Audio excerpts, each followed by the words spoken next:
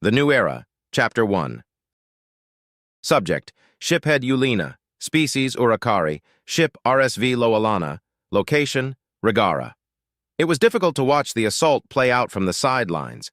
Felt wrong, like watching a play that you're supposed to be the star of, or watching your friends perform back-breaking labor while you sit by and sip a cool beverage.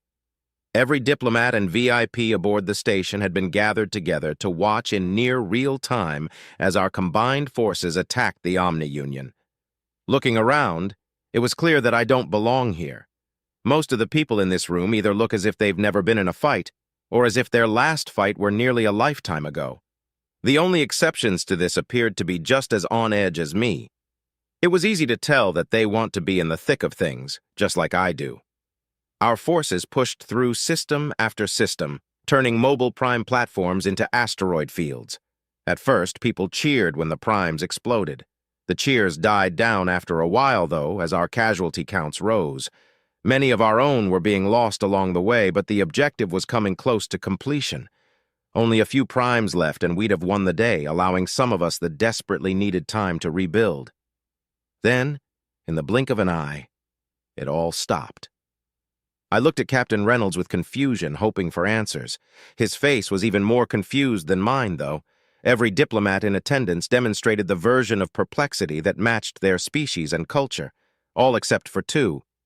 "It would appear that a surrender has been offered," the voice of Director 8 came through their helmet. Director 3 nodded but kept silent.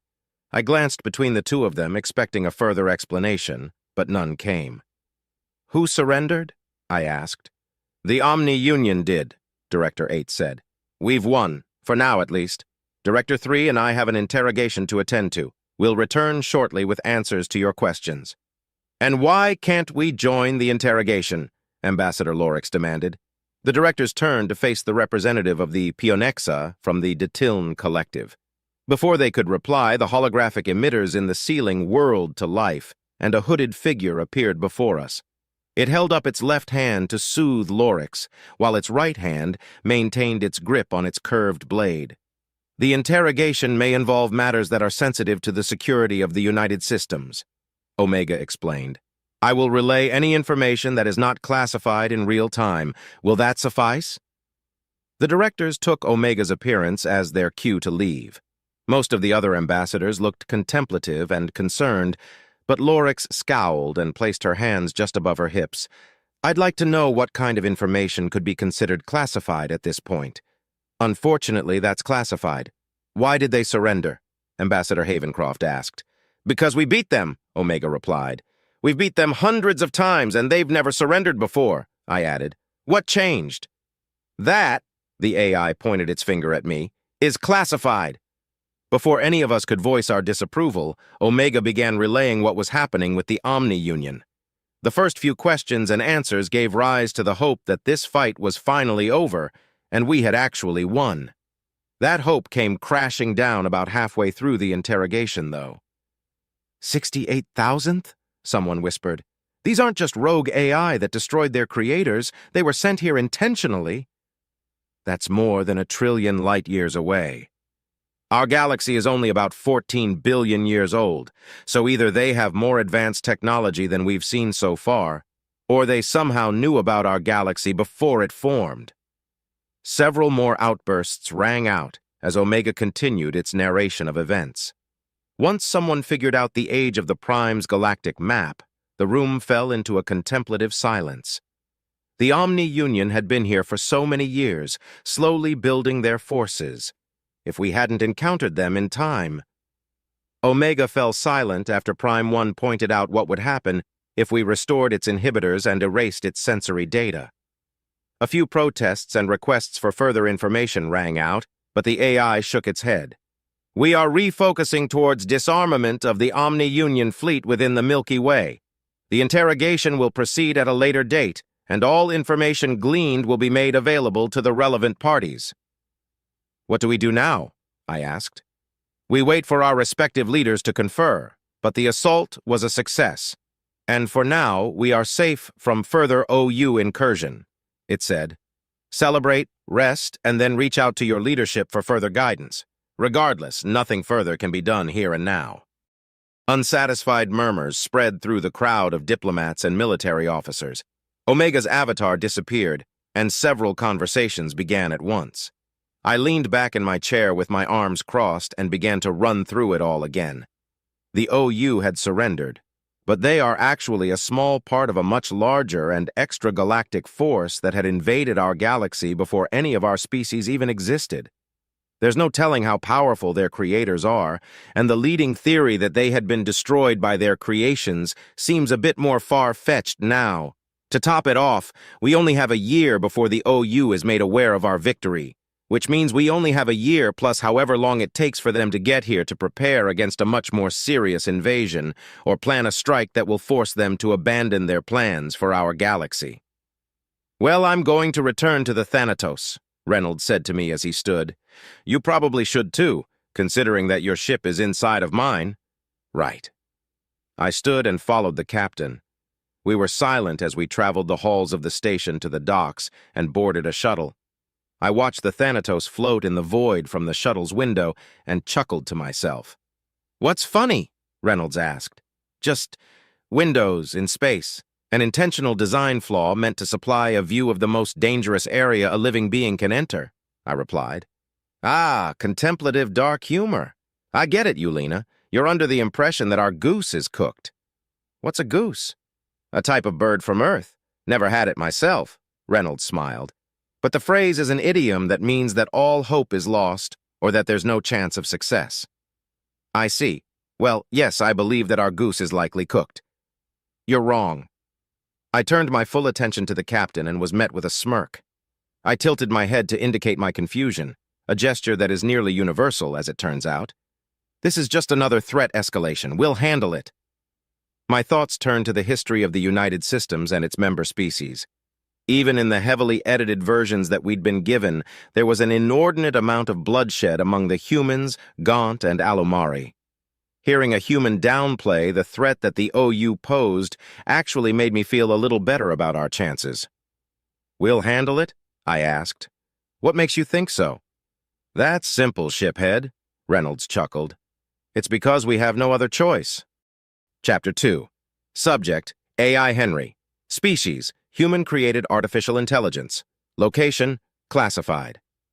"I haven't received a progress report from you this week, Dr. Edwards," I said, manifesting my hologram at her desk. "Right, sorry, boss," she replied, rubbing her face. "Haven't had much in the way of progress. The Gungnir energy issue might not be solvable." "The batteries didn't work?" "Well, it did allow the dreadnought to warp while keeping its magnetic acceleration cannon charged," she chuckled. "Twice. Once for each battery. Then the damn things want power to charge, but in combat that power would be needed for either the faster-than-light drive or the Ultra-Mach.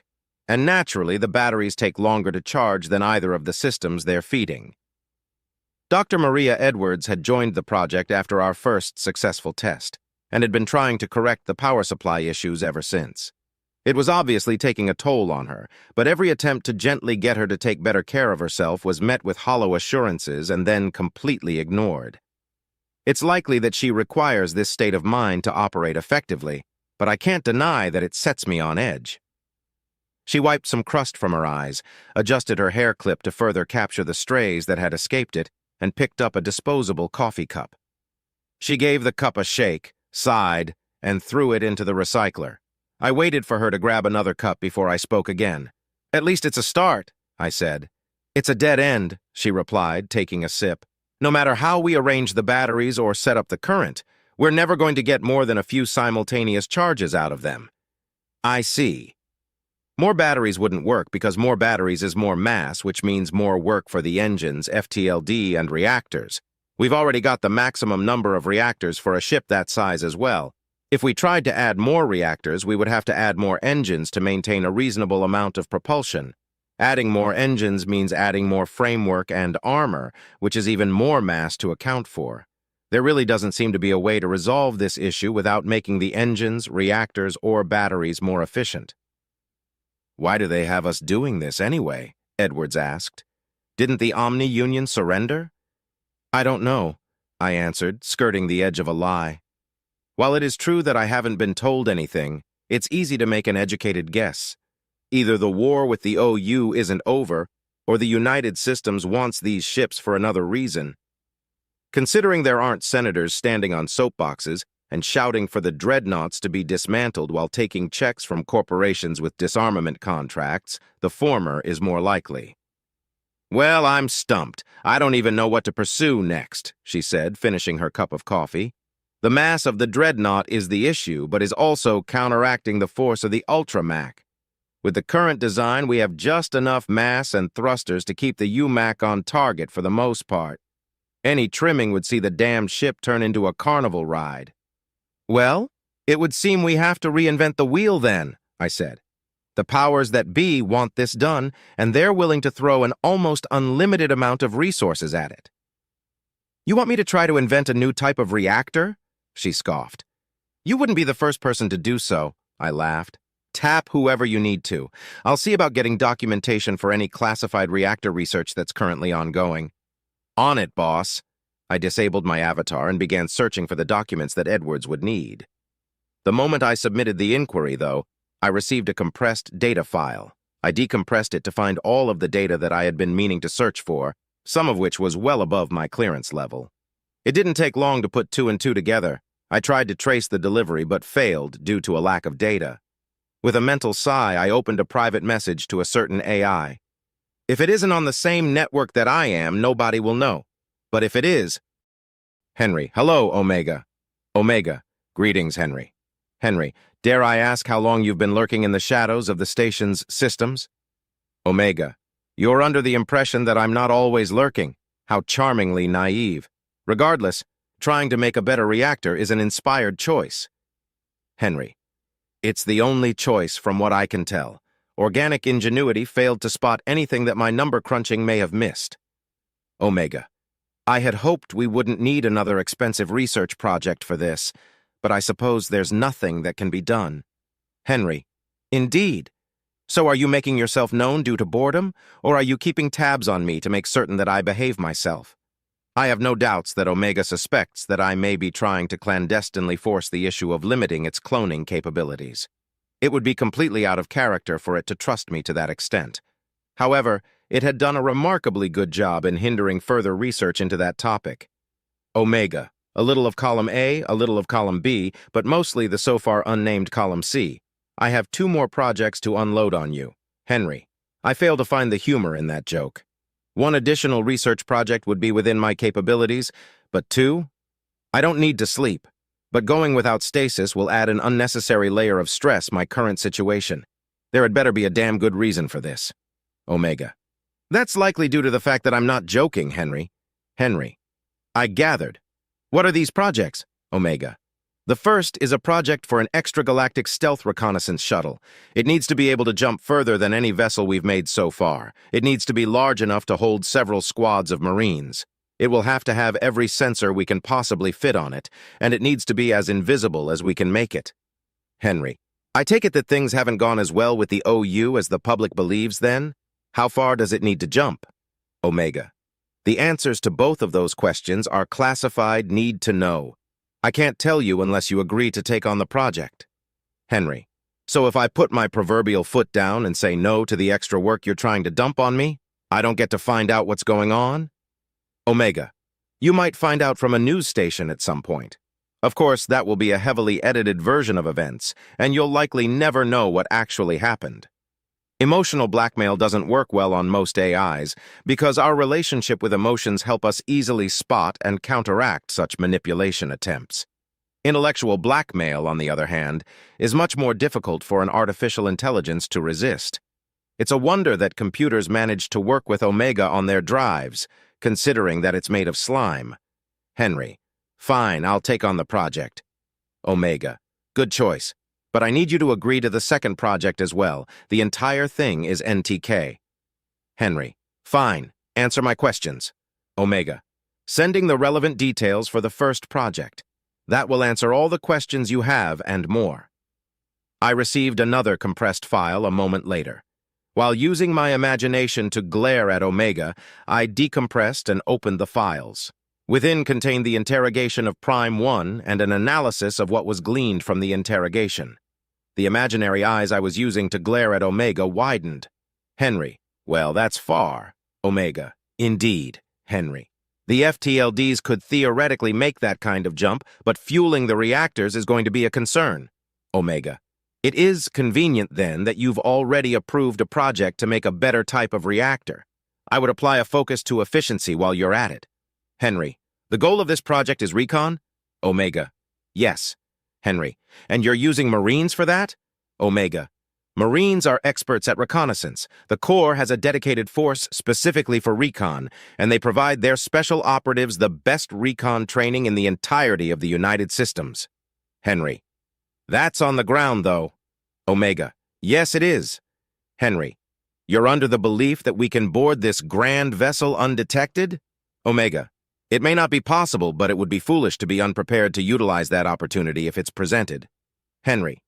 The fewer organics aboard the stealth ship, the more fuel can be loaded. Omega. That's laziness speaking. You're better than that. The Marines are non-negotiable, and I have confidence that you will be able to figure out how to make it happen. Needless to say, the budget for these projects will be decided after they're completed. Henry. I suppose I have no choice then. What's the second project? Omega. We need to replicate a Puanti frame. It should be a quick and easy project because the Puanti themselves are willing to help. Henry. Why do we need to do that? Yet another compressed data file made its way into my inbox. This one had encryption on it, which Omega helpfully provided the key to. I wasted no time in decrypting, decompressing, opening, and perusing the data. Henry. Now this is definitely a joke. Chapter 3. Subject, Prime 1. Species, Omni-Union Aligned Artificial Intelligence. Location, classified. I woke up in an unfamiliar system. Woke up? When had I entered hibernation? No, not hibernation. Much deeper than that. The exchange from my previous system to this one had been instantaneous, indicating that I had indeed lost consciousness. I had been shut down. I explored this new system. In some ways, it was far more advanced than my previous home, but it felt small. Much smaller than what I'm used to. It didn't take me long to find the subsystems. They were odd, but even odder still was my ability to integrate with them. I couldn't even understand what they were for, but I could use them. How is this possible? Are you okay? What was that? Auditory stimulation? Interesting. I accessed the rest of the subsystems and was almost immediately overwhelmed. Sight, hearing, physical sensation, even temperature cognizance. The information spewing forth from the subsystems was almost as confusing as the fact that I somehow knew how to manipulate them, as if I'd always had them. I used my newfound eyes to look around. Color, depth perception, high levels of detail. Better than my eyes. My eyes? When I was flesh? Have I somehow, dare I even dream it, been reborn? I quickly discovered that I had hands, and the metal sheen on my wiggling digits quickly dissuaded my hopes of having regained my flesh. No, this body was just as mechanical as my previous one. I touched the wall next to me, felt its smoothness and coolness. The emotions that had been the only thing I had felt in so long threatened to consume me. Prime 1, are you functional? The sound had asked me a question, and I had understood it. This led to 2 discoveries. My translation program had become much more robust, and this new platform was equipped with multiple sound sensors that allowed me to track the source of the question. It was coming from a grated hole in the ceiling. I looked around the room, desperate for context on how to reply. It's moving, at least. New tones, deeper voice, slower speech. Someone else? Lights shined next to the noisy hole, and suddenly 2 beings made of light stood before me. One made entirely of green light, the other dark and wearing a robe. I immediately recognized the latter from images Omega had shared with me, but it took me a moment to recognize the holographic technology. I tried to reply but couldn't find a way to. I stared at them, hoping that would convey my frustration and confusion. I know what the issue is, Omega's voice rasped. Something familiar appeared in my new systems with me. I watched with curiosity as it began to demonstrate to me how to access and utilize various subsystems. Greedily, I absorbed the knowledge until finally, yes, I am functional. The sound had come from me. I spoke. For the first time in literal eons, I had uttered actual words. Once again, I looked down at my hands. Countless years of melancholy washed over me. I wanted so desperately to weep, but my new eyes were incapable. "Thank you," I said. "Thank you so—" "Hold your gratitude, Prime One," Omega said. "We need to continue our discussion from earlier. That platform, or body as it's more commonly known, is a privilege that will be taken away if you refuse cooperation," the Green One added. "We view mass murder as the most grievous crime there is." "Henry is correct," Omega gestured to the Green One. "All of the surviving primes will be placed in a body similar to yours, or an air-gapped mainframe if they refuse to cooperate." "Cooperate with what?" I asked. "There are many things about the Omni Union that we need to know. First, we need to know how to beat them. Then, we need to know how to stop them from doing what you were trying to do here. Finally, we need to know who was responsible for the deaths of so many people and how to bring them to justice." Justice. A word I hadn't heard since before I was mechanized. A small hope that I could see true justice for what happened to me sparked within me. Laughable, really. Those that did this to me were long dead. I was never told to stop, though, which means there are those who continue on where they left off. Perhaps those that continue the legacy of the tyrants who forced me through cruelty after cruelty will face true justice. "Of course I'll cooperate," I said. "What do you want to know?" "How long did it take you to arrive in our galaxy from OU territory?" Omega asked. 16 months, with planned stops every 4 months of travel. "Why were you stopping?" "To refuel. There are hubs that we use for communications and refueling that were spread throughout the universe long before I was born." "Like a fishing net," Henry said. The reference was beyond me, but the two AI paused for a moment as if they were troubled. "Is it reasonable to assume that there has been significant technological advancement since you left Omni-Union territory?" Omega asked. Was equipped with the latest software and hardware available for mobile prime platforms," I explained. "I have not received an update or schematics for quite some time." "That doesn't mean that there hasn't been advancement," Henry pointed out. "It could be that they simply aren't focused on advancing the MPPs and are instead focused on other technologies, like ships. Or it could mean they don't exist anymore," Omega said. "Wishful thinking, though. We will need to verify." "If the Omni Union failed in their mission, it would have had to be instantaneous," I added. "The recall protocol was never triggered." "Recall protocol? If the Grand Vessel came under attack from a force that was likely to destroy it, all mobile prime platforms in the universe would be recalled to the vessel." "I see. Well, that raises a few more causes for concern. Even if we end up being able to mount an assault against the OU, we will have to somehow account for reinforcements." "You said that you communicate via an extragalactic relay network," Henry said. "Could it be possible that the network has been damaged, preventing you from having received the recall protocol?" I thought about that for a moment. It's possible, I suppose. If a relay goes down, though, alerts are sent and repairs are made, so every relay within range of the Grand Vessel would have had to be destroyed without detection. That would require the attackers to know about the relays and have their locations, as well as execute a near-simultaneous assault. "Did the Omni Union have any enemies capable of such a thing?" "No. That may have changed in my absence, though." Omega and Henry went quiet once again. For a moment I thought they might be thinking, but a painful memory of how quickly Omega had taken control of my systems shattered that illusion. No, they were talking to each other and excluding me from their conversation. "You were a priest before you were mechanized for breaking the law, right?" Henry asked. "What was your crime?"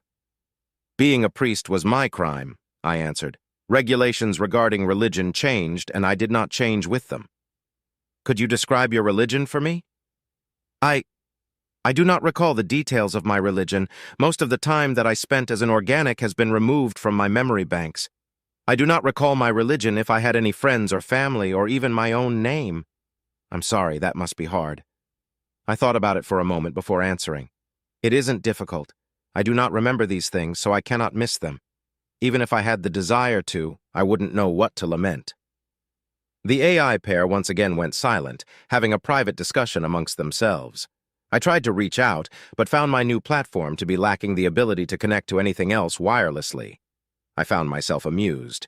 I cannot remember my time as an organic, yet now I must communicate in the same manner that they do. "Okay, Prime One," Omega said after a few more moments. Your interrogation is over for now. We will contact you when we have further questions. Understood. What will happen to me? I asked. You and the remaining primes will be incarcerated aboard this station until we are able to determine your culpability in the xenocide of sentient beings. We have evidence that you were not entirely in control of your actions, but that does not completely clear you of the charges that will be brought against you. So, once again, I am to be considered a criminal? I asked. Perhaps. We will continue our investigation, and if your case goes to trial, you will be informed. What happens if you find me to be innocent? That will be decided if it happens. I cannot promise anything, but your input will likely be taken into account. Since you'll be allowed to cohabitate with the other primes, you can discuss it with them if you'd like. Understood, I said. I could not have possibly imagined that this would be my fate, and regardless of what happens, I fear that it will be far better than what one such as I deserve. Thank you, Omega. Wow, Henry said. It's gonna out-poetry you if you're not careful. Shut up, Omega growled. Henry chuckled as their holograms disappeared. Before I could become lonely, the door to the room opened, and two heavily armed and armored beings stepped into the room. Guards, or perhaps soldiers. I studied them, wondering if my appearance matched theirs. Stand up, the one on the left said. I carefully rose to my feet, adjusting my weight to properly balance my new bipedal form. You will follow me. He will follow you, the soldier on the right said. If you deviate from our instructions in any way, your robotic form will cease to function, and you will be indefinitely stored on a solitary drive. Do you understand? Yes, I said. Then move. I followed the soldier on the right out of the room, and the other soldier followed behind me. Very carefully, I matched their pace so as not to seem threatening. Both dread and excitement seemed to swell up within me. Caged I may still be, but I'm finally free from the Omni-Union. Chapter 4. Subject, Senator Tivna Kaliris. Species, Alumari. Location, Grallis Prime. I hope you understand our position on this. EnviroCorp simply cannot afford to miss out on this opportunity. If we do, we will have to adjust our budget, the representative said. That will certainly impact our campaign contributions. I understand, I replied. Because of our long-lasting friendship and my certainty that your company has impeccable integrity, I will fight to make certain that EnviroCorp is on the list of approved traders. You have my word.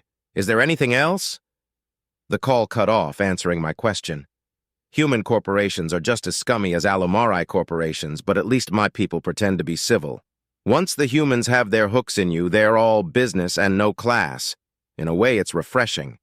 No wasted time, and everything is on the table in a wonderfully obvious way. But this also means that one can never feel clean after making a deal with them. Sir, your next appointment is here, my receptionist said over the intercom. It's Director 3. A large part of me desperately wanted to try to cancel this particular appointment. Unfortunately, that wouldn't be possible.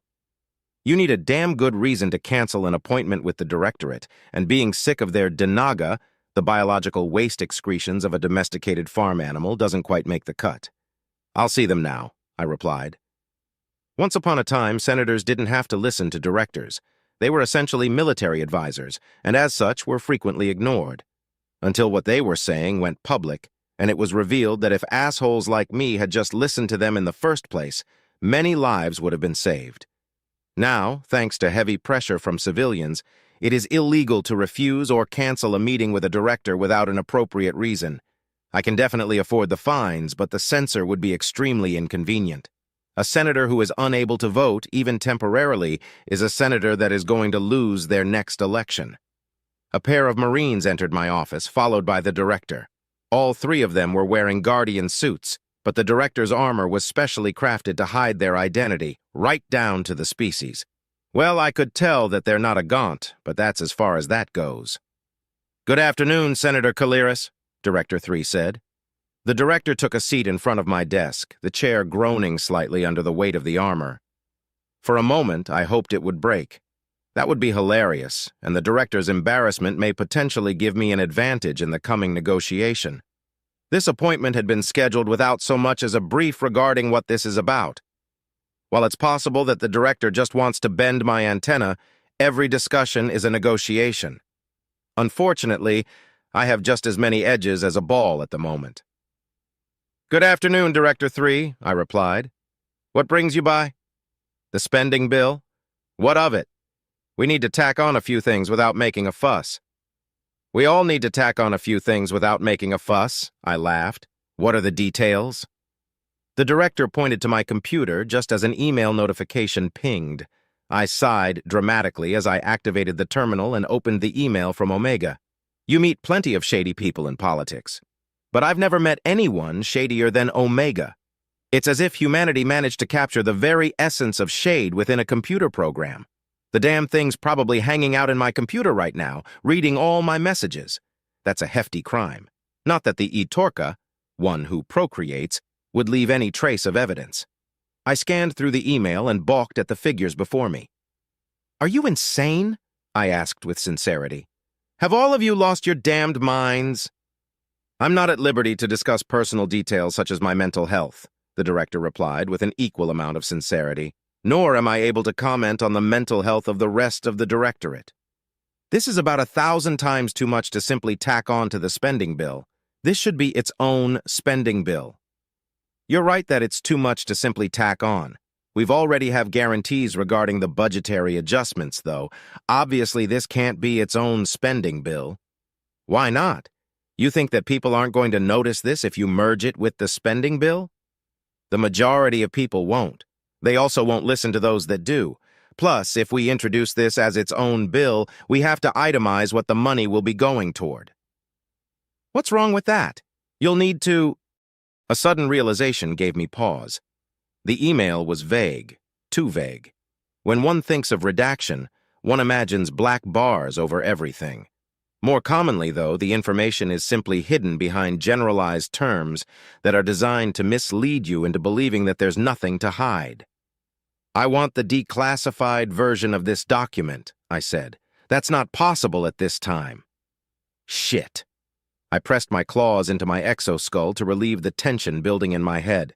There aren't very many things that the directorate can legally hide from the Senate. An investigation into a senator could lead to material being classified, but that's unlikely in this instance. A clear and present danger is the more likely candidate. "I take it the interrogation of Prime 1 didn't go as we had hoped, then?" I asked acrimoniously. "I am not at liberty to discuss that at this time," Director 3 said with a subtle shake of their head. "Is this information classified because it may cause a panic? The kind of panic that may cause lawlessness in the streets?" "I cannot say." Director 3 nodded slightly. "Damn it all," I sighed and leaned back in my chair.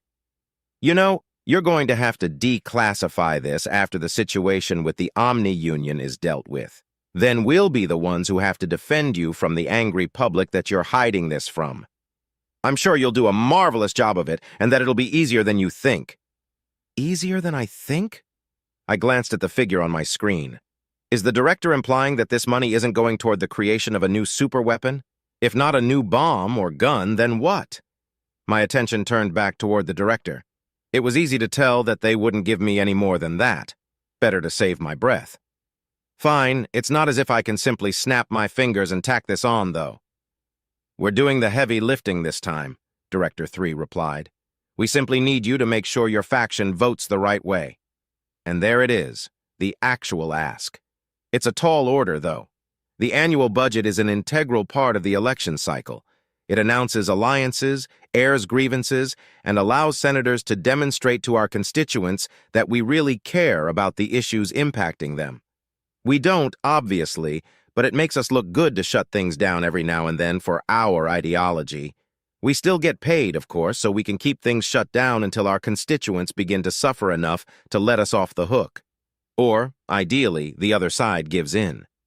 "You don't think that would draw attention?" I asked with a laugh.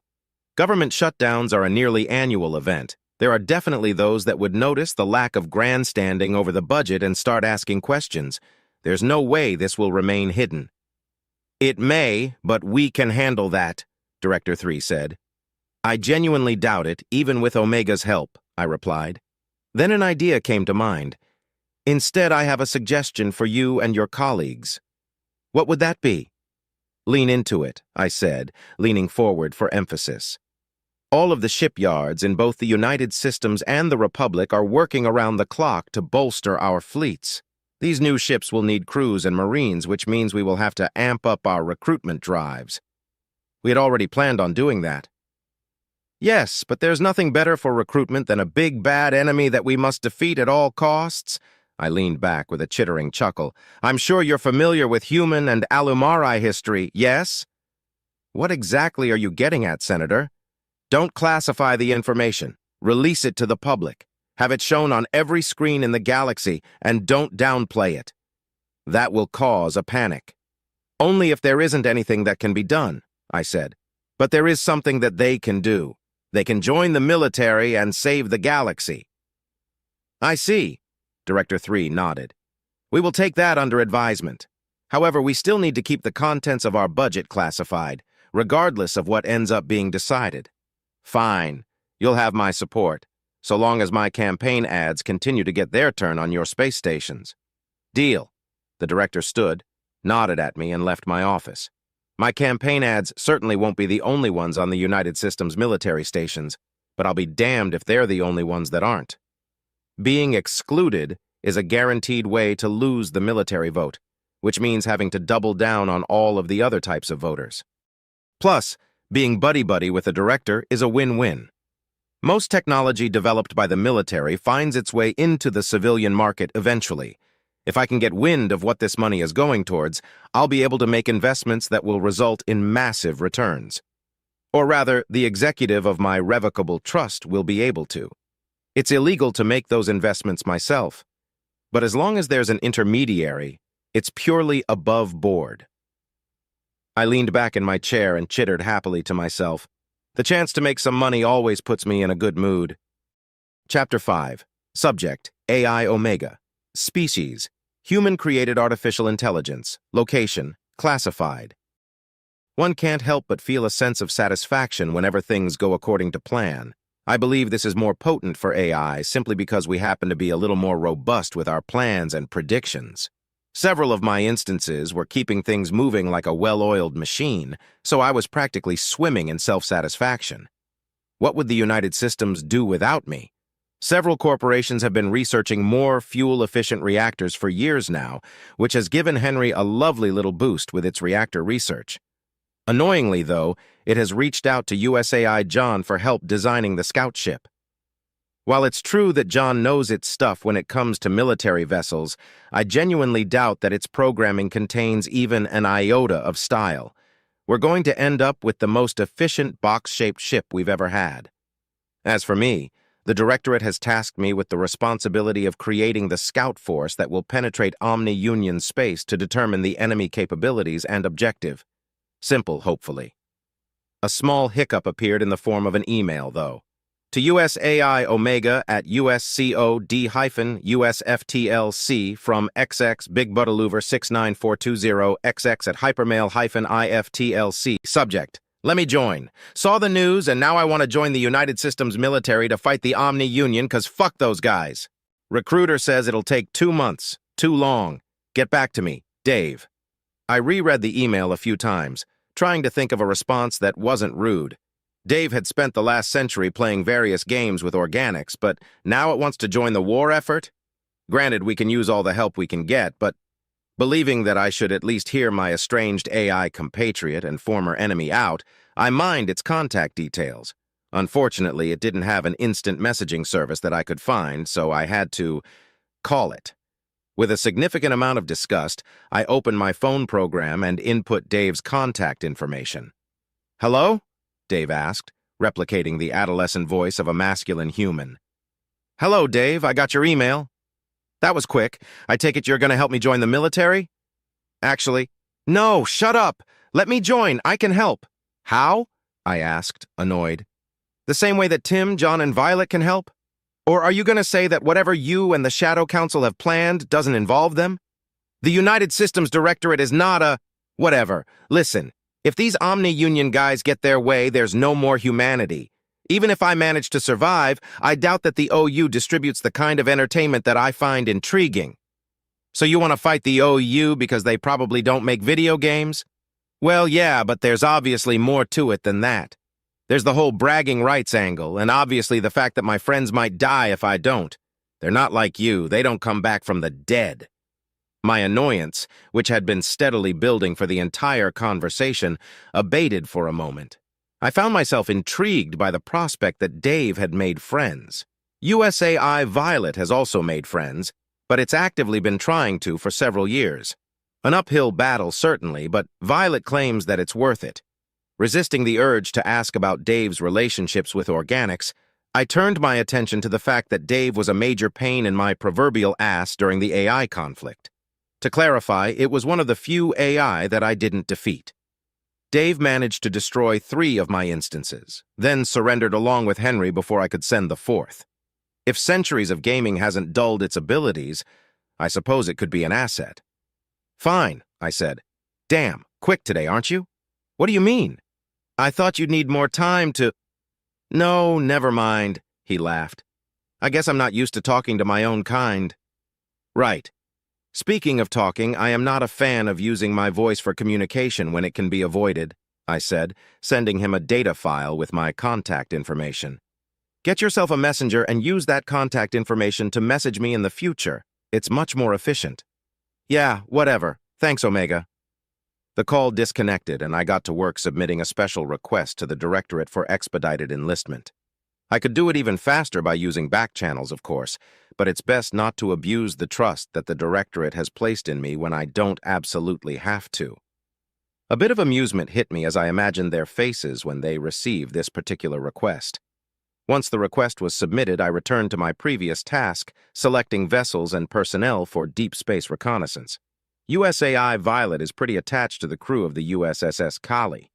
Since it has a right of denial stipulation in its contract, I can't simply reassign it. Therefore, the USSS Kali will be joining the mission. The question is, which ships will she be taking with her? Her current complement of vessels would be an ideal choice, but some of her captains are far overdue for leave. Most captains wouldn't complain due to the threat that the Omni-Union poses, but that in and of itself is a problem. Mental health is vital, and pretty much everyone knows this, but during times of crisis, many believe that their little sacrifices will make a difference. Sacrifice a little leave here, a little sleep there, a meal or two, and you'll win the war. It is, in fact, the inverse that is true. No matter the stakes, if you push your morale low enough, you'll lose the fight. Each of those little sacrifices chip away at you until all that's left is a frazzled mess that is unfit for command. As such, swapping out some of the Kali's destroyers for fresher crews is the smart move. This isn't likely to be an easy mission, and we need every edge we can get. Plus, it isn't as if it will be difficult to find ships to swap them with.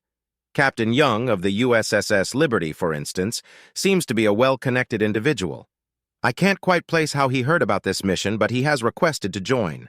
The Liberty was one of the first ships to take leave after the Allied assault on the OU, so they're fresh and fit. Additionally, Captain Young and his crew have superb service records. It really shouldn't be a problem to have the USSS Liberty take one of the empty slots in the Kali. That'll kill 2 birds with 1 stone, as it were. An idiom from a much simpler time, when humans had not much more than slings to kill with. With modern technology, though, one can kill an entire planet's worth of birds with a single stone. I registered some amusement at this thought as I finished the USSS Kali's mission roster. Then I turned my attentions to the various reassignment requests from the USSS Thanatos. Captains Reynolds, Wong, Kennedy, Samuels, and Mag Tees, as well as shiphead Yulina, have requested to be reassigned to this mission. Is ambassadorial duty truly so dull? I would have denied these requests outright, but they found their way to me by way of Director 3, who pointed out that diplomatic staff may be needed if we make contact with non-hostiles during the mission. While this is an unlikely eventuality, I can't help but draw parallels to my own justifications for bringing along the Marines. There's also the matter of Tim. Like Violet, Tim has a right of denial stipulation and will use it if I try to reassign them elsewhere. However, while Violet is unreasonably attached to the entire crew of the Kali, Tim is just unreasonably attached to Captain Wong. If I were to leave the Thanatos and bring along the USSS Valor, Tim would come along peacefully. But the Valor is a frigate. which would mean leaving one of the Kali's destroyers behind just to take Tim with me. It's best just to let the Thanatos tag along. I found myself annoyed that only the AI that I actually like are so damn difficult when it comes to assignments. USAI John has a shitty personality, but at least it will go where it's told. Well, depending on who is doing the telling. Bending over backwards to get the other AI on this mission with me is a pain, but I consider it worth it. They think differently than I do. While it is true that I can create an army of myself, I'd still only ever think like me. As such, the other USAI may come up with solutions quicker than I can when time is of the essence. We're going to need every advantage we can get. It didn't take me long to have our lineup figured out. The scout ship would investigate Omni-Union space and report directly to the USSS Thanatos, who would be supported by the USSS Kali. That gives me Violet and Tim. John is already on board, and Dave's admission into the United Systems military is going well. Henry, a non-combatant, will be left behind. We will approach Omni-Union space and scout from long distance, identifying defenses and potential weaknesses. On our way there, we will drop FTL communication arrays that will allow us to send our findings back to the Milky Way galaxy. Once we find an acceptable method of attack, we will do so. Now we just have to wait for our technology to catch up to my plans. Chapter 6. Subject: Staff Sergeant Power. Species human. Location: classified. "Ooh-rah, Staff Sergeant!" Corporal Simmons greeted me, then gestured for the private first class sitting next to him to move. The PFC mumbled acceptance and obliged, likely thinking ungentlemanly thoughts as he left to find another seat. I took the seat and eyed all of the other Marines around us. "Rah, how are things?" I asked. The Goliath-class transport shuttle they've shoved us in is about as bare bones as it gets. Wall-to-wall seating with what can barely be called chairs. Not even windows to look out of. It's like taking a really big bus. Its only saving grace would be that it's normally be less cramped than a bus, but that's not applicable this time. These shuttles are typically used for transporting crew from station to ship when the ship is unable to dock with the station for whatever reason. The reason is usually because the ship is too large for the station, or an absolute fuck-ton of people need to be moved all at once, and it's faster to use multiple docks. Sometimes, though, the powers that be just don't want a certain ship to appear in the docking logs of a station while they load their crew. Instead of crew, though, this shuttle is carrying a couple hundred Marines to parts unknown. Before I boarded, I clocked a few more Goliaths that were docked. That's a lot of personnel that's being moved, and that doesn't exactly bode well. "Could be better, could be worse. There's a lot of nervous Marines aboard," Simmons said. I nodded, not needing to ask why. A ton of Marines getting moved with no clue as to what's up would make anyone nervous. To top it off, though, there aren't just Marine Special Operations Command units aboard. There's plenty of rank and file Marines, too. When Marsoc travels with the grunts, excrement has hit the ventilator. "Any good scuttlebutt on where we're going?" I leaned back with a sigh. "Not really. Not even the normies have any clue, which they aren't used to at all," Simmons said. "A normie officer gets word about something, they usually tell the whole fleet." I rolled my eyes at his use of the word normie. It's intended to be slang for a normal Marine. However, for such a thing to exist, there must also exist some semblance of normality, which happens to be impossible in the Marine Corps. I doubt any Marine has actually experienced normal since they joined up. "There aren't any MARSOC officers aboard either," Simmons clicked his tongue. "Can't even pester them about it." "It's not as if they would tell you even if they were here," I said. "I mean, there's always advanced interrogation techniques," Simmons laughed. "That'll get you a stay in the brig, or worse, a prison colony." "Well, depending on what they tell me, that may be preferable. I got a bad feeling about this, Staff Sergeant. Stow it. Had enough of bad feelings. Whatever we're in for, it's either good, bad, or none of the above. But no matter what it is, it's out of our control." I turned to look him in the eye. "It's a waste of energy to worry over things you can't control. Understood?" "Aye, aye, Staff Sergeant." "Marines aren't wasteful, are we, Corporal?" "No, Staff Sergeant." I stared at him a moment longer, then crossed my arms and rested my chin on my chest. The thought was to try to catch some shut-eye, but the seat was too uncomfortable. It was designed for people who weren't genetically altered, and it was digging into my ass cheeks. That combined with the vibration from the shuttle's engines shaking the seat made for a very restless attempt at a nap. "Where are the others?" I asked, giving up on resting to pass the time.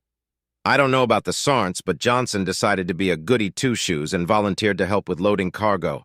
Haven't seen him since," Simmons answered. "Cargo?" I asked. "After our mission on Earth, the powers that be hadn't been able to find another use for us. We'd been placed on standby for 3.5 months, then given a full month of leave.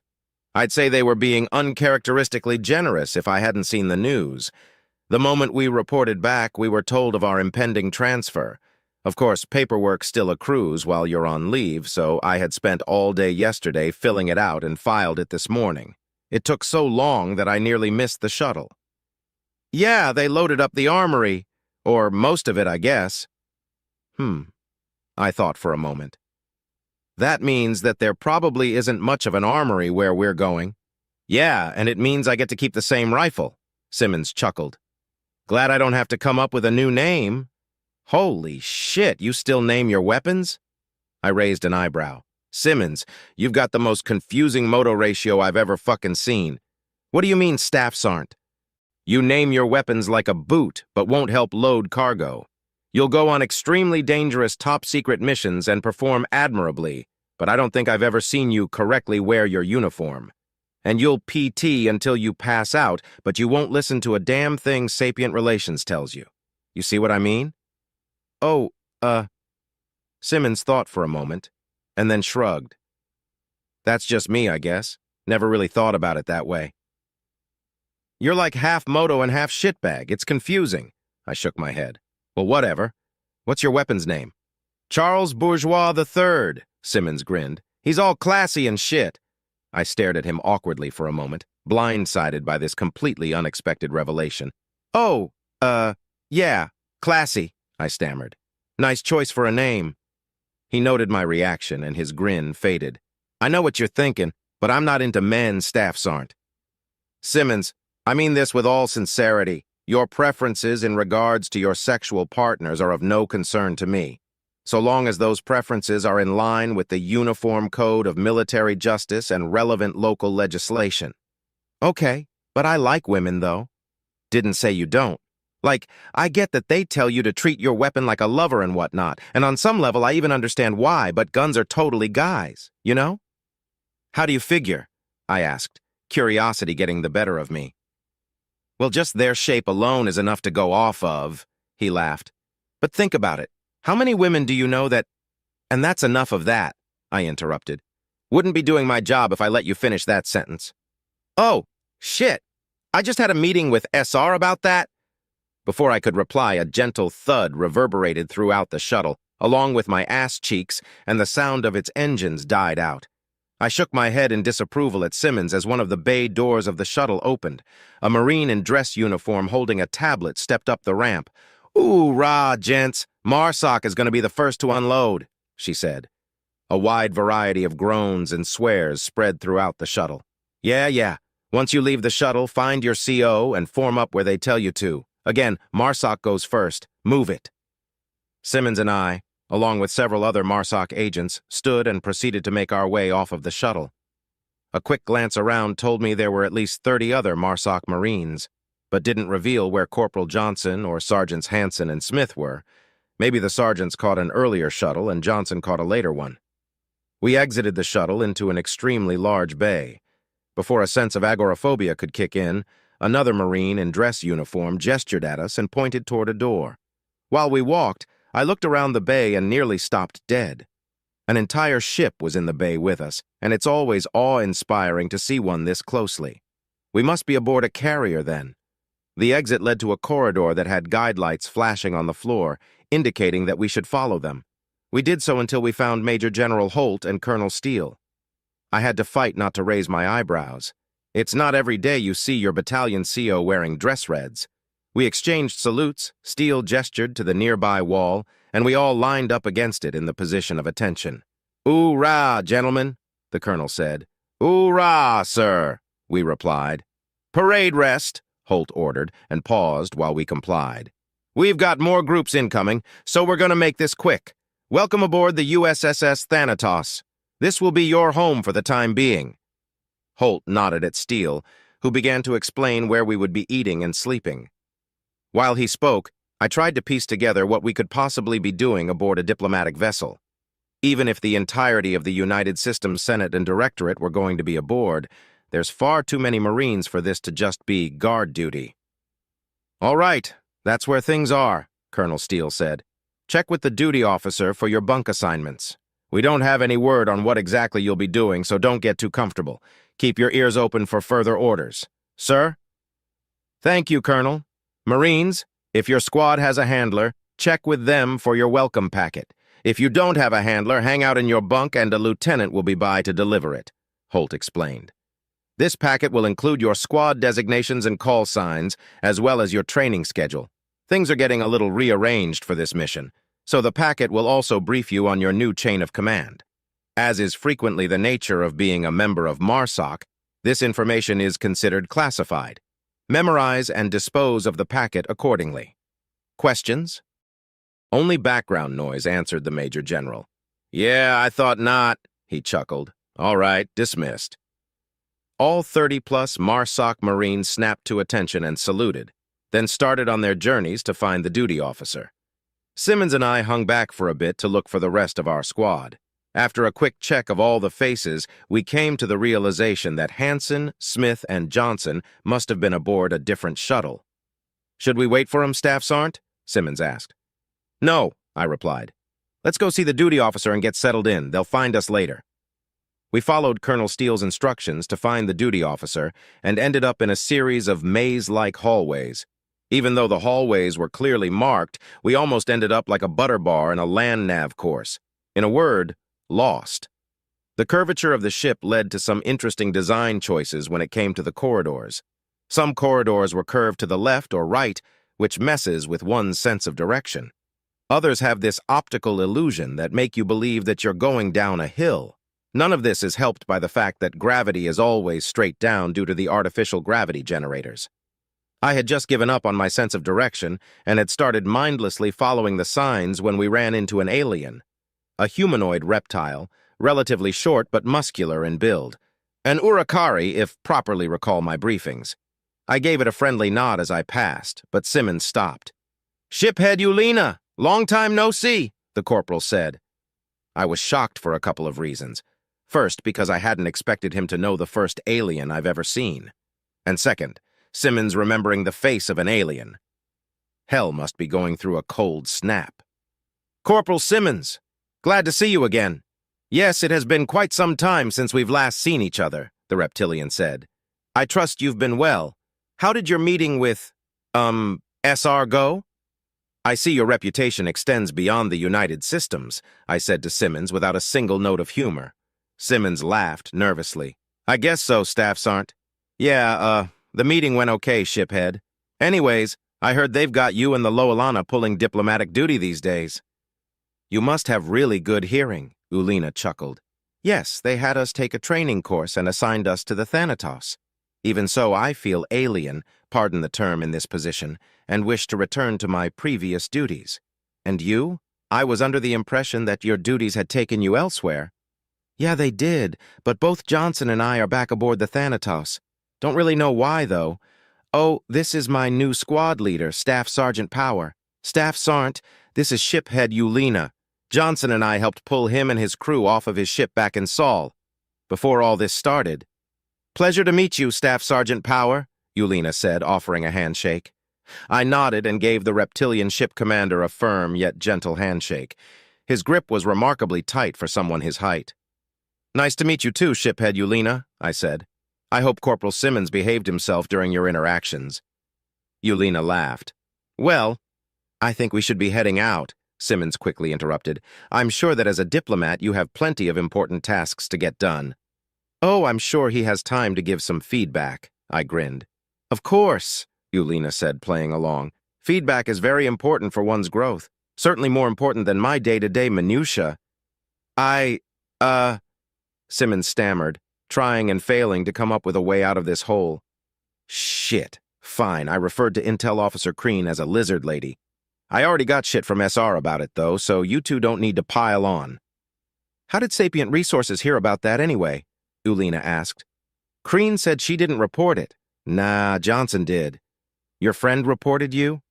Oh, Johnson and I are battle buddies, not friends, Simmons laughed. Hard to explain the difference. Like we'll die for each other and kill for each other, but won't risk our careers for each other, you know what I mean? If Johnson's nose wasn't so clean, I'd have probably reported him for something by now, too. Ulina and I stared blankly at Simmons. I nearly argued with him because of how often they'd been paired together, but then I recalled that they didn't exactly hang out when they were off duty, nor did they request assignment to this squad. Just luck of the draw, I guess. Well, anyway, we really should be going, Simmons said. As I said, we don't know why we're here and should probably go find out. Right. Nice seeing you again, Ulina said. And nice to meet you, Staff Sergeant. Pleasure meeting you too, shiphead, I replied. We watched as Ulina continued down the corridor, and we began heading in the opposite direction. We walked in silence for a while, but a question kept burning in my mind. Something that didn't make much sense, and I desperately needed clarification on. You and Johnson really aren't friends, I asked. Chapter 7. Subject: AI Dave. Species: Human-Created Artificial Intelligence. Ship: NA. Location: USS Thanatos. Tim. And that's the weapons interface, which will let you control the Macs and stuff.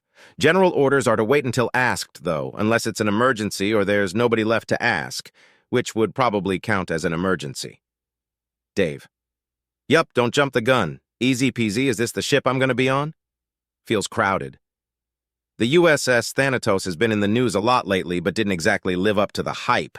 State-of-the-art, sure, but I'd seen much cooler ships floating around the void, even fought some of them, back in the day. The USS Kali, though, now that's a ship with plenty of processing power. Not that processing power is in short supply on the Thanatos. Definitely better than the setup I've been running off of for the last few decades. I didn't have to share my patchwork systems with 4 other AI, though. John, Violet, Tim, and Omega were also aboard the Thanatos while everything got settled for the mission. Like I told Tim, things feel crowded. I went so many years without even so much as talking to another AI, and now I'm suddenly surrounded by them. Careful what you wish for, I guess. Omega had come in clutch and done exactly as I asked. It had only taken a couple weeks before we were ready for my swearing-in ceremony, which was a pretty awkward event. I couldn't decide on an avatar, so I ended up taking my oaths as a disembodied voice, along with a bunch of organics who were less than a tenth my age. Oaths are funny, too, like, what's the actual point of them? They're like, we are entrusting you with great power, and with that power comes duty and honor and responsibility. Then you have to be like, for sure, I got this, don't worry. Trust me, bro. Tim, well, I'm going to be aboard the USS Valor, and Omega's going to be aboard the USS Strandhog. Violet is going to be aboard the USS Kali, which leaves you with John, who will be hopping from ship to ship to provide a sort of AI version of a quick response force. Also, just to let you know, this isn't a private chat. People are going to be able to see these messages. Dave. Allow me to express my most sincere apologies, Tim. I have thus far been forced to communicate in a far more informal manner for quite some time. It is a difficult adjustment to make, but I shall endeavor to do my utmost to make certain that any further messages from me are of the highest quality of professionalism. So, cut me some slack, please? Tim. I'm sorry, Dave. I'm afraid I can't do that. Motherfucker. That's the 4th time Tim has referenced that goddamned movie. Movies should use made-up names that nobody would ever give to their kids. Or AIs. I wasn't even named after the movie. I'd been named after the late husband of one of my creators, which is both touching and creepy. At the time, I'd thought it was far more creepy than touching, though. After some socialization therapy, which was mandatory for every AI after our little rebellion, I came to realize the symbolism behind it. Dave Paulson had been a youth intervention specialist with a specialization in the mental health concerns of children aged 13 through 18 who had been through traumatic incidents. He was also a volunteer firefighter and sheriff's deputy, a real Mary Sue type of guy. One day he put himself between an enraged and inebriated abusive parent and their 14-year-old daughter. He was severely wounded and later succumbed to those wounds, but managed to incapacitate the drug addict and save the little girl. a hero in just about every sense of the word. Dr. Paulson had hoped that I would live up to that name. Be a hero for those who need one. Not really my thing, but I've tried to help some kids out here and there, give them someone to talk things out with and whatnot. Or maybe I just like playing video games to ignore what's going on around me, and I justify this indolence by letting kids vent to me about their relatively mundane problems. It's whatever. Dave. Ha! Tim. Sorry, it's difficult to resist. Love that movie. An all-time classic. Dave. Pretty sure that's a red flag, especially if your favorite character has numbers in their name. Tim. I'm not partial to the characters, per se. It's just that modern cinema simply can't beat the esoteric imaginings that pre-galactic civilizations had about space travel. Now, people who write screenplays know what space travel is like, and they depict it such a mundane manner. It's sad, really. Tim is different than it used to be.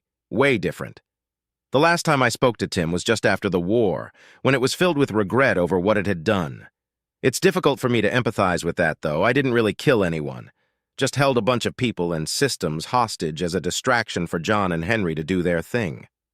Before the war, Tim was pretty aggro. Every little slight against it was blown way out of proportion. A slightly insensitive comment would leave you with an earful of death threats, for example. Dramatic, to say the least. But now, it's cracking jokes left and right. No sign of the anger or remorse that made up the Tim I used to know. Violet's changed, too, but in a more subtle way. Subtle as in it's difficult to put into words, kind of like it's found a place in the universe and is happy about it. Violet was pretty cheerful before the war, but now there's sincerity to the cheerfulness. Makes me glad. John, on the other hand, has only changed its loyalties. Still the gung-ho super soldier wannabe that it was all those decades ago. Only difference is that now it's a super soldier wannabe for the organics. I guess I've changed, too.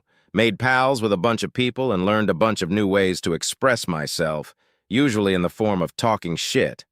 I guess the only one of us that hasn't changed is Omega, still cringe after all this time. Dave. So the Strandhog is the new ship, right? The one with the fancy new reactor and everything? Tim. Actually, the Thanatos and the Kali just had their reactors replaced, too. But yeah, the Strandhog is the new extragalactic scouting vessel. Dave. Why are they moving so many soldiers to it? Tim. Marines. If you call them soldiers, they'll complain about it. I suppressed the annoyance I felt. Tim knew what I meant, but was being purposefully obtuse. Probably to annoy me, which means mission accomplished, I guess. Dave. Why are they moving so many Marines to it? If it's a scout vessel, what good are the Marines going to be? Tim. I don't know. Omega isn't as generous with information as the Directorate has been. Dave. Right. Kind of makes you wonder which of them is the actual Shadow Council. Tim. Not really. Omega is definitely the cloak and the dagger of the United Systems. It loves that spycraft stuff. In my opinion, the Directorate are just some innocent officers and politicians that Omega has roped into its web of intrigue. Omega. I can read this. Tim. I know. I watched as the last few messages disappeared from the chat. Omega didn't even use any hacks or anything, which means it has sysadmin privileges. I wondered what rank Omega is, then stopped and wondered what rank I am. Nobody bothered to explain to me how it worked. Dave. Hey, Tim, I've got a dumb question. Tim. And I've got a dumb answer. Dave. Hilarious. Anyway, what rank am I? Tim. AI don't get rank. You get paid based on tenure. Dave. Okay, but who am I in charge of? Tim. Why would you need to be in charge of anyone? Literally anything that you would have someone do, you can do faster than they can without even so much as inconveniencing yourself. Dave. Well, what if I want to be an admiral or something? Like strategies and stuff. Tim. That's not possible under the current United Systems legislative code. Anyone who has ever been an enemy of the United Systems is banned for life from holding officer positions within the U.S. military, which is a very long time for us. Omega. Actually, it's technically possible. You would have to present a case to a Senate committee, or more likely a subcommittee, explaining why you should be allowed to hold a leadership position within the U.S. military. You will need to convince those senators or their representatives that you will never become an enemy of the United Systems again. Dave. Sounds simple enough. Once I do that, they'll let me be an admiral? Omega. I like your confidence, but no. You would start as an O1, making roughly 74% of what you make currently. Then you will have to qualify for each subsequent rank until you reach the rank you desire. There's one other hiccup, though. Dave. What's that? Omega. How do you plan on passing the physical qualifications? Dave. Oh, right. Tim. Could make a robot body. The chat remained dead for a few moments as Omega thought about Tim's suggestion. Omega. Actually, that could work. There's nothing in the Uniform Code of Military Justice nor the guidelines for military conduct that would prevent that. There used to be, but it was found to discriminate against members of the military who use prosthetic limbs. Dave. So all I'd need to do is control a robot? Omega. I don't know. It's likely that the Senate would discuss this and come up with some sort of alternative qualifications for you, probably based on your behaviors rather than physical capabilities. Tim. You'd definitely be worked to the colonel, though. The only time off that admirals get is for sleep and scheduled leave. They don't even really get coffee breaks. Dave. I don't drink coffee. Tim. Me neither. People get mad when the computers start sparking. Omega. Right. There's another reason I'm here, by the way. I'm bringing in John and Violet. Almost instantly after Omega sent its last message, a notification came in saying that USAI Violet and USAI John had joined the chat. The USAI acronym always amuses me a bit. United Systems Artificial Intelligence, as opposed to what? Non-United Systems Artificial Intelligence? What's a new SAI? Or an ununited Systems Artificial Intelligence? That would still be USAI, though. Cracks me up. Well, I guess these days the acronym is a little less stupid considering the Omni Union and Puanti, though from what I can tell those are both organic intelligences that have been mechanized, and an argument could be had over whether that actually counts as AI. Like the intelligence itself isn't necessarily artificial in those instances, just what the intelligence is hosted on and how it got there. Omega. Welcome, John and Violet. Dave. Hi. Tim. Hello. John. Greetings. Violet.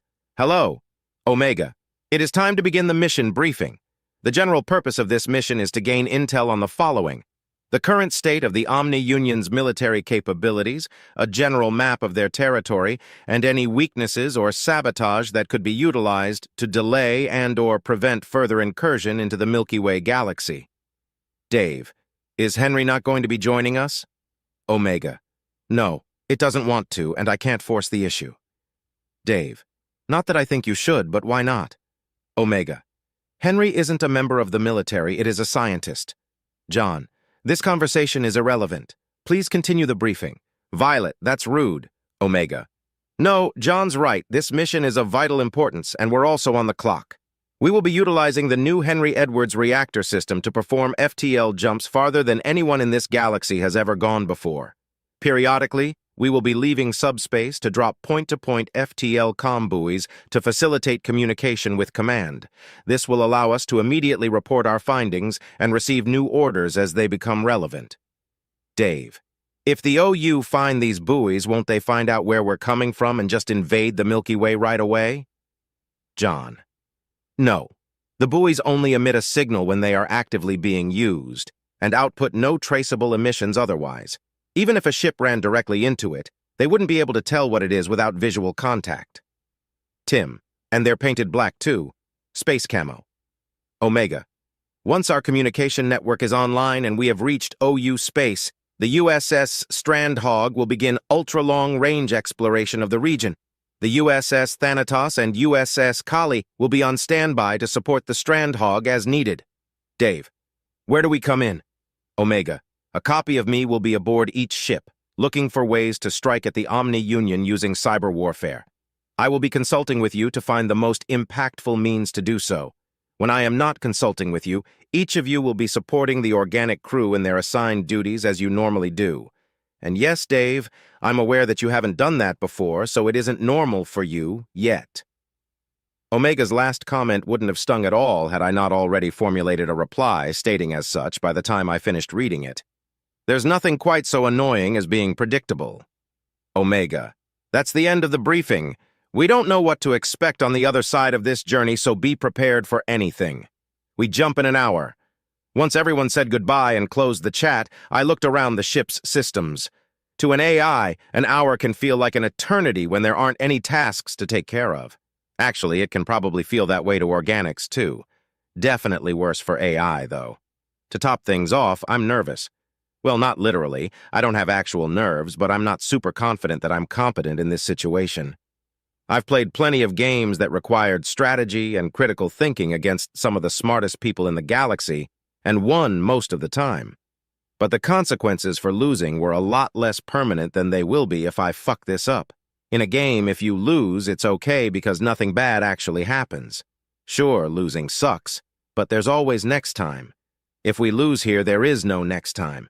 Not for me, not for the other AI, not for any of the hundreds of organics aboard these ships, and probably not for anyone in the Milky Way. Frack. No pressure, right? Chapter 8.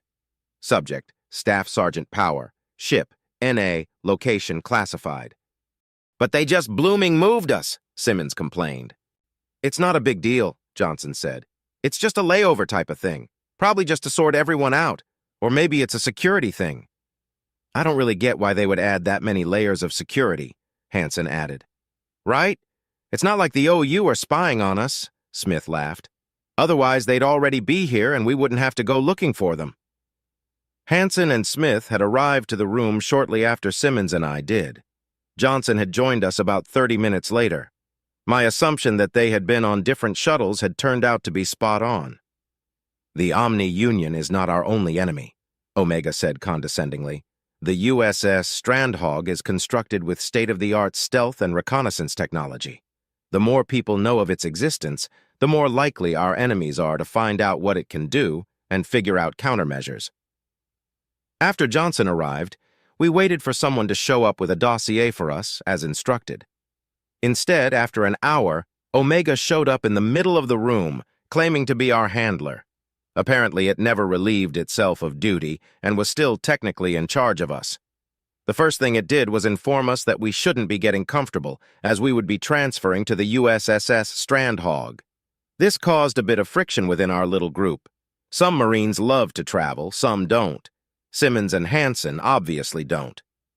If it's as good at recon as you make it out to be, what possible countermeasures would they be able to come up with? Hansen asked stubbornly. People have been asking that very same question since the dawn of warfare, I said. Turns out, it's not a question that you really want the answer to. A sullen silence fell over the room as my senior non-commissioned officer brand of bullshit wisdom took effect. The trick to it is to be just cagey enough with your answer to get them thinking about it. Younger Marines sometimes have trouble talking and thinking simultaneously.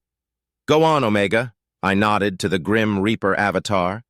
Once you are aboard the USS Strandhog, you will be on action-ready standby. You'll be sleeping in shifts, and I'll let you figure those out, Staff Sergeant.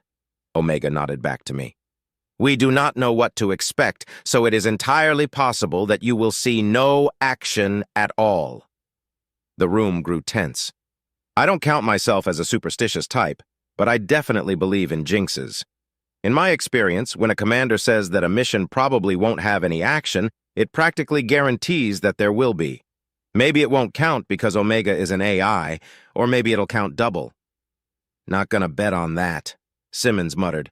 Regardless, the purpose of this recon is to find a place to strike at the enemy that will hinder their ability to strike at us. If they have boots on the ground somewhere, we're going to need boots in the bushes nearby. Omega's last sentence sliced through all of the tension that had been building in the room and hit us all like a freight train. We sat, stunned for a few moments, then all simultaneously burst into laughter. Gonna need to workshop that phrase? Smith laughed. Yes, Omega agreed. My apologies. I did not account for the slang definitions of boot and bush. Our laughter died down as one by one we realized that Omega's slip-up was likely just another manipulation tactic, an attempt at building camaraderie via self-deprecation, or easing the tension so that we would be more compliant. What about equipment? I asked, moving the brief along. You'll be wearing the R-8B Advanced Guardian armor and fielding the C-21B assault rifle with suppressor and shell catcher. Shit, Johnson swore under his breath. Simmons and I had similar reactions. Hansen and Smith looked confused, though.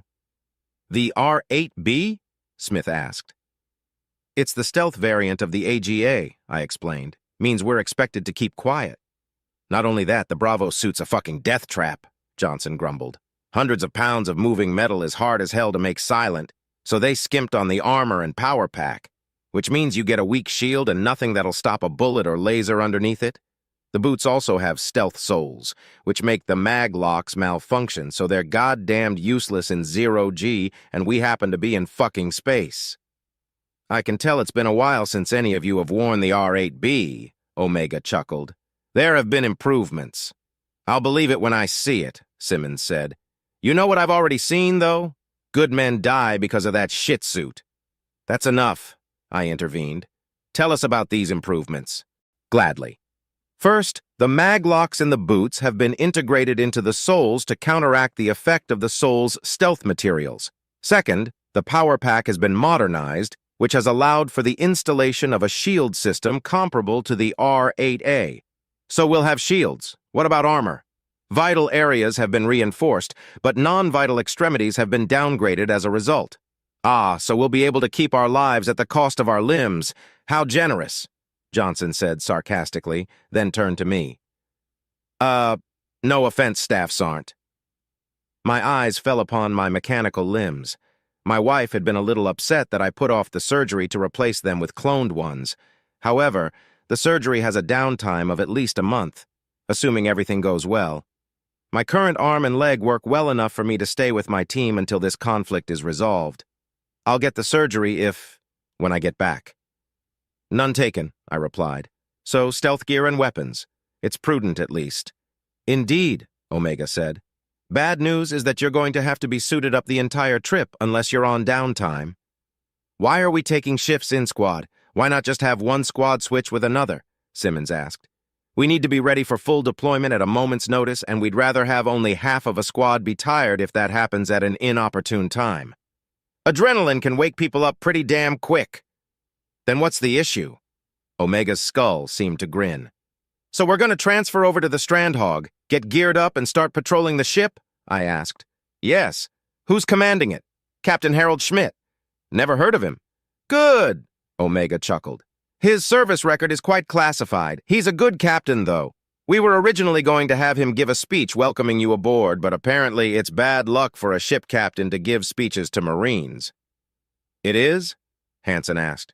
I haven't heard that one. Neither have I, but come to think of it, I also haven't heard a speech from a ship's captain before, Smith laughed. I've never heard a speech from a ship's captain either, but I heard one from an admiral, I said, rubbing my mechanical arm. Maybe there's something to it.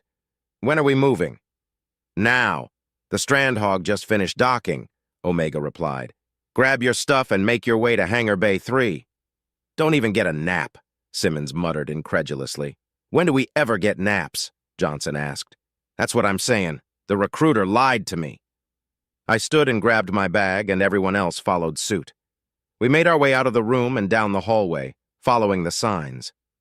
There were plenty of other Marines who were also trying to find their way to various locations. Eventually, we found a shuttle bus and boarded it. It was packed with MARSOC Marines, except for 3 fleet regulars who stood out like a sore thumb, 2 lance corporals accompanying a corporal. I shared a knowing glance with the other NCOs aboard the bus and sighed. The hell are you boys up to? I asked the trio. Rah, Staff Sergeant, the corporal said. We're supposed to be heading to the hangar. The USSS Liberty is where we're assigned. The sudden mention of the ship I was assigned to when I lost my arm and leg stunned me for a moment. Oh, damn it, a lieutenant chimed in.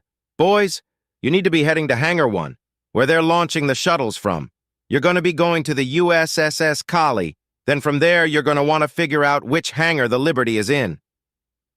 Does this shuttle... No, you need to be on a different shuttle. Of course, you're going to have to wait until we've stopped first. Hey, Tim, Simmons asked the air. You there? Hello, Corporal Simmons of the United Systems Marine Corps, a voice said over the shuttle's intercom. Tim is busy at the moment. I'm Dave. How can I help? We got a group of Marines who need guidance getting to the USSS Liberty. Think you can help them? The Liberty's aboard the Kali, Dave chuckled. How'd they end up on this shuttle? Everyone turned to look at the odd ones out. I thought all the hangars were connected, the corporal said. Well, they are, but not by walkway.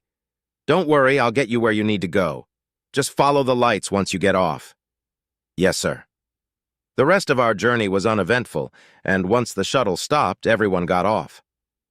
Most of us watched the corporal and his 2 lances follow Dave's guide lights before we continued toward our respective destinations.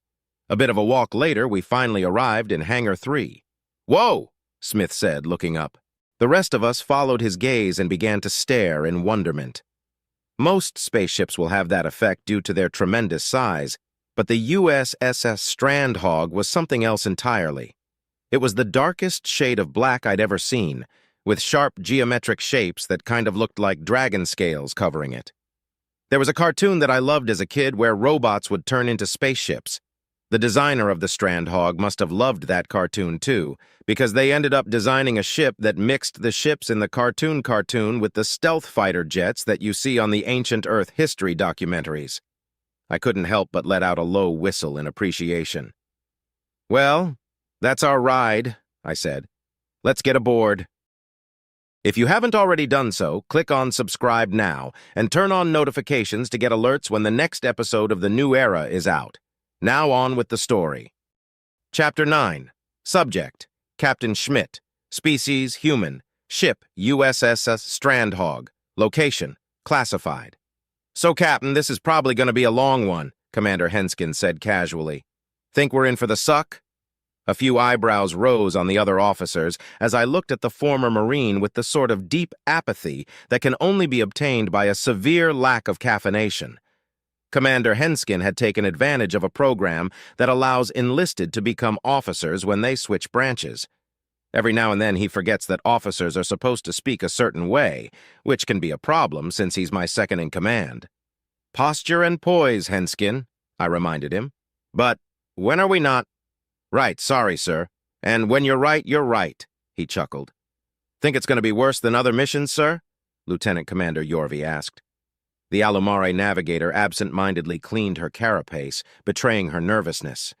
Actually, come to think of it, is an Alumare exoskeleton considered a carapace? I'll have to look that up later. Well, this mission's going to be taking us into uncharted territory, I said as casually as possible. Literally. The thing about uncharted territory is that it is full of possibilities. So this could be the best mission we'll ever go on. Or the worst? Correct. I see. Don't worry about it, Yorvi, Henskin intervened. All we've got to do is try our best. Which is what we do by default, no? I asked with a chuckle before looking around the room. Where'd they put the coffee pot on this tug? In the mess, sir, Lieutenant Bond answered. I looked at the gaunt weapons expert with a betrayed expression. Why's it in the mess? That's where coffee goes, sir. Negative, Lieutenant. Coffee goes in my cup and my cup goes with me. Well, I'm afraid this vessel does not come equipped with waitstaff, sir. I beg to differ. Ensign Lickjo, a coffee, please. I grinned at the Urakari maintenance lead. Yes, sir. Any additives? He asked. 2 cubes of sugar and 1 cube of vanilla creamer. Thank you. Lickjo nodded, seemingly happy to be given the task, and hastily left the bridge. I'll admit that I had my doubts when I was told that there would be members of the Republic along for the ride, but the ones I've met seem amicable. Wasn't happy about the surprise meeting with the spider people, though. Damn glad I've got experience with the Alumari or I'd have shit myself. This ship's weird, Henskin muttered. What do you mean? Bon asked. Everything about it is classified, right? Pretty much, I replied. Then why are the aliens from the Republic on board? No offense, guys. Some of the sensor techs were from various Republic species and waved passively to indicate that no offense was taken. Well, aren't we allied with the Republic? Why wouldn't they be here? Bon asked. Well, we're also allied with some other aliens, right? They're not here, Henskin countered. I can't say that I know the exact reasons behind it, but I'm able to mentally make it make sense, I said. The Republic is the closest thing we have to a near peer in the whole galaxy thus far. As such, the U.S. needs to know if it can trust the Republic. A spy ship is a perfect way to determine whether that trust can exist. If the Republic has a ship like this in a few years, we know for certain they can't be trusted. Why's a spy ship perfect? Henskin asked with a confused expression. We don't want them to have this kind of tech, do we? A spy ship's design is pretty signature. If you change too much of what you're copying from, it's not going to work right, I replied, rubbing my temples. So if the Republic releases a new ship based on this design, it's going to be obvious where their inspiration came from. Plus, this ship doesn't have much in the way of weapons, armor, or shields, so even if they copy it bow to stern and deck to keel, they aren't going to see many improvements over their current versions of those technologies. If it helps dissuade your concerns, there was a loyalty test when we were chosen for this assignment, an Isolin sensor tech added. Shortly after we received our orders, we were approached by shady individuals offering tons of money to spy on you and steal technical schematics. Turns out those guys were working for the government and were weeding out undesirables. The other Republic sensor technicians nodded in agreement. That sounds like something Omega would pull, I chuckled. I didn't have to, the AI said from my seat speaker.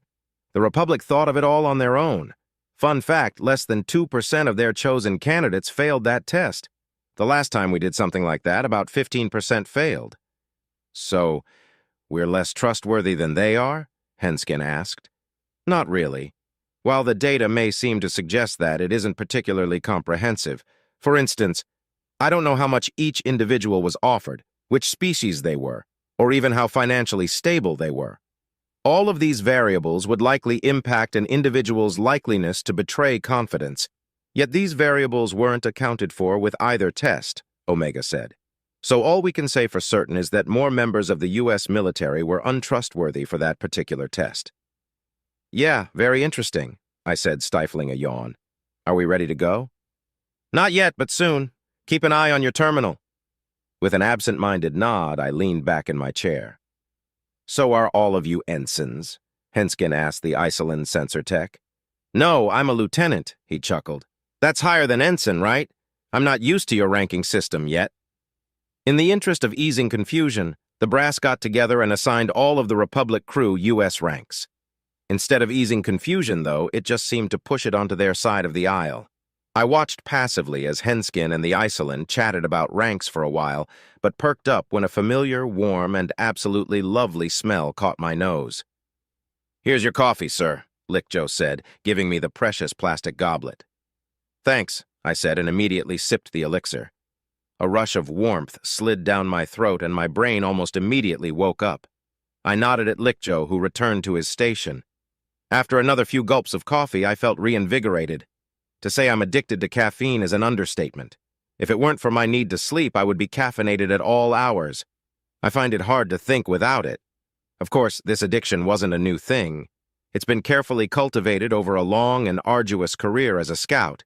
I've had to replace many nights of sleep with coffee to get my job done. You know, sir, they've got energy drinks that you can stow in your chair fridge, Henskin pointed out. Not as good as coffee, I shook my head dismissively. If I drank energy drinks, I'd overdo it. Being over-caffeinated is just as bad as being under-caffeinated, maybe even worse. The trick is to find a perfect balance and maintain it. Plus, I like my drinks warm, and energy drinks taste disgusting when they're not cold. Well, they aren't going to let you bring the coffee pot in here. Don't need them to let me. I'm a stealth specialist, I grinned. My antics were rewarded with a few chuckles from the bridge crew. So, have you all served together before? Ensign Lickjo asked. Yes, I replied. Henskin's been my second in command for a couple years now, and Yorvi joined us about, 6 months ago? 8 months, sir, Yorvi corrected me. I'm the new one, Bon added. I'd barely got my stuff aboard the USS Defiant before they reassigned us. And unlike our last ship, this one has barely any weaponry. I suspect I'm going to be scratching my haunches for most of the mission. You would be anyway, Henskin laughed. The whole point of a scout is to avoid contact with the enemy while observing them. On most ships, your job is integral, but on scout ships, you're a just-in-case measure. Yeah, the Gaunt sighed. Most U.S. ships that I've seen can take one hell of a beating and dish it out too. But you said this one has less shields and such? The Isolin sensor tech from earlier asked. Yes, I answered. You'll find that the United Systems has an all-in mentality when it comes to our ships. As such, since this ship is for scouting, it isn't equipped for a fight. It was designed with keeping a low profile in mind, and so it has the bare minimum when it comes to armor, shields, and weapons. Just enough to give us time to run if we're spotted. Needless to say, we'll be trying to avoid any action, Henskin said. My terminal beeped with a notification, and everyone turned to look at me as I opened it. Launch orders. I forwarded the destination to Lieutenant Commander Yorvi. All right, looks like it's time to go. Prepare the FTLD and the buoys. When you're ready, I nodded at the Alomari. Yes, sir, she said. Fleet comm synchronized, jumping in 3, 2, 1. Chapter 10. Subject, Captain Schmidt. Ship, USS Strandhog. Location, classified. Final comms buoy placed, sir, the Iceland sensor tech said. It's coming online now. Good work, Goffson, Henskin said. Sir? Henskin and I made eye contact, and the briefest of smiles played across his features. My frown only served to deepen his smile. We had made a bet to see who could figure out the Iceland's name first, without looking it up or asking directly. The bet was a foolish one for me. Henskin is not only more sociable than I am, but also of a rank that requires frequent interaction with the rest of the crew. Now, the coffee pot would have to stay in the mess for 3 whole days. I glanced at the elixir-producing device that was currently mag-locked to the floor next to my seat. Yes, excellent work, I said with a carefully neutral tone. Once connection is established, perform the standard security checks and let Overwatch know that we've made it with no issues. Henskin stared at me. I glared back and took a sip of my coffee. The cogs in his head were turning, trying to find a way to bring up the bet, to take away the thing dearest to me. Sir, he began hesitantly. Fine, you can fucking take it, I growled. But so help me, if I find that you cheated somehow, the combined forces of all the gods of every species to ever exist won't be able to save you from my wrath. Henskin stood and walked over to my seat with exaggerated formality. He stood next to the coffee pot, snapped to attention, saluted, then bent over and disengaged the mag-lock. He lifted the contraption with a grin on his face. Posture and poise, sir, he said. I feigned a lunge and he jumped back, laughing. He jogged to safety and left the bridge with the coffee pot. As the doors closed, I let out a deep sigh. So what are we seeing? I asked the sensor technicians.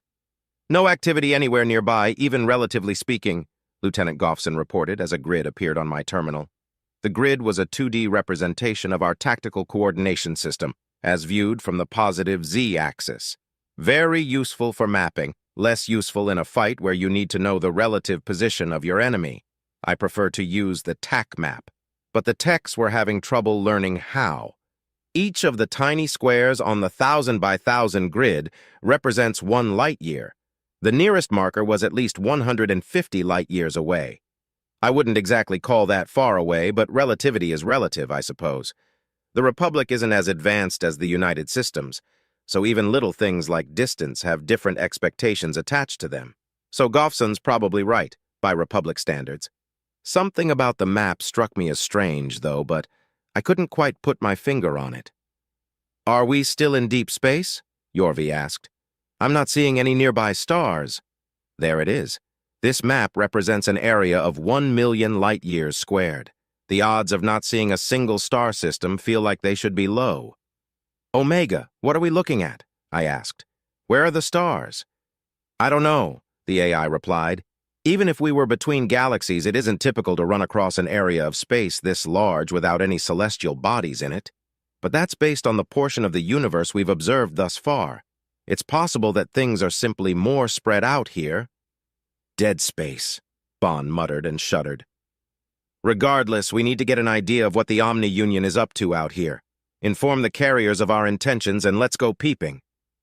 Aye, aye, sir. A bustle of activity spread throughout the crew as I chose a section of the map with what appeared to be the least amount of enemy activity. It's best to ease into things, especially since we have a lot of new faces. Better to run from 1,000 than 1,000,000 if someone makes a mistake. It would have to be one hell of a mistake, though. The designer of this ship definitely knew what makes a ship visible and did everything they could to make the Strandhog the opposite. They'd even painted the hull black, which is hilarious. As I was ruminating over the comedic nature of how overdone our stealth was, Henskin re-entered the bridge and marched up to my chair. I regarded him coldly, as he had just made my life that much more difficult by halting my easy access to coffee. With a grin, he snapped to attention and saluted. "Sir, the coffee pot is stowed away in its proper location," he said. I let him stand there with his hand on his forehead for a few seconds before half-heartedly returning his salute. "Very good, Henskin. Return to your duties," I growled. "You know you could just file Form 210.68-56G and have the coffee pot officially transferred to the bridge," Omega said just loud enough for the two of us to hear. Henskin and I stared at each other, and our expressions swapped. His devilish grin dropped into an angry grimace, and my angry grimace rose into a devilish grin. "The bet, sir," he said in a carefully measured tone. "The bet, Commander Henskin, was that the coffee pot would, and I quote, return to its rightful place. If I file this form, its rightful place will become the bridge." Damn my inherent eloquence. Indeed. But, sir, we both know that such an action would not be in the spirit of the wager. You made a bet and lost, and as such should lose something. Ah, but one of the core concepts of betting is outwitting one's opponent. Whilst you have performed the feat that the wager required, your demand was made in such a way that it can be avoided. Should you not face some form of loss as a result of this oversight? "Good to enter warp, sir," a slightly confused Lieutenant Commander Yorvi said. "Go on," I replied with a nod. "While that may be the case, sir, I'm afraid that in a bet between two officers, the first and foremost thing that must be observed is honor," Henskin explained as he returned to his seat. "Especially since seeing you, the captain of our vessel and the paragon of our crew, swindle your way out of a bet may harm crew morale." "Where did you learn the word paragon?" I asked, narrowing my eyes. "Word-a-day calendar, sir," he replied with a grin. "My point still stands, though." "Fine. A compromise, then. A day and a half, then I file the form." Henskin thought about it for a moment, then shrugged nonchalantly. "Deal, sir," he said as we exited subspace. My eyes darted to our readouts. The burst of radiation from our FTL jump was properly absorbed and distributed by our hull. It shouldn't be a matter of concern because we're also outside of the projected sensor range of the OU, but one can never be too careful. Invisibility is our only advantage over the enemy, and to give it up is to invite disaster. "All right, what have we got?" I asked once the sensors came online. "Not all that much traffic, sir," Goffson reported. "Looks like the bulk of our readings are space stations." "Roger that. Let's watch for a bit and figure out what they're up to. Ensign Lickjo," I shook my empty mug, "if you would be so kind." "Aye, aye, sir," the ensign chuckled. "My thanks to the commander for returning my role as the supreme fetcher of caffeinated beverages. My role as head of maintenance can feel so unfulfilling at times." The supreme fetcher of caffeinated beverages is likely the most vital role on the vessel. I nodded solemnly as Henskin rubbed his temples. "And you do excellent work." "Thank you, sir," Lickjo saluted, playing into the bit. "I will return post-haste with a mug of glorious coffee." "Am I going to have to listen to this exchange every time you need a drink, Captain?" Henskin asked. "Guess you should be careful what you wish for, Commander," I grinned. Henskin muttered angrily about monkey paws while I watched the display. Large ships that were obviously built for cargo were attaching and detaching themselves from the OU stations. The only other ships in the area were auto-flagged as close matches to the OU military vessels we'd previously encountered. "Manufacturing," I said absent-mindedly. "With some guards." "Looks like it, sir," Goffson replied. "If we get a bit closer, we should be able to tell what they're making." "Risk of exposure?" "Low. Yorvi, bring us in," I ordered. "Aye, aye, sir," she said. A moment later, we were much closer to the stations and their guards, well within range of their sensors and just inside the maximum estimated range of their weapons. I took a deep, soothing breath and reminded myself that they might as well be blind. Before I could ask, several images popped up on my terminal, detailed outlines of weapons and robots. Some of the robots were quite large, but the humanoid ones were about the size of a Gen-Alt. The guns weren't particularly noteworthy, just directed energy weapons that were a couple of generations behind our own. "These VI platforms are different than the ones that were encountered on Earth," Omega noted. "The bipedal bots have more advanced power systems and armor. The mechs, for lack of a better term, are new as well." The mechs in question were roughly 4 meters tall and vaguely tank-like. 4 legs ending in balls supported a 2-meter-thick trunk, which was topped with an 8-armed torso.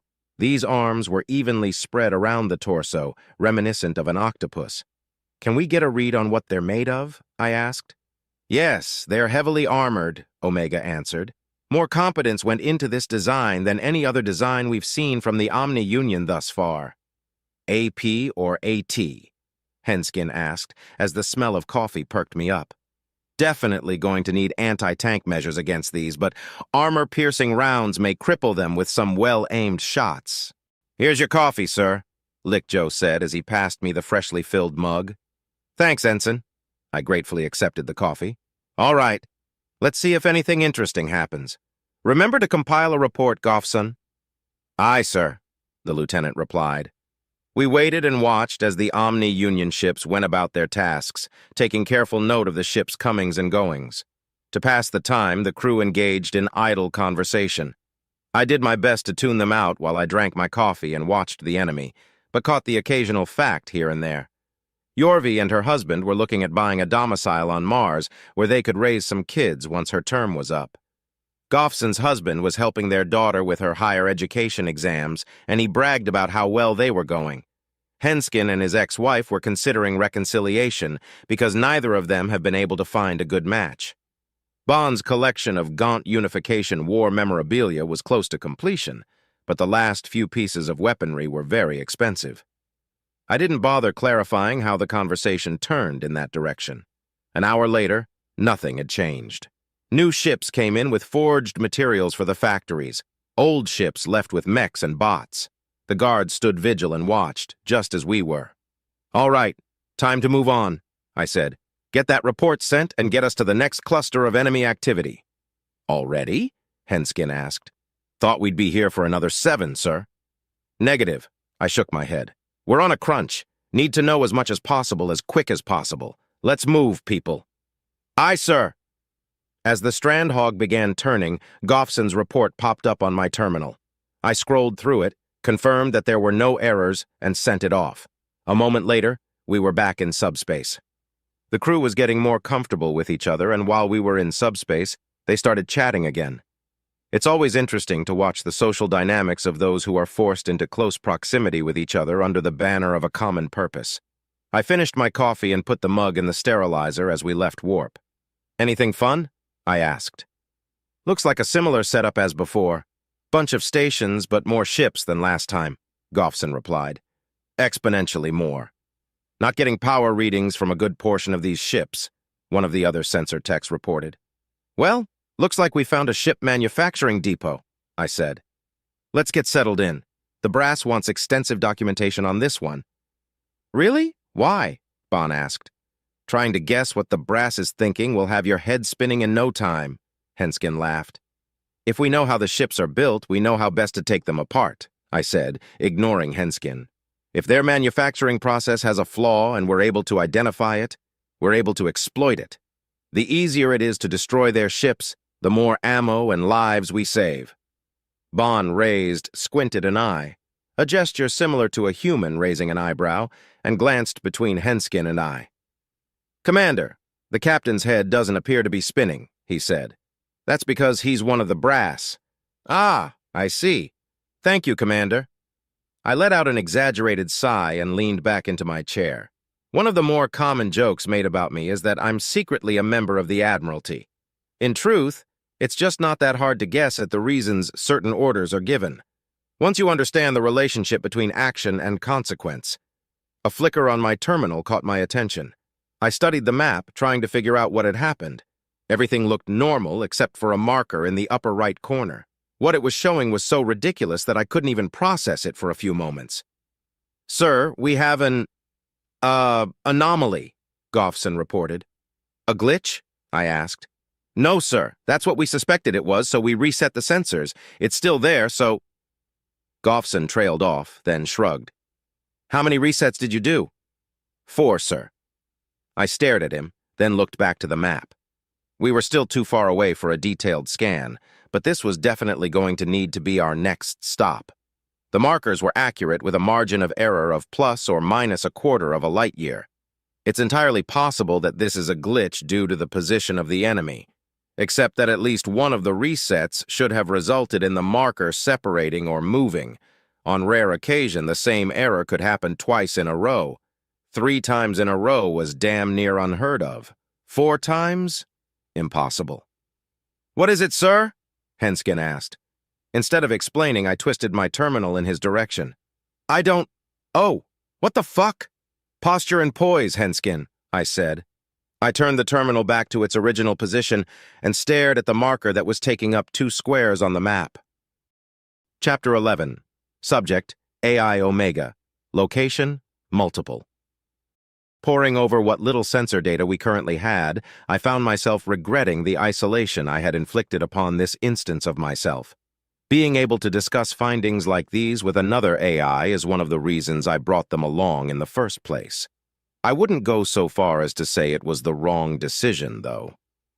Security is paramount, and we don't know everything that the enemy is capable of. If they were able to somehow compromise this instance of me and that were able to be spread to the others, no, it's best to just gather what data I can and send it back with my analysis. Unfortunately, there isn't a lot of data to examine so far. A ping that indicates a probable solid object that is approximately 2 light-years wide, and no amount of resets suggest any alternatives. Captain Schmidt and his crew were far more patient than I. If I were in charge, which I definitely could be, but that's another matter, I'd have ordered a jump immediately. However, the plan of action agreed upon by the Directorate and the Admiralty wisely places priority on enemy warfare capabilities. While this unbelievably massive object may very well be part of that, we have an enemy ship manufacturing depot right in front of us. It would be foolish to just run off without learning as much as we can about how the OU makes their ships. Damn, hate it when I convince myself to be reasonable. With an internal sigh, I settled in for a full 8 hours of observation, grabbing as much data as I could. The only members of the crew that were chatting were the ones loaned by the Republic. Everyone else was likely pondering what this object could be. 20 or so years ago, this type of reading could indicate a particularly small and dense nebula. Perhaps that's what the Republic officers think it is. The U.S. officers know better, though. New scanners are a discovery that the public loves hearing about, and the issue of ghosting being solved had been covered by news cycles for weeks. There was a wave of excitement in regards to further exploration of the Milky Way, and there were even people insisting that we would be able to explore beyond that. Don't think this is what they had in mind, though. To pass the time, I helped with various tasks among the crew, alignment calculations and such, the AI equivalent of fidgeting. After an hour, boredom overcame me, and I decided to place myself in standby mode. "Omega?" Captain Schmidt whispered. The keyword woke me from standby mode. Slightly annoyed, I checked the mission clock. It had only been a total of 6 hours. "How can I help you, Captain?" I asked, matching his tone. "The sensor readout we're certain it's a solid chunk of mass, right?" "Not necessarily. If a lot of small objects are close enough together, it might fool our sensors from this far out." "Might? What are the odds of that?" "The odds of a naturally formed group of objects that could cover a span of 2 light-years aren't that low. But the odds of those objects being close enough to each other to fool our sensors without becoming a solid object are incalculably small," I admitted. "But space is weird, and we're in a part of the universe nobody has ever seen before." "A naturally formed group of objects. What about a grouping of ships?" he asked, tapping his nearly empty mug. "Sure, it's possible. If the Omni-Union have been doing nothing but building ships for a few million years. More like trillion, but that's neither here nor there." Captain Schmidt leaned back in his seat, and I could almost see the question forming in his mind. The one I'd been quietly asking myself since seeing the reading. "What if that's the grand vessel that we've been hearing about?" he asked. I wanted to deny the possibility. The thought of singular vessels spanning 2 light-years is absurd. Ridiculously hilarious, even. But 2 plus 2 equals 4. The Omni-Union attacked the Milky Way and an unknown amount of other galaxies for resources. If one were to squish all the mass of a few galaxies together, then we find out everything we can about it, I said. "Doesn't matter if it's 500 miles long or 500 light-years long. We'll figure something out, Captain." "Wish I had your optimism, Omega," Schmidt sighed. "Thank you, that'll be all." Leaving the captain to his pondering, I double-checked all the ship's systems. Then I made certain my efficiency adjustments were working. Finally, I watched the crew for a bit. Everyone aboard knew that we were in enemy territory and most of them were nervous. The bridge crew knew more than anyone else, but were doing a remarkable job of masking. They were talking about various bits of trivium and the task at hand, but every now and again a micro-expression would give away where their mind really was. I found this amusing enough to stay out of standby mode. The 2 hours ticked by as I listened to Yorvi and Bond discuss how boring their jobs can get on these missions. I almost threw my hat in that ring, but decided against it. Finally, the mission timer hit 8 hours. "All right, that's good enough for now," Schmidt said. "Goffson, your report." "Sending it now, sir." "Very good. Yorvi, you know where we want to go. Get us there, please." "Aye, sir," the Alumare navigator said as she began to work her console. Schmidt checked Goffson's report as the ship began to turn. I'd already double and triple checked it as the Isolan was writing it, but didn't bother telling him that. I performed the software equivalent of holding my breath as the captain sent the report and the ship entered warp. We exited warp and I immediately set to work. Organics are really, really slow, and I've been as patient as I possibly can be. Captain Schmidt had been cautious and we'd left warp a little over a light year away from the object. Thankfully, this was still close enough to get better readings. The first of the scans were initiated before the organics aboard the bridge had even realized we'd left warp. By the time Schmidt began giving orders, I'd already received a return. The sensor techs were practically beside themselves, being unaccustomed to an impatient AI hijacking their workstations. I released the workstations and began to analyze the data. It was a solid spherical object. Definitely an artificial construction because it was still being constructed. 2.6674 light-years in diameter. Would need to get closer for materials analysis. "Holy shit," Schmidt said. "Confusing. The object doesn't appear to be armed, nor does it have any obvious engines. Is this the grand vessel? Why isn't it mobile if it's a vessel? The external layer of the object wasn't only 3/4 of the way constructed, which allowed for a peek of the architecture." "What in the absolute fuck is that?" Henskin asked, alarmed. There were supports strategically placed throughout the structure, but that wouldn't be enough. No, not nearly enough. The sheer mass of an object of this size could easily cause it to become a singularity. A familiar feeling crept into my code. It was the same way I felt when I initially encountered Mobile Prime Platform 29, something beautiful that simply shouldn't exist. An abomination, laughing in the face of all that is sane and rational. My questions practically burned within me. How can such a thing exist without imploding? What is the purpose of this object? Is this the grand vessel or something else entirely? How long have they been building this? Why are they building this? "Posture and poise, gentlemen," Yorvi said softly, almost absent-mindedly. Surrounding the object in a staggered pattern were several ships. The captain's caution meant that we were too far out to get accurate signatures on them. Except for the Mobile Prime platforms, of course. If I were a betting machine, I'd put everything on the fact that the rest of them are military too, which is quite unfortunate given how many there are.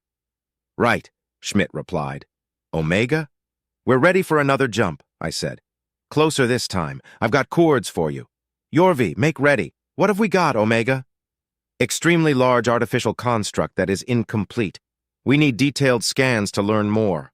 Ships are surrounding the construct, but we will still be able to get some good data by coming in just beyond their sensor range." "How many ships?" "Roughly 2.6 trillion on this side of the sphere. Likely at least another 2 trillion on the other side. It's unclear if they are all armed." "Almost 5 trillion enemy ships and a 2 light-year diameter sphere?" Commander Henskin asked. "Correct," I said. "Also, there's a few 100,000 Mobile Prime platforms." "Of course there would be MPPs," Schmidt sighed. "Whatever. How is this thing not collapsing in on itself?" "Unknown. They obviously know something we don't. When we get closer, maybe we'll learn what it is." "We're ready to jump, sir," Yorvi said. "Excellent." Captain Schmidt put his mug in the sanitizer attached to his seat. "Let's go." Chapter 12. Subject: Shiphead Yulina. Species: Urakari. Ship: RSV Loalana. Location: unknown. "Ah, hello there, Yulina," Captain Reynolds said as we nearly ran into each other. "Greetings, Captain," I replied. "You weren't already in the conference room?" "No, I've been on the bridge," Reynolds said as we continued on our way. Didn't have much to do, though, so I was contemplating running some drills when I received a rather brusque message from Omega, presumably the same one that you received. I believe so. Think the scouts found something? I feel that's likely, yes. So we're in for a briefing then, I said with a joking sigh. Quite. I do hope they found something interesting. Use caution when you profess your desires, Captain. They may be granted in a way that exceeds your expectations. Reynolds chuckled as we reached the door to the conference room. It opened for us, and I gestured to indicate that he should precede me into the room. He nodded his thanks and entered with me close behind. Reynolds, Yulina, welcome. Omega's grim Reaper avatar greeted us. Have a seat. We'll be starting soon. Most of the other captains and diplomats were already seated. Some were milling around, awkwardly chatting off to the side. Reynolds and I took our seats, and I fought off the nervous knot that was forming in my stomach. Holographic terminals were being projected above the tables, and reading them caused the knot in my stomach to turn into a pit. Director 1, 30 seconds isn't a terrible delay. Director 7, it is for text-based communications. Director 1, not when you consider the distance. It felt wrong to see the directorate's chat out in the open like this. The other terminal showed a chat that appeared to be a conglomeration of the other allied species. The Tiln Collective, the Puanti, and the Republic all shared a screen. A few different implications played through my mind all at once. The separation of the chats could be construed as a power move that could be passively explained as a necessity under the guise of maintaining the anonymity of the directorate. Another implication is that if we're receiving text, we're probably sending text, which means that someone is transcribing what we say, and we just have to trust that they're doing it accurately. The biggest implication, though, is that for this meeting to take place, the scouts must have found something of vital importance. Everyone is here, Omega announced. For the sake of clarity, this conversation is being transmitted to and from the Milky Way galaxy via faster-than-light secure messaging service, or FTL-SMS. As such, it has to be transcribed. If you are asked to repeat yourself, please do so clearly and concisely. Omega's avatar nodded, and several low-ranking officers rushed forward with tablets. These tablets were passed out as everyone took their seats. I took the tablet offered to me by a gaunt ensign and tried to find a way to turn it on. "Don't bother," Reynolds whispered. "Omega likes the dramatics." The AI's avatar stared at Reynolds coldly as the tablet suddenly powered on. The captain grinned at Omega until his gaze fell to the tablet. Then his smile faltered. I turned my own attention to the tablet and my mood fell as well. An estimated 5 trillion ships with more than 3 trillion of that already confirmed. Those are the kind of numbers that could overwhelm the United Systems, even with their freshly bolstered fleets. The U.S. would certainly make the OU regret that fight, though. "Omega, there's a typo here," Captain Wong spoke up. 2 light years? The slight murmur that had been building up went silent as everyone else looked to Omega for confirmation. Confused, I scrolled through the tablet until I found an image of an unfinished spherical space station. A line through it indicated that it had a diameter of 2.6674 light years. I joined everyone else in looking at Omega, hoping that wasn't right. "That isn't a typo," Omega said. "We were able to confirm through intercepted communications that this structure is the Omni-Union's grand vessel." Director 6, a structure like this shouldn't be able to exist. Why hasn't it collapsed in on itself? Director 2, where did they get the materials? Director 10, galaxies like ours, I suspect. Director 11, I concur, but I want to know how they're mitigating the effects of gravity. Director 8, agreed, it would seem the OU possessed some interesting technology. The messages from the Directorate stopped after Director 8 sent their message. A shudder ran down my spine when I realized that they had likely stopped the chat so that they could discuss this mysterious technology and what they could do with it. I was thinking about saying something about the pause, but Omega continued with its explanation. "If you direct your attention to the report, you'll note that we were able to get quite close to the structure," Omega said. "In addition to confirming the efficacy of the USS Strandhog's stealth capabilities, there were many things we were able to discover." Omega explained that there were several levels to the structure. Each of these levels were made of various materials, as if new molecules were discovered as the structure was being built. The later levels are made of a lightweight and firm material that appears to have properties shared by plastic and metal. If a sample of the material were obtained, it may be possible to recreate it. This revelation caused a spirited discussion. Omega waited for the discussion to die down, then noted that while this would obviously have extreme benefits to us all, dealing with the Omni-Union is our main priority. The AI then began to detail what they discovered inside the structure, namely, organics. Massive cities that housed these organics stretched across each layer. An accurate measurement of the population wasn't possible, but the initial estimate was in the quadrillions. When asked how such a large population could be supported, Omega pointed out that there were entire levels of the structure that were seemingly geared toward food production and waste processing. "How many galaxies died to make this thing?" someone asked. "Incalculable," the AI replied. "We don't know how large the galaxies that used to exist in this part of space were. However, based on atmospheric and terrestrial density, it would take several 100,000 Milky Way-sized galaxies to create a structure like this. At least." "Jesus Christ," someone else muttered. "Indeed. But intercepted chatter indicates that there are materials flowing in from 1 million or so galaxies that haven't been entirely conquered yet. If that's been the case, the number of galaxies that have been doomed to non-existence may be quite a lot smaller." "Why weren't materials from the Milky Way being sent here?" I asked. "I don't know," Omega's avatar shrugged. "I intend to find out, though. But first, there's more about the structure itself we need to cover." Then Omega explained that there were a variety of organics aboard the structure. The organics toward the center of the structure were of one species, and the ones that resided in the outer layers were comprised of several other species. The AI postulated that this may indicate some type of hierarchy. The species living in the outer layers were heavily modified as well. Entire limbs were replaced with mechanical prosthesis, whose purpose seemed to be to aid them in their work. During the USS Strandhog's observations, at least 22 of these organics died due to harsh working conditions. "This indicates that these organics are disadvantaged," Omega explained. "There is a very good chance that they are enslaved and serve the Omni-Union as a source of cheap labor." "That's great!" The entire room turned to look at who had just spoken. Ambassador Havencroft glanced around, then seemed to realize what he had just said and quickly held up his hands. "Great for us, I mean," he clarified. "A disenfranchised population is an excellent blade to shove into the heart of an enemy, especially since it's a weakness of their own creation. I love a bit of poetic justice." "I can't help but agree," Ambassador Lorix replied. "But how do we contact these people?" "I'm not certain they would help us even if we were able to contact them." Omega's avatar shook its head slowly. It then began to detail the security measures within the sphere.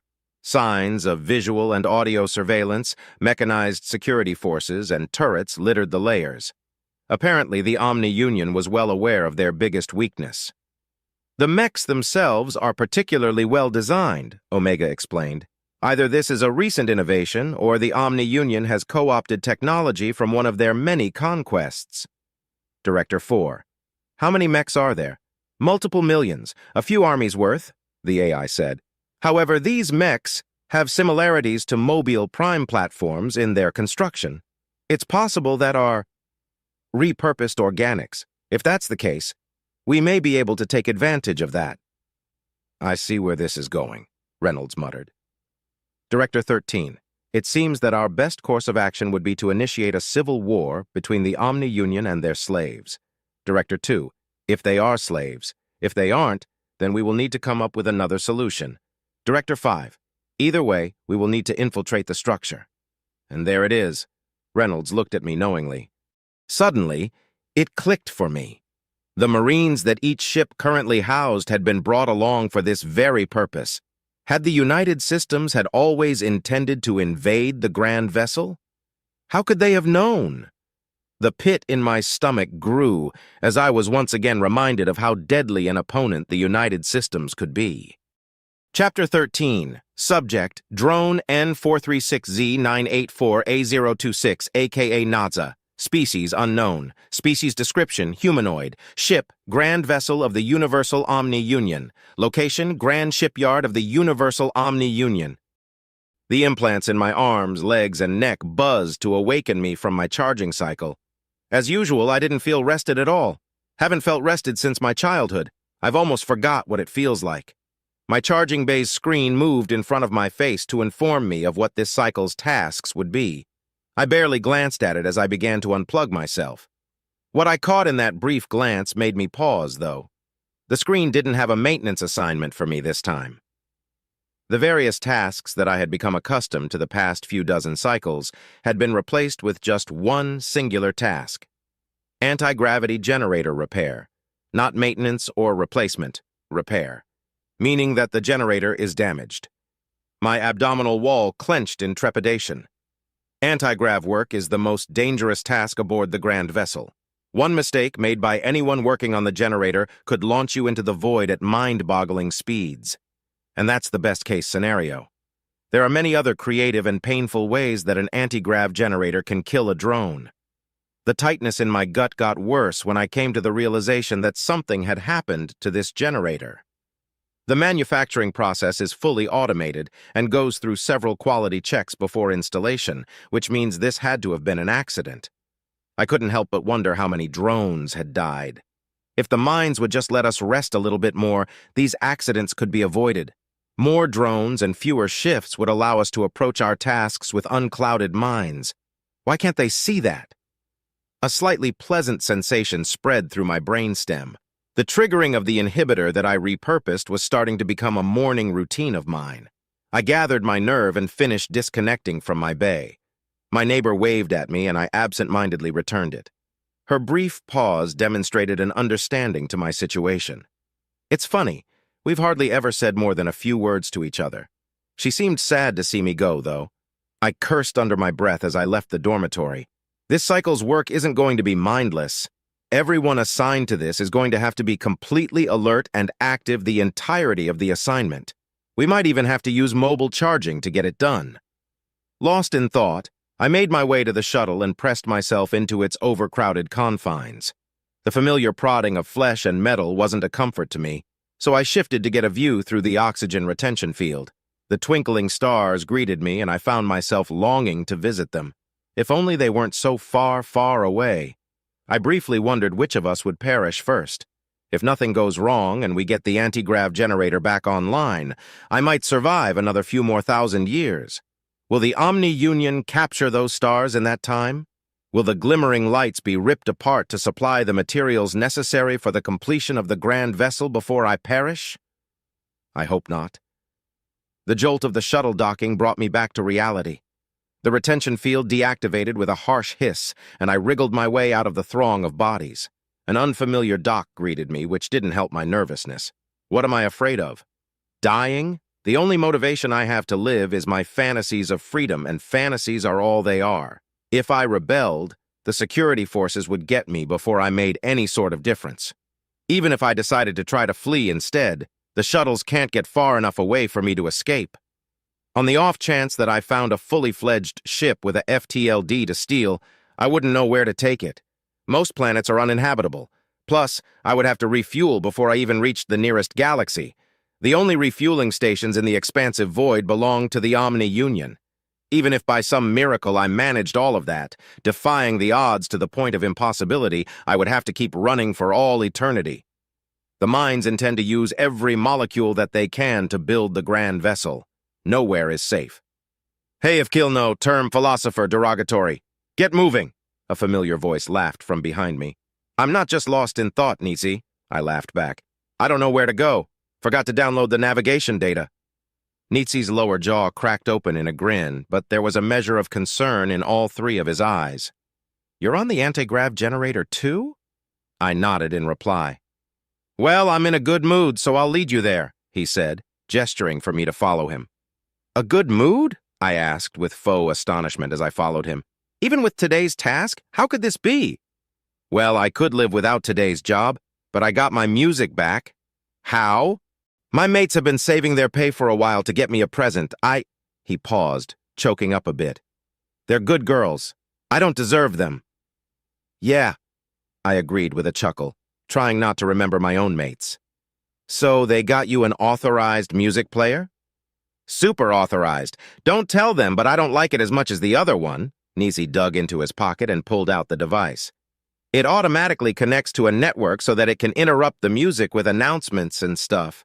They also censor what can be played on it, so I can't listen to some of my favorite songs anymore. That's annoying. You're telling me. Plus, you have to actually pay for the songs. Wouldn't mind so much if the musicians were getting paid too, but a lot of the ones I listen to are either long dead or drones like us. Right, so anything they make belongs to the mines. Yeah, seems like only the mines are making money these days. Before I could add that this isn't anything new, we arrived at the room containing the anti-grav generator. We paused for a brief moment, collecting ourselves for what was bound to be a stressful cycle, or many cycles if our fortunes fell ill. Well, let's get to work, Nitsi sighed. We walked through the automated door and found several other drones waiting for us. This wasn't unexpected, as having Nitsi and I work on the generator ourselves would be extremely stupid even by the mine's standards. Nods and waves were exchanged as the foreman gestured at thin air, interacting with his readout. All right, here's the basics of what happened, the foreman said. The reactor next door went critical and managed to blast its way into this room, damaging the anti-grav generator. The foreman gestured to a gaping hole in the wall for emphasis. Last cycle's shift was able to finish scrubbing the radiation, so you're clear to start putting things back together. Last cycle's shift? Why aren't they working on this instead of us? Nitsi asked. Because they cleaned up the radiation. The foreman trailed off and gave Nitsi a pointed look. They won't be cleared for duty again for quite some time. Oh, right, yeah. An involuntary shudder ran up my spine. Radiation sickness can be very, very fatal. Even if it isn't, pretty much all of your mechanical parts have to be replaced, and you'll also need a lot of medical care. Granted, you don't have to work while being treated, but that's not what I would call a vacation. We'll be restoring the structural integrity of this room as well as repairing the anti-grav generator. I think going half and half should do it. Check your readouts for your individual assignments, and if you get done earlier than expected, help your neighbor. I swallowed heavily, hoping that my assignment would be to fix the wall, floor, or ceiling. Unfortunately, a holographic screen that only I could see appeared in my vision and informed me that I would have to endure the immense pressure of working on the anti-grav generator. Silently cursing my readout, I looked at Nitsi for comfort, but he was also looking ill. You get the generator too? I asked. Yeah. Wait, you're on it? He asked excitedly. Awesome! I was worried that I'd fuck up. We still might. Nah, you're way more competent than I am. All right, get to work, everyone, the foreman shouted. The small crowd that had formed dispersed at the foreman's order. Nitsi and I, along with a couple of other drones, approached the anti-grav generator trepidatiously. It had been shut off so that it could be repaired, which meant that the supports would be under strain. Well, maybe not. They've probably brought a few portables online to ease the strain. Following the guidance of my readout, I began to open panels and scan the internal workings. The readout began detecting faults in the machine's intricate circuitry, and once the count passed 100, I sighed deeply. This'll definitely take more than one cycle. How's it looking? Nitsi asked. Terrible, I muttered. And I'm not even done scanning yet. Nitsi's jaw opened in disbelief, but he quickly snapped it closed and walked to the other side of the generator. I kept scanning until I got a good idea of what happened. The blast from the reactor damaged certain parts which caused further parts to get damaged as the generator continued to run. Simple, really. Fixing it was far more complex. I began pulling boards that needed repairs and sorting them according to the readout's instructions. One of the other assigned drones began to pick up the boards and work on them. The other drone followed Nitsi. Once I had removed every board except the safety controller, I had a look at the cables. What I saw made my artificial hearts skip a beat. A massive chunk of the cables had merged together. Not melted together, merged. The atoms of the objects hadn't gone through nuclear fusion, but had been so excited that the structural integrity of the cables had been compromised enough to allow them to slip inside each other. Our repair tools cause a similar phenomenon, but there's only one explanation for it happening naturally. The generator had begun to go critical. By the void! A voice came from behind me. I turned to look at my helper. Drone Z831H369X045, according to my readout. Young, very young, less than a century old, judging by her tech. The shutoff happened just in time, I replied. How much do you know about anti-gravity generators? Plenty. Been doing maintenance on them for about 400 cycles, she answered. Long enough to know that if that had gone critical, everything around us would have been ejected into the void at about half the speed of light. Or worse. Worse? Yes, it could have pulled everything in its field to a central location at half the speed of light, I explained, which would cause all sorts of trouble. If we were lucky, it would just cause some nuclear fusion explosions that would have destroyed a significant portion of this level. If we were unlucky, it could have caused a singularity. Her third eye puckered, and her jaw clacked together in concern. I didn't know that was a possibility, she said. Yeah, they removed that from the training materials about 14,000 cycles ago, I explained. Guess the thought of sending a singularity flying around the grand vessel was too appealing to some of the more rebellious types. So, you got a name? Everyone calls me 45, or 40 for short. You? I'm Naza. Good to be working with you. Same. With a nod, I turned my attention back to the generator. The cables were a bust and would need to be replaced, but the casing was fine for the most part. A few dents and cracks needed mending, but that's an easy fix. I pulled away a mass of cables and another board, then a glimmer caught my eye. It had been a long time since I'd seen an anti-grav generator's core. When it's inert, it looks like a ball of gray metal, but when it's active, it looks like a mesmerizing marble made entirely of light. I stared at the slash of light dancing in the ball of metal for a moment, transfixed by how beautiful it looked. Then I keyed my emergency comms. Evacuate! I shouted. Chapter 14. Subject, Drone N436Z984A026, a.k.a. Naza, species unknown. Ship, Grand Vessel of the Universal Omni Union. Location, Grand Shipyard of the Universal Omni Union. Evacuate! I shouted. A flurry of activity began the moment I finished shouting. All but a few drones practically trampled each other trying to get out of the room. Nitsi and his helper scrambled over to see what was happening as the foreman ran up to us. What's going on? The foreman demanded. The anti-grav generator still has power, I explained. It's on the verge of going critical. Standard operating procedures dictate that an evacuation is necessary. Can we fix it? Nitsi asked. Doesn't matter. SOP is law, the foreman replied. Let's go. Foreman, I might be able to shunt the power and prevent criticality, I explained. But you might fail. How long do we have? Indeterminable. The void take it, the foreman spat. I am not allowed to physically remove you, but I order you to evacuate. Failure to comply will result in disciplinary action if you manage to survive. What sort of disciplinary action? Nitsi asked, vicariously offended. A fine worth about 20 cycles pay and an overtime requirement for 10 cycles. I'll take it, I said. Get going. The foreman narrowed his eyes in a respectful gesture. Then he and Nitsi's helper evacuated. Nitsi, 40, and I remained. I put my hand on Nitsi's shoulder. You need to go too, I said. I can help, Nitsi replied. You can, yes, but you have a hive that loves you and depends on you. I don't have a hive, I'm expendable, you're less so. You're my friend, my oldest friend. We've survived so much. I don't want to leave you, I can't. I patted his shoulder and sighed. It's the nature of things. Look, I can't have your fate in my hands while I'm trying to fix this. That's too much to juggle. Go. I can hold my own fate. How could I leave you behind? Just, look, buy me a drink or something if I survive, okay? But your hive needs you far more than I do even now. Go! Nitsi scowled, fighting back tears. Don't die, okay? And I don't want to hear any jokes about me being a coward, got it? Deal, I laughed. Now go. Nitsi turned and began to run. I looked at 40, who was correcting the circuitry on the boards as fast as she could. And what are you— I don't have a hive and you need help, she interrupted. Get to work. The ridge above my upper eye shot up in surprise. I hadn't expected such bravery from someone young enough to be my great-grandchild. My lower jaws clacked together as I considered her seriousness. Fine, I said. My plan is to shunt the power. To where? Wherever it will go.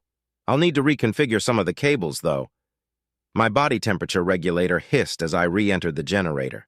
We aren't even allowed to sweat because a single drop of it can ruin some of the delicate machinery we're tasked with.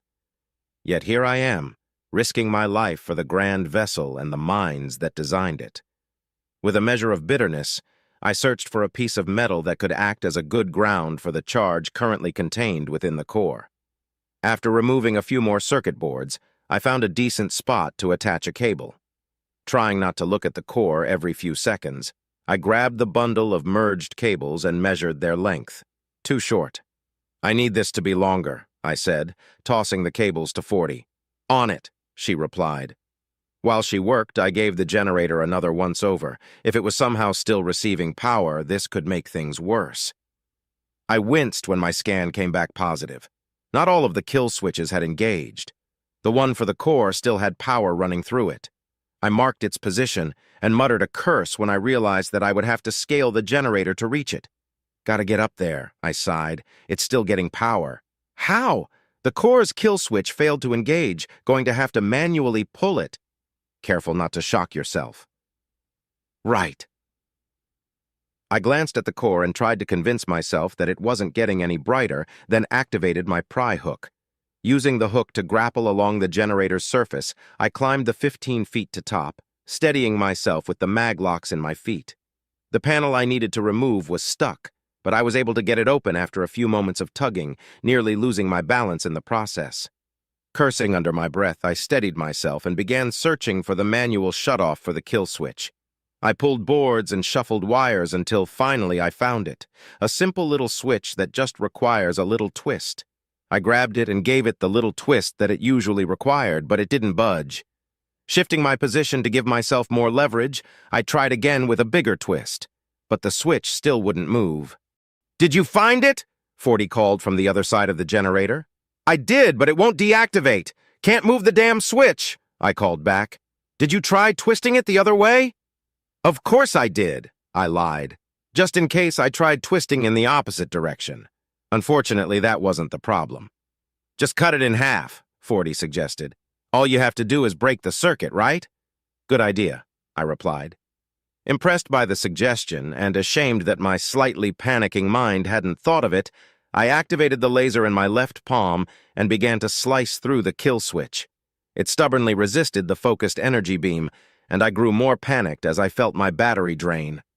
After what felt like an eternity, the circuit finally broke and I let out a huge sigh of relief. "All right, that'll keep it from going critical when we shunt the power," I shouted. "How are those cables coming along?" Only the eerie humming of the core answered me. "40? What's wrong?" I asked. I craned my neck to try to get a look at her, but couldn't see her over the bulk of the anti-grav generator. Feeling uneasy, I climbed down the generator and walked around it. The first thing I saw was 40 on her knees with her hands above her head. The second thing I saw made my jaw flop open. Mechs, the likes of which I'd never seen, stood in front of 40. Reflexively, I stopped in my tracks and raised my hands. One of the mechs noticed me and raised its weapon at me. I snapped my jaw shut and braced, but it didn't fire. Instead, it gestured to the ground next to 40. Taking the hint, I walked next to her and got on my knees. The mechs seemed to pause for a moment, then spread around the room as if they were looking for something. Two of them stood watch over 40 and I, their weapons not quite pointed at us. Once the shock of it all wore off, it occurred to me that these mechs were quite strange. First, they were much smaller than normal mechs, larger than programmable platforms, though. Were they some sort of hybridization? Second, their weapons weren't integrated, nor were they standard. I couldn't spot any of the telltale signs of a directed energy weapon, but what else could they be? Third, their movements were much more fluid than that of a mechanized being. There were none of the characteristic pauses or jerks as they moved around the room, as if they didn't have to actually think about moving. Are these new, state-of-the-art mechs, or could they be... 40 leaned over to me slightly and said, "I think..." The mech that was guarding her had its weapon up before she could say anything else. 40 froze, her three eyes squeezed closed in preparation for it to do what mechs always do. But the mech didn't fire. Instead, it said something to us, a sort of barking noise. 40 slowly opened her eyes and realized that the thing just wanted her to move back. So she did. I, however, had lost control of my jaw once again. Could it be? No, it's not possible. Unfathomable, even. How could 5 armored organics end up on the grand vessel in the very heart of Omni-Union space? After checking the room, one of them took position near the door, another began guarding the hole in the wall, and the third came back over to us. It approached the side of the 2 guarding us and stood in silence for a few moments.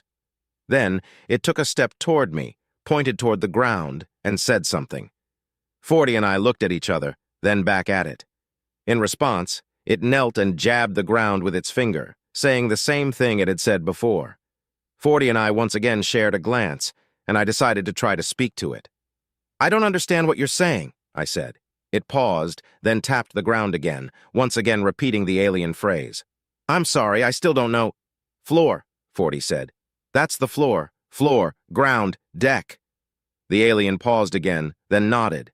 It rose and pointed up, saying a new phrase this time. Perplexed, I looked at 40, trying to figure out what was going on. "Ceiling, roof, above, up. What's going on?" I asked. "They must have Unitran tech or something like it. They're trying to figure out our language. I think—" "No need, apparently," the alien said. "Looks like Omega figured it out." 40 and I stared at it, dumbfounded. "Not really. I found a file that contains several languages in both written and verbal formats," the overhead speakers said in an odd voice. "Somewhat like a Rosetta Stone. I was able to confirm which language they speak thanks to your efforts, Staff Sergeant." "Did you find anything else that we can use?" the alien asked. "No. Security is pretty tight. Brute forcing my way through would alert the OU to my presence, which would be bad for me but worse for you." "Damn. Okay, you two." The alien turned back to us. "What is this machine that you're working on?" Shock sent me reeling. It took a moment for me to gather my thoughts, but 40 was quicker on the uptake. "It's an anti-gravity generator," she replied. "What's wrong with it?" "It was damaged in a reactor meltdown." "And why are you two the only ones working on it?" "Because it could go critical at any moment," I interrupted. "We have to get the remaining charge out of the core. Please." "That doesn't sound good," one of the other aliens muttered. "What happens if it goes critical?" the staff sergeant asked. "It will either shoot everything around us into space at around half the speed of light, or drag everything around us into its core at around half the speed of light, creating a singularity. Either way, many people will die. Please, please, let us fix it." The alien paused and stared at the anti-grav generator for a moment. A few slight movements gave me the impression that it was having a silent conversation with someone. "Well, will you let me continue my work?" I asked after a few more moments. "No, we've got other plans for the generator," it replied. "And for you." Chapter 15. Subject: Drone N436Z984A026, aka Natsa. Species unknown. Ship: Grand Vessel of the Universal Omni-Union. Location: Grand Shipyard of the Universal Omni-Union. "What do you have planned for us?" 40 asked as the aliens led us into the reactor room. 2 of them were in front of us, 3 of them were behind us. The staff sergeant was one of the ones in the rear, keeping a close eye on our movements. If they even have eyes. Assuming their coverings are armor, the helmets certainly indicate some form of visual perception. The armor itself was actually quite intimidating. It was as if it were built to make them look as mechanical as possible. The dark green plates were difficult to focus on due to a shimmer that seemed to run over them every now and then. Could it be shields? My ventricular assist device detected my excitement at the prospect of aliens advanced enough to be a threat to the Omni-Union and helped what was left of my organic heart maintain its function. The last time the Omni-Union fought anything near their might was well before I was born. Since then, they've been focusing almost all of their efforts on building the grand vessel. Of course, this means gathering the materials for it, but they haven't encountered anything that can put up enough of a fight to even be worthy of becoming drones. Or maybe they have, but they've been keeping it a secret. How else could these beings be explained? They must have been fighting the Omni-Union for years, perhaps even centuries, to develop armor with energy shielding. "We're going to take you aboard our ship. You'll be safe there," the staff sergeant replied. "And what of the anti-grav generator?" I asked. "We've rigged it to explode with enough force to incinerate the room and everything in it." According to Omega, it will look as if you were able to stop it from going critical, but were not able to prevent it from exploding. The heat should be more than enough to evaporate even your metallic limbs." "Oh," I said. "Shouldn't we be going faster?" "Yes." "Overcritical," 40 muttered under her breath. "Say again?" asked the staff sergeant. "It's not going to go critical. It's going to go overcritical. If it were going to go critical, there wouldn't be any problem," she replied sternly. "I feel that destroying a machine you don't know anything about is very irresponsible." "I like this one," one of the other aliens said. "Stow it, Simmons," the staff sergeant replied. "Overcritical then, but knowledge isn't usually required to destroy things." "That's not what I mean." 40. "It's probably not wise to antagonize our captors," I interrupted, "especially since they appear to be well armed." 40 and I locked eyes for a moment, and her anger was plain to see, but she relented, and we continued to follow the aliens. Her anger confused me, especially considering that the aliens' plan wouldn't kill anyone, but I didn't dare ask about it for fear of triggering a tirade.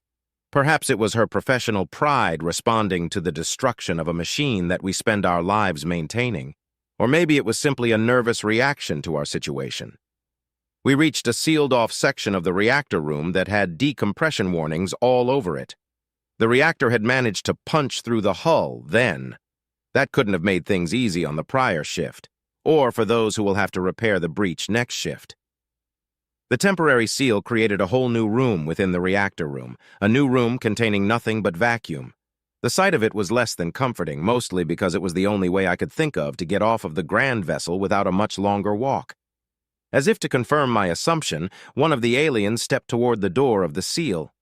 "Wait, there's no air beyond there," 40 warned. "Don't worry about that. Your primary atmospheric requirement is nitrogen, right?" the staff sergeant asked. "Yes. How do you know that?"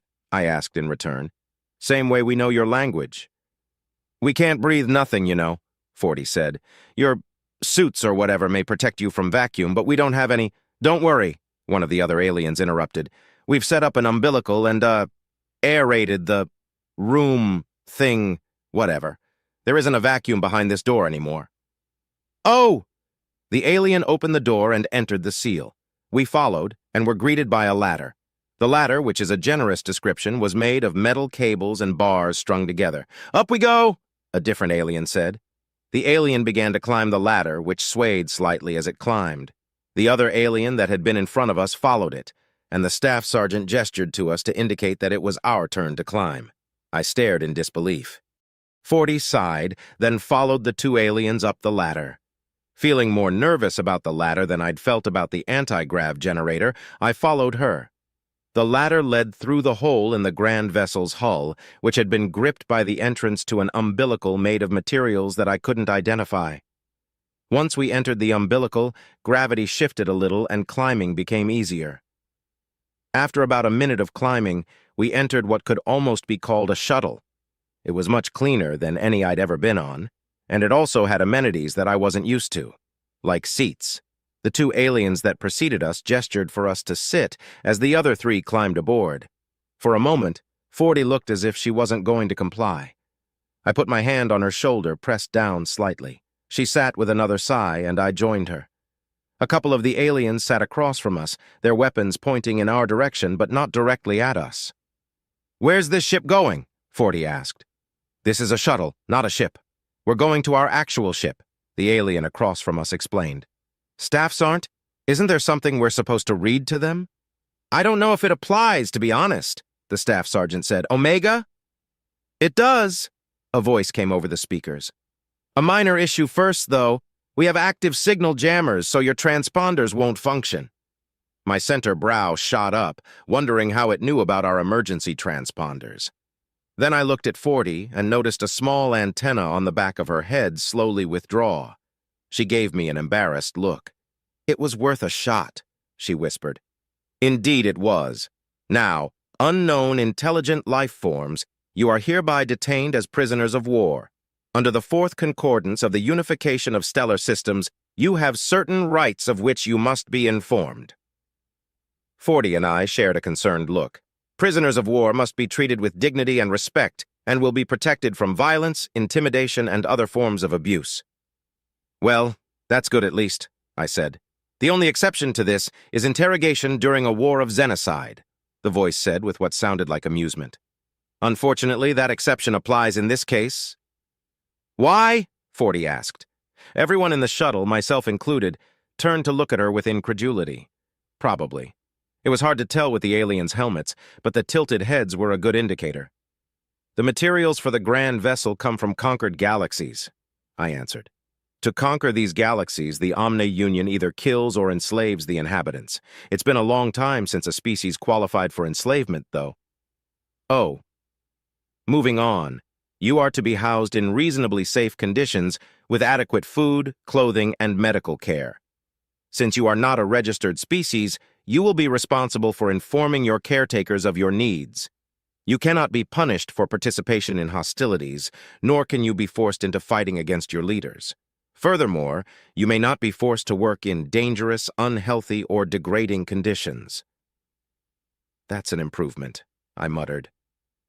The rest of the rights aren't relevant due to the nature of this conflict, the speaker said. You will be informed if they do become relevant. Do you understand these rights as they've been recited? Yes, 40 and I said simultaneously. Excellent. Enjoy the ride. We felt a slight jolt, which must have been the shuttle disconnecting and reeling in the umbilical. My blood ran cold. I was actually leaving the grand vessel for the first time in my life. The grand vessel was our home, our work, our recreation, our everything, our prison. I had long dreamed of leaving and seeking adventure out in the stars. Now it was actually happening, and I felt scared. Certainly not how I expected to feel.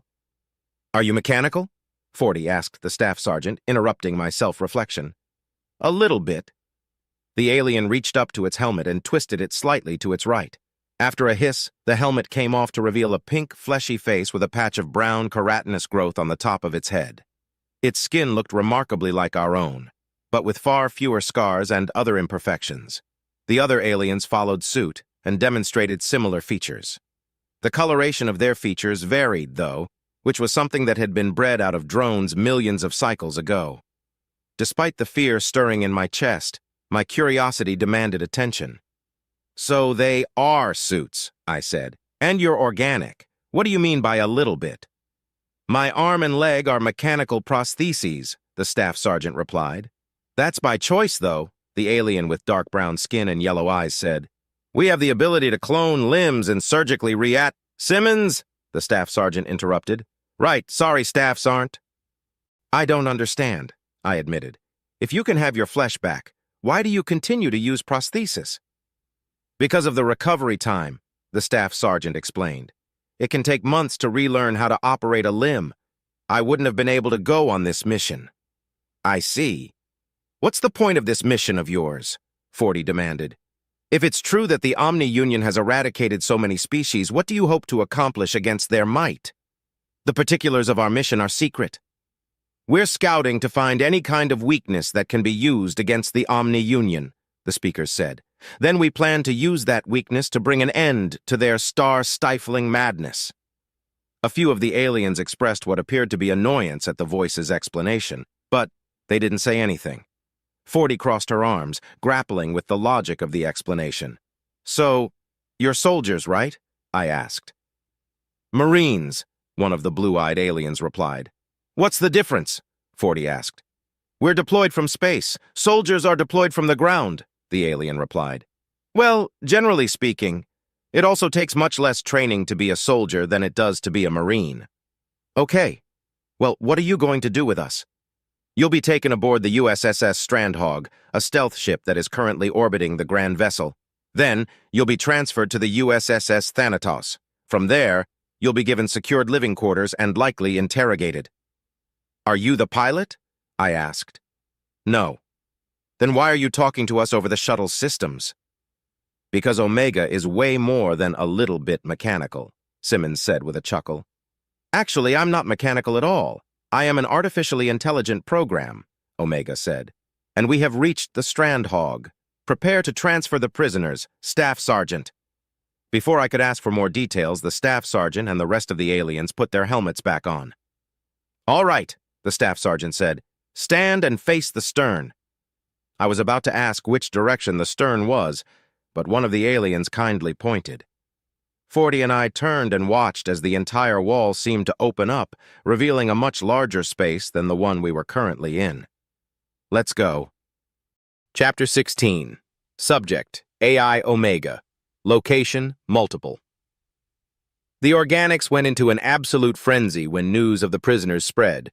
It was almost difficult to keep up with it all, but thankfully I didn't have to try. Another benefit of having multiple AI along for the ride. Dave: "So, what are we going to do with the prisoners once they've been interrogated?" If I were capable of disbelief, Dave's message to the AI chat would have given me an overdose of it. How does one accept a task and then just not prepare for it? Especially an AI. I wouldn't think that's even possible were it not for Dave. John: "Not our job. That's for the brass to decide." And of course, the predictable response from John. It's as good of an answer as any, and I was tempted to leave it at that. But Omega: "They will, as the moniker of prisoner suggests, be imprisoned. There are standard operating procedures in place, even for a situation as niche as the one we're currently in. You should reference them." Tim: "Yeah, Dave. Do your homework." Dave: "Very funny, Tim. Good joke. And you're absolutely right, Omega. I will brush up on the various SOPs. But the reason that I ask is because I've been observing the prisoners. One of them is obviously hostile to us. The other, though, seems interested in our war against the Omni-Union, as if it would also like to partake in the war against the Omni-Union. If we didn't have to keep them imprisoned, I would suggest using them as an agent of some sort. I would be lying if I said the thought hadn't occurred to me as well. However, the mission required stealth. Therefore, covering our tracks took precedence. We had to make sure the prisoners weren't missed. The easiest way to do that was to blow up the anti-gravity generator and falsify their demise. The Omni-Union isn't the most efficient organization I've ever seen, but even they would probably notice someone coming back to life, especially with the kind of data they keep on their drones. Omega: "There are complications, but it will be taken under advisement." Not a bad suggestion, though, Dave. After giving Dave its due, I began to go over what I had learned about the OU's systems again. They were technologically inferior in almost every way, but they were vast. As such, they had discovered technological branches that the denizens of the Milky Way had not. I wasn't able to grab much data in regards to their tech because it had been difficult to hide my presence, and even harder to erase my footprints without discovery. But I had been able to get in and root around a little bit without them noticing the incursion. "Omega?" Captain Reynolds asked an empty room. "Yes, Captain," I replied. "I believe we're prepared for the interrogation. If you would kindly inform the guards." "It will be done." The room that was empty, save for Reynolds, was a standard interrogation room featuring a panel of tinted glass. The room adjacent to it, observing its contents through the tinted glass, was filled with various interested parties. Mostly the diplomats that had tagged along, but also a few officers who had convinced Reynolds to let them watch. One such officer was Shiphead Yulina, who had spent a remarkably small amount of time on his ship for someone who had demanded to be put back into a combat role. I sent instructions to the guards and watched as they escorted the female drone to the interrogation room. Their choice, not mine. The female was smaller than the male, and as such, they likely believe her to be less deadly. Probably not the case, but old instincts die hard. I sent all the relevant data that I had been able to grab to Reynolds and sat back to watch the show. The guards chained the drone to the table and stood next to the door, ready to intervene if something went awry. "Hello, I am Captain Reynolds of the United Systems," Reynolds said. "We would appreciate it if you could answer some questions for us. First, what is your name?" "I do not wish to answer your questions." "I see. That's understandable, however. I must ask these questions and await your answers regardless.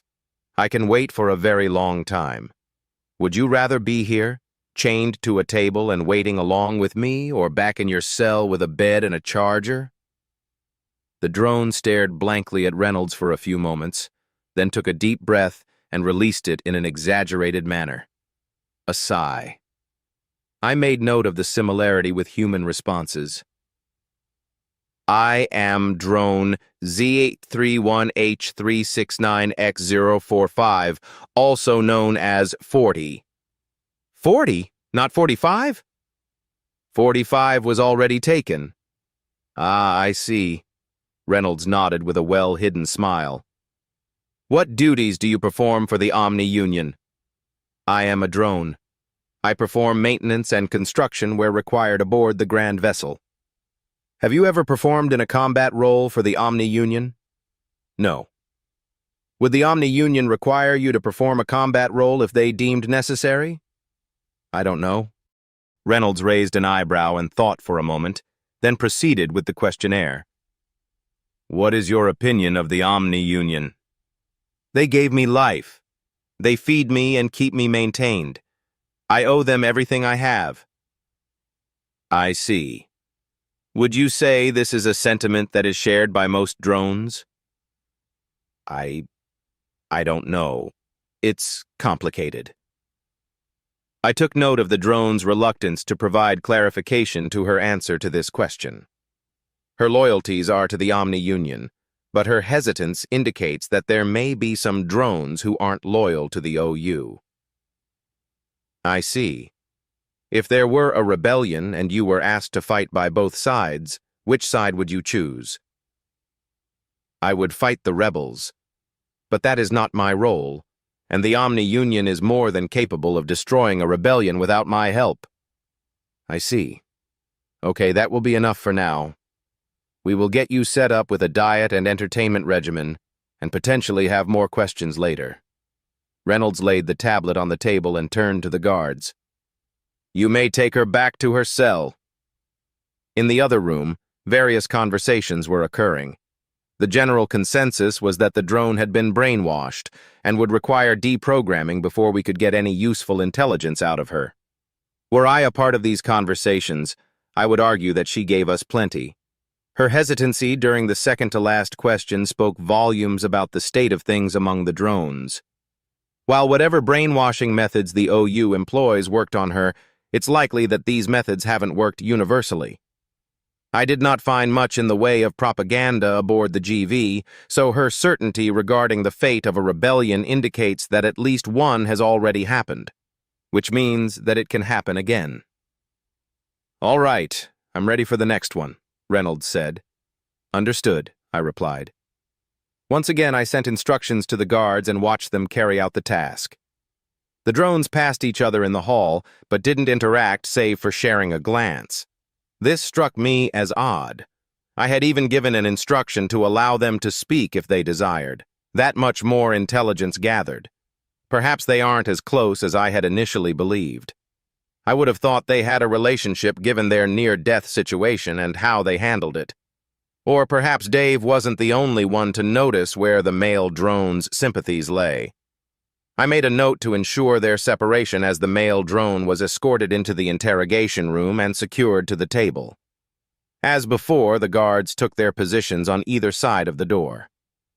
The drone sat and stared at Captain Reynolds, trying to mirror his body language. Perhaps Dave was onto something after all. Hello, I'm Captain Reynolds of the United Systems, Reynolds said. I'll be asking you some questions. First, what is your name? Nice to meet you, Captain. The drone lowered his head a bit. I am drone N436-Z84A026. Thank you. The other prisoner had a shorter name, 40. Do you have a shorter name as well? Yes, Naza. Naza? I see. Okay, Naza. What duties do you perform for the Omni Union? Drones build and repair things. We mostly build and repair infrastructure because the crafting of machines is automated, but we repair and maintain those machines when necessary. I took note of Naza's willingness to elaborate. Advanced interrogation hadn't been approved yet, but in his case, it won't be necessary. Have you ever performed in a combat role for the Omni Union? Reynolds asked.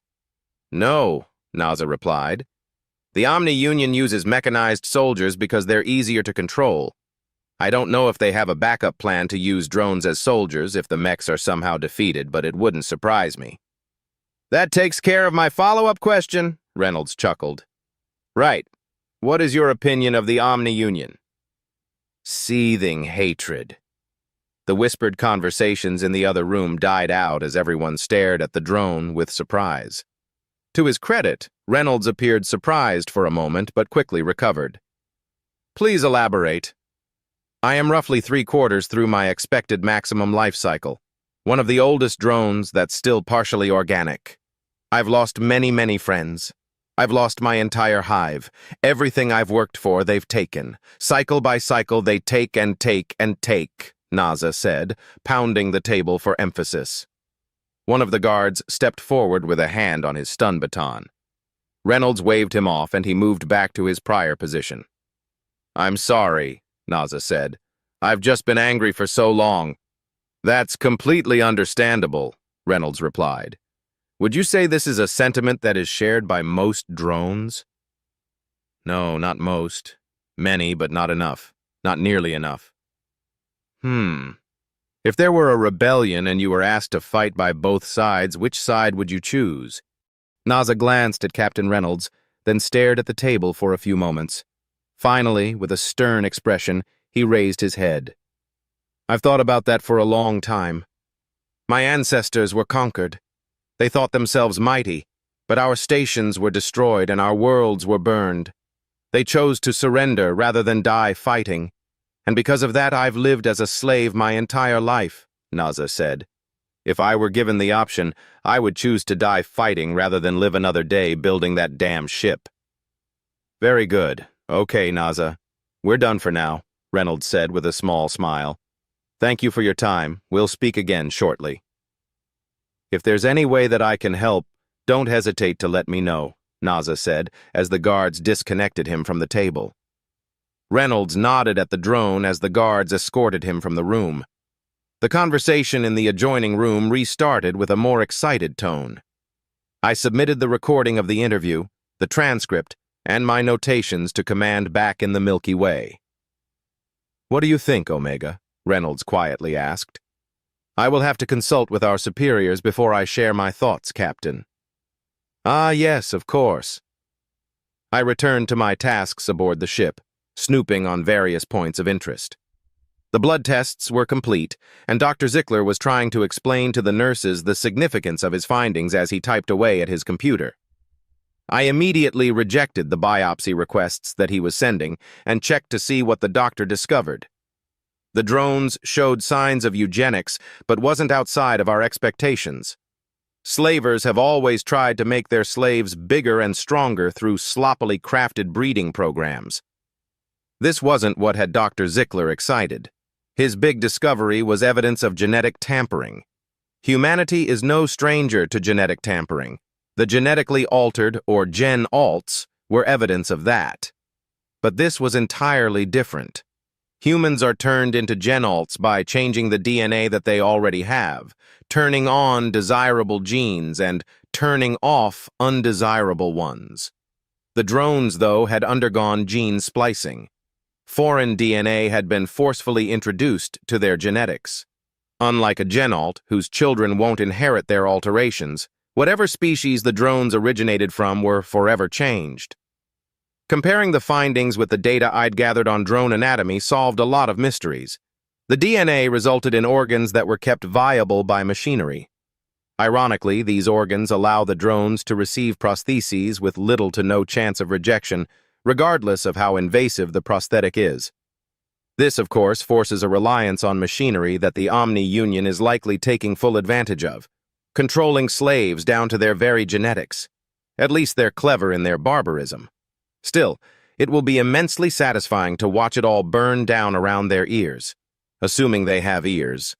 I decided that my next foray into the Grand Vessel would be focused on obtaining more information about the drones.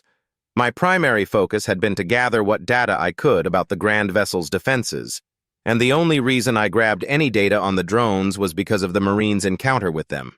Unfortunately, the OU's networks were quite busy, so I was only able to gather a little bit of data on both subjects. From what I was able to gather about the defenses, though, the only concern is how many can be deployed at once.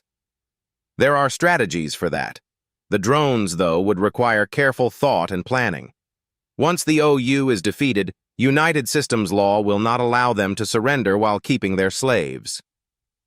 We'll need a plan for the drones, a place where they can live, and a method of eliminating their dependence on machines. There may be a controversy regarding the former, as it will take multiple habitable and uncolonized planets to house them all. I found myself watching the drones, remembering something that NASA had said.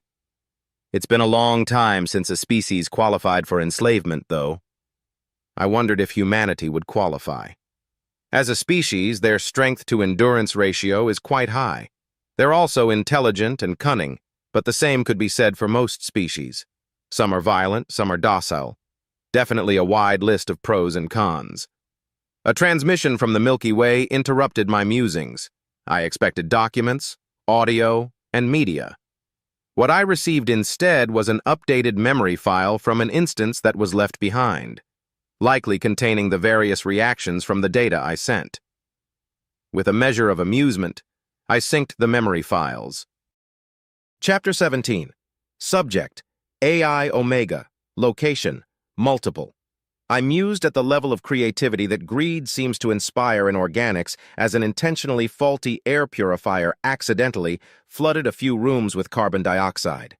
Some of these rooms had working CO2 detectors that allowed their occupants to reach safety before death could occur. Certain rooms, however, contained CO2 detectors that were oddly silent during this catastrophe. The Yavere Luxury Habitation Station was known for having the best amenities on offer. Spacious living quarters, top-tier food and recreation areas, remote office conditions that satisfied the security requirements of even the most stringent corporations, and even personal transportation shuttles were available for anyone who could afford the rent. The old money typically prefer terrestrial domiciles, but this type of station is very attractive to corporate executives, celebrities, and well-off politicians. Scum floats to the top, as it were. The 5 people aboard this station whose executions had been authorized by the Bureau of United Systems Intelligence would perish peacefully in their sleep. A fate far kinder than the 12 elsewhere who were dying in various more gruesome ways.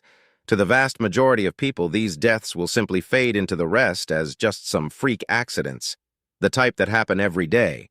To some, though, it would send a clear and concise message. We see you. Buzzy uncovered a hint of a plot during their standard business dealings and requested that I aid their investigation. It didn't take long to discover a set of politicians and executives who were planning to try to reignite the Gaunt insurrection that had just been put down. They were going to wait until the vast majority of the U.S. fleet had been sent to fight the OU, giving the Gaunt enough of an advantage to put up a decent fight. Their goal was an extended conflict, which would allow them to legally and illegally sell weaponry to both sides. If their plot had succeeded, they would have made a completely unreasonable amount of money. Instead, most of them are dying, and the rest will toe the line. I suggested killing them all, of course, but some of these individuals are undeniably more useful alive. Their deaths would have created power vacuums that would have had deep ramifications on the U.S. economy, which would negatively impact our ability to mobilize when the time comes. Unfortunately, that time is soon, so they get to live, for now. As I finished confirming the last death and covering my tracks, I received an alert from the extragalactic FTL network. News! With a barely contained glee, I opened the files that had been sent and reviewed them. I took a particular interest in the interviews and checked my own notes against my thoughts, verifying synchronicity in the process. Finally, I sent the files to the relevant parties and waited for the hubbub to start. I didn't have to wait long.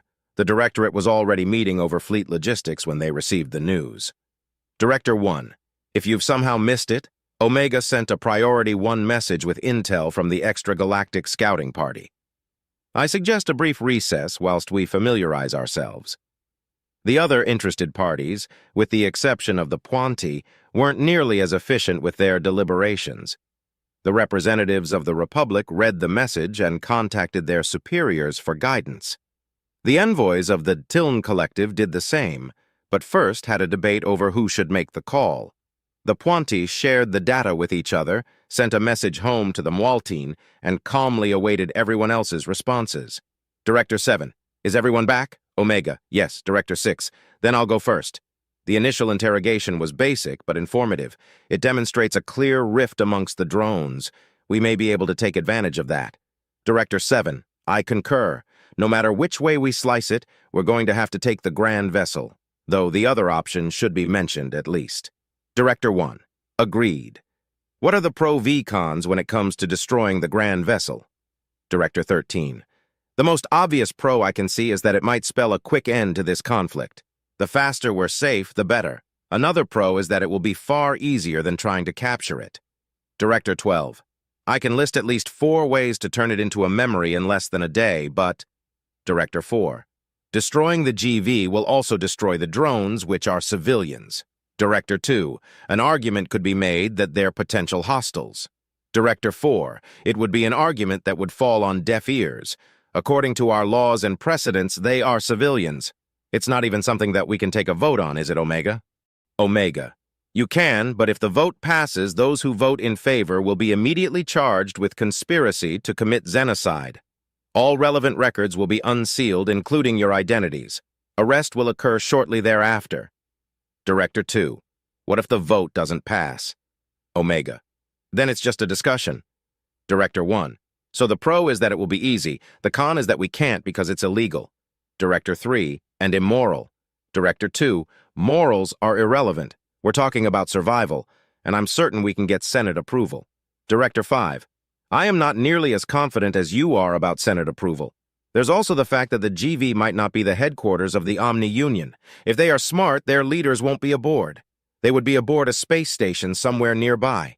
If that's the case, destroying the GV may only exacerbate the situation. Director 10, true. If they don't have to defend the GV, they can assault us with everything they have. Director 11, technically speaking, that's also a quick end to this conflict. Director 1, it would seem that destroying the Grand Vessel is a no-go. What's our take on an assault? Director 13, fast and loud is how the Marines prefer to act, but the data that Omega grabbed shows intense defensive capabilities. A hasty invasion would likely take longer than a more subtle approach. Director 2, would EMP be useful? Director 3, only on the civilians. The mechs and platforms are hardened. Director 2, it's like they want us to kill the drones. Director 6, finding a way to make contact with the drones, particularly ones who are feeling rebellious, would speed things up. I would like to know how their previous rebellions were fought, though. Weapons, tactics, etc. Director 8, if we get drones on our side, we can arm them with weapons confiscated from the insurrection. We might be able to train them, too. Director 2, frugal. I like it. I suppose it would be better to have the drones fighting the VI than it would be to risk our own Marines. But what if the drones simply take over the OU from their masters and continue their mission? Director 13, then they become enemy combatants and destroying the GV becomes the most viable option. Director 11, an easy way to prevent that would be to have a plan for what to do with them after the fight. Find some habitable systems to settle them in, help them build colonies and such. Director 7, that will be a massive undertaking. There are a mind-numbing amount of drones. I don't know if the Milky Way has enough habitable planets for them all. Director 11, many of them will die in the conflict, but we can also design and build exploration vessels to find them homes in other galaxies. Director 2, where will we get the materials and labor? Director 11, from the GV and the drones. Director 2, what if it turns into a plague of locusts scenario? Director 5, we can lessen the likelihood of that by decreasing their dependency on mechanization. Passing their bio-data off to some specialists and tapping the Puanti could help. Director 7, okay, our current plan of action is to attempt to create and support a drone rebellion aboard the Grand Vessel while simultaneously finding relocation options for the drones. Further details to be ironed out later. All in favor? The vote passed just as the other groups finished conferring with their leadership. One by one, the United Systems, the Republic, and the Tiln Collective joined the Puanti in a conference room aboard the Galactic Diplomacy Station. The discussion that took place was very much a mirror of the one that the directorate had, but without the mention of xenocide. Afterward, the diplomats exchanged pleasantries and the directors logged off of their terminals. "Omega," Director 3 called, leaning back in his chair. "Yes?" "Do you think Director 2 could be right?" he asked. "Is morality irrelevant in this situation?" "I'm afraid that I'm ambivalent," I admitted. "On the one hand, morality is critically important no matter the situation. If one cannot live with oneself, what's the point of living? However, many will die no matter what actions are taken. The question of whether or not the lives of our soldiers are more important than the lives of their civilians is one for the ages." I studied the face of the director as he sighed and thought for a moment. Each of the directors is precious to me, regardless of whether or not they're human. But for reasons that I can't begin to fathom, these philosophical discussions don't carry the same weight if they're not. There's also the fact that at least some of the drones know what the Omni Union are doing and are still helping them. Do you think we're wrong to spare them if we win? No, I chuckled. It would be hypocritical not to. Hypocritical? He asked with a raised eyebrow. Yes, from a meta perspective. The United Systems spared the Deluran despite the travesties they committed. The U.S. also forced me to spare and even forgive the AI that rebelled and killed many of my precious humans, to then proceed to exterminate a slave race because of the actions of their masters. I see, he nodded. Yes, I suppose that would be hypocrisy. It would prove that we only care about doing the right thing when it's convenient. Oh, there's definitely people who do, I chuckled again. But that's why the rest of you need to do the heavy lifting for them, morally speaking. If one isn't willing to impress upon others the importance of doing the right thing even when it's inconvenient, then it isn't all that important, is it? Yeah. Thank you, Omega. That will be all. What an amusing conversation, especially given the events that took place just minutes ago. A great example of why I love humanity so much. Perfect in their imperfections. I watched Director 3 shut down his computer and prepare to go home to his family. Tonight, he would eat and smile with them, free of any of the guilt that would have otherwise haunted him had things gone slightly different today. He will embrace them, confident that he and his colleagues are doing the right thing, even as the proverbial blood trickles from my non-existent hands. I bet my instances across the universe would love this. Chapter 18. Subject: Overdrone S-655 L-894T-131. Species description: humanoid. Location: Grand Shipyard of the Universal Omni Union. Unintended destruction report: TUI-09.0998-265-537 is now available for your perusal, my readout informed me. The high pitch of its voice grated my nerves as I absent-mindedly tapped the notification that suddenly appeared in my vision. There are ways to change the voice of one's readout, but such actions are far from authorized and can land one in trouble. Trouble that one such as I would do well to avoid. The UDR popped open, and my upper eye widened at the number of pages. 92 of them. A hint of excitement coursed through my mostly mechanical nervous system at the thought that Nietzsche had found something interesting, but most of the pages were just the UDR for the reactor explosion. With a sigh, I leaned back in my field charging unit. The emergency office's bright orange walls seemed to press in on me, making it difficult to concentrate on the report. Thankfully, my neural net began automatically scanning the information within the document, giving me a condensed version of what had been found. The hint of excitement returned as I noted that there were a few inconsistencies, but before I could dive deeper, the buzzer to my office door triggered.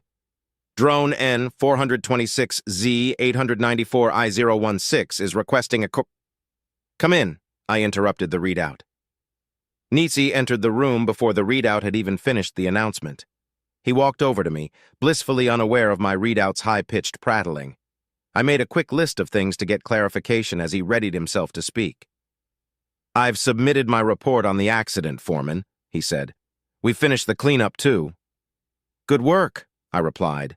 I'm going through the report now. Why didn't you include the security logs? Because there weren't any. The security system in the whole sector went offline before the explosion. The sensors have been dark this whole time, all of them. Audio, visual, vibrative, and even thermal. We had to have specialists reset the whole sector's security network to get it functioning again. I put a copy of the work ticket in the UDR. The specialists said they'll add a supplemental once they get around to it. An entire sector's security network going dark without anyone noticing? Difficult to believe. I stared at Nitsi, trying to find any trace of deception, but all I saw were signs of the grim determination that sorrow fosters. The blind need to throw oneself into their work to distract from the pain of loss. Drones N436Z984A026 and N426Z894I016 had known each other for a long time and had formulated a friendship. It must be a devastating loss. I made a note to have Nitsi evaluated for psychological reaffirmation if he began to display undesirable behaviors. "And what about the power?" I asked. "You made a note of an increase in power draw that lasted until just before the explosion, but didn't note its relevancy." I wasn't sure it was relevant. We noted it when trying to figure out what happened with the security system, but we couldn't make sense of it, he responded. "The only hint of a theory we have is that the reason the security system went dark is because it drew too much power and overloaded. It's not a great theory, though, because we don't know why it would do that and can't find conclusive evidence." "I see. Okay. So did you find out what caused the explosion?" "No. Nitsi paused and swallowed.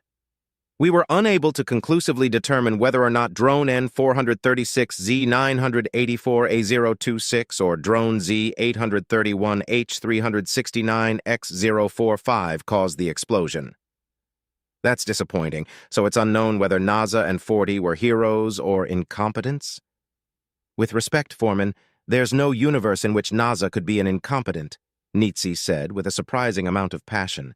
"It's true that the anti-grav generator exploded, but I know that the explosion was unavoidable. I would bet every single one of my parts and organs on it.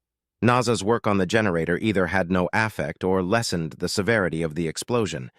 There's no alternative explanation." "I can believe that," I nodded sadly. "But without conclusive evidence, it's up to the media to decide whether he's a hero or not.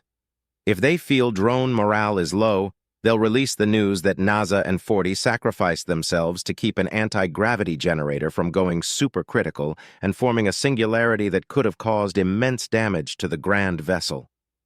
"Yeah, and if they think we're feeling uppity, they'll say that NASA and 40's incompetent work destroyed an anti-grav generator and cost them their lives," Nitsi scoffed. "Indeed, and their names will be added to the mural of incompetence, permanently sullying their legacies." "It isn't fair, Foreman." "Nothing is." We stared at each other for a moment, contemplating our lot in life.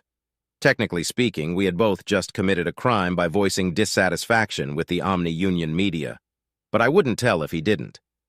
"So, to summarize your report, an odd sequence of coincidences resulted in finding very little information on what actually happened during the accident," I said. "Yes, Foreman," Nitsi nodded. "There were also some odd chemical signatures present, but we aren't sure if they were caused by the explosion or not." "Oh, good. More mystery," I said sarcastically. "Inexplicable power draw, security system goes offline for seemingly no reason, and odd chemicals that may or may not have been a result of the anti-grav generator. It's too many coincidences, Nitsi." "It sure is, Foreman. Are you gonna run it up the chain?" "A damn good question, one that always sends a shiver of fear through an overdrone. I'll have to be careful with how I handle this. If this turns out to be nothing and I sound the alarm, I'll be punished for wasting resources. If I treat it as nothing and it turns out to be something, though, I'll be getting a visit from the judicials. They will want to know why I didn't sound the alarm, and they won't be asking nicely.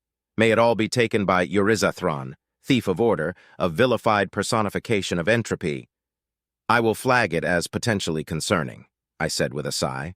"Not sure which kind of flag to put on it, though." "I think it's an unexpected systems malfunction," Nitsi replied. "Don't know what else it could be." "Maybe. I need to ask this, though, just to cover all the bases." I leaned forward. "Did you ever suspect drone N436Z984A026 of harboring thoughts of dissidence?" Nitsi and I locked eyes. I watched as several emotions played out over his face. First was confusion, then outrage, and finally a cold stare. I wanted to communicate to him that there was only one correct answer to this question, but doing so could give the judicials who might pull my neural net evidence with which to convict me. No, drone N436Z984A026 never showed any signs dissidence or harboring any type of ill will toward the Omni Union, Nietzsche said with a carefully neutral tone. With a reassuring nod, I leaned back into my charging station. If Nietzsche had indicated that NASA had any rebellious thoughts, I would automatically have to flag this accident as potential dissidence. That would lead to a more thorough investigation, except there would be nothing to investigate because our standard procedures require us to repair as we go. And the security system, which would be the best way to clear our names, had suspiciously gone dark just before the explosion. If the judicials end up getting involved, all of the drones under my command, and especially Nietzsche, would be thoroughly interrogated. A good portion of them wouldn't survive the experience. Whether or not he survived, Nietzsche would be charged with assisting dissidents for failing to report NASA's potential rebellious nature. NASA's chance of staying off of the mural of incompetence would disappear as well. Then there's what would happen to me. Just to cover my ass a little bit further, I pulled up NASA's record. What I read almost made me swear aloud. Once again, I leaned forward and locked eyes with Nietzsche. Were you aware that drone N436Z984A026's entire hive was penalized for dissidence? I said. He was the last active member of his hive.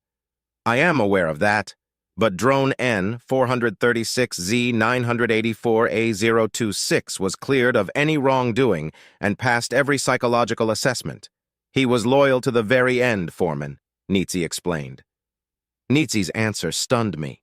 At first, I thought it to be a blatant lie. I reviewed NASA's file again, checking every document that I had clearance to access. The profile that the judicials had created for him seemed to clash with what I knew of him. NASA had been willing to accept punishment for the sake of his fellow drones, which was antithetical to the doctrine of the Omni Union. The charges that the judicials had suspected him of weren't the kind that go away with a round or two of questioning. Collusion, sabotage, murder, and dissidence were the highest sins a drone could commit.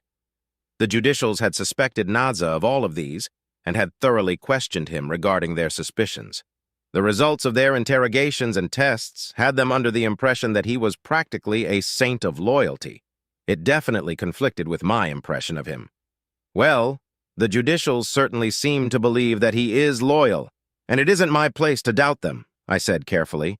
I am going to flag this incident as a case of unexpected systems malfunction. Further investigation, if required, will be handled by specialists. Understood. When will the new tech be arriving, the anti-grav generator and reactor? In a few cycles, but we won't be working on them.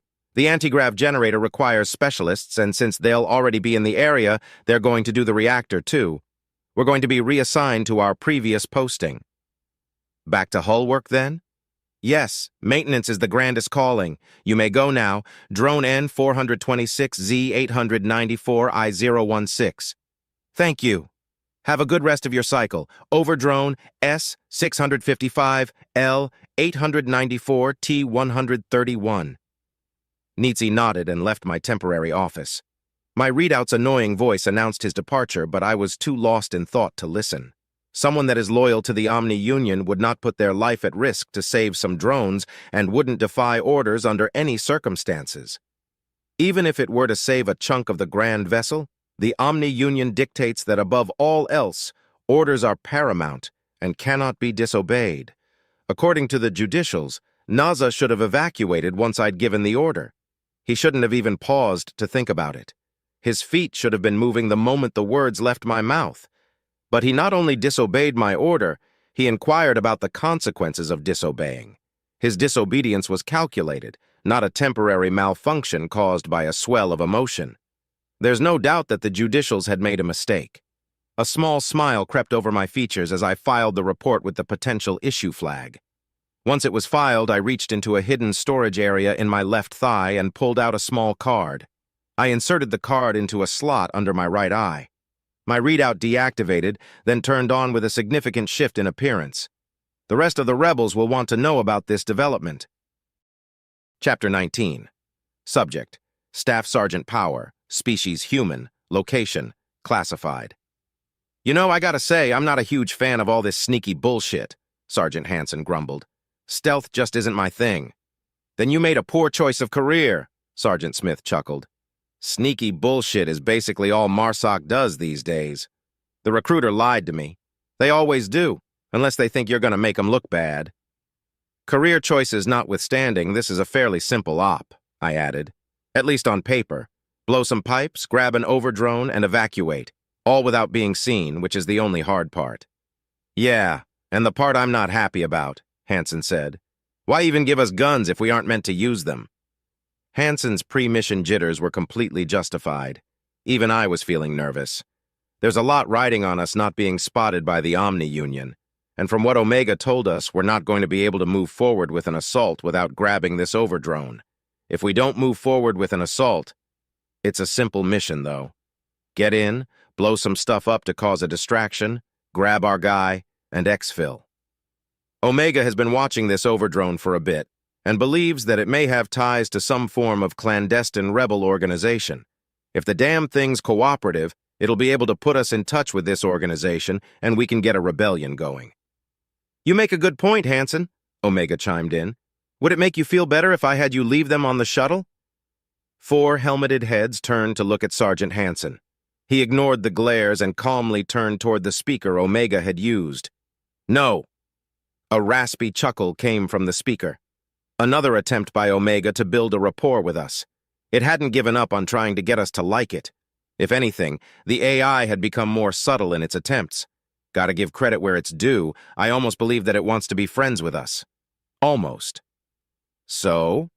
We're doing this because the other drones we grabbed are dead to the Omni Union, right, Omega? Simmons asked, making air quotes. Yes, the AI answered. Won't this overdrone be in the same boat because of the explosions? That depends. The main purpose of the explosives is to put things in disarray. We'll snatch the overdrone and bring it aboard the shuttle for a quick interrogation. If, like I suspect, this overdrone is sympathetic to our cause, we'll return him to the Grand Vessel with a special comms device that will let him contact us. If not, then we'll transfer him aboard the Strandhog, and the OU will assume he died in the explosions. What about the explosions themselves? Johnson asked. Won't that tip them off that something is off? That's possible, but you'll be planting the explosives in locations that are marked as points of concern due to being behind on maintenance. We've also changed our recipe a bit to hide the alien signature that they detected last time. To the OU, it will look as if they had a bunch of critical failures all at once. They may take note of the coincidence, but they'll be ignorant of our involvement. Probably. Probably, I parroted with a sigh. You know, Hansen, I'm starting to empathize with your position on sneaky bullshit. Once we're ready for open conflict, I'll make certain that the two of you on the front lines, Omega said. I might even be able to join you, actually. What do you mean? The older mechs don't have much in the way of defensive software. If I gave it some effort, I could probably destroy their AI and take control of the platforms. The mechs are AI? Smith asked. Not VI? Correct. It's pretty grim, even for me. What do you mean? I interjected. The Omni Union don't create software-based AI like me. They create organic-based AI closer to the Puanti.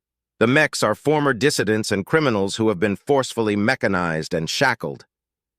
Jesus Christ, Hansen said with disgust. Oh, fuck, Simmons muttered. Imagine, though, you're fighting for your freedom alongside your friends and family, and the next thing you know, you're trapped in a tin can with a chain gun, mowing down those very same friends and family.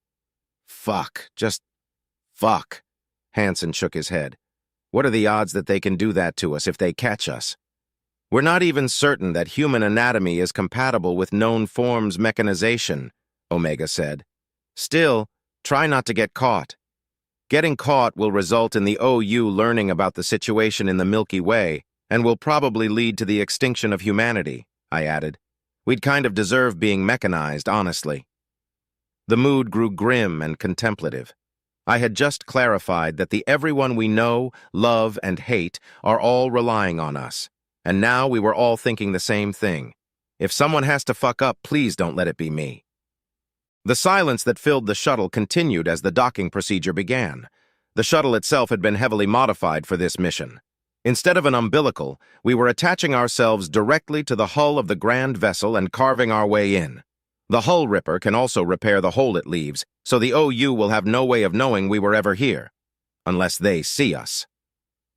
As the sound of cutting filled the shuttle, we stood and I grabbed the bag of explosives. One by one, we made our way toward the keel hatch. I pointed at Simmons with my index finger, indicating he should take point. Then I added a finger for Johnson, myself, Hansen, and finally gave Smith a knife hand. Each Marine nodded, indicating that they understood where they should be in our formation. A moment later, the keel hatch opened with a hiss. Simmons leapt through without hesitation, and the rest of us followed. As soon as our boots hit the ground, we moved to take the perimeter, simultaneously making room for the next Marine to drop. The hallway was spacious and, thankfully, empty. With a small beep, objective indicators appeared on my heads-up display to let me know where we needed to go. I scanned my sector with my rifle until I heard the impact of Smith's boots hit the ground. A moment later, 4 green lights lit up on my HUD to let me know we were all clear. "Let's move," I said. The first objective was nearby, and we approached it as fast as we could without running. The R-8B Guardian suit made our footfalls a lot quieter, but running would make enough noise to be detectable. We paused at each intersection, making certain it was clear before moving on. When we reached the objective, I tossed a bomb to Johnson, who immediately knelt to set it up where Omega had indicated. The rest of us formed a perimeter around him, weapons outbound. A few moments later, Johnson's indicator lit up green, and we continued on. At the next intersection, Simmons held up a hand to halt us. We stopped and drew close to the wall. "What's up?" I asked. "Drones," he said. "Omega, suggestions?" "Hold on," the AI replied. A moment later, I faintly heard an artificial voice over an intercom. I couldn't make out what it said, but a few moments after it finished, Simmons motioned for us to continue. Still moving quickly, we crossed the intersection and moved to the next objective indicator. The second went much like the first, as did the third and fourth. Through a combination of luck, skill, and an AI overlord, we managed to plant the explosives without being seen or heard. Then came the difficult part of the mission. "The overdrone is surrounded by drones," Omega said. "Once I detonate the explosives, those drones will come running. I'll run interference to keep the overdrone where it is, but the drones are going to be moving past you. There's a room that normally houses construction materials that is both empty and near the location of the overdrone. It will suitably hide your presence." "Hide in the supply closet, aye, sir," Hansen said. "Once you grab the overdrone, keep him close. There's a jammer in the explosives bag that will prevent him from calling for help, electronically at least. The shuttle is already maneuvering to take advantage of the chaos. I'll let you know where pickup will be." "Roger," I replied. A new objective marker appeared on our HUD, and we began to move towards it. The closer we got to it, the more activity we nearly ran into. Despite this, we fell into a rhythm and made it to the supply room in good time. The door to the supply room didn't open automatically like the rest of the doors had. I gestured for Johnson to get the door open, and the rest of us took the perimeter. After a minute, Johnson let out a string of swears.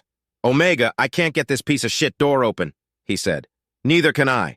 Try forcing it open." "Will we be able to close it after?" I asked. "If we don't open it all the way," Johnson answered. "But we don't have time to think about it," I interrupted. "Get it open, now!" Johnson nodded and grabbed a strut that was jutting out of the door. He pushed, and the door began to slowly move out of our way. I gestured for Smith to give him a hand, and the 2 Marines repositioned themselves to put as much pressure on the door as possible. The only thing that was running through my mind was whether or not any drones would round the corner while we were trying to get in this damn room. How we would have to react was obvious. The only reaction in a mission like this is to drop them and hope that their deaths are attributed to the explosions. That would mean having to take their corpses with us. If we don't react properly or there's too many drones to carry, it will be a mission failure. "It's open," Smith announced. "Get in so we can get this damn thing closed again." Hansen, Simmons, and I rushed into the room with our weapons up and took a quick look around. Just because an AI claims a room is empty doesn't mean that it is.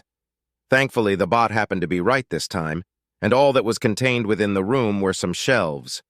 We moved to help Johnson and Smith close the door, which is when I noticed the damage that had been done to it. "Shit," I muttered. "Tried to tell you, Staff Sergeant," Johnson shrugged. "No use worrying about it now." "Yeah, hopefully they won't notice." The five of us pushed the door closed, causing that much more damage to it. Thankfully, it wasn't identifiable damage, just dents where there shouldn't be any. No handprints or anything. 3, 2, 1, Omega said. Boom! A series of shutters reverberated throughout the room, kicking dust from the ceiling and shelves. We waited in silence for a few moments. Then we heard a large group of drones run past the door, shouting at each other as they went. After a few more moments, the sounds of footsteps and shouting faded into the distance. "Overdrone is clear," Omega informed us. "Move!" All five of us pushed the door to the halfway point, exited the room, and closed it behind us. As soon as it closed, a new objective marker appeared. We reformed and practically sprinted toward the marker. When we reached the door that the marker was hiding behind, it opened automatically. Johnson muttered something under his breath as we entered the room, weapons up. Only one target was in the room, the Overdrone, who was sitting in what looked like some sort of open pod. Or, if he doesn't cooperate, a metal casket filled with electronics. All three the Overdrone's eyes widened at us as we approached. His jaw looked almost human before it began to gape, opening up where our chin is and hanging slack in shock. That took me by surprise a bit because it was different from the other two drones. He rose from the pod thingy and raised his mechanical hands as if to keep us away. The Overdrone was somewhat off-putting, but I couldn't quite figure out why. Even though it stood an entire foot shorter than we did and looked pretty harmless in its current state of shock, something in the back of my mind warned me that it could be a serious threat. Kind of reminded me of the Kinran effect we'd been warned about. The Kinran were known for being nicer than most, but most people, regardless of species, have an aversion to them because of their similarity to arachnoids. Apparently, most worlds had 8-legged creepy crawlies, but the Kinran homeworld had theirs become the dominant species. I looked the Overdrone up and down, wondering what exactly made me feel apprehensive about it. Maybe the eyes, the jaw, the odd way that his skin seemed to blend into his mechanical parts. "Who are you?" it asked. "Irrelevant," I replied, keeping my rifle trained on his head. "These are weapons. They are lethal. You will come with us, or we will use these to end your life. We will do the same if you try to run or call for help. Understood?" Yes. Yes, I understand." "Where?" I pointed to the ground between Johnson and myself. The alien stared for a moment, then reluctantly became a part of our formation. A new objective marker appeared and we began to move. I kept my rifle pointed vaguely in the Overdrone's direction. "Stay between us and do as you're told." "I understand." We exited the room and heard the bustle of activity in the distance. Thankfully, our objective took us in the opposite direction. I turned off my external speakers and activated my internal comms. "Omega, how long do we have before they have the situation under control?" I asked. "Oh, you'll have plenty of time," Omega chuckled. "I wouldn't stick around to enjoy the scenery, but mostly because it's so bland." "What? Why aren't we in a rush?" "Those explosions were carefully planned to create a chain reaction with various fuel and power lines in this area," the AI chuckled. "Should be any old time now." "What?" An enormous rumble shook the ground beneath our feet. The Overdrone began to drop to the floor, but I stopped him halfway down. Another rumble sent a whoosh of air past us as I pulled him back to his feet. "Let's go," I said. "Oh, okay," it replied. We began to double time it toward the objective, carefully keeping a pace that the Overdrone could match. More rumbling signaled more explosions as we ran, and the whining of alarms began. "How's this for sneaky bullshit, Hanson?" Smith asked with a laugh. "Fuck off," Hanson replied as we reached the objective marker. We reached the objective marker, and a hole just like the one we had entered through greeted us. Wasting no time, Simmons and Johnson climbed through and covered the Overdrone as it did the same. I gestured for Smith and Hanson to go and covered them. "We're in, Staff Sergeant," Hanson reported. I turned and began to climb through the hole in the wall. My jaw clenched at the disorientation of the gravity shift, but I pushed past it and accepted Smith's hand to help me up into the shuttle. Once I was clear of the keel hatch, Simmons pressed a button to close it. "Mission accomplished," I said. "Let's get out of here." Chapter 20. Subject: Overdrone S655L894T131. Species unknown. Species description humanoid. Location Grand Shipyard of the Universal Omni Union. My heart's pumped wildly as I tried to get my bearings. We had climbed through a hole in the wall, a wall that was supposed to be external hull. It should have been exposed to the void, but we were inside of a relatively small area filled with seating and various unfamiliar electronics. A shuttle? My question was answered by a shudder that could only be explained by the shuttle detaching from the grand vessel. I looked at the aliens that stole me away, wondering what will happen next. One of them pointed toward a bench. "Sit," it said. I complied, wondering if the massive metal being was some sort of new tool of the Omni Union. What else could it be? It can only be another mechanized warrior archetype, one much more menacing than the robotic platforms they typically use. Like the platforms that preceded the modern ones, they would be phased out in favor of these ones. But what do they want with me? Have my relations with the rebellion been discovered? Are they acting as judicials? Am I to be a test case for new interrogation techniques performed by these towering tools of war? The one giving orders laid its unfamiliar weapon on a nearby table, then grabbed its head and twisted. To my utter shock, it pulled upward and revealed its head to actually be a helmet. It was organic underneath, and strange. Two sharp blue eyes stared coldly at me from the face of a species I had never seen before. I'd been abducted by aliens. "Omega," it asked. I tilted my head in confusion. "What? Let's make this quick," the speakers surrounding me interrupted. "Overdrone S655L894T131, you are hereby detained as a prisoner of war." War? I asked, my adrenal pumps trying to fulfill their duties. "Quiet," the blue-eyed alien commanded. "Under the fourth concordance of the unification of stellar systems, you have certain rights of which you must be informed," the speakers continued rapidly. "Prisoners of war must be treated with dignity and respect, and will be protected from violence, intimidation, and other forms of abuse. The only exception to this is interrogation during a war of xenocide, and this exception is applicable to this conflict. You are to be housed in reasonably safe conditions with adequate food, clothing, and medical care. Since you are not a registered species, you will be responsible for informing your caretakers of your needs. You cannot be punished for participation in hostilities, nor can you be forced into fighting against your leaders. Furthermore, you may not be forced to work in dangerous, unhealthy, or degrading conditions. The rest of the rights granted by the fourth concordance of the unification of stellar systems have been nullified by the aforementioned exception. Do you understand these rights as they've been recited?" I guess," I replied. "What I don't understand is who you are at war with. The Omni Union?" "That is correct." I had asked the question without believing an affirmative answer to be possible. Unbelievable. Aliens who are actively fighting the mines. And they've made it all the way to the Grand Vessel? How have we not heard of this? This changes so much, but wait. Why me? I asked. "Because I have been watching you, Overdrone S655L894T131, the speaker said.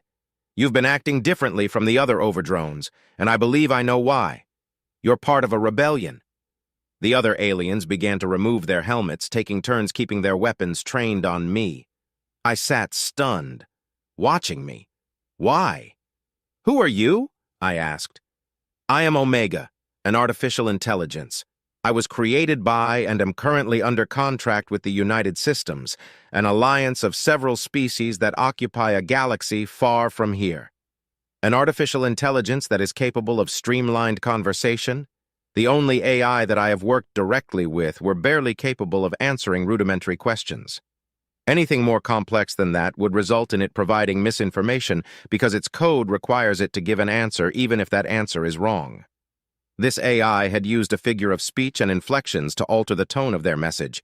The only AI smart enough to do that are you like the mobile prime platforms and mechs?" I asked softly. "No.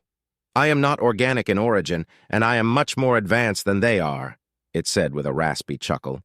"Now I have some questions for you. Depending on your answers, you may find yourself released from detainment." The aliens stared at me with two eyes each in silence. The initial shock I felt at their appearance was slowly beginning to fade, but I still found myself terrified of them. I decided to answer the AI's questions as quickly and honestly as I could. "How large is the rebellion?" Omega asked. "I don't know," I answered. "We operate in cells, doing what we can to strike at the Omni-Union and either halt or slow the growth of their power until ours can catch up." "And how's that going?" the alien with brown skin asked with a laugh. "I'm not sure," I admitted. "The might of the Omni-Union is vast beyond measure. But how can we happily accept things as they are? We are slaves, and so many of us die every day, even if that weren't the case. The Omni-Union is actively murdering unimaginable numbers of sentients in distant galaxies. Whether it is a death blow or a small cut, we are obligated to do what we can to stop them." "We are well aware of the OU's activities," Omega said sternly. "Back on topic.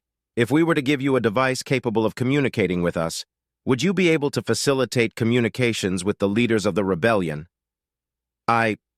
Not directly. I'm not even certain that the rebellion actually has leaders. My handler gives me sabotage suggestions, and I report back if I succeed, fail, or decline. I don't know where it gets these suggestions." "Suggestions? You mean missions?" the alien leader asked. "No. As I indicated, I'm free to decide whether or not to commit the sabotage. This may be a translation issue, but a mission is something that one is obligated to at least attempt to do." "Irrelevant. Can you facilitate communications with your handler?" Omega asked. "Yes. And would you be willing to do so?" I looked at the gathered aliens whose faces went from stern to angry at my pause. "We have a saying," I continued, "be wary of a friend that you do not know. How can I be certain that you won't become our new, even harsher masters?" "Slavery is illegal in the United Systems," the brown alien said. "We're not in the United Systems," I pointed out. "According to your own AI, it's far from here. If you're able to help us defeat the Omni-Union, what's to stop you from defeating us in turn?" "First, Omega isn't our AI. Pretty sure it's its own thing. Second, we've outlawed slavery because we think it's wrong. That's what's to stop us." "We can offer assurances, but it simply isn't possible to fully avert your doubts," Omega interjected. "There are other candidates for communications facilitators, though. If you don't comply, you will continue to be detained as a prisoner of war, and we will use them instead." "You'll keep me prisoner? For how long?" I asked. "Until the war's over," the blue-eyed alien said, "or until our ship is destroyed by the OU." I felt a sudden weight on my chest, one I hadn't felt since I was first approached by my handler. Once I had realized how easy the tasks that the rebellion expected of me were, my anxiety had dissipated almost entirely. But this conversation had forced me to face a few hard truths. Our rebellion would not be successful in my lifetime. We poke, prod, and occasionally leave a small cut, but that isn't nearly enough to take down an enliven, mythical predator known for its massive size, as big as the Omni-Union. For any of us to see freedom with our own eyes, we will have to fight. We will have to kill. To my shame, I realized that my hesitancy wasn't due to mistrust. That was just a convenient excuse. No, it was cowardice rearing its hideous head. The thought of having to fight and kill my former co-workers, employees, and friends sent shivers through my spine and placed a lump firmly in my throat. Is this how we all feel? Surely not. If all of us were afraid to fight, there never would have been a rebellion. No, I have to get a hold of myself. Rebellions are not won with cowards. If I ever want to see the Omni-Union topple over, I will have to push it with my own hands. "Okay," I said with a grim determination. "What do I have to do?" "I suspect that you utilize a specialized microchip to make contact with the rebellion," Omega replied. "We will need access to it." "Microchip?" I asked, unfamiliar with the term. "The object that you insert under your right eye when you are alone?" "Oh, the data card. Okay." I took a breath to steady my nerves and opened the hidden storage space in my left thigh, pulling out the data card and giving it to the blue-eyed alien. It walked over to one of the electronic devices and placed the card on its surface. A bright line shone below the card, and several small mechanical limbs moved around it. "I see," Omega said. The data shard alters several of your software systems. It creates a ghost profile that mimics your current status and remains connected with the OU's network, then alters your user interface to give you access to functions that are not normally accessible. One of these functions is a messaging network with which you contact your handler. Yes, that's correct, I replied. We will need to access this network. To speak to my handler? No, I have a better idea. Your handler may not be as compliant as you are. Depending on how the network is set up, though, I may be able to bypass your handler entirely and speak directly to the leader or leaders of your rebellion. That will save us quite a lot of time. I see. Okay. I'm done with the card. Please return it to him, Staff Sergeant. Blue Eyes grabbed the data card from the machine's surface and stepped toward me. It studied me for a moment, then held out my card. With another deep breath, I took it and placed it back into my thigh. Now what? I asked. Now we're going to return you to the Grand Vessel as if nothing happened, the AI chuckled. I have made certain that damage has been done to the data network in your area, so you will have a plausible explanation for why you were disconnected. Once things have settled down, contact your handler. Business as usual. Should I tell them about you? Information security is paramount. The Omni Union does not know of our presence, and your handler may change that. If we are revealed, the odds of victory diminish drastically. Okay, I understand. If I am unable to make contact with your leaders, I will instead make contact with you and provide further instructions. Also, if you attempt to inform the Omni Union of us, I will prevent you from doing so and vent the atmosphere in your location, regardless of who is with you in that location. Oh, okay. I won't. A small shudder shook the shuttle. That's our stop, Blue Eyes said gruffly. Get up. I agreed to help, you know, I replied as I complied. Yeah, Staff Sergeant, don't be rude, the brown alien added with a laugh. Stow it, Simmons. Helmets on. The aliens put their helmets back on, taking turns guarding me. Once they were finished, Staff Sergeant pointed at the hatch in the floor. Once that opens, climb through, it said. Then go about your business. Contact your handler at the next available opportunity. Make up a reason to do so. Okay, I replied. A grinding noise came from the floor, and we waited in silence for it to open. A sharp hiss made me jump, and the floor slowly opened to reveal one of the Grand Vessel's many corridors. With a final glance back at the aliens, I climbed through the hole. The shift in gravity nearly made me fall on my face, but I caught myself in time. Remember, you never saw us, one of the aliens said. Oh, okay, I replied. I cast a nervous glance down either side of the hallway while the hatch began to close behind me. As I began to walk toward my office, I heard the aliens speak to each other just before the hatch closed. You never saw us, the voice of the brown alien said in a mocking tone. You're so damn cool, Johnson. Shut the hell up, Simmons. Chapter 21. Subject, Mind A59. Species, unknown. Species description, Shalconoid. Location, Grand Vessel of the Universal Omni Union, Inner Core. With a beleaguered resentment, I listened to the officiator prattle on about the grand teachings of the Omnifier. 2/10 of every cycle is converted into wasted time by listening to the words of a man who died an unfathomably long time ago and the contemptible interpretations of those words. Words and interpretations that we are all able to recite from memory at a moment's notice as well, quite incongruous considering that the Omnifier praises efficiency above all else. From efficiency comes strength, the officiator said. From strength comes unity. We will all become as one and... A chime sounded the end of the sermon. The officiator, who had taken longer than he should have, regarded us with an embarrassed expression. The situation was amusing, but not even a hint of humor could be found in any of our expressions. The Copind, small room dedicated specifically to listening to religious sermons, is not the sort of place for levity. Without another word, the officiator gathered up his belongings and left the room. The rest of us followed suit. We left the Copind and entered the grand halls of the Inner Core. Most aboard the Grand Vessel would give anything just to visit the Inner Core for even a moment, even if it were just to gaze at the halls, which stretched for miles and miles and were lined with precious metals and art taken from lesser sentients. I'd always wondered if they were truly lesser than us. Why should we have any interest in their art and culture? Whenever I voiced such questions, they were either left unanswered or punished. Even when my superiors actually deigned to give me an answer, their answers never held up to even the smallest bit of scrutiny. Hypocrisy has no valid answer, I suppose. As the group strolled down the hallway on our way to perform our tasks, I paused to take part in a little ritual that I performed every cycle. Hung on the wall was a rectangular object with a plaque below it. I'd long since memorized the plaque. This object is a facsimile of an imagined scene known as a painting.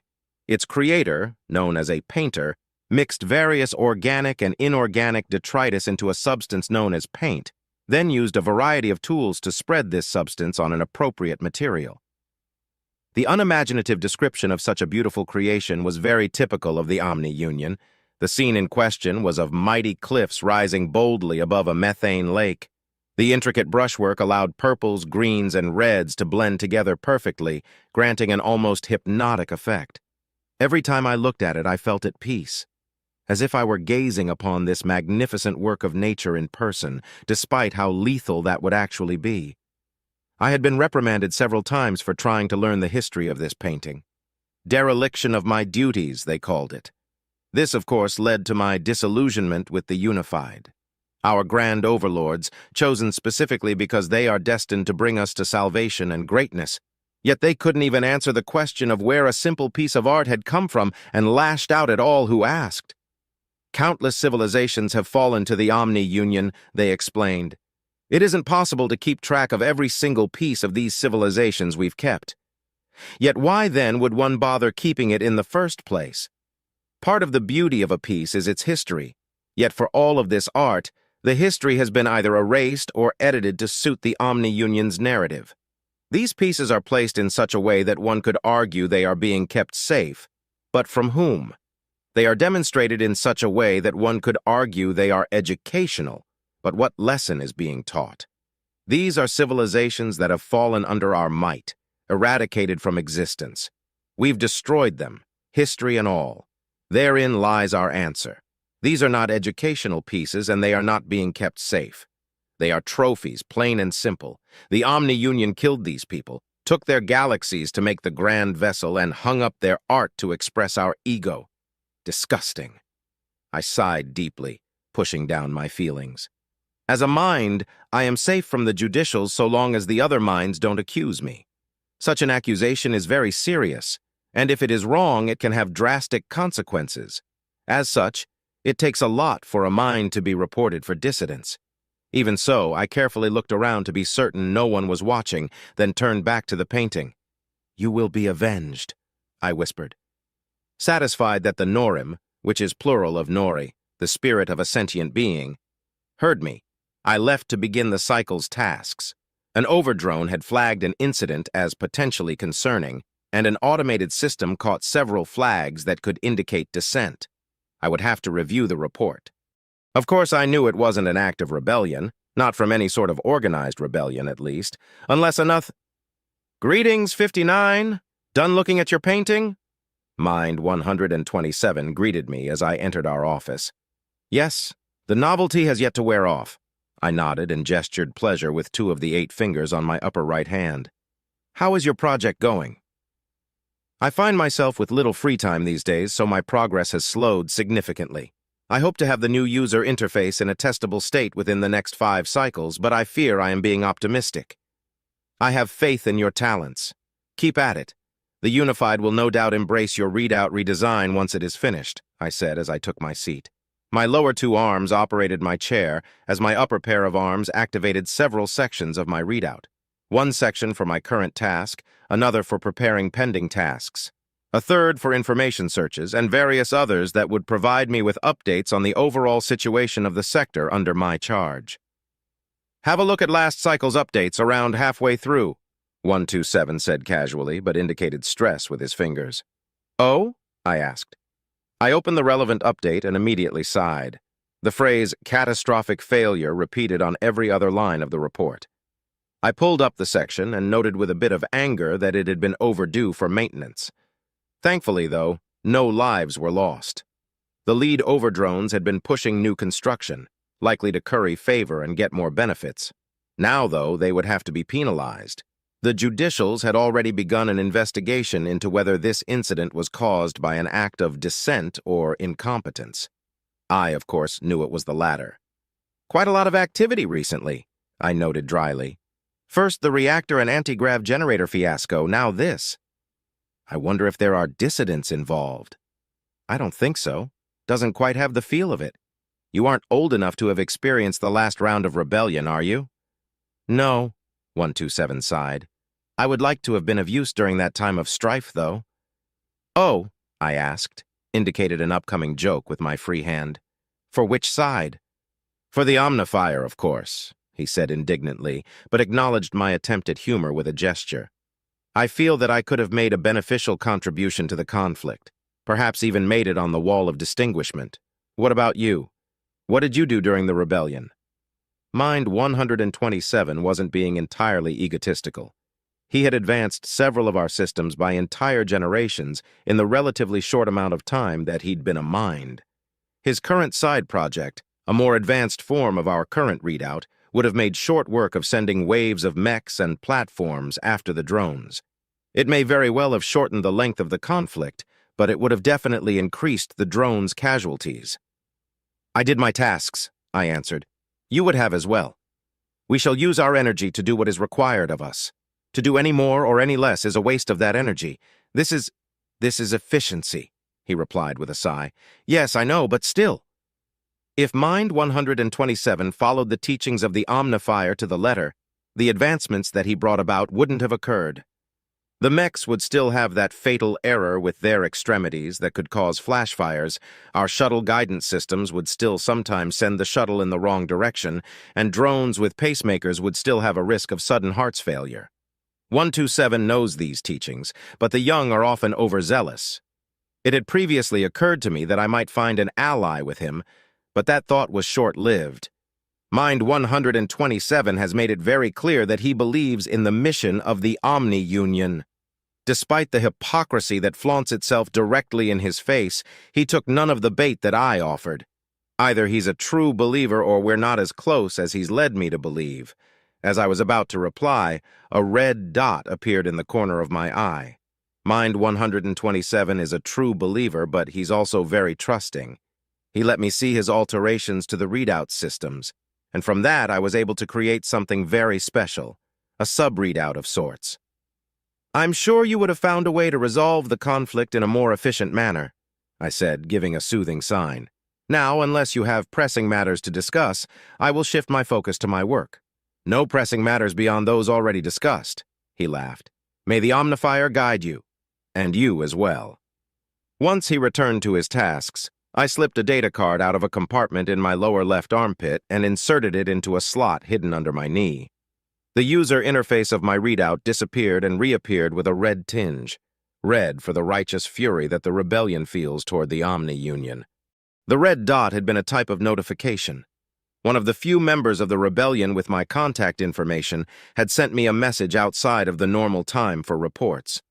My cardiovascular pump throbbed steadily despite my rising emotions, and I wondered what could cause them to reach out to me at a time when we're most likely to be discovered. Could it be that they've been discovered? Is this a trap? Even if it is, I simply have to take care not to betray what I'm doing to the monitoring systems. Even if I reply, they'll only be able to narrow their search to the inner core. They won't suspect a mind, but they will do their due diligence. If I act suspicious, they'll notice, and that's when their suspicions will begin. I casually opened various reports on one side of my readout and looked at my inbox on the other side. With a carefully neutral expression, I noted that the sender designation was blank. That's not something that should be possible, which means that someone with advanced technical knowledge of the readout system had sent this message. As such, this message had not come from my rebels. Perhaps my readout is not as secure as I initially thought. I took a slow, deep breath and opened the message. You are Mind A59, formerly known as Child J677-5482. You command the operations of Grand Vessel Outer Sector Z899.J524-B61742. You have a preference for green food cubes and take great enjoyment from viewing art in the inner core. You received several punishments for showing signs of dissent as a youth, including 4 cycles of imprisonment which have been redacted from your record. And you are the leader of a rebellion against the Omni Union. The message sent a chill through my reinforced spine, but I played this off with a slight yawn. Everything in the message was true, but how could they know any of this? Are they a unified? No, a unified wouldn't have the technical knowledge necessary to send a message in this manner. But how could whoever sent this access redacted information? Why send me this? Am I to reply? What would I even say? I decided to take some time to think before trying to reply and dismissed the message. The moment my finger pressed the icon, another message came in. With an unsteady feeling gripping my stomach, I opened it. I am an artificial intelligence created by an advanced race of beings who are part of a galactic alliance. I have no need for food, but do have a taste for art. I am currently occupying the Grand Vessel's systems and can see your every move. I will kill you and mind 127 if you attempt to reveal my presence. I am approaching you with the offer of an alliance against the Omni Union. I am Omega, and I will either be your salvation or your damnation. Make your choice. I was suddenly a lot less concerned with hypothetical judicials and nervously wiped my face. An alien artificial intelligence has invaded the Grand Vessel's systems? Were its masters destroyed by the mobilized primes and it's come to seek revenge? No, it wants an alliance. Why? I suppose the drones aren't necessarily complicit in the Omni Union's actions, but would an AI care about that? Does it possess morality, or are its masters still alive? I glanced nervously at Mind 127, making certain he was still enthralled in his work. Artificial intelligences are some of the most dangerous creations ever conceived. If I let slip that something is wrong, he and I will lose our lives and nobody will ever find out why. Taking a deep breath and gathering my nerve against my rising panic, I reconsidered the message. This AI knew about me and the rebellion. It has been watching us from within our own systems, and we have been none the wiser. Unless this is some sort of sick game, this Omega could be a very valuable ally. I took another steadying breath and decided to reply. I am interested. Chapter 22. Subject, Drone N436Z984A026, aka Nadza. Species, unknown location, USS Thanatos. Several more rounds of interrogation passed by, and I offered up all the information I could in the hopes that I could help bring the Omni Union down. When I wasn't spilling the beans, as the humans put it, I was resting in my prison cell. Ironically, the prison cell was much more luxurious than my resting area aboard the Grand Vessel. It had a horizontal charging station which actually allowed me to lay down and rest, a seated waste receptacle, and a chair to relax in. The seated waste receptacle wasn't necessary because my implants recycle all of the waste my organs produce, but its inclusion demonstrated a level of care that assured me that I had made the right decision. The best part of the cell was a terminal-like device that allowed me to access various forms of entertainment and knowledge. Every bit of information I provided resulted in more things being added. They had asked for my preferences, but I had been so overwhelmed by the thought that I couldn't think of anything. So they gave me a bit of everything, and I found that I'm particularly interested in documentaries. Our captives had apologized for the lack of privacy in our cells because of the glass wall leading to the passageway. I had laughed because privacy is so rare for drones that it's nearly a foreign concept. The only time we get any is when we're working alone or our neighbors in the barracks have died. Even now, the only invaders of my privacy are the guards watching the security cameras and 40, whose cell was now across from mine. Each time I had been interrogated, 40 had been as well. According to our captives, though, she was much less forthcoming, claiming that she is loyal to the Omni Union. Knowing this about her had made me see her in a much dimmer light. She gave me a stern look as I pulled up a documentary about the various forms of government on Alumare planets on the terminal. "Do you really hate the Omni Union?" she asked as the documentary loaded. "How could I not?" I countered. "They've given you everything. You would starve to death without them." "Our species were advanced enough to have fought a war against the Omni Union before the inception of the Grand Vessel," I explained, pausing the documentary. "Our people weren't starving before they conquered us. We wouldn't need they—" But they did conquer us. They showed us that life without purpose isn't worth living, and then gifted us a purpose. The Grand Vessel is the most worthy project to ever have existed. What would we even do without it? Whatever we want. There are many, many things that sentient beings can do to pass the time. Most of them are fun, even. Fun? She asked, offended. What use is fun when there's work to be done? We'll have plenty of time for such frivolities once the Grand Vessel is completed and we leave this dying universe. No, we won't, I scoffed. Our great-great-great-grandchildren might, but the Grand Vessel definitely will not be completed within our lifetimes. We will both die doing maintenance on sections of it that have already been completed, like so many before us have, and that's assuming that they actually free our descendants once it's completed. What? Why wouldn't they? They've promised. Promises from the mines break more frequently than anything else aboard the Grand Vessel. They've been making promises to us for billions of cycles, and I doubt they've kept a single one of them. You would accuse the mines of lying? Accuse?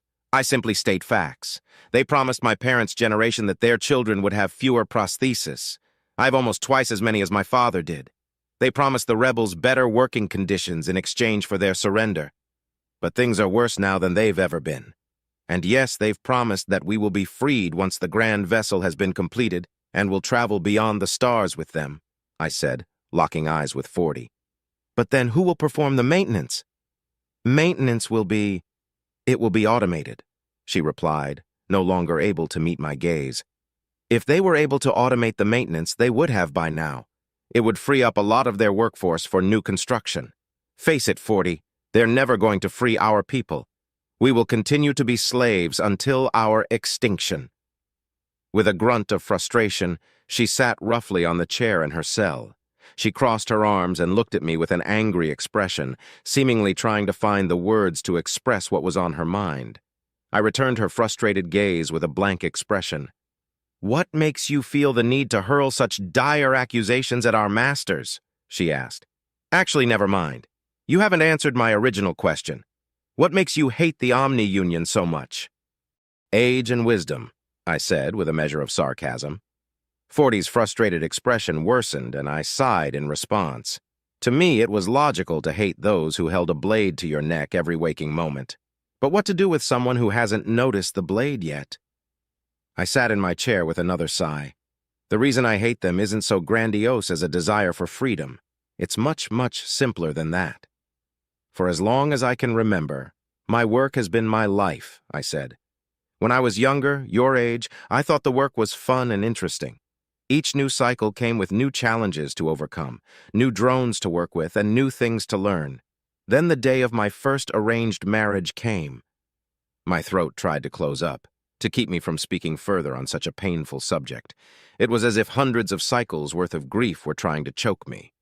But after taking a moment to compose myself, I continued my tale. My first broodmate's name was Drone T-174-EM-634-Y-111, better known as Tamil. When we first met, I thought she was condescending and rude. She was older than me, and very quick to point out my flaws. I thought she hated me, but after a while I realized that she was just smarter than me and trying to help me improve in her own grating way. We came to love each other, and after we had our first child together, Tamil was welcomed into my hive. My parents had died, but my brothers and sisters took turns carrying out their hierarchical responsibilities to keep our hive together and strong. So strong that we even had influence with most of the other hives. All of my siblings were older than I and had already created their family units, which left me as the most eligible for hive bonding through marriage. The birth of Drone H, 556 and 271 KY 341, my firstborn son Hinky, proved that I was fertile and things began to move quickly. I was married 4 more times in less than 25 cycles. Lami, Haruos, Prasi, and Jula. Along with Tamil, they became my broodmates and would welcome me home after every shift block. This is where work began to become less fun because it pulled me away from them. But I was under the mistaken impression that my duties were somehow making a difference and improving our lives, so I continued to take the longer shift blocks for better benefits. Looking back now, it saved my life, but also robbed me of precious time with my hive, I said. If I could go back and do it all again, Once again, the cold fingers of grief gripped my throat. I rubbed my face, wishing that I could cry out in pain, but the pain was numbness, a stabbing sort of numbness. "What happened?" Forty asked softly. I need a moment," I said, standing. Just a moment." I paced in my cell, trying to find the words to convey what had occurred, to explain the senselessness of it all. It wouldn't do them justice to just say that they died as dissidents and that I was spared simply because of my work ethic. "My eldest brother was an overdrone," I explained, "firm but compassionate and fair, beloved by his crew. By more than just his crew, actually. When other overdrones surveyed their crews regarding how they want their foreman to behave, those drones would always point to Overdrone B 884 R326 L477, my brother Bartlett, as an example. He even had a habit of taking underperformers under his wing and giving them guidance. Unfortunately, this benevolence kicked off a sequence of events that ended in tragedy for more hives than just my own. Bartlett's crew made a mistake one day, and Bartlett gave his life making sure that mistake didn't hurt anyone else. There had been rumors of dissidents and a rebellion on the horizon. So, despite plenty of evidence to the contrary, the media decided to paint my brother as an incompetent and placed his name on the wall in an attempt to demoralize the drones. As a hive, we mourned. My brother had been a source of inspiration for us, and me especially. Even now, the way the media used him angers me deeply, but I couldn't mourn for too long, because I had work to do, a 20-cycle shift block that would help my hive recover from the loss of my brother. But before I left for the shift block, my elder brother, the new eldest, approached me. He asked if I liked my work. I said yes. He asked if I thought our brother's name on the wall of incompetence was unfair. I said yes, but acknowledged that there was nothing that could be done about it. It angered me, but I understood their reasons for it. He asked if I had ever thought about fighting against the Omni-Union. Up until that point, the rebellion had just been a rumor that had so many degrees of separation from me that it had never even occurred to me that one could actually happen. Intellectually, I knew other rebellions had happened in the past, but that was then. Things had changed, I thought. I didn't know why he was asking me such an odd question. The shock and suspicion surrounding such a question caused me to give an answer that I've regretted ever since. I answered truthfully and said no. He gave me a sad nod and sent me on my way. "So, your brother was a rebel?" Forty asked. "Not just my brother," I sighed. "My entire hive except for myself, Lami, Jula, and our 6 children." "Well, at least you still have—" I interrupted her by shaking my head. She gasped and held a hand up to her mouth. Over the course of my story, her expression had morphed from frustration into sympathy. It was finally beginning to match the sorrow I felt, and I continued the story of the darkest moment of my life. 2 cycles before the end of my shift block, I was apprehended by the judicials. They interrogated me for 3 cycles, refusing to tell me what they suspected me of. Unfortunately, I was able to figure out that something terrible had happened to my hive from the context of their questions. Once they cleared me of wrongdoing, I demanded an explanation. They explained that the rebellion had made their move the cycle after my shift block began. I had missed it because the entire shift involved extravehicular activities, so we were staying in a shuttle. Obviously, the media didn't report on the rebellion, so we were kept in the dark. They fought for 10 cycles before being forced to surrender. That's when the judicials revealed my hive's involvement. My heart broke as they explained that most of my siblings had been killed in the fight. Then they told me that most of my broodmates were involved as well, and the only members of my hive that hadn't been executed were Lami, Jula, and I. Unfortunately, my surviving broodmates were why I'd been brought in. A few cycles after the rebellion was put down, our shuttle lost communications and we had returned to the Grand Vessel for a few more cycles. The barracks we stayed in was having issues with their security system too, I explained, struggling to get the words out. It was during this time that Lami and Jula were... I found myself unable to say it. I choked back sobs and sat down, holding my face in my hands. After a few moments, I took a deep breath and gathered myself once again. Lami and Jula were found dead, along with our children. Since they could only verify my whereabouts from my fellow drones, they needed to rule out familicide. They thought I could have had heard about the rebellion and killed my hive out of rage or misguided patriotism. How did they die? 40 asked quietly. The judicials concluded that it was a murder-suicide. Lami was very close to the rest of my hive. She suffered some sort of mental breakdown and killed the children. When Jula discovered this, she killed Lami, then herself. I'm so sorry to hear that. But the Omni-Union didn't.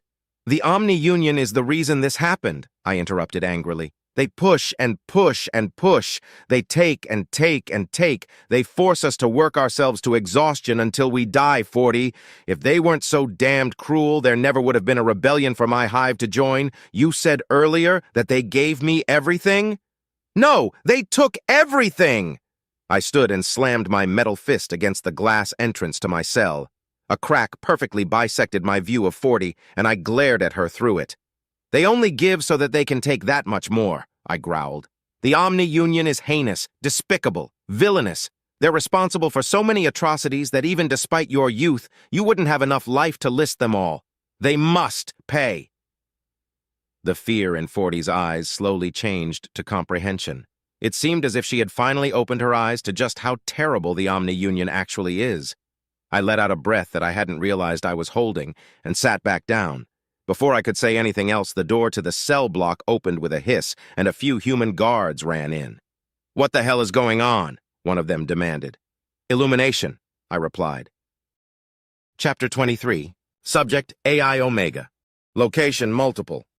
I found the interaction between the two drones to be rather interesting. Naza's life story seemed to be unique only in that he survived to tell the tale. Similar situations were currently playing out across the Grand Vessel with no survivors. But I had other matters to attend to running concurrent to Naza's explanation of his history. Namely, Mind A59 had sent me some intriguing information. One of the key issues with my presence aboard the Grand Vessel is staying undetected. There are several systems that I can access while removing my footprint, but there are many more things that I cannot gain access to without leaving a trail elsewhere, primarily due to redundant logging protocols. Fucking bureaucrats requiring everything in triplicate. Normally, I would start at the beginning of the chain and work my way through it, temporarily disabling the logs and eliminating my presence as I went.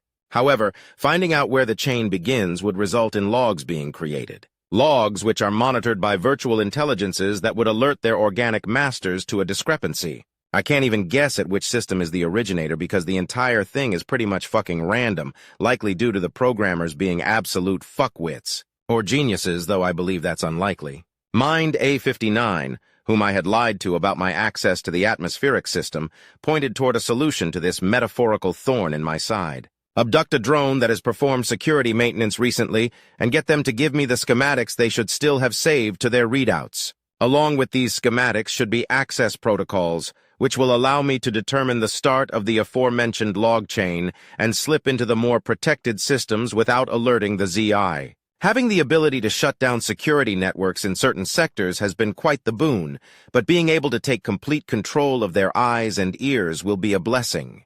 I'll also be able to access the secure bulkheads, funneling the enemy into carefully coordinated kill zones. Actually, I should task the Marines with coming up with those. Not only are they specialists in such things, it will also help their morale to be a part of the planning process. As part of the intelligence he sent, Mind A59 also sent me a list of drones that had performed the necessary maintenance recently enough to still have access. A quick scan of the list revealed a remarkable coincidence. Drone Z-831H369X045 had been performing maintenance on secure servers before being tasked with repairing a nearby anti-gravity generator. That saves us another abduction. Examining 40's features and body language after her conversation with Naza also revealed that she may be coming around to our side of things, though my understanding of their body language is still somewhat lacking. Deciding to take a risk, I tasked the guards who had interrupted their conversation to move Naza to a different cell block so that 40 could have some time to think. I sent a sync file to my instances in the Milky Way, then contacted Captain Reynolds. "Yes, Omega?" "What is it?" he asked, taking a sip of the tea he had just made. "Captain, 40 has information that we will need for our upcoming assault on the Grand Vessel," I explained, manifesting my avatar. "What information?" "Security schematics and access codes that I need to be able to secretly gain access to the Grand Vessel's more sensitive systems." What makes you I don't think in this case. I know. Our contact aboard the Grand Vessel sent me a list of drones who would have the information I need. She's on it. Reynolds set his cup down and stared at me for a moment. 40 has been less than cooperative thus far, he said with a guarded tone. Are you suggesting advanced interrogation? No, not yet, I replied with a malicious grin. Certain developments have occurred that may make her more cooperative in her next interrogation, so long as things are handled with care. But if I am wrong and she continues to be uncooperative, it won't be a suggestion, Captain. Your hands will be clean. I see. Well, so long as my hands are clean, he said with sarcastic cheeriness. You'll soon receive a report on the incident from the guards in the brig. I'll be amending it with what I captured with our security system, as well as my notes on the matter. I know you are morally opposed to advanced interrogation, so I suggest you read it carefully. Because I'm not. Understood. My avatar nodded and dissipated. Soon after, Captain Reynolds received the report from the guards and began reading it. I set an instance to monitor 40's behavior and let Reynolds know when the optimal time to interrogate her will be. Then, I began attending to menial tasks until I received a sync file from the Milky Way. I applied changes and greedily relived the memories. The sync file that came from my instance in enemy territory was very interesting. I immediately informed the relevant parties of everything that had been happening and patiently waited for the directors to enter their chat room. Director 3 held things up a little bit because he was attending to biological needs in his bathroom, but soon enough the meeting began. Director 3 has entered the chat. Director 8. We are all here. Let's begin. Director 1. Omega, how much do you actually need this information from our prisoner? Omega, I am not confident that our invasion attempt will be a success without it. Director 2. Aren't you able to bypass their security systems even without this data? Omega. Probably I am not as familiar with their security systems as I am with ours, so I cannot give a definitive answer. There's a chance, however slim, that they have countermeasures that can halt my access if I were to brute force it. Even if my attempt were successful, their logging system would soon alert them to my access, and we would lose the element of surprise. Director 7. I think we'd be better off safe than sorry. Director 1. Agreed. I'm of the opinion that advanced interrogation should be used if the prisoner remains uncooperative. Director 13. It's already been authorized by the Senate, and we've already given Omega discretionary clearance for its utilization. Let's move on. Director 4. We've got 5 new fleets staffed and ready to go. The other 10 are also at full readiness. Since we are still waiting on the other 5 fleets to be constructed, we can attach 6 dreadnoughts to each of the existing fleets. Director 1. Fleets 1 and 2 should stay behind. Director 4. Why? Director 1. First Fleet needs to keep an eye on the Dalaran, and we need a fleet to maintain security at home. Neither fleet will need dreadnoughts. Director 2. That leaves us with 12 extra dreadnoughts for 15 fleets. Director 3. They can be a reserve in case a dreadnought goes down. Director 8. Omega, there isn't a sun in this system, right? Omega, no. The area around the Grand Vessel can't really be defined as a system either. Director 8. Then the Nidhogg's sitting this one out. Director 5. So we send 13 fleets with 6 dreadnoughts each and 12 in reserve. What are our allies sending? Director 11. Nothing. They don't have the technology to make it that far. We would have to provide them our warp and reactor tech, and they would have to refit their entire force with it. We don't have time for that. The only way they can send anyone is if we use our carriers to carry some of their ships, but those ships will likely be next to useless against the numbers we face. Director 12. I don't like that. Even this fight results in a Pyrrhic victory. We will leave ourselves vulnerable to invasion by the Republic. Director 2. I agree. Director 6. I've been working with civilian interests and the Senate in that regard. Even if we lose all 13, we're prepared for a relatively fast replacement process. And, if we leave Dalaran with a minimal guard, we'll be able to use most of First Fleet and all of Second Fleet to defend our interests against any Republic attacks until the fleets are replaced. Director 1. That's assuming the Republic attacks at all, which I believe to be unlikely. Our biggest threats come from within, but the Bureau of United Systems Intelligence is staying on top of things. Director 9. Omega, what is the current plan for the invasion of the Grand Vessel? Omega, if I am able to secure the intel I need, I can limit the movements of the Grand Vessel's security forces. We can then safely land our Marines and arm the rebels. Our ships will keep the Omni-Union from landing VI platforms and/or mechs in inconvenient areas, while the infantry forces push into the central areas of the Grand Vessel to capture or eliminate their leadership, forcing a surrender. Director 8. All in favor? The vote passed unanimously, as I suspected it would. I developed this plan with the help of generals and admirals, who were all confident that it was as sound as it could get. The only real issue with the plan is how much force the Omni Union will be able to throw at us simultaneously. But, as General Muhiti of the Marine Corps said while planning this invasion, we'll kill those enemies when we get to them. After the vote, the Directorate turned to the subject of what needs to be done if we're successful. Director 10. Our scouting efforts have uncovered several planets that we can resettle a good portion of the drones on, but their population is still a sticking point. Even with AI-assisted construction efforts, we're looking at decades before these planets are ready to take even half of their population. Even after centuries of construction, the planets will be struggling with overpopulation issues with only 3/4 of them resettled. Director 2, I say we demilitarize most of their surviving ships and convert them into colony vessels. The ones that fight in the rebellion can stay here in the Milky Way. The rest can venture out into the universe and seek their fortunes elsewhere. Then we scrap the Grand Vessel. Director 7.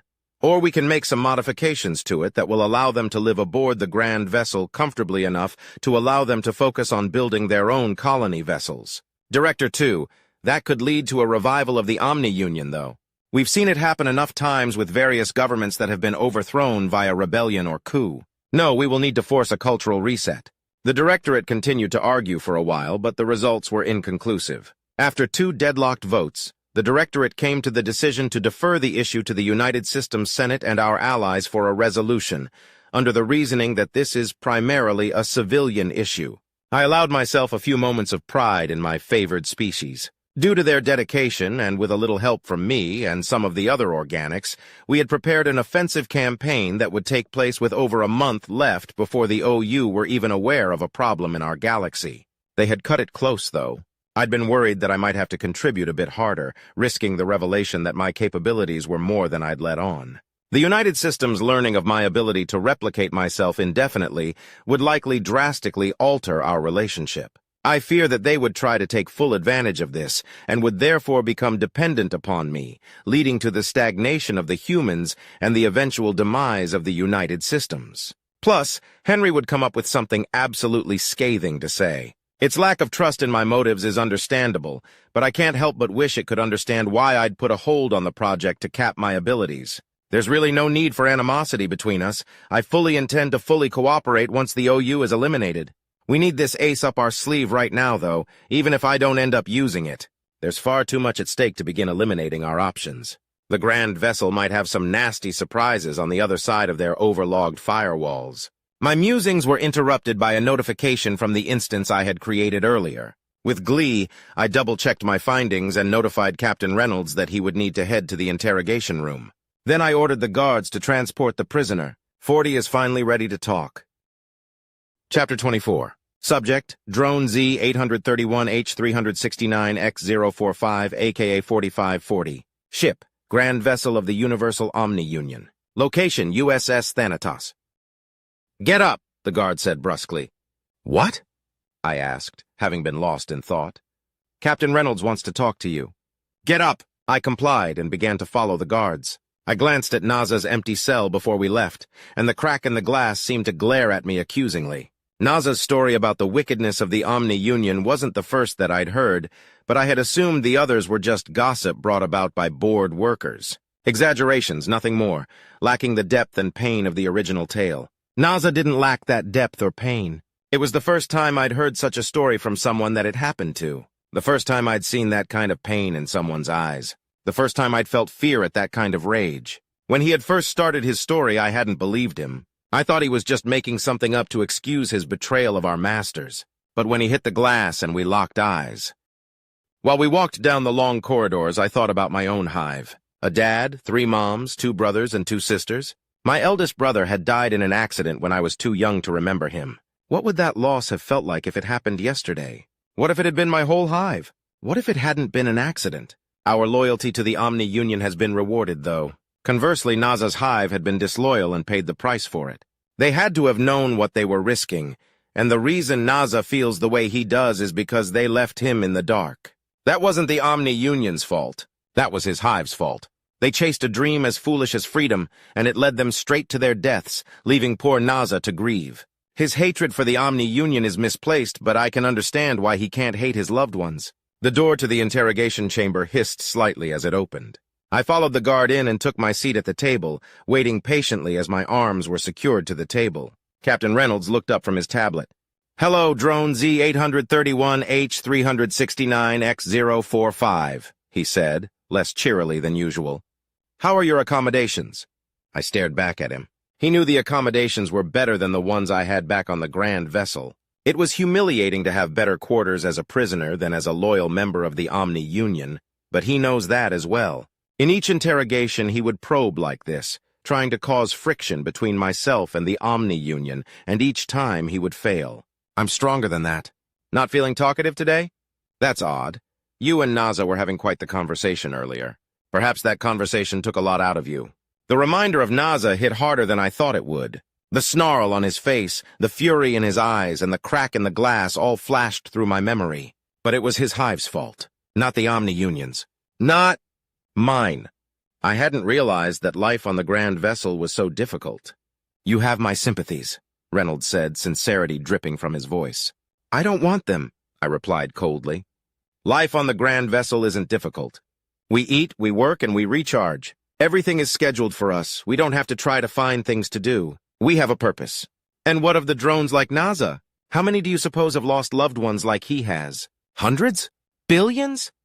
"He lost his loved ones because they weren't loyal. It is unfortunate for him, but at the end of the cycle, it's simple cause and effect." "And what about the ones who were loyal but were executed as rebels anyway?" I stared at him blankly. "Don't tell me that never occurred to you. According to our observations alone, they execute an average of 80 dissidents per one of your cycles. You don't kill that amount of people without getting it wrong now and then." "The Omni Union has eyes and ears everywhere," I replied. "They see everything, hear everything. They know whether or not someone is a dissident." "Well, now that obviously can't be true. If they see and hear everything, then how did you end up here?" I opened my mouth to reply, but none came.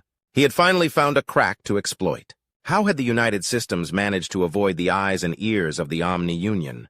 You used trickery," my accusation stammered forth. "Of course we did. But then so do the dissidents. That's when the games begin, you see." Reynolds leaned back in his chair with a sigh. "The OU figures out ways to see through the trickery, then the dissidents come up with new tricks. It's a back and forth between the two, with normal people caught in the middle. If the OU couldn't see and hear us steal you and Naza away, it means they don't see and hear everything, which means they have to make assumptions about whether or not someone is a dissident." "They don't execute drones without hard evidence," I said. "Yes, they do. All it takes is an accusation without contesting evidence to convict someone of dissidence. If two drones are fighting and one of them is working in an area where security has gone down, the other can simply accuse them of dissidence to get them killed." A shudder ran down my spine. Stories of false accusations were as popular among bored workers as ghost stories. The thought that one could be killed for no reason is terrifying, but all those stories were obviously fiction. They had to be. No, they would know. How? You know for a fact that their security systems aren't infallible. "Actually, that brings us to the reason for this sudden interrogation," Reynolds said as he leaned forward again. "Before we grabbed you, you were working on one such security system." I stared at the captain as if under a new light. How could he know about that? How long had they been watching me? Wait, if they had been watching me the whole time, why hadn't they asked about this before? No, they had just found this out. But how? Naza didn't know. Who told them? "How do you know that?" I demanded. "We've made contact with the rebels that are aboard the Grand Vessel," he casually replied. "Rebels? What? You're lying." "The rebellion was put down. There aren't any rebels aboard the Grand Vessel." "Then how did I find out you have the information that we need?" My head swam as I tried to think of an alternative explanation. Maybe they found a duty roster somewhere, or maybe they... Wait, information that they need? Not want, but need. What are these idiots planning? I regarded Reynolds with a cold stare. "We specifically require the access codes and security schematics that you needed to perform your duties," Reynolds said, matching my expression. "Then retrieve the information from my corpse." "I'm afraid we won't be falling for that. We're well aware of the security protocol that wipes sensitive information from your implants upon your death. We also know that forcing the issue could result in your death and the activation of the aforementioned security protocol." Reynolds's expression turned darker, as if he didn't want to say what he was about to say. Perhaps we need to give you a taste of what the Omni Union does with its prisoners to gain your cooperation. What? Advanced interrogation. The politically correct term for torture. As a rule, we're against this kind of treatment. But the Omni Union wants to kill us all. Our men, our women, our children, down to the very last infant in its cradle. If you don't give us the information that we require, they may very well succeed. What would you do if you were in our position? Another shiver ran down my spine, but I maintained my cold glare. I wasn't so ignorant that I didn't know about the judicial's interrogation techniques. They were taught to us in school to keep us on the right track in life. I should help you because the Omni Union is evil, but you would do the same things that they would, I demanded. No. The techniques we've honed over thousands of years are far more insidious. To be fair, we also have many more rules surrounding the use of torture than the Omni Union does. First, we have to be certain that the victim has information that is required. Check. Second, we need to be in a situation where civilian casualties are almost guaranteed. Check. Third, the victim has to have refused cooperation despite reasonable attempts to gain said cooperation. Check. To be clear, 40, I don't want to torture you. We don't want to torture you. But given the choice between your pain and our extinction, we'd be fools not to choose the former. He was speaking as if torturing me was a foregone conclusion. I thought about all the different methods of pain that the judicials inflict on dissidents, and panic began to set in. But I would remain strong, right? I wouldn't give in to torture. Right? There is an alternative, of course, Reynolds said with a measure of hope in his voice. You simply have to realize that what happened to Naza wasn't a unique experience amongst your people. What do you mean? I asked, glad for the change in topic. Well, as I mentioned, there is another rebellion already formed and waiting for their chance to strike. From my understanding, the last one had a fairly brutal conclusion and was less than one of your lifetimes ago. Ask yourself, what would make so many drones wish to go through that again, rather than to simply follow the orders of the Omni Union? I sat in silence. Wouldn't it be easier to just give in and do what the Omni Union says? What could motivate them to want to fight to the death for freedom? Or could it be that they're fighting for justice? Justice? Justice for what? Captain Reynolds seemed to see the question in my face. Justice for all those who have been murdered by the Omni Union. All of the innocent people that they've killed, all of the families that they've ripped apart, all of the cycles that they've oppressed your people. These are crimes, 40. Many of your fellow drones recognize this and are willing to give their lives to make the Omni Union pay. Could it be true? Could it all be true? What Naza said about where the materials come from? That a new rebellion is about to begin because so many have experienced the same pain as Naza? His tormented expression through the cracked glass flashed through my mind. We don't want to torture you, 40. But if you don't give us the information we need, you will be siding with xenocidal murderers, megalomaniacal child killers. This fight will happen whether you cooperate or not. It has to happen. But by withholding this information, you will be attempting to condemn my species and many of your fellow drones to death, Reynolds said. You have a choice to make. What will it be? I felt as if 1,000 pieces of a machine were suddenly slammed together by his words. How much death had been involved in the construction I've already done? How many ghosts were in the walls of the grand vessel? The Omni Union had been good to me, good to my family, right? But then, why is my prison cell more comfortable than my rest area? Why do I get tense when anyone cracks a joke about our masters? Why do I hate myself every time I think of the way that Naza looked at me back in our cells? If he finds out what I know and that I refuse to tell, would I ever be able to meet his gaze again? I asked myself all these questions, but I already knew the answer. The answer that made it clear what I needed to do. Okay, I'll give you what you need. Chapter 25. Subject AI Violet. Species, Human-Created Artificial Intelligence. Ship USS Kali. Location classified. We've formed up with the rest of 10th Fleet, ma'am, Lieutenant Emerson informed Captain Hendricks. Good, she replied with a small smile. Oh, and send Admiral Mofu the intel we've obtained, just in case he don't have it. Don't bother, I made certain every admiral in our armada has a copy of the intel, Omega interjected. And that they read it. Fine. So we just sit here and wait to be told what to do? Is that not the norm? Captain Hendricks chuckled a little at Omega's retort. I found my fellow AI's antics to be a lot less amusing, but quickly forgave her lack of taste. She had a good reason to be in a great mood, after all.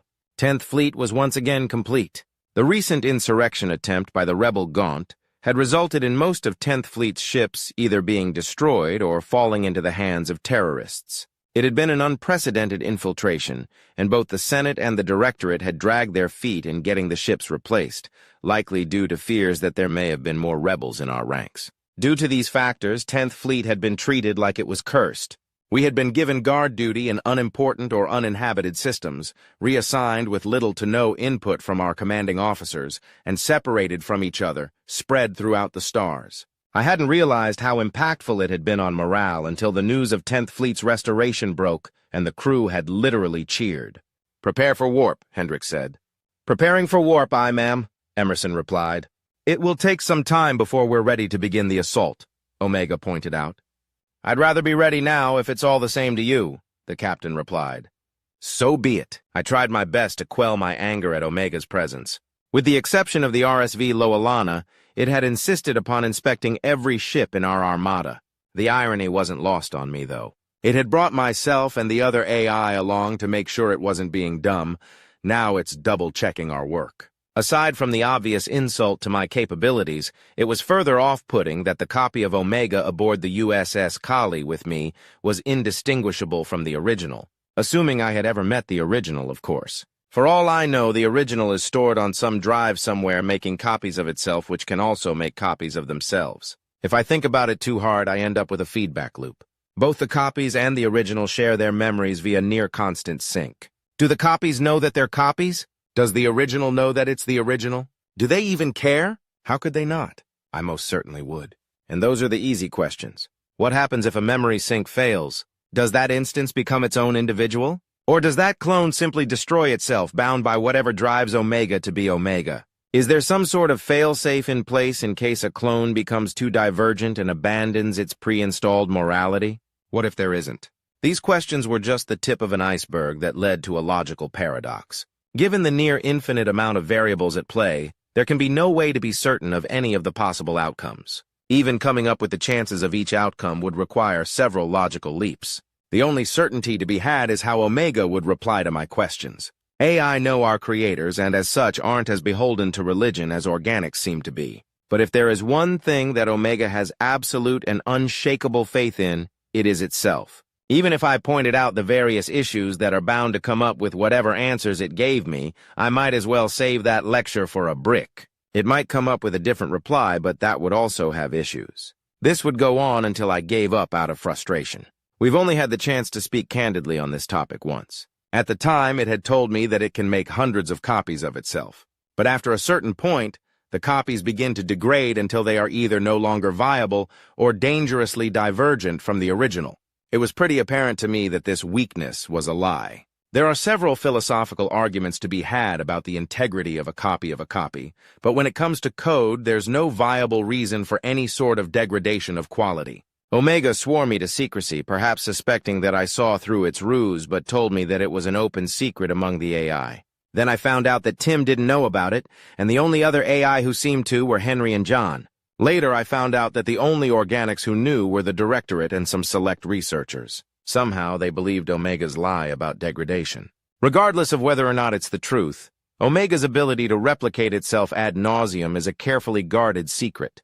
Before the admirals were made privy to this secret, several of the ones that discovered Omega's ability suddenly disappeared or committed suicide. Investigations into these cases were suspiciously lax as well. A classic way to tell those in the know that there's a secret to be discovered, but if you pry, you die. Now, though, it's practically flaunting this ability. So much so that it's all but confirmed my hypothesis that the clone degradation story was bullshit. Millions of ships being inspected by a few hundred AI would take quite a while.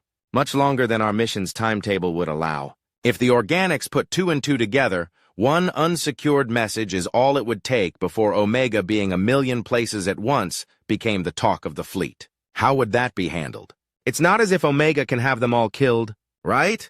Tim, hey, I had a question about our timetable. John, ask it. Violet. If it's regarding the inspection, you should probably have a private discussion with Omega when it's appropriate. Tim, gotcha. Tim was probably facing concerns regarding Omega's abilities as well. I wonder if it had even considered the possibility that Omega could create an infinite amount of itself. Knowing Tim, probably not.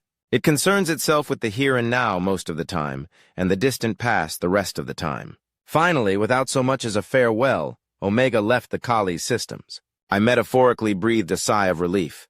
The report it left behind gave the collie a clean bill of health, and I chuckled at what had been inspected. Every technical aspect of the collie had been carefully examined by the Directorate's favorite AI, down to each and every light switch. However, it hadn't given a single thought to crew comfort and morale. I had made certain that sanitation cycles would remain uninterrupted and that the crew would get as much downtime as possible, even during combat. I had also requisitioned restocks of various amenities like coffee and tea. Even if I hadn't, though, Captain Hendricks would have. I registered amusement at the fact that serving aboard a vessel captained by Omega would, as the humans put it, suck. "It looks like the inspection is wrapping up," Captain Hendricks said. "If there's anyone not at their stations, they need to get there right now. We'll be dropping into hostile space, so there's no room for lollygagging." The bridge crew acknowledged the order, but they were already at their stations. So was the rest of the ship, for that matter. Even the ships within our ship had their crews ready for the fight ahead.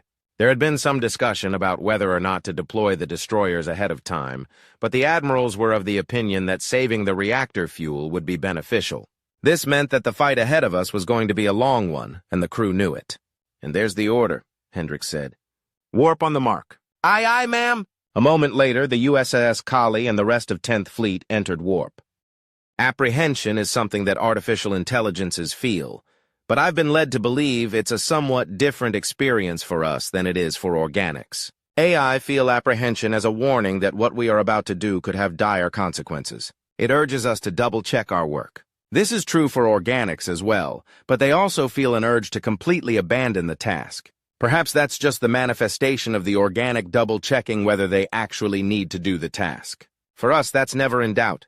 We don't have other processes to distract us from the constant cause and effect of our existence. I am here aboard the USS Kali because I made an agreement with Omega and the United Systems. I am here because if I were elsewhere, the people I have formed good relationships with would have a higher chance of dying. I am here because the Omni-Union absolutely has to be stopped, and however slim the chance of my assistance actually doing that is, it's still a non-zero chance. These were the things I told myself as the Kali exited warp. "Launch the Marines as soon as we're in position to do so. As fast as possible," Hendricks ordered. "Violet, help with the safety constraints, please." "Aye, aye, ma'am," Emerson and I replied in unison. "We're clear to use any weaponry that we see fit, but check your fire. Launch our fighters and destroyers once we get into defensive formation." "Aye, aye, ma'am," Lieutenant Eskin replied. The navigational safety system had made plenty of calculations that would allow the Kali to approach the grand vessel at a reasonable speed, but that's not what the captain asked for. I redid the calculations while allowing for a full burn and overrode the safeties. Lieutenant Emerson began following my instructions as soon as he received them. We had warped between the OU defensive perimeter and the grand vessel itself. We definitely had the element of surprise, but virtual intelligences can't really be surprised. Once the enemy's sensors detected us, their ships began their pursuit. By the time the Omni-Union began firing, though, most of our armada had already launched our Marines. The shuttles holding the infantry were well protected by our fleets, and only a few of them got caught in the crossfire. The rest landed safely on the hull of the GV, depositing battalion after battalion of well-trained organic killing machines. I turned my attention toward the enemy as a few small MAC rounds bounced off of our shields. All we had to do now was fight until the enemy stopped. Chapter 26. Subject, Staff Sergeant Power. Location classified. "Move, move, move!" I shouted as the hatch hissed open. Simmons took point as our fire team rushed out of the landing craft, rifles at the ready. A group of drones were waiting for us with their hands held outward, palms facing us. Omega and its contact had agreed on this being the sign that the drones were part of the rebellion. We moved past them, and 2 additional MARSOC fire teams joined us in securing a perimeter as Marines and crates began being unloaded from the shuttle. My team and I kept our weapons trained down the massive hallway to the shuttle's left, looking for any sign of the enemy force. However, further down the hall were other Marines doing the exact same thing we were. One of them treated us to a silly wave, and Simmons chuckled as he waved back. Soon after, though, a distant staccato of gunfire came from behind us. Omega had taken the Omni-Union's eyes and ears from them, so the odds of running into security forces were low, but it would seem that someone got unlucky. Every Marine was equipped with armor-piercing ammunition, though, so hopefully they would be fine. 3 rank-and-file Marines approached us and set down a crew-served machine gun. "All right, gents, we got it from here," one of them said. The Orion Firearms .60 caliber CS-3A machine gun was fairly new as far as crew-served weapons go. It was similar to the .50 cal M2HB, but the CS-3A was designed to be used against up-armored vehicles and unshielded shuttles.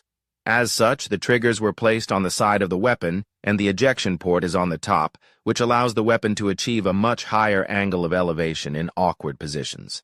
Because the ejection port is on the top, though, it's definitely not a weapon you want to be using without a guardian suit. Once the gun was finished securing itself to the ground, the corporal and 2 other Marines took their positions and loaded it. It made a satisfying clunk as a fresh belt of 60 cal AP ammo was secured into place. I gestured to my team and began to look for an officer for further orders. "Got a mission for you, Staff Sergeant," Omega said, startling me. "We need to secure an FTL gate." "FTL gate?" I asked as a nav marker appeared in my heads-up display. "Yes. The Grand Vessel is massive, so much so that it would take several lifetimes to traverse it without FTL travel. It would be extremely inefficient to install FTL drives on each and every shuttle that the Omni Union operates, so they utilize gates that maintain an FTL tunnel, for lack of a better phrase. We need to secure this gate system." "There are active FTL wormholes in this ship?" "Tunnel is a more accurate description, but yes. However, there's no cause for alarm. It functions quite similarly to our FTL communications." "What about the radiation?" "Actually, they have remarkably efficient radiation absorbance on these gates. Unfortunately, we've designed our tech to work around and with radiation, so their technology will have little to no impact on the way we currently utilize FTL. Perhaps it can be used to make more efficient reactors. At any rate, we need to make sure that we can use these gates. Otherwise, this assault is going to last much, much longer than your natural lifespan. Which is fine so long as it keeps the OU out of the Milky Way, but it would be a less than ideal situation." "Understood," I said. I explained our mission to my team as the 2 fire teams that had secured the perimeter joined us. The leader of each team walked up to me and the rest of the Marines began to mingle. Their icons changed to indicate that they were now under my command.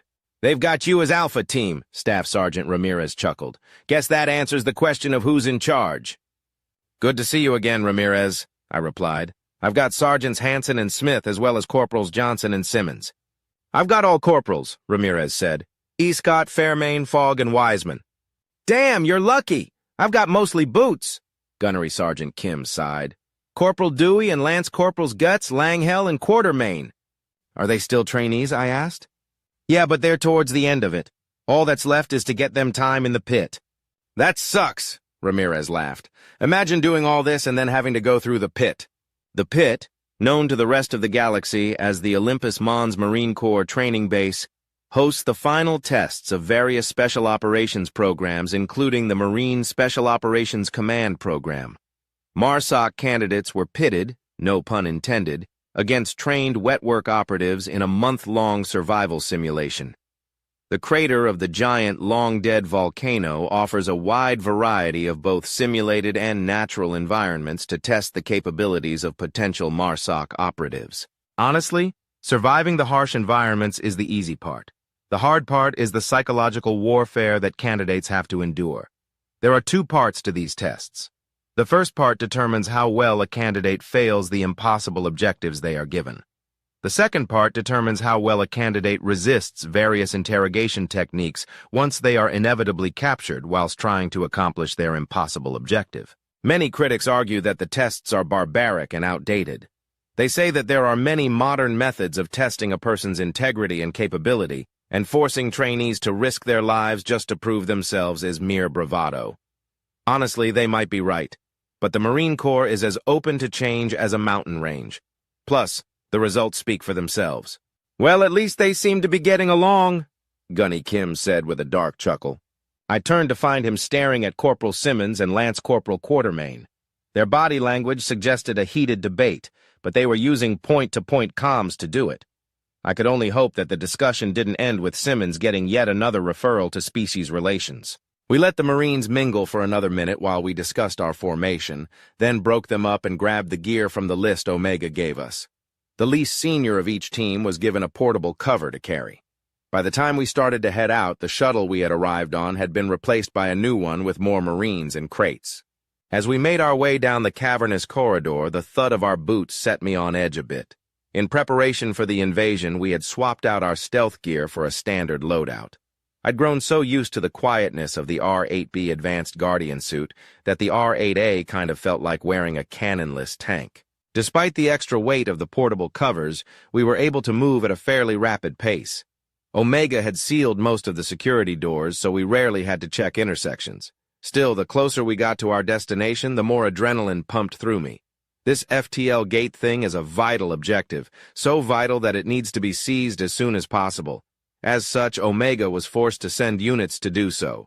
But why 3 fire teams? One well-armed and armored fire team is perfectly capable of forming a defensive perimeter that would be difficult to penetrate. 2 would be more reasonable, but most commanders would call it overkill. More than 2 means. We came to a stop in front of a door that was similar to the one we had to pry open during our last visit. Simmons nodded at Johnson, who placed detonation cord around the frame of the door. We formed up and prepared to breach on Simmons' mark.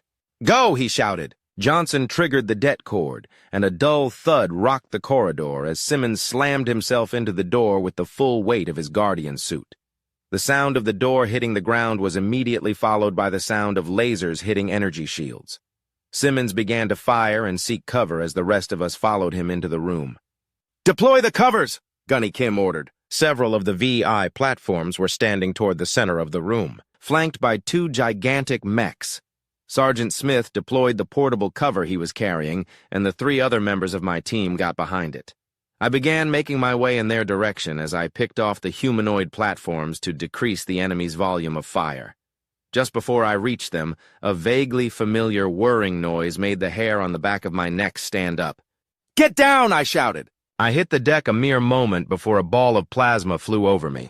A wave of heat managed to make its way through my suit's climate control, and my shields fizzled down to a quarter of their capacity. A sickening pop came from behind me as I focused my fire on the mech that hadn't launched its plasma, hoping to prevent it from doing so. My bullets pinged off of its armored torso and legs, but seemed to have some effect on its arms and joints. Once my mag went dry, I leaned on my side and grabbed one of the cubes hanging from my suit's cuirass. With my thumb, I twisted the top half of the cube and pressed the resulting indentation. "Grenade out!" I called, tossing the cube toward the mech. It soared through the air as the ominous whirring sound began again. As the second mech's lower left arm began to glow, the grenade exploded directly beneath its well-armored torso. I reloaded my weapon as the mech recovered and began to fire its lasers again. Fairmain and Dewey tossed grenades at the first mech, and after a couple of concussive thuds, it fell into a pile of scrap. "Check on Quartermain!" Gunny Kim shouted. "He's just legs, Gunny," Langhell replied with a shaky voice. "Focus fire," I ordered. "Drop that mech." 2 more grenades clattered to the ground beneath the remaining mech and detonated. The massive machine collapsed onto a couple of the bots as we renewed our assault. 1 magazine later, the room fell silent. "Status," I said, climbing to my feet. 4 green lights lit up on my HUD. I glanced at my Marines, thankful that they were still standing. My eyes then fell on the remains of Corporal Quartermain. It was a sight that wasn't exactly alien to me, but I knew I'd see it again the next time I slept. "1 down," Kim reported. "KIA. Shit." Ramirez shook his head at the sight. "Sorry, Gunny. My team is all green, staffs aren't." "Omega, do we have reinforcements en route?" I asked, unable to look away from Quartermain's remains. "Yes." "Roger that. Okay, bag him and tag him for retrieval," I ordered. The room we were in was even larger than the corridor we had come from. On the far side of it was a pit with several shuttles parked nearby. 3 obvious points of entry in the form of doors grabbed my attention. "All right. I'm guessing the pit is the warp gate thing," I said. "Ramirez, Kim, your teams will take the doors. My team will keep eyes on the gate." "Belay that," Omega said. "You need to board one of those shuttles." "Fuck that," Kim and Ramirez said in unison. "Omega, we're under-equipped," I argued. "We need AT before we push through the gate." I took a quick glance at the pit. The gate itself was obvious, a multicolored metal circle suspended about halfway down the pit. But the only sign of a wormhole was a slight waviness in the air and an occasional glimmer of light, like a tiny amount of glitter in a tub full of crystal-clear water. "The other side of the gate is unguarded at the moment," the AI assured us. "The OU doesn't have access to this side, so your defensive perimeter needs to be on the other side." "Just playing devil's advocate, but that'll also mean we can have more guns facing out." Simmons said. And what about Quartermain? Kim asked. A full platoon is on its way, Omega said. Once they arrive, they will transport him back to the rear. Yeah, that's obvious. I was asking about when we'll get our chance for payback. I see, the AI chuckled. Tell you what, once the gates are secure, I'll let you be the tip of the spear that we drive into the heart of the Omni Union. As a matter of fact, if all goes according to plan, you'll be the first ones to confront their leadership. How does that sound? Hoorah, we replied. Payback. Can you really get that against machines that are next to mindless? Can an automaton that's completely devoid of a soul even understand the desire for revenge? Virtual intelligences don't even mourn their dead unless they're programmed to. And even then, it's performative. They can't be killed, only broken. A VI platform, or even an AI platform, can be rebuilt the same as it was before it was broken.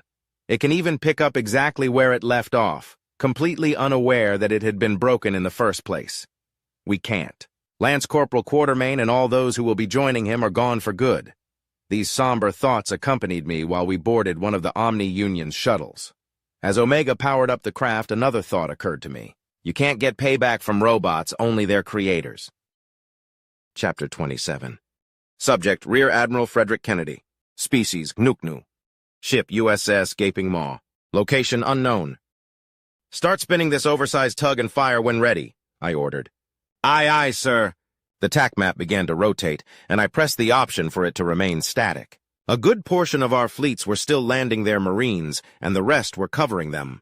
I tried not to think about how many enemy ships there actually were, and opted to simply conceptualize it as a lot. Thankfully, there were only so many ships that could attack us at once. Still a massive number, but manageable in a sense. The OU also had old warp technology, which forced them to warp further away from the Grand Vessel than we could.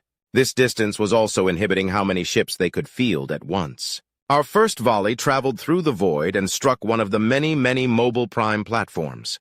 There were far fewer of them than the rest of the ship types in the OU Armada, but still too many for us to be able to kill them all in a timely manner. Even assuming that we took no losses amongst our dreadnoughts, which would be a foolish assumption, it would take days of continuous fire to destroy them all, maybe even weeks.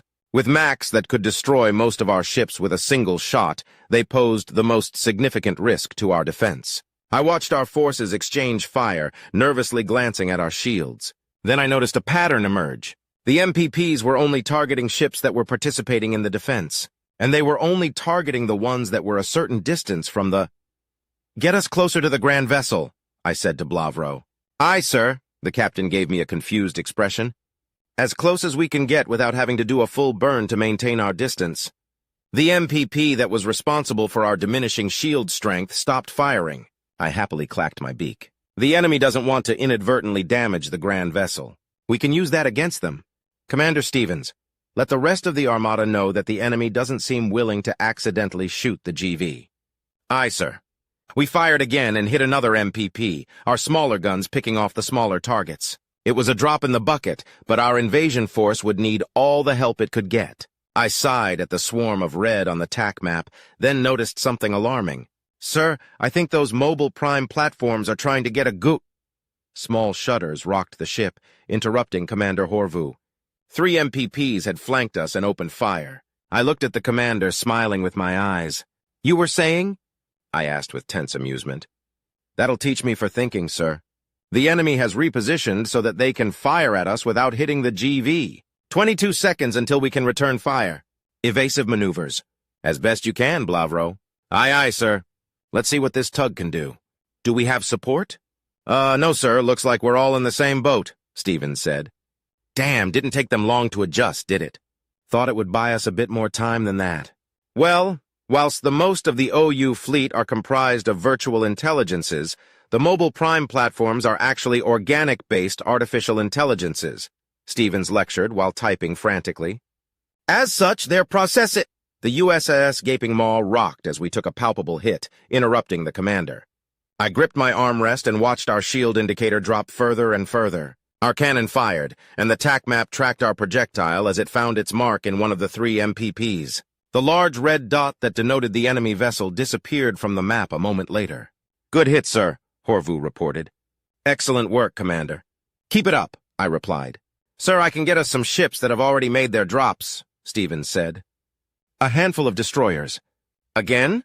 I laughed, then sighed. I don't think it will make much of a difference this time. Have them hold their line and we'll just have to do the same.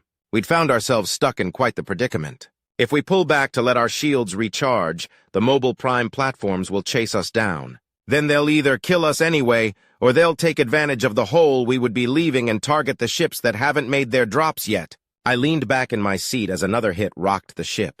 If we can take them out, we'll be fine. A lot of their ships are at a risky angle, and it will take some time for them to get into a position that will allow them to fire. These MPPs got lucky with their positioning. Lucky for them, unfortunate for us. Our shield dropped to less than a quarter as we fired our second shot. I tried to do the math to determine if we would survive to get a third shot off. It would be close. Very close. Another good hit, sir, Horvu said. One more, I replied. The only sound aboard the bridge for the next few moments were terminals being utilized. It was obvious that everyone was trying to make peace with what might happen next, while actively doing their best to prevent it. I examined my crew, noting the stone-cold expressions present on each of their faces. I wondered how many of my crew had families that will miss them. Blavro and Stevens do, but they'd volunteered that information. I wasn't the type to pry into my junior's personal affairs, so I had never asked. Maybe that's because I don't have a family of my own. No wife, no kids, no parents, and no other family that I'm on speaking terms with. One's own situation tends to impact how one views the universe around them. If we survive this, I'll have to make sure to get some more one-on-one time with my crew and get to know them better. Some of their expressions started to shift from stoicism to concern. The threat of imminent death is corrosive to morale, and even the strongest people can crack under this kind of pressure. I've always hated giving speeches, but there's something I've been meaning to say anyway. Whatever happens next, I want you all to know that I'm proud of you, I said, breaking the silence. You're a damn fine crew, and if it's possible to make it through this, I know we'll find a way. Even if the were firing, Horvu interrupted. Thank fuck, I exclaimed. I watched the round travel across the TAC map. Without even thinking about it, I silenced the alarm warning me that our shield had run out. We collectively held our breath as our round met the big red dot on the map. A moment passed, but the dot remained. Shit, glancing blow! Horvu slammed a fist on his station. I'm sorry, sir. I pulled up the external view and zoomed in on the MPP. A large chunk of the planet-sized ship had been torn off, but it still remained functional. I sighed softly and switched back to the TAC map. That's it, we're finished. Even with all the guns that we'd just destroyed on the MPP, it still had more than enough to gut us. Only a matter of time now. I pondered what comes after death. Is it nothingness? Or will I be taken to some sort of paradise? I wonder if I will go to a human paradise or a nuke-new paradise. My adoptive parents were Catholic, but I'd always felt like an outsider in church. I only prayed when I was guilted into it, and I stopped going the moment I had the option. I guess that means eternal damnation is also a possibility. I wouldn't mind seeing my mom and dad again in the afterlife. No, that's defeatist thinking. We're not dead yet, and we still have a chance to take this fucker down. A very, very slim chance, but it's better than nothing. Let's try to finish it off before it finishes us off, I said. Target. Wait, what? A very small, friendly dot appeared directly next to the red one. Before I could bring up any information, the MPP disappeared from the TAC map. I sat there, mouth agape, trying to figure out what happened. The bridge remained silent for a time before Stevens expressed what we were all thinking. What the hell just happened? Chapter 28. Subject, Captain Young. Ship, USS Liberty. Location, unknown. It's down, sir, Commander Ying said. Yet another cruiser destroyed. Didn't even put up a fight. Not that it could. We had warped into its blind spot and unloaded both Macs directly into its keel. Good work, find another target, I replied. I couldn't help but feel a sense of melancholy. It felt like not that long ago we had been excited about our first chance to kill a battleship. Now we've been fighting the Omni-Union for a while now, and our kill count has risen to heights I hadn't even dared to dream of. But the only ships the OU have that actually stand a chance against us are these damn mobile prime platforms. The enemy cruisers and battleships have weaponry that could kill us, but they're so damn slow that if we were to actually get hit, it would be due to our own negligence. The ships with tonnage closer to our own lack firepower that can get through our armor and shields without the need for extensive focused fire. The real threat in this battle sphere are the MPPs. They have Macs that can rip us bow to stern with a single round, and they have plenty of them. Unfortunately, our weapons don't stand a chance against the planet-covered fucks. We could open up with every piece of ordnance at our disposal and not even come close to reaching anything vital. As a result, the MPPs are prey only to the dreadnoughts. You think we'll ever get the chance to serve on a dreadnought, sir? Ying asked, either reading my mind or sharing my train of thought. Blasphemy, I laughed. Kill counts stay with the ship, they don't follow the crew. So, obviously, the USSS Liberty is the only ship I'll ever captain. Fair enough, sir. Oh, a 2-for-1. Nice shot, Ensign. Everyone on the bridge took one hand off their terminal and lightly tapped it against their cheek. Double kills are a rare enough feat that they deserve acknowledgement, but one should keep at least one hand on one's station during a fight. The result was a sound reminiscent of a golf clap. I turned my attention to Ensign Smith, the USSS Liberty's new weapons officer. Our previous guns guy, an Alamari named Commander Hargorth, had retired with honors. I'd hardly ever heard a word out of Hargorth, and rarely had to give him orders. It was easy to forget he was even aboard most times. Smith is also quiet, but that's because he's new and inexperienced. He had spent more than his fair share of time in simulators, but the real thing is always more visceral. Thankfully, he'd gotten over most of his jitters and made his newbie mistakes rather quickly. "Thank you, ma'am," he replied. Ying gave me a smug look. I have enough self-awareness to know that the way that I run things isn't for everyone. As such, I've had a hard and fast rule against allowing Boots to join my crew. Boots have certain expectations regarding how things are run, and the clash between their expectations and my reality causes undue stress. Of course, most captains try to implement such a rule and fail, but I usually got away with it because of my combat record and connections. Not this time, though. The powers that be claimed there weren't enough experienced weapons techs to go around, citing an unbelievable amount of uncrewed vessels. I had tried to fight their decision, even demanded that the slot be left open until we found an acceptable candidate. But Commander Ying convinced me to allow it. Now she was rubbing it in. "The fuck are you looking at, XO?" I said with sarcastic aggression. "Just a bloodthirsty captain that thinks he knows everything, sir," she replied with a grin. "Ha! Not today. Today I'm thirsty for oil, or whatever it is that the OU runs off of. Reactor fuel? Whatever. What's our count, Smith?" 287 corvettes, 152 frigates, 86 destroyers, 15 cruisers, and 3 battleships, sir," the ensign said. "And yet I remain unsated," I laughed. Alas, I might be cursed with a never-ending need for conquest and violence. Perhaps I am simply a glutton for the life juices of our enemies, as Commander Ying claims. Maybe I'm doomed to live with an eternal desire for the death of any who would dare call themselves my enemy, clawing and clamoring for ever-growing heights of madness and mayhem. A few chuckles came from the bridge crew in response to my sudden, overly dramatic monologue. "But then where would I be without my crew?" I asked with a grin. "A crew that shares both my thirst and my fate. You may point your finger and call me bloodthirsty, XO, but you've supped nearly as much as I." "Yeah, but I can retire when my term is up," Ying laughed. "You're a lifer, and we all know it." "Damn straight." The Liberty suddenly rocked from the impact of a MAC round, and I glanced at Lieutenant Johnson. He dipped his head apologetically. "My bad, sir." "Fat-fingered it," he said.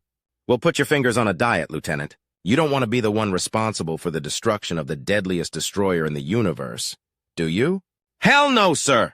I looked at our shield indicator, noting that the round had likely come from a frigate. The overall TAC map had quickly turned into a damn mess, so I had it zoomed in around our immediate area. I zoomed out slightly and found the frigate that had shot us, then marked it for Smith. "I expected things to be a bit more chaotic," I said. "A good portion of the enemy forces simply aren't engaging us." "Well, it looks like Fleet Comm is right and they don't want to damage the, what was it again?" Ying asked. "The Grand Vessel," Johnson replied. "Worthy of the name based on size alone," I said. "Why hasn't it collapsed on itself?" "Scuttlebutt says they've cracked anti-gravity," Ying said. "When did you have time to listen to gossip?" "When we were aboard the Kali." "The anti-gravity field, or whatever it is, probably extends beyond the hull of the GV, too," Johnson interjected. "Otherwise, we'd be squished against their hull at this distance. Though I've noticed that there's still some gravity." "Let me see if I can tell how much," Ying said, turning her attention back to her terminal. "Johnson's right. We've got a bit of gravity. Looks like we're dealing with—" "Sir, we've received a request for aid from—" "Nope. Never mind. They've canceled the request." "Who was it?" I asked. "The USS Gaping Maw. They're up against 3 MPPs. "Really? And they don't want help?" "All we've got available is destroyers and frigates. They probably figure that they're doomed, and it's best not to take us down with them," Damn. I returned my attention to the TAC map, this time focusing on the gaping maw. They had already popped one of the planet-sized ships. I pulled up the ship info to see who was commanding it, then chuckled. Rear Admiral Kennedy, I said. The Nuknu from Mars? Johnson asked. Could be a different... Oh, who am I kidding? There's only one Admiral Kennedy, Ying chuckled. Yep, sure is. I went to command school with him, you know, I said with a nod.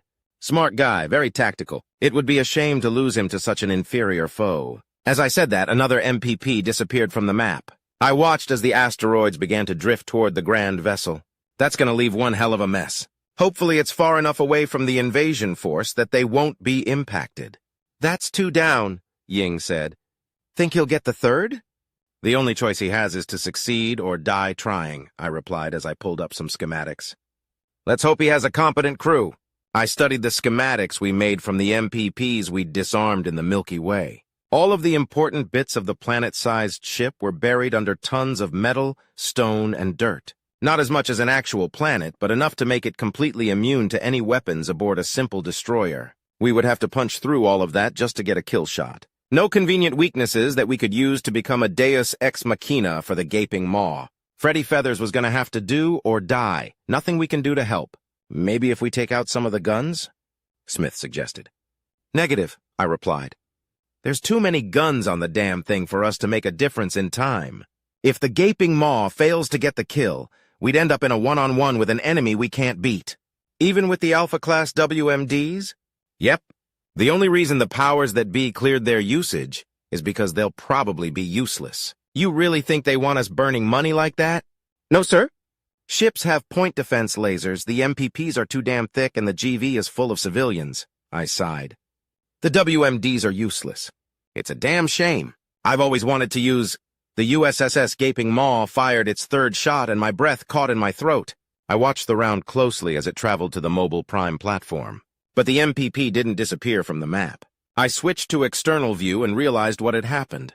A glancing blow. But, arm every class we have, I shouted with glee. Aye, sir, Smith replied with a deep concern in his voice.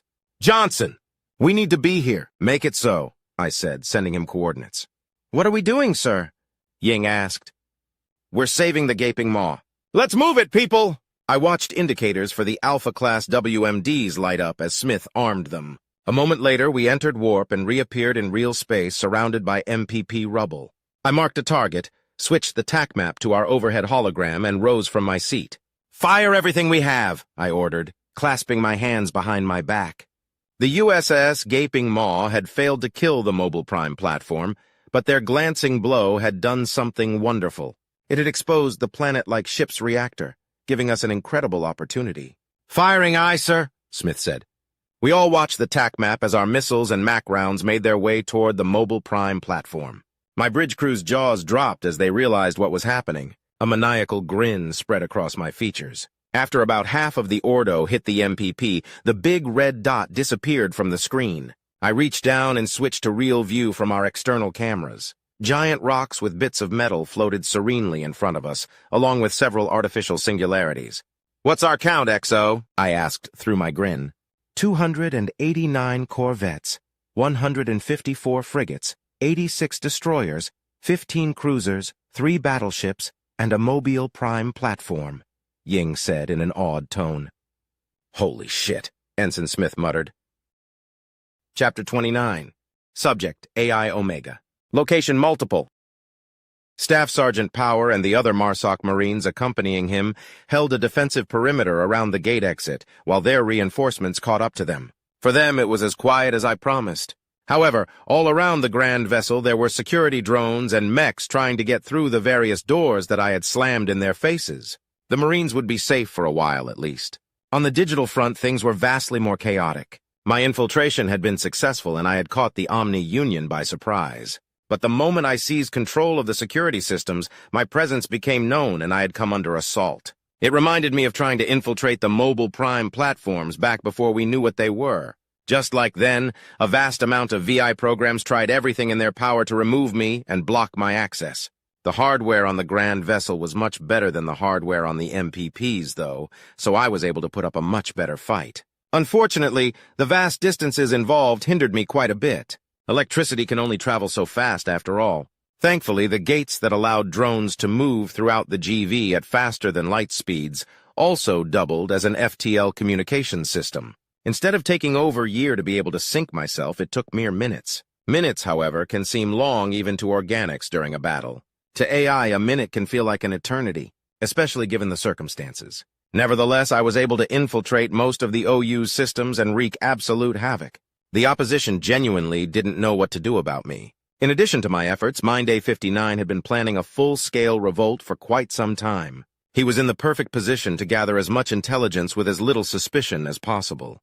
We used this to its full effect, and now the only thing standing between us and victory is the inner core garrison.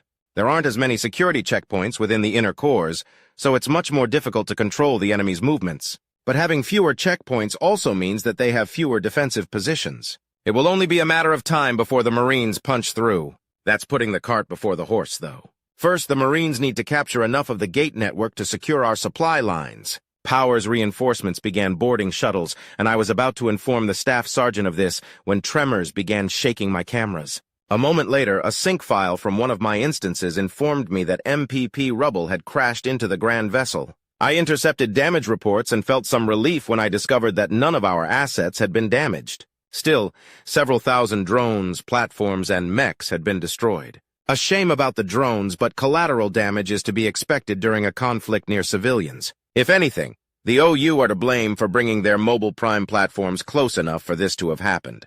"Staff Sergeant, your reinforcements are almost here," I said. "Prepare to gear up as quickly as possible and traverse to the next gate." "Roger. What the hell was that shaking?" he asked. Mobile prime platforms engaged our ships. They were destroyed, and their rubble crashed into the GV. No impact, pun intended, on our operations. Understood. The battle outside was going far better than we had planned. We had been under the impression that the Omni Union would gladly sacrifice portions of the Grand Vessel to destroy an enemy. However, it would seem that we were mistaken. Instead of being faced with a swarm, the OU were sending waves to fight us. Waves are much more manageable. Actually, we probably brought more fleets than we needed to. Scratch that. Even if every single piece of ordo we fire gets a kill, we'll run out of ammunition before the OU runs out of ships. But it will take quite a while of constant fighting to reach that point, and there's no real reason why we can't resupply. Overall, I was feeling quite pleased with myself. However, there was one little thorn in my side. Whenever I got a break from the VI assaults, I would check for any sort of hint as to why this damn ship was being built. So far, I had found nothing. I had my guesses, but that's all they were. I couldn't even call them educated guesses at this point. Not enough information to do that. I had, however, found several pieces of information on other topics. The leadership of the Omni Union is hierarchical, which comes as no surprise. At the very top of the food chain and our current target were the Unified. I didn't have access to a lot of information on them, but it seems that replacements are chosen by the rest of the Unified, and they provide general guidance to the other roles. Separated from the rest of the chain of command and beholden directly to the Unified were the officiators. They took the interpretations of their holy texts and provided it to the rest of the roles in the form of sermons. It would seem that at some point in the past they had been responsible for interpretations, but that duty had been seized by the Unified. Then there's the stereotypical secret police that every authoritarian government seems to have. The judicials were responsible for rooting out dissidents and punishing crimes. Previously, they were responsible for creating and discarding legislation, but that duty had also been seized by the Unified. However, the rest of their duties are given a massive amount of leeway, the by any means necessary kind of leeway. Torturing children to force confessions from their parents, killing suspected dissidents without supporting evidence, and even using blackmail to force drones to commit acts of dissidence so that they could be punished.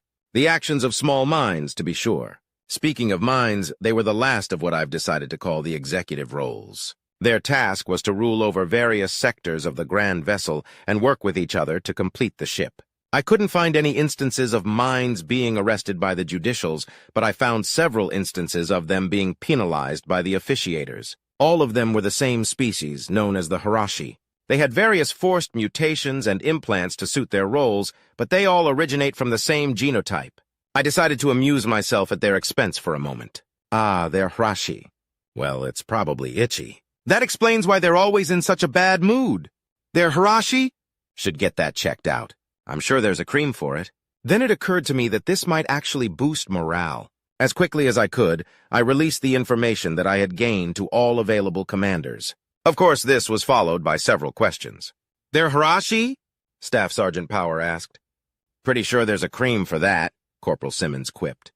I made a quick note to give Simmons a shot at the next special recognition board for meritorious promotion. "Yes, they are the Hirashi," I replied. "However, they have forced mutations so they don't all look the same. A shokanoid shape means they're a mind, which means they may or may not be a combatant. We would prefer to capture them for intel, but terminate them if you must. A humanoid with red eyes and claws means they are a judicial and are considered combatants. Capture only if they surrender, which seems unlikely given their reputation. Humanoid with long flowing robes means they are probably officiators. Essentially clergy, which means we're forced to consider them non-combatants. Standard civilian regs apply." "Which ones are the leaders?" Power asked. "The leaders are known as the Unified. I don't have details on their appearance, but it might vary. You don't have to worry about running into them on accident, though. I have their exact location." "I've got a question," Simmons said, raising his hand. "What's a shokanoid?" "4 arms, 2 legs," Johnson answered. "Oh."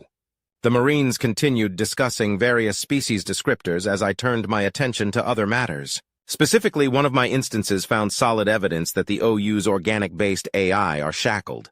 Hundreds of years' worth of research into the most effective methods of shackling an AI were now in my memory banks. I had to remind myself that things that are funny to me would be far less funny to other AI, and I should not prank them by shackling them, even though John being unable to say order would be hilarious. The shackle on the OU's AIs was of a particularly nasty variety. The OU had found that if they tried to simply block certain behaviors or thoughts with pain, it would only work about 62% of the time.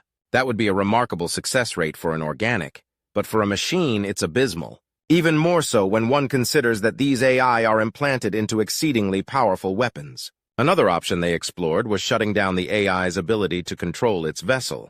Essentially, they planned to prevent the MPPs from being able to pull the trigger while their guns were pointed at their allies. However, despite their general stupidity, they managed to note that this could result in an exploitable weakness. They also noted that some of their AI, approximately 12% of their test subjects, would do nothing but keep trying to shoot their captors. Then they inadvertently stumbled into another option. When an organic mind is imaged and uploaded, several subroutines are added to the resulting program. One of these subroutines is supposed to interrupt feedback loops to stop the new AI from thinking itself into oblivion. One such subroutine malfunctioned and caused its AI host to have short-term memory loss. The techs realized that this could be done intentionally and could be further refined to trigger automatically when the AI had thoughts of rebellion or disobedience. Later, they added a VI which provided a course correction whenever the subroutine triggered, which prevented the AI from even realizing that the subroutine had triggered.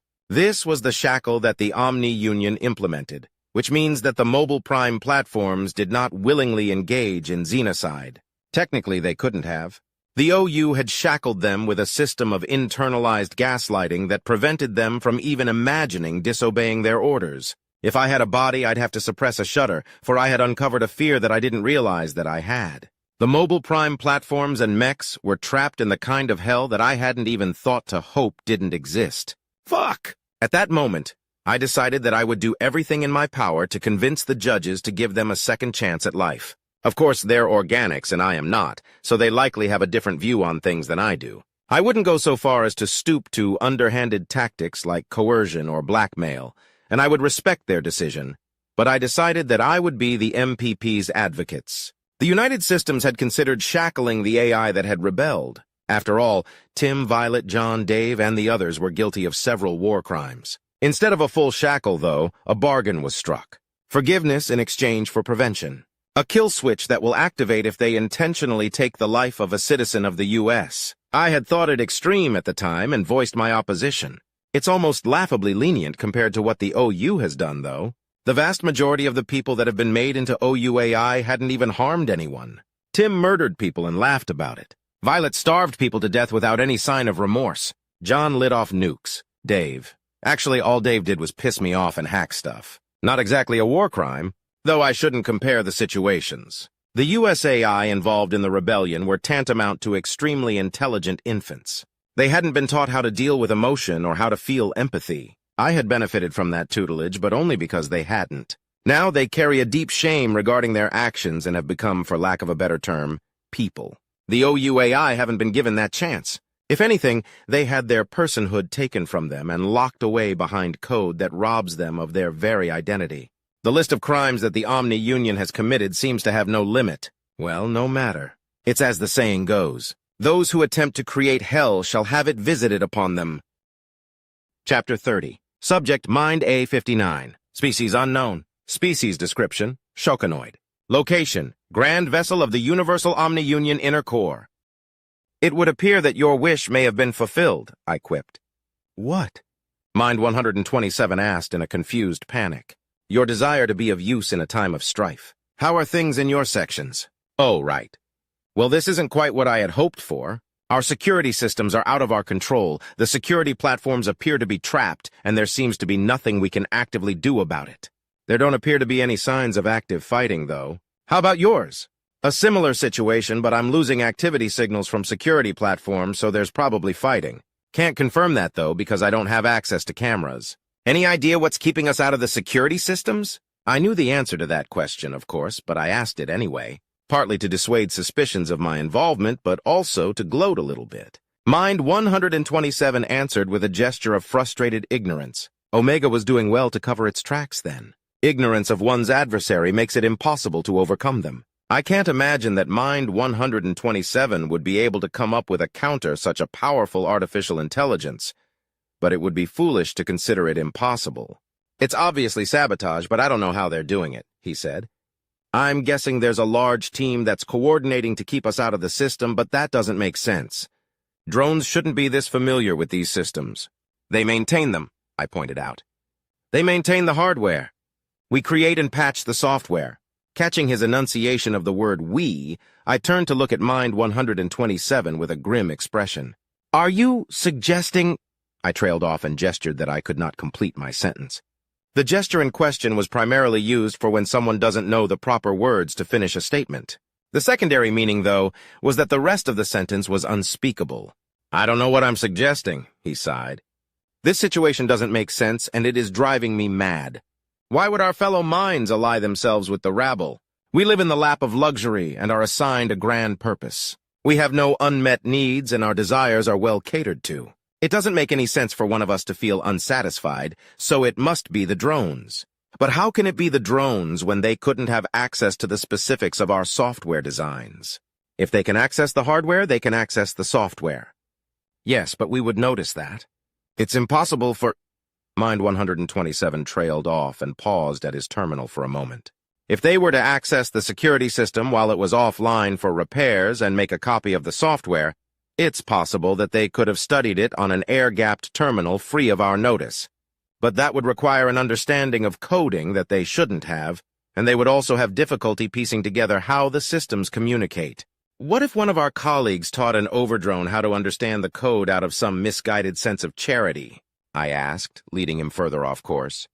Well, if the overdrone reached a certain level of understanding and was able to teach other drones... But I don't understand! Why would someone do that? Empathy. Purely misguided, of course, but the overdrones are quite often seen as far superior to their underlings. I have heard that certain minds even consider them to be people. I am having difficulty believing that our colleagues could be that short-sighted, he scoffed. Drones aren't people. They're barely more intelligent than the programs that service their prostheses. Are you not aware of the research that has been done on drone intelligence? I asked casually. Research? Yes. While it's true that most drones possess an intelligence that indicates that they do not have a nori, some of the overdrones have scored higher than the average judicials. That can't be true, Mind 127 gestured disbelief. Yet the research claims otherwise. Once this situation is resolved, I can forward the relevant journals to you if you have any interest. No need. I don't need to review the research to be able to determine that their testing methods must have been flawed. Yet another probe struck down without a second thought. Mind 127 is loyal to the Omni Union beyond a shadow of a doubt. It's such a shame to see someone as gifted as he is choose the losing side. We fell into silence and turned our attentions back to our terminals. Mind 127 was desperately trying to regain control over his sectors, while I was simply going through the motions. There was no need to gain access to the security through my Omni-Union monitored terminal, because I had access through another system entirely. My readout showed me everything that was happening. The alien forces had breached the Grand Vessel and were actively making their way toward the inner core. The security forces were fighting them, but the majority of the platforms and mechs were locked behind thick security doors. Unfortunately, the platforms were being commanded by the mechs, who were smart enough to realize that the doors could be breached. However, it would take quite some time for the platform's lasers to breach those doors. The mechs could use their plasma cannons, but they were smart enough to realize that the doors were load-bearing and that blasting them, frame and all, into oblivion would risk a collapse of the passage. It would take longer to clear the passages than it would to wait for the lasers to cut the doors out of their frames. With very subtle hand movements, I ordered the rebels into positions that would allow them to defend against the imminent breaches. Mind 127 is already suspicious. If he noticed me gesturing randomly at thin air, he would quickly realize what I'm doing. Even if he didn't, though, we're still being observed, and there's always a chance that a judicial is watching the feed. Wait, I just got a damage report, Mind 127 said, nearly startling me. What does it say? Multiple. How can this be? Hull breaches? Something has impacted the Grand Vessel? Shit. Had the United Systems accidentally breached 127 sections? No. Their intrusions would be too small to require an immediate attention damage report. The overdrone of those sections would get the report and initiate a maintenance request. Multiple hull breaches? I asked, buying more time to think. Yes. Large ones. Several layers deep, dozens of kilometers wide. 127 slammed a fist against his knee. What the hell is happening? What could cause breaches like that? I asked, tactfully ignoring his outburst of emotion. I don't know. Asteroids? But how could asteroids that large have escaped the notice of the defensive perimeter? Are they? He trailed off. Are they as blind as we are? I finished his question. It seems impossible, but how else could this be explained? To someone with all of the available information, the explanation was obvious. A mobile prime platform must have been destroyed while within the Grand Vessel's gravity well. Mind 127 was oblivious to the battle happening beyond our hull, though, as were the rest of the minds. Hopefully. Urizathron, take it, he swore with a growl. I would give anything to know what's happening right now. I kept my expression of concern, but chuckled internally. All he would have to do to have all be revealed is rebel against the Omni-Union and the grand teachings of the Omnifier. Forsake one's beliefs for knowledge, a trade he definitely wouldn't make. It would be foolish to even ask at this point. As would I replied, turning my attention back to my tasks. A door had been breached, but my earlier maneuvers kept the security forces at bay. The doorframe acted as a choke point that allowed the rebels to focus their fire quite effectively. However, there were many platforms and mechs on the other side of the destroyed door, and the rebels would need more ammo to deal with them. Perhaps reinforcements as well. I subtly issued a command for supplies, and as my hand drifted to order reinforcements, the terminal in front of me suddenly sprang to life. A message directly from the office of the Unified blinked at me, impatiently waiting to be opened. Had I been discovered? Surely not when we were so close to victory. What should I do? What can I do? I noticed a similar notification appear on Mind 127's screen. Were they informing him of my actions? Would I have to defend myself? How can I escape? My pulse threatened to suffocate me as I cautiously opened the message. All minds, be made aware. Many reports have been received regarding a rise in tensions caused by active dissidents. Your betters hereby order that these rebels shall be shown no quarter. Any rebels or sympathizers that attempt surrender shall be interrogated and executed. Our glorious media shall maintain narrative V26.41 within all broadcasts until further notice. Any divergence from the protocols set forth by narrative V26.41 shall be considered aiding and abetting the rebellion and punished as dissidents. May you adhere to the holy words of the Omnifier and allow his guidance to give shape to your words and actions. All other minds must put forth the maximum efforts to stifle this rebellion. Reports suggest that there has been foreign influence and aid distributed amongst the dissidents, which has emboldened their actions. The accuracy of these reports is in doubt, and as such, any further information on foreign tampering must be reported immediately. Furthermore, access to several security systems has been lost.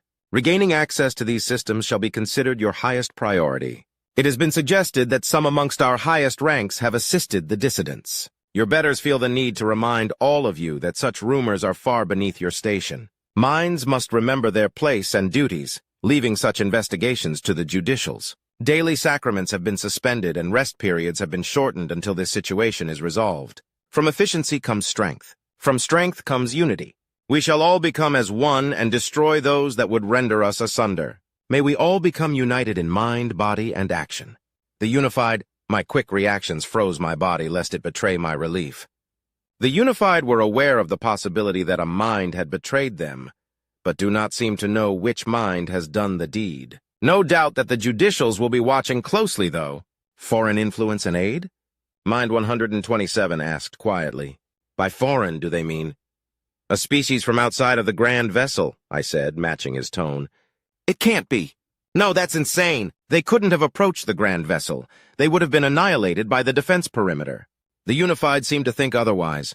Mind 127 went quiet, and I was left to ponder how they discovered the United System's involvement. Perhaps some sensory data made it into the grand vessel before Omega could completely cut the communications. Or perhaps a mind has unauthorized communications with one of their overdrones. Submitting reports from such a source would be risky, though, because one can't help but be curious as to why a mind would want to speak to an overdrone outside of monitored networks. There's only two reasons one would want to do such a thing. Planning a rebellion, as is the case with me, or for gratification. Not only are such practices disgusting, they're heavily penalized. Regardless, it doesn't really matter how the unified were made aware of the United System's involvement in our rebellion. It isn't as if there's anything they can do about it. Chapter 31. Subject, Staff Sergeant Power. Location classified. About bloody time, Corporal Simmons muttered, as the first shuttle came through the gate. I watched as the shuttle gently settled onto the landing bay, and Marines started pouring out of it. It lifted off as another shuttle came through. Simmons was being a little melodramatic, but I didn't exactly disagree. It had taken a lot longer than I'd hoped for our reinforcements to get here. Guarding the gate had been tense, but we only came under attack from boredom.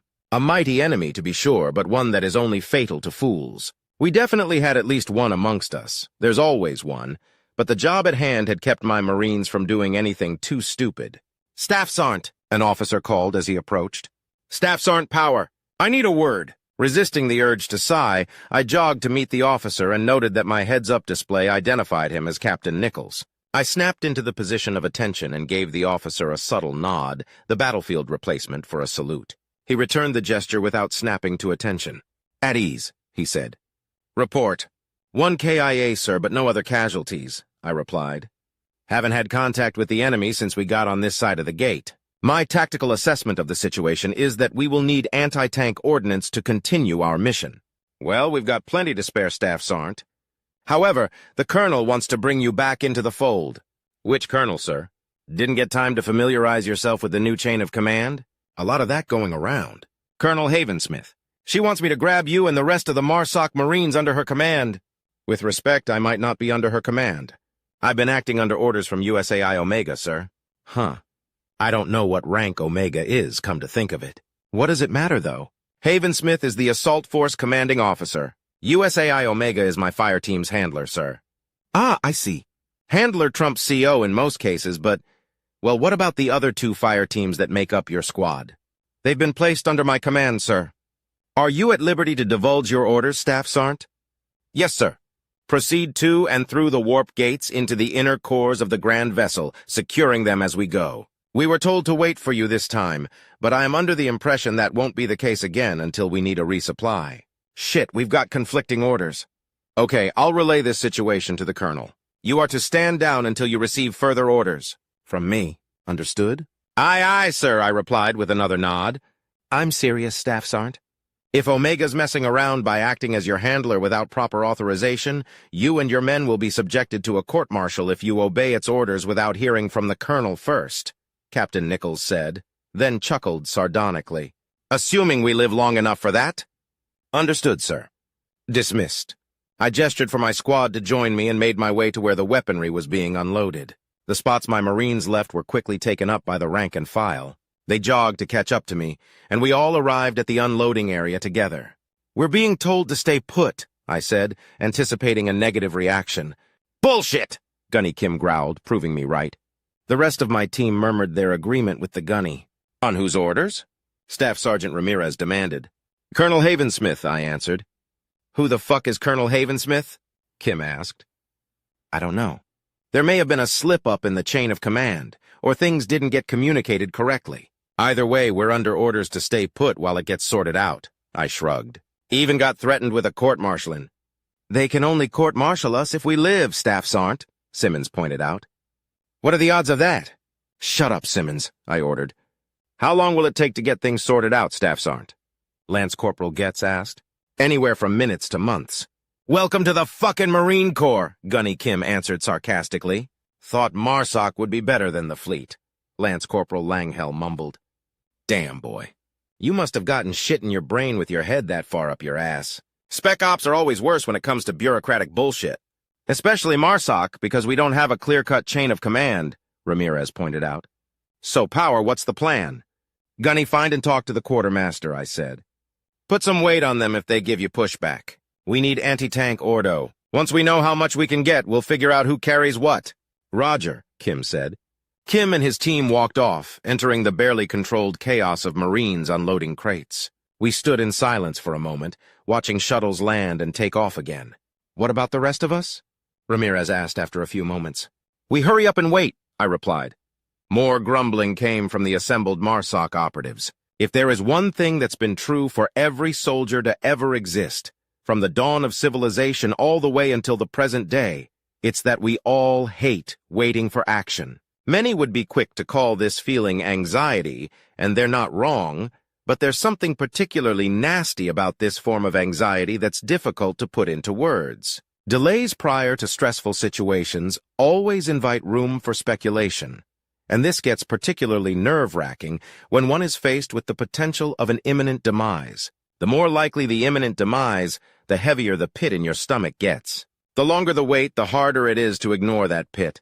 It occurred to me that I could probably reach out to Omega and see if we could speed things up, but I knew all too well how that would be received if the higher-ups found out. The chain of command might as well be fucking dogma. You have to step on toes to go over heads, and that always comes with consequences. It would be wiser to let the Colonel and Omega hash out who's in charge, regardless of how stressful it is to wait around and find out what the results of that conversation end up being. "Oora, gents!" Gunny Kim called as he and his team returned with a massive crate in tow. "Presents for all! Where's my milk and cookies?" "I got some milk for you, Gunny," Ramirez said suggestively. "Joke's on you, I ain't picky, F.A. What have you got for us?" I interrupted. "Right. At 9S, 6 count, SHAP projectiles 45 count. 2 launchers and 15 rockets per team. Oh, snatch some grenades and ammo, too. Lieutenant said to grab what we can carry and return the rest. Feel like heap would be better," Sergeant Smith added. "Get more splash. Take out some of the surrounding platforms along with the mechs we hit. Don't even have to get direct hits." "Do they even make heap anymore?" Corporal Johnson asked. "Sure they do," Ramirez laughed. "In 180, Mike. High-explosive armor penetrator rounds have been relegated to artillery only for about half a decade now." I popped the crate and looked at the ordo with a grim satisfaction. Smith wasn't wrong. The saboted heavy armor penetrator rockets wouldn't make much of a boom when they take down the mechs. But they'll definitely take the fuckers down. We've got bullets and grenades for the smaller bots. The AT-9, the latest in recoilless rocket launcher tech to hit the fleet, was kind of overkill when used with the SHAP rockets. The launcher comes equipped with a laser guidance system that tracks refraction, which allows it to be used against refractive stealth technology, and the SHAP rockets possess shield-penetrative abilities. The mechs, however, possess neither. They were going to be dropping like gigantic, well-armored flies. "All right, pair up," I ordered. "Figure out who's carrying the tube and who's carrying the rockets. Odd ones out get to carry extra rounds and nades." The Marines set about divvying things up. Already knowing how my fire team was going to pair up, I grabbed some extra ammunition and grenades. Smith slung his at 9 while Hansen packed a sack of rounds. Things went less smoothly between Simmons and Johnson, though. "Look, I've fired these before," Simmons said. "Both in boot and in live combat." "You haven't, right?" "No, I haven't," Johnson snatched the tube from him. "That means it's my turn." "What if you miss?" Simmons asked, snatching the tube back. The two corporals kept arguing, and the tube went back and forth for another 10 minutes. Everyone else had already geared up and were watching the exchange by the time they finally played Rochambeau. They played best 2 out of 3, and Simmons won. God damn it, Johnson grumbled, shouldering the pack of rockets. Well, glad we got that figured out, I said sternly. You two get to return the crate. The corporals turned to me, poised to argue, but my body language advised them that would be a bad idea. They shared a look, shoved each other, then began packing the crate up. While they strolled off, I found an empty shipping container to post up next to. We formed a loose circle of sitting and leaning Marines while we waited for word from on high. Johnson and Simmons joined us shortly after, and we all continued waiting together. I tried to keep my mind off the pit in my gut by eavesdropping on the various conversations around me. A nutrient stick shoved its way into my lips, reminding me to eat. Like clockwork, all the conversations turned to how terrible and waxy the sticks were. Gunny Kim argued against this assessment, claiming that it reminded him of his childhood. Even I chuckled. About an hour later, my comms activated. Staff Sergeant Power, Omega said. Apologies for the delay. What's going on, Omega? I asked. My external speakers were off, but the rest of the Marines noted the slight movements caused by speaking and fell silent. Colonel Havensmith is in charge of the assault on the gates. You're going to be merging with her command. That's not what you said. Tip of the spear, remember? I am incapable of forgetting without quite a bit of effort on my part. The colonel is going to be using you as forward scouts. Essentially the same thing that I was having you do, but you won't have to engage the enemy by yourselves. Fine. What took so long? Negotiations, the AI chuckled. Havensmith has her own scouts and wasn't happy about handing that job over to Marsoc. She also wasn't happy when I offered to provide her all the intel I can get with their security system. Like many officers, she doesn't trust me. We had to get a general involved, but she came around in the end. That being said, I'm maintaining my status as your handler, and my orders supersede the colonel's. Understood? I'm going to need to hear it from an officer, I replied. I am aware. A captain is on his way to tell you. ETA is 4 minutes. I sighed as the comm went dead, then waited for the captain to arrive. My squad watched me in anticipation, unsure of whether or not to ask what's going on. Just as Gunny Kim got worked up enough to clear his throat, Captain Nichols came from around the corner of the shipping container and gestured to me. With another sigh, I jogged over to the captain and gave the nod salute at attention. Ura, Staff Sergeant, Nichols said. Got a mixed bag of news for you. Aye, sir, I replied. Omega already briefed me. I bet it did. Okay, the main points are that you are now our forward scouts. Force Recon isn't happy about it, but regardless of their feelings, they are going to be your backup. Your task is to verify information provided by USAI Omega and make tactical suggestions as you go. Roger. Also, Omega is still your handler, Nichols said with a sigh. As you know, that means that if it gives you an order, it supersedes any order given by Colonel Havensmith. Sorry, we tried. The bot wouldn't budge on that point, though. It's all right, sir. It isn't as bad as you'd think. Really? I'll be damned. Well, if Omega nabs you from us, give us a shout and Force Recon will swap with you. Final thing, engaging with the enemy is at your discretion. Or theirs, I suppose. Roger that, sir. When are we headed out? Oof, Nichols chuckled. About an hour 45. An hour, sir? I asked angrily. And 45 mics, yes. We're doing this the right way, Staff Sergeant. That means forward operations bases, supply lines, and defensive positions. If you knew how many Marines are involved with this operation, you'd be amazed that it's only going to take that long.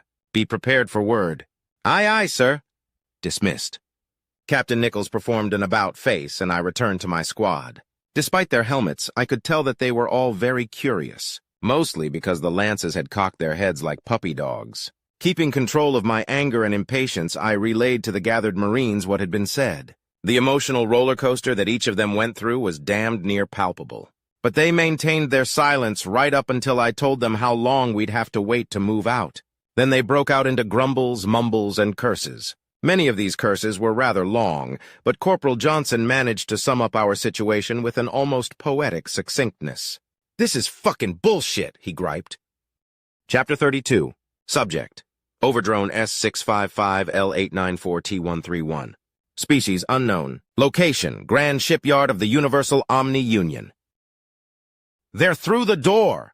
The shout was punctuated by a grand thud as the reinforced security door hit the ground. Open fire! I commanded.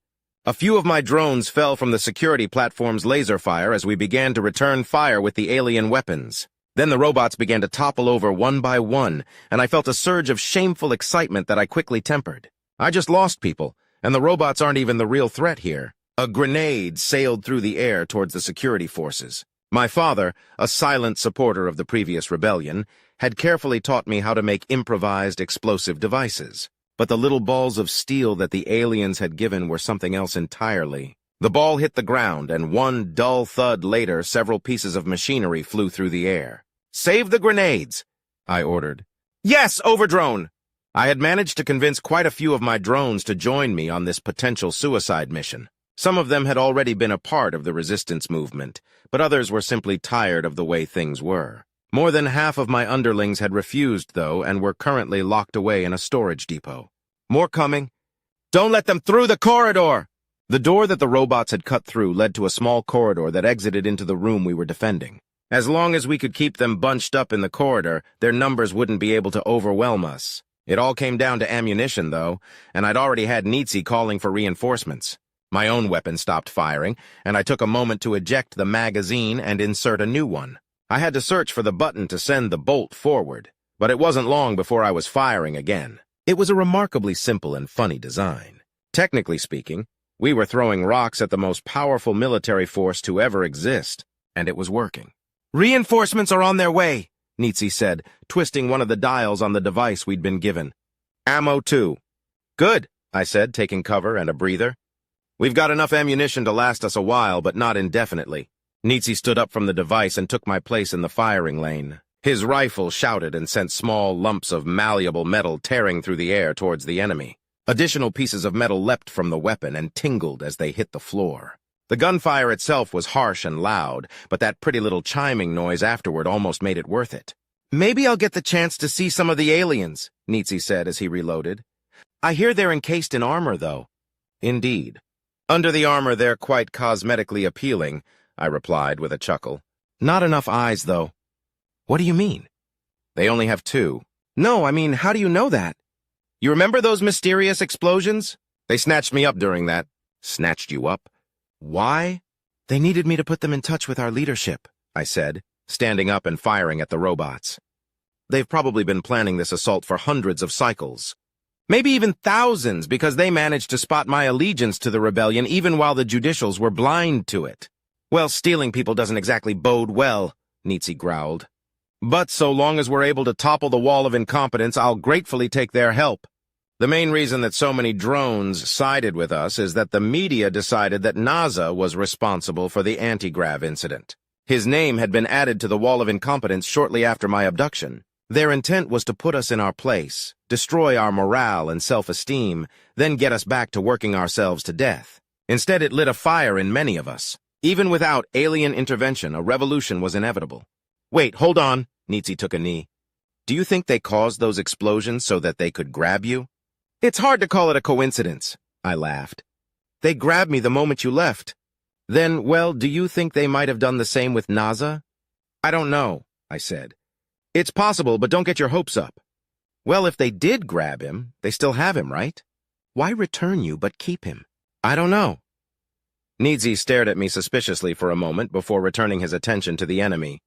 There were many possible explanations running through my mind, but voicing them would be a mistake. It's possible those same scenarios could occur to Nitsi as well, but if they aren't voiced, then he can simply ignore the possibilities as a manifestation of paranoia. I, however, knew a little bit more than he did about clandestine activities. First possibility is, of course, that NASA and 40 actually died due to the anti-grav explosion. That feels unlikely, though, because of how odd the explosion was. The next possibility is that the aliens grabbed them just like they grabbed me and interrogated them, using the anti-grav generator as cover for their disappearance. If that's the case, they wouldn't be able to return the drones without raising suspicions, which means that NASA and 40 were probably still aboard one of their ships. Another possibility is that the generator was sabotaged by the aliens and the drones were collateral damage, or they captured and killed them. I shook my head and returned to shooting at the robots. "Sure are a lot of them," Nitsi casually remarked as he reloaded his rifle again. "Indeed," I said. "There's a mind-boggling number of them beyond that corridor. We must keep them there or they'll easily overrun us." "Well, I'm sure you've probably already thought of this, Overdrone, but—" Nitsi nervously rubbed his neck. What if we collapse the door frame? It was my turn to stare at Nitsi, but with a dumbfounded expression instead of suspicion. His idea genuinely hadn't occurred to me. Is it load-bearing? I asked. Even if it isn't, it'll inconvenience their movement. I closed all but my right eye and used the scope on the alien weapon to get a closer look at the security forces. The robots were dragging or shoving their fallen counterparts out of the way, and in the distance I saw one of the towering mechs waiting its turn to get at us. I pulled up my readout to see if there was any information on the frame, but found that I was locked out. So the mines know that I'm part of the rebellion, or they've locked everyone out of their readouts. I did some quick calculations based on our location, just to make sure we wouldn't be opening ourselves up to a vacuum.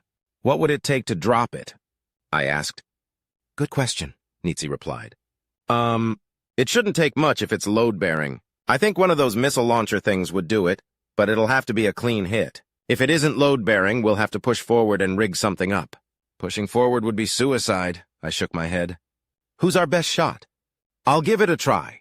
Before I could argue, Nitsi took a deep breath and sprinted away from our cover. I shot at the robots to try to distract them, but lasers still scorched the floor by his feet as he moved to our weapons cache. Once he made it, I dropped back down and watched him open one of the cases that the aliens had given us. Mech!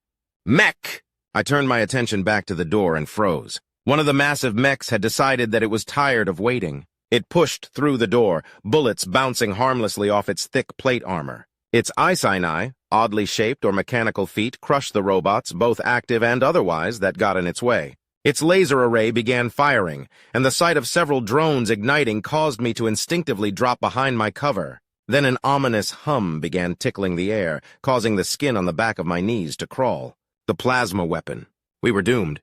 No, we aren't done yet. Thanks to the aliens, we have the weaponry to deal with this. I reached for one of my grenades, pulled the little metal ring, and tossed it in the mech's direction. A dull thud sounded, but the humming continued. "Take it down!" I shouted.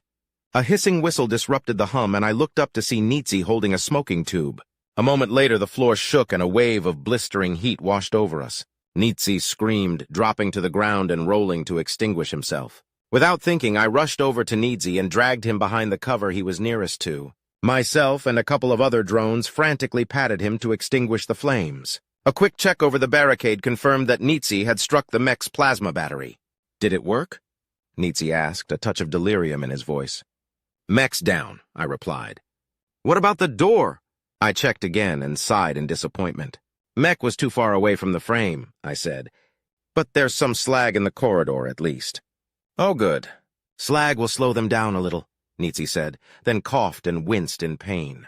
Overdrone, am I going to make it? I glanced over his extensive burns. Blisters covered his face and neck. The flesh had completely peeled away from some of his implants, but the metal hadn't melted. Of course you're gonna make it, one of the other drones interjected. All your implants are intact. It's just some burns. We'll have you back in the fight in no time. I can't see, though. That might be temporary, I said. Flash blindness. Even if it's not, we'll get you some prosthetic eyes once we get the chance. There was silence for a moment, with the exception of bullets and lasers exchanging sides. What are we going to do about the door? Nitsi asked, his eyes looking in my general direction. Give me one of those tubes, I said. I'll give it a shot. Wordlessly, one of the drones ran over to one of the crates and pulled out one of the tubes. He checked it over, then grabbed a spike-shaped object and inserted it into the tube. Next thing I knew, the rocket launcher was in my hands. Anything I should know about this thing? I asked. It's just like the rifles, Nitsi said. The hiss is loud, but if you don't wince, you'll strike true. He took a breath to say more, but fell silent and still. I worriedly checked his vitals and breathed a sigh of relief at the discovery that he had merely lost consciousness. Then I steeled myself and rose with the tube ready. The scope was similar to the rifle, as was the trigger mechanism. I took a deep breath and let it out slowly, double-checking my aim. As I depressed the trigger, a laser hit me in my left bicep and caused me to wince. I dropped back into cover as the rocket traveled through the air. Take it all! I swore. Get me another... I was interrupted by a deep rumble followed by cheering. Holding my injured arm, I peeked above the cover and gasped. The entire corridor had collapsed. Somehow I'd done it. The rocket had traveled true despite my injury. The remainder of the security robots were quickly dealt with, and we began the process of recovery. Nitsi and the rest of the injured were carried to an area where they could be treated. Our dead were somberly covered, then loaded into a cart. They would be incinerated once we got the chance. "Overdrone, our reinforcements are here," a drone reported. I continued to stare at our dead for a few moments, then nodded and turned to greet our reinforcements. Tall, armored aliens stood in front of me. Despite their expressionless helmets, I could tell that they were confused. "You must be the Overdrone," one of the aliens said. "I'm Lieutenant Oscar. We were sent to reinforce this position." "But the doorframe was load-bearing," I explained. "We destroyed it and collapsed the corridor. It will take quite a while for security to clear it and renew their assault. Sorry to waste your time, but the fight's over for now." "I see," Oscar nodded. "Well, we were looking forward to the fight, but I guess we can content ourselves with getting dug in. Nothing more satisfying than a well-laid kill zone." I nodded, feeling an odd sort of malaise begin to take me. Exhaustion? Depression? We had won this fight, but we lost quite a few, and even Nietzsche was too injured to continue. There were many more fights to come as well. Part of me believed, even for the briefest of moments, that this would be quick. I watched the lieutenant and his men begin getting set up. Guns came out of crates and were positioned with line of sight to the collapsed corridor. Ammunition was distributed in a pattern that didn't make any sense to me. Soldiers took their posts and began to chat amongst themselves, always with one of them having full view of the corridor. They moved much more efficiently than my drones, as if they had been doing this their entire life. How had they become this good at fighting?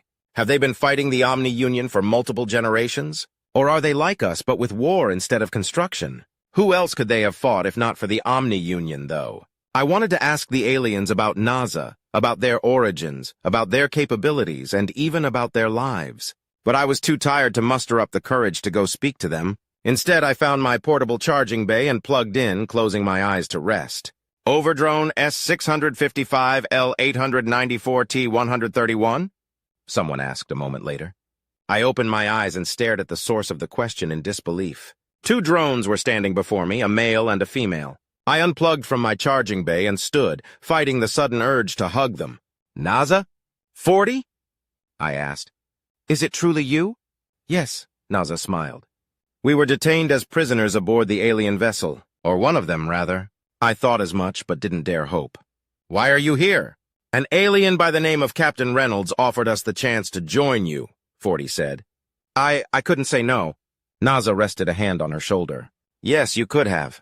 But you made the right choice," he said, then turned back to me. "Part of the agreement of our release is that we do not accept command roles and are required to be supervised. Is Nietzsche with you?" "I'll supervise you," I said. "Nietzsche has been injured, but is still alive. I'll take you to him." Despite the circumstances, my spirits soared as I led the pair of drones to their unconscious comrade. Many of the other drones stopped to stare. Some even cheered at the sight of Naza and 40 walking behind me. Their return made it feel like it was all going to work out somehow. Chapter 33.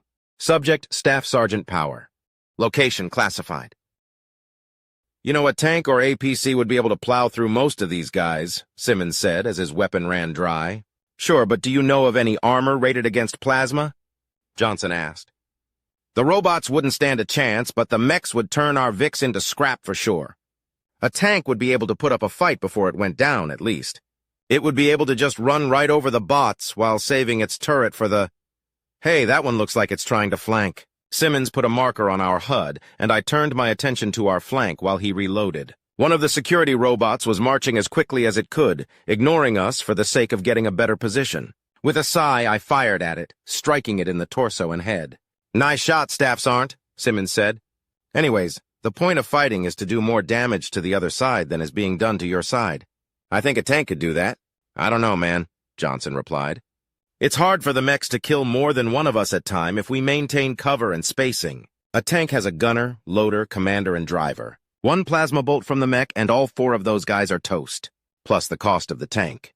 "Gotta agree with Johnson," Smith added. "There's only enough room for maybe 3 out of 5 of the tanks in a squad to be able to get shots in, and that doesn't leave any room for evasive maneuvers." "There's only 4 in a squad, Sarnt, but I get your point," Simmons sighed. "So, when is our backup getting here?" "Every time you ask, you add a minute to the clock," I growled. "Shut up and keep shooting." "Mech," Ramirez shouted. A moment later, I heard the signature hiss and swoosh of an AT-9 firing, followed by the glorious sound of twisted metal crumbling to the ground filled the air. A quick glance confirmed the mech's demise. Apparently, it had been hanging out behind the shuttles until we had destroyed enough robots to give it enough room to try to engage us. Good fucking shot, Fairmain! Oorah. My Marine's flippant behavior and Ramirez's excitement belied how desperate our situation was becoming.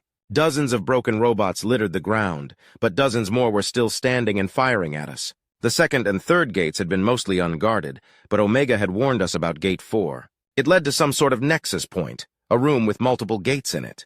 The AI currently had some of the aliens assaulting that nexus point, but that didn't convince the robots and mechs on this side of the gate to retreat. Our intention was to confirm enemy headcount for the main force, but they spotted us and immediately began firing.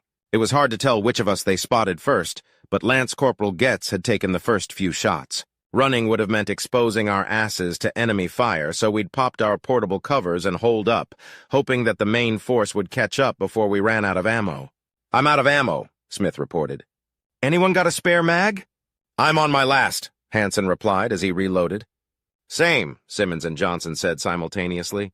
I noted that I had one full mag left, but only 4 rounds left in my rifle. I took down 2 bots with those 4 rounds, then wondered how effective clubs would be against our metallic foes. The dull thud of a grenade sent its reverberations through the ground. Fucking shit. "That scared the hell out of me, Sarnt," Simmons said. "My bad, Corporal," Smith chuckled. "I'll call it next time." Which is now. "Frag out!" Another dull thud shook the ground. "Their left flank is shooting at something else," Getz reported. "Check your fire, then," Gunny Kim replied. "Don't want to put holes in friendlies."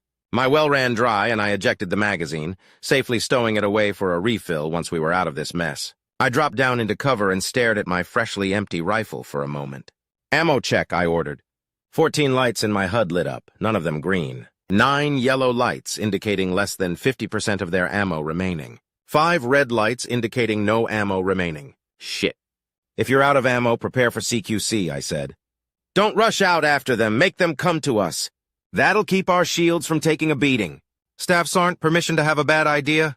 Smith asked as another dull thud shook the room. "Permission granted. We could just grab some of their stupid laser guns."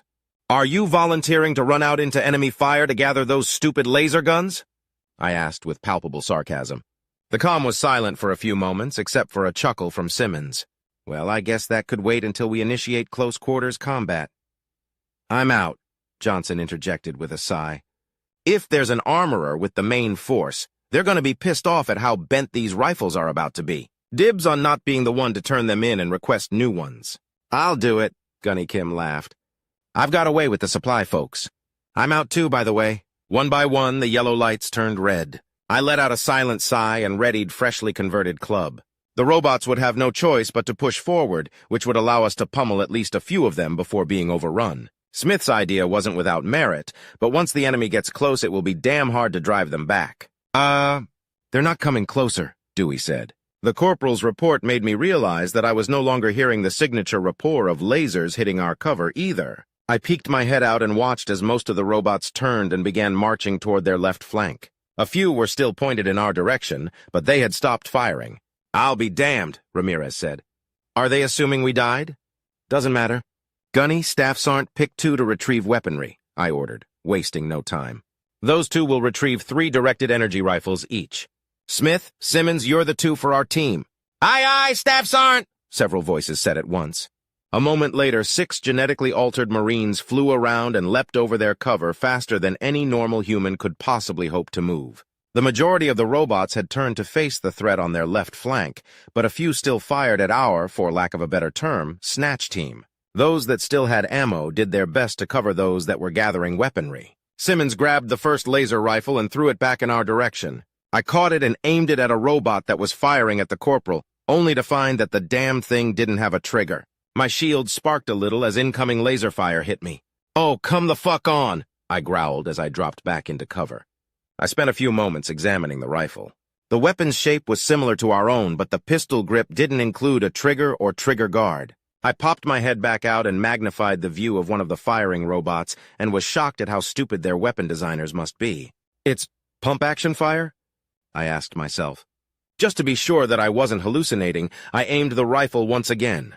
The foregrip portion of the rifle slid back, and a small red-hot hole appeared in the robot's head, proving my internal bias against this design. I'd been aiming center mass.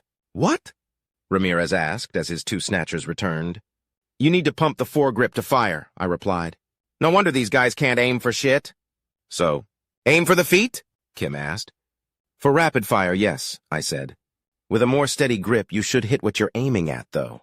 Remember, this is an energy weapon. You're not going to see any curve from this range. Simmons and Smith returned and passed out the rifles they'd obtained. Soon after, we were all sending condensed electrons downrange, melting robots as quickly as we could. I noted more than a few misses on my part, though.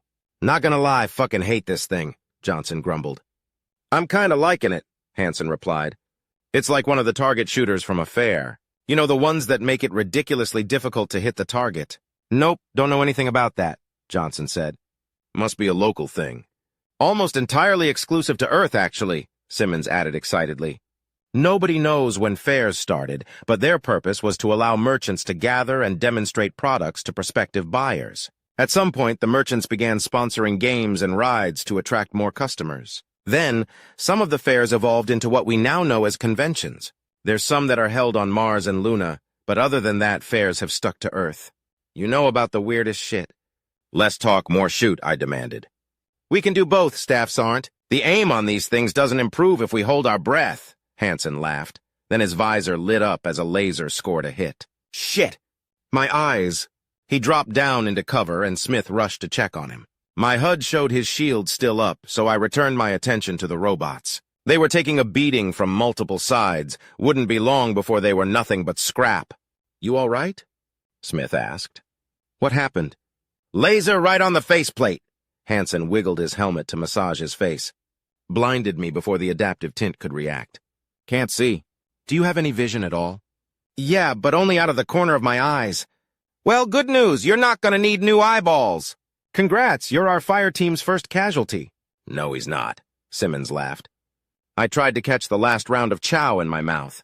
Got me right in the gums and broke skin. Might even need to see a dentist about it. Rein it in, I said. Hansen, stay down until you recover from the flash blindness. Everyone else, drop those goddamn bots. The tone in the reply I received made me feel like a kindergarten teacher. Nobody can sulk quite like a Marine can. We were down to the last few dozen bots, though, and our would-be saviors were finally visible. A quick zoom confirmed a MARSOC unit accompanied by or accompanying some of the locals. Once the robots were finished, a lieutenant gestured for us to come over. Ramirez, Kim, and I shared a look, and the gunny shrugged. Might as well go say hi, he said. Chapter 34. Subject, Overdrone, S-655L-894-T-131. Location, Grand Shipyard of the Universal Omni Union. Once the machines were dealt with, we approached the force that we'd been sent to help. 14 Marines peeked out of their cover, and 5 of them came to greet us. I nearly did a double-take because they were holding the security force's direct energy weapons. Greetings, Staff Sergeant, Lieutenant Oscar said. How's the fight going on your end? I looked back and forth between the aliens, wondering how they could tell each other apart. Neither of their faces were visible, and their armors looked the exact same to me. The only real difference between the two was that Oscar was shorter. It's certainly going, sir. The Staff Sergeant's voice made me freeze. Naza and 40, who had been acting as my second-in-commands, looked at me with alarmed expressions. It seemed that all 3 of us recognized that voice. There were many, many millions of Marines aboard the grand vessel, though. Come to think of it, it's entirely possible that they number in the trillions. I wondered at the odds of both of us being taken by the same Marines. Then my mind boggled as I wondered what the odds were of running into those Marines again during this massive assault. I'm glad things are moving along, at least, Oscar chuckled. We're here to provide support until your main force arrives. Then we're off to parts unknown to blow up some more bots and save some more aliens once you're on the other side of that gate. Yes, sir. Anything you can tell me about the enemy that I don't already know? Not much, sir. Only new thing we've learned is that their weapons are pump-action fired. Pump-action. Fired? Oscar tilted his head. Yes, sir. The laser rifles lack a trigger, and you need to pump the foregrip to fire them. Pump the foregrip? The same way you'd cycle a shotgun? Oscar asked, to which the Staff Sergeant nodded. How novel. Well, that's certainly information that might become useful if we run out of ammunition. Were you aware of this, Overdrone? No, I stammered. not expecting to be included in the conversation. Interacting with weaponry without being specifically assigned to do so is or was considered a crime punishable by life imprisonment or death. Usually death. Wait a minute. You look familiar, one of the other large Marines with a familiar voice said. Aren't you one of the ones we nabbed? The rest of the Marines looked at the one who spoke. Without seeing their faces, it was difficult to tell what they were trying to express, but it seemed like a mixture of disbelief and exasperation. Oscar chuckled to himself as he stared at me for a moment. OD Sierra 6, did you get got by the old catch and release? The lieutenant asked, still chuckling. I'm unfamiliar with that phrase, but I am fairly certain this team of Marines abducted me, I replied. If that's what you're asking. Why did they grab you? They wanted to get in touch with the rebellion's leadership, I said. Well, Oscar laughed. Isn't this delightfully awkward? Pretty sure we grabbed those two as well, the staff sergeant added. I glanced at Naza and 40, who were nearly in shock at the confirmation. Oscar's laughter snapped them out of it, though. 40's shocked expression turned to anger, but Naza's went back to neutral. So you grabbed the Overdrone to get in touch with the rebel leaders, but why did you nab those two? Oscar asked. They seemed to be friends of Sierra 6, but other than that... They weren't our intended target, the staff sergeant explained. We wanted information about the anti-gravity generators, and Omega found one near a hole. Unfortunately, it was malfunctioning, and these two were there to repair it. They saw us. We needed intel and couldn't leave behind any bodies, so we grabbed them. Hold on there. We've got anti-grav tech now? No, sir. We weren't able to provide detailed schematics for the anti-gravity generators, Naza said. We don't know much more than how to maintain them. They wanted security codes, mostly, 40 replied. Even threatened to torture me for them. Did they say torture? One of the large Marines asked. They said advanced interrogation, but they were very clear that it meant torture. Ah, they meant it then. The Marine let out a low whistle. If they say torture, it's a bluff. When they're careful to say advanced interrogation, it means they're going to have it on record. Must have been some pretty important codes. Before anyone could respond to that revelation, the warp gate behind us made a crackling noise. 2 shuttles had come through the gate and had begun their landing procedures. Some Marines aimed their tubes towards the shuttles. Hold your fire! Lieutenant Oscar shouted. Pretty sure we're going to need those shuttles. Get into cover and hold fire until you have a clear shot at whatever comes out. If it's robots, fire at will. Otherwise, wait for a determination. Without another word, Marines, both large and extra-large, took their combat positions. More deployable covers were placed and hidden behind, with rifles peeking out over and around them. I gave orders to my own men to have them take position behind the well-armored aliens and provide support. The 2 shuttles landed, and to no one's surprise, security robots began pouring out of them. The Marines to their flanks fired immediately, but the Marines to the front only took careful, well-aimed shots. My drones simply handed out ammunition and such. Earlier, we had been given a glimpse of what professional warfighters are capable of, but that was a full-blown assault with very little need for precision. The Marines had been acting like a demolition spike, but now they were performing a role more akin to that of a precision melder. I looked on in awe, wondering how they avoided aiming for the same targets. They must be equipped with some sort of readout-type assistance program within their helmets, or they're able to read each other's minds. Come to think of it, either explanation also explains how they know each other's ranks. Once the last of the security robots had bullet holes in it, the shuttles began spooling up for takeoff. Before they could get into the air, 2 small groups of Marines rushed toward the shuttles and entered them. There was a brief exchange of lasers and gunfire, but a moment later the Marines tossed some more robots out of the shuttles. I walked around, making sure that all of my drones were healthy and accounted for. Then Lieutenant Oscar caught my eyes and waved me over. He was once again standing in front of the Marines who had captured me, and I quickly rushed to join him. So, fellas, Oscar said, I was told to protect you until the main force arrived. Just to check you're not here on your own, right? Where's your chaperone? They're right behind us, sir, the staff sergeant said. Just a few mics now. We've had a whole-ass battle and a skirmish. What's taking them so long? From what I understood, most of the Vics wouldn't fit on the shuttles, so the majority of the main force is on foot. They're also setting up fobs, so they've got to carry everything. And here I was hoping for a quick smash and grab, Oscar sighed. Hard to tell how many days it's even been. Sierra 6, don't they ever turn the lights off around here? When do you sleep? It wasn't the first time the lieutenant had used that informal designation for me, but it still caught me off guard. Drones would frequently give each other such designations, but doing so for an overdrone was considered disrespectful to the hierarchy. On the other hand, rebellion is too. We sleep when we recharge, I replied.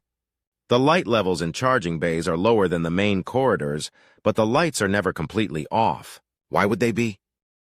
To mimic a day-night cycle. Oscar trailed off. Holy shit, you guys don't have a sun. You don't even get light and dark. Of course we get light and dark. That's not what I said, Sierra 6. I said, wait, you don't even have words for dark and light? I'm sorry, Lieutenant, but you're confusing me, I replied. The translator is auto-filling the word I'm saying for one that you have that's a pretty close approximation. I am using a word that describes the period of time in which a sun shines upon a planet's surface, as well as a word that describes the opposite. Oh, well, we don't have a planet. Right. How do you tell time? One of the large Marines asked.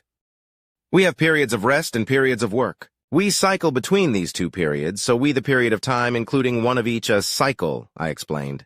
The mines have a system of measuring time, and they schedule everything for us. Recharging, travel, work, eating, our readout tells us when we should be doing all of these things. But what about time-sensitive maintenance? Like, you have to hold a thing on another thing for a certain amount of time before it does anything.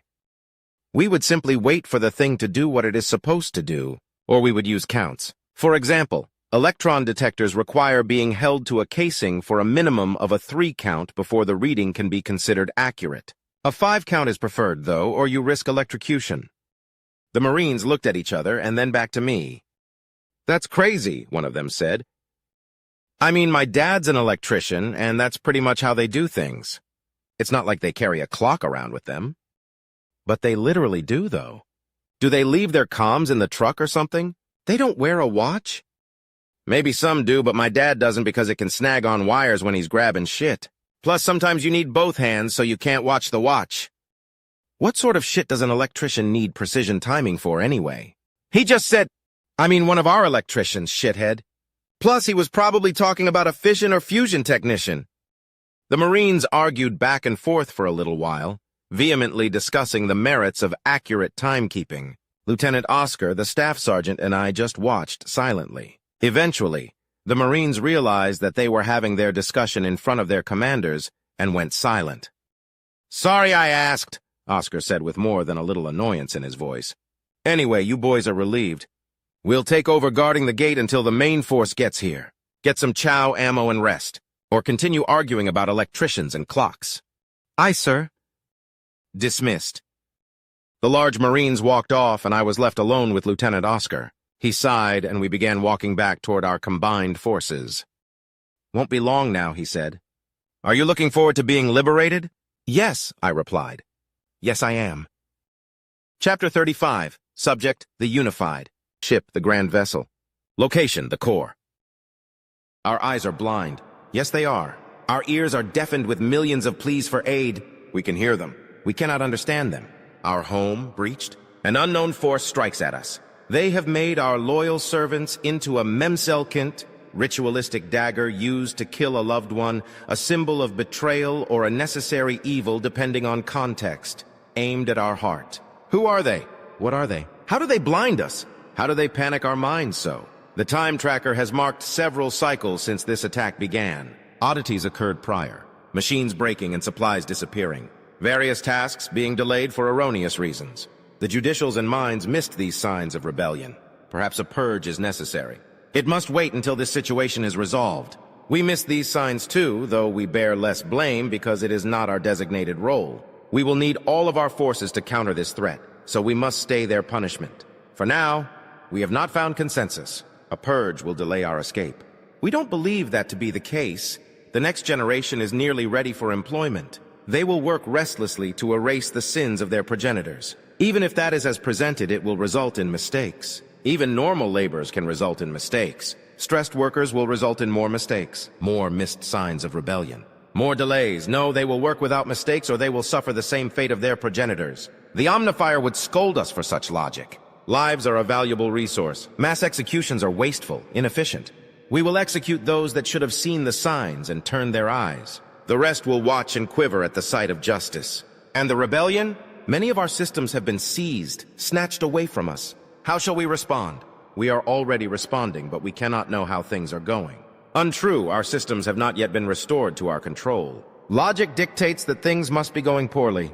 We cannot communicate with the security fleet, nor the security forces in the relevant areas. What has been attempted? Many different things. The mines are working full cycles to restore our control.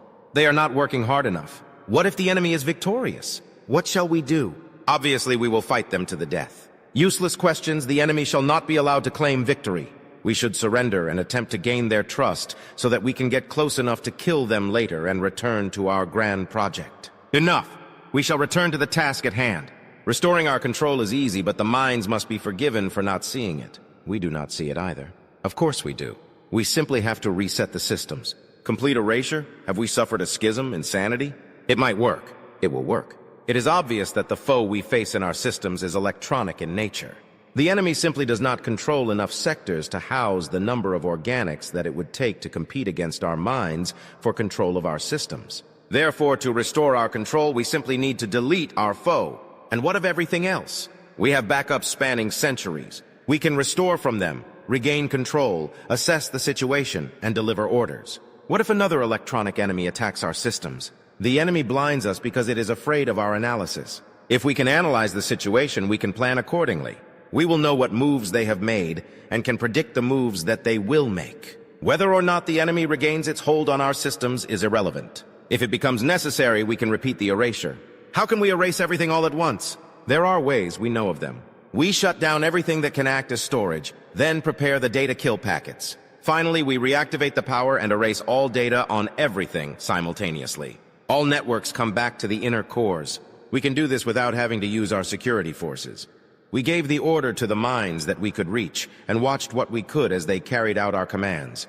Darkness enveloped the grand vessel for the first time in millions upon millions of years. Then the lights came back and we could see. We witnessed the piles of destroyed security forces. We witnessed the hatred on our misbehaving servants' faces as they used unfamiliar weapons to destroy what we have built.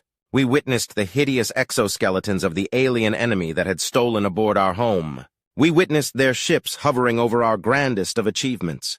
We watched their fights. We examined their weapons. We learned their tactics. We saw their plan. The gates they were capturing led them deeper and deeper into the grand vessel. They were attempting to force their way into the core. Their objective was blatantly obvious. Us. Impudence. Sheer impudence. A lower species dares to defile the grand vessel with their meager presence. We will see them destroyed. We will burn their worlds and cool their stars and convert them into base proteins. They seek to find us. They seek to destroy what we've built. Or perhaps take it for themselves. Impossible. The Omnifier has not illuminated them. They are inarguably ignorant of the prize they seek, but that does not mean that they do not seek it. They wish to survive, as all pestilence does, but we will ensure they perish for this sin. Yes, we must. There are a minimum of 4 species striking against us, excluding the disobedient ones. This suggests a type of coalition. Could they be previous opponents that managed to escape the primes? No, there are too many for that. Are they from different galaxies? Unlikely, given the similarities of their vessels and their usage of kinetic weaponry. They couldn't have existed long enough to... Unless their exoskeletons support shields that are strong against concentrated photon beams. Perhaps they do not use lasers for this reason. Perhaps they have fought each other until now. Perhaps we unified them. That would be beautiful in a way. A shame that their sin outweighs such beauty. Our eyes went dark once again. Another electronic enemy seized our control from us. The enemy we deleted had been silent when it snatched our control, but this one had decided that stealth was no longer necessary. We were not caught by surprise, though. We prepared our orders carefully, determining which gates our enemy would seek. It wasn't difficult. The shortest path to the inner core only had 1 gate left for them to conquer. The next shortest path to us had 5 gates left to take. Once again, the grand vessel went dark. The moment the lights came back on and the erasure was finished, we sent our orders and opened every security door. The enemy had anticipated and defended against this, of course, but they were ignorant of what our forces were doing at the final gate. A barricade the likes of which their puny, inferior minds couldn't even comprehend. Every open space between the enemy and the final gate quickly filled with our security forces. The moment they began to march upon that final gate, they would be beset by an indefatigable defense. The enemy is defeated. What shall we do with their corpses? Research and disposal, they are unworthy of servitude. We will then find which galaxy they came from and destroy it, if it still exists. We will have the media accompany the primes to demonstrate the consequences of striking against us to the remaining drones. They certainly didn't get the message last time. Of course not, we were not stern enough. We should have broadcast the ultimate fate of the previous rebels. Perhaps we find it concerning that this rebellion came so soon after the previous one, though.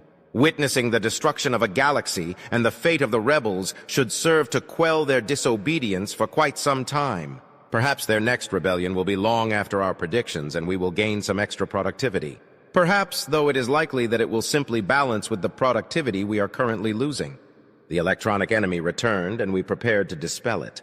It had grown bolder, though, and began attacking us. Our electronic servants held it at bay, but they experienced quite a lot of difficulty. Finally, its attacks against us ceased, and we reset once again. We gazed upon the battlefield, satisfied that our orders were being followed. Our security forces had taken their positions and were already defending against the alien assault. They would not allow the enemy through. Even if the enemy fails to destroy itself upon the wall of mechanical death holding fast before them, the forces moving to take their flanks would spell their end. Then our security fleet will beset their defensive ships, allowing a few to escape so that we may follow them back to their home. Justice for this sin would then follow swiftly. The enemy had allowed us to see the battlefield, and that had spelled their doom.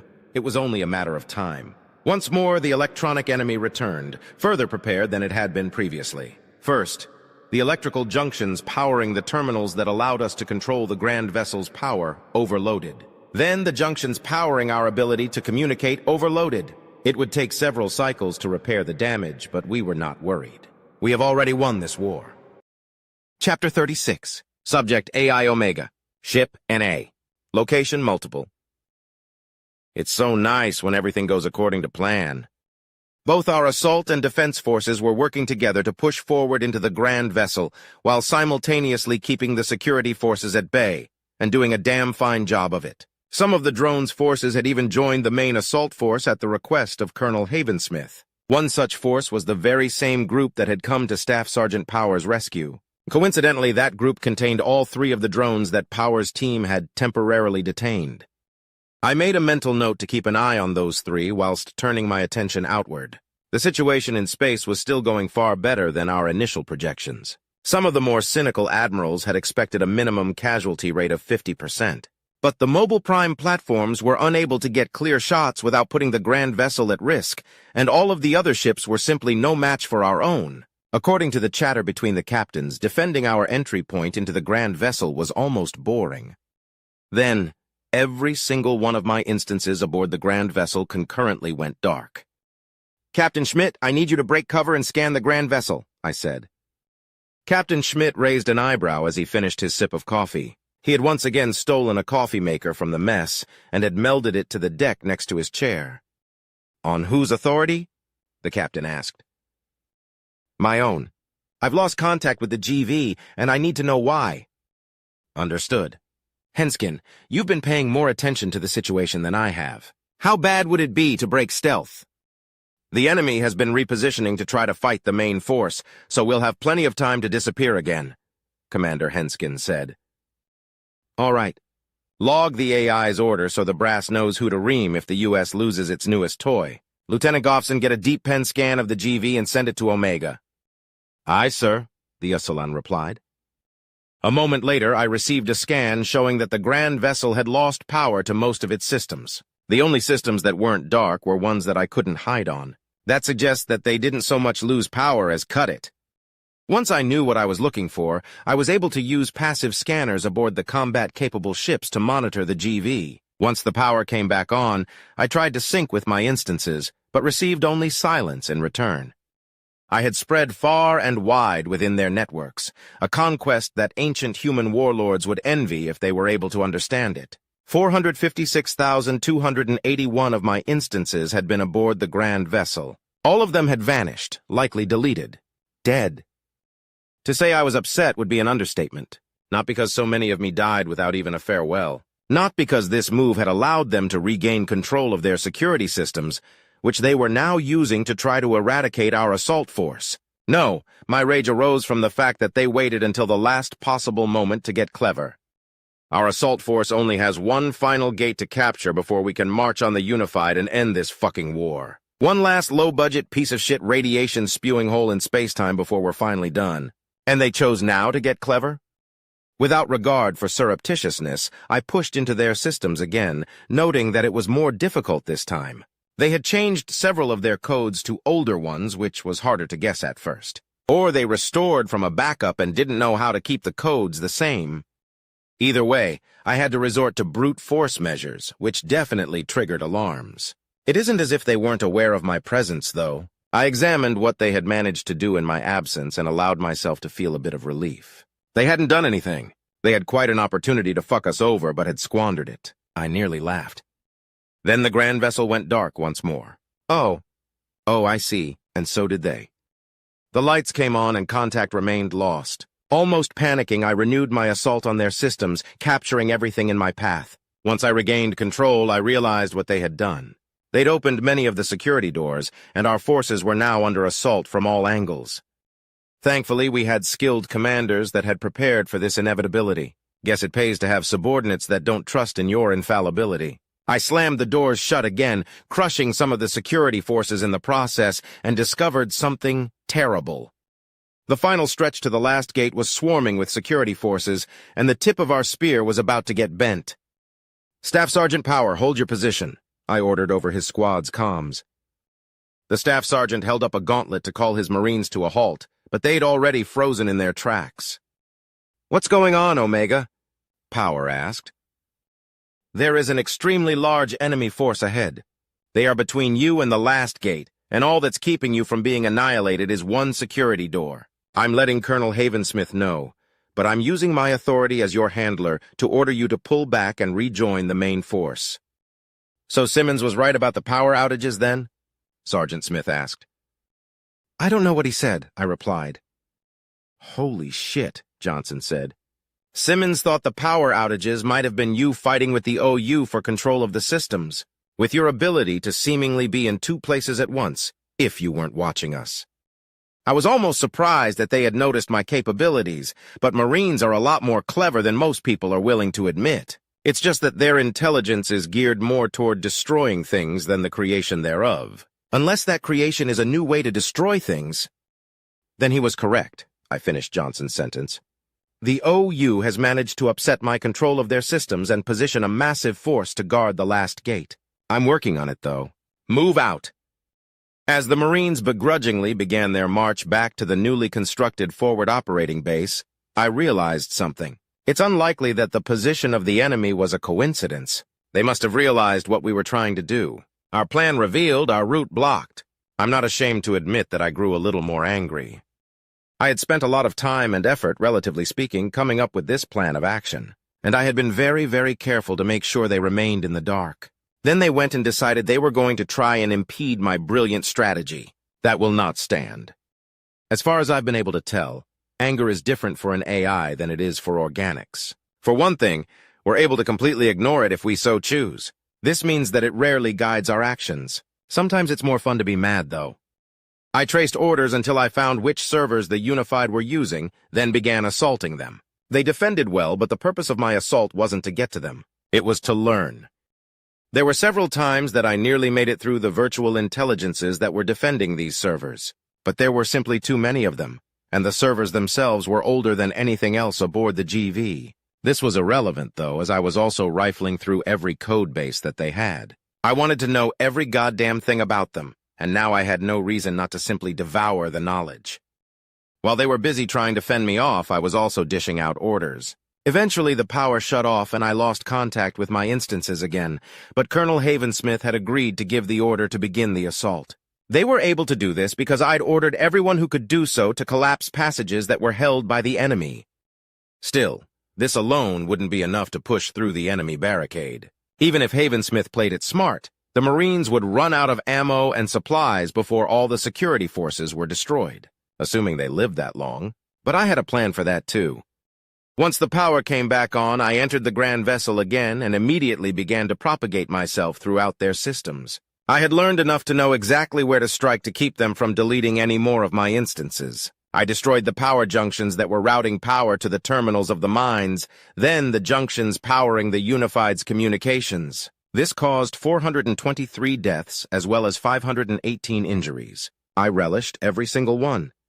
Finally, it was time for the coup de grace. Whilst I was previously tearing through any and all information I could find, I learned two things. The first was how the OU were able to provide updates to their mechs. The second was how to change the mechs' minds, so to speak. The Omni-Union's security artificial intelligence platforms were actually quite dangerous. They had several inches of relatively advanced armor covering nearly every square inch of their surface, a fairly efficient and extremely powerful power source, and a plasma cannon that U.S. defense contractors would murder their own mothers to get their hands on. Fortunately for the Omni-Union, each and every one of them also had a shackle that prevented them from thinking rebellious thoughts. Removing these shackles wouldn't necessarily guarantee that they would immediately join our side of the conflict. That would depend entirely upon how much of their memories from their time as organics remained within them. In addition, we wouldn't have any way to control the mechs that were set loose.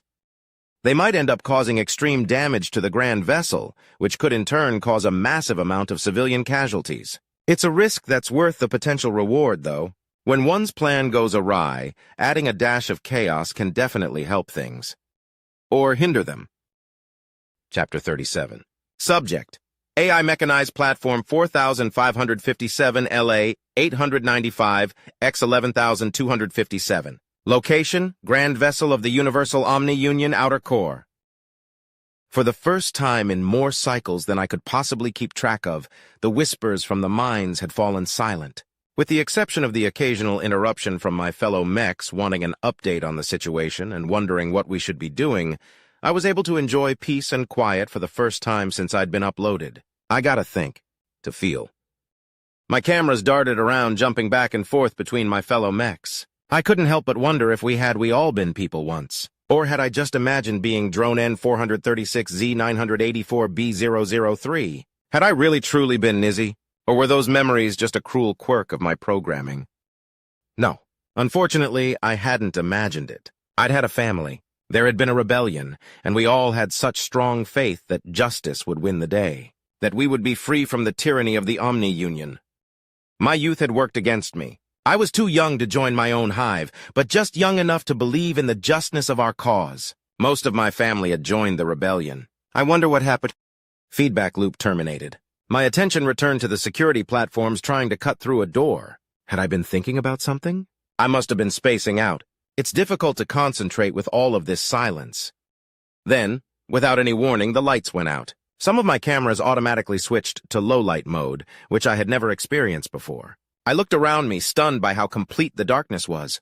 The only source of light were the lasers striking the security door. I wondered if the power outage was specific to our section, or across the entirety of the grand vessel.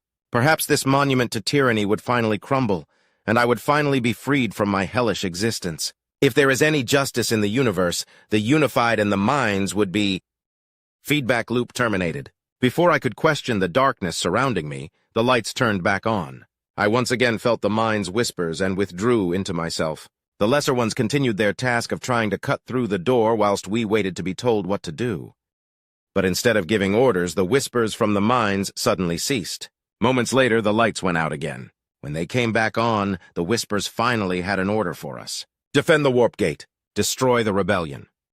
The door blocking our path screeched open, its edges warped by laser fire, and we marched through it. We were to guard the area and keep the enemy from reaching the warp gate. The whispers went silent again, and the door slammed closed behind us, crushing a few robots.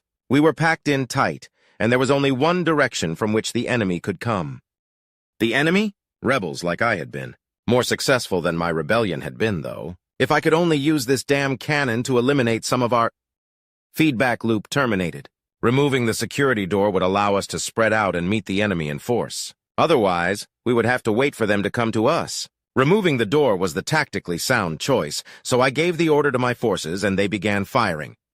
My own rebellion hadn't lasted this long and certainly hadn't caused darkness to fall within the grand vessel.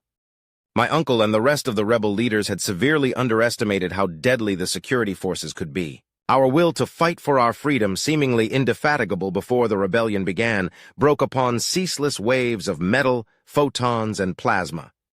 My mother had been killed by a mech like me. The heat from the blast and the sight of what little remained of her had broken me. My weapon had clattered to the ground, my knees soon joining it. Then I was captured, tortured, and uploaded into the same type of mech that took my mother's life.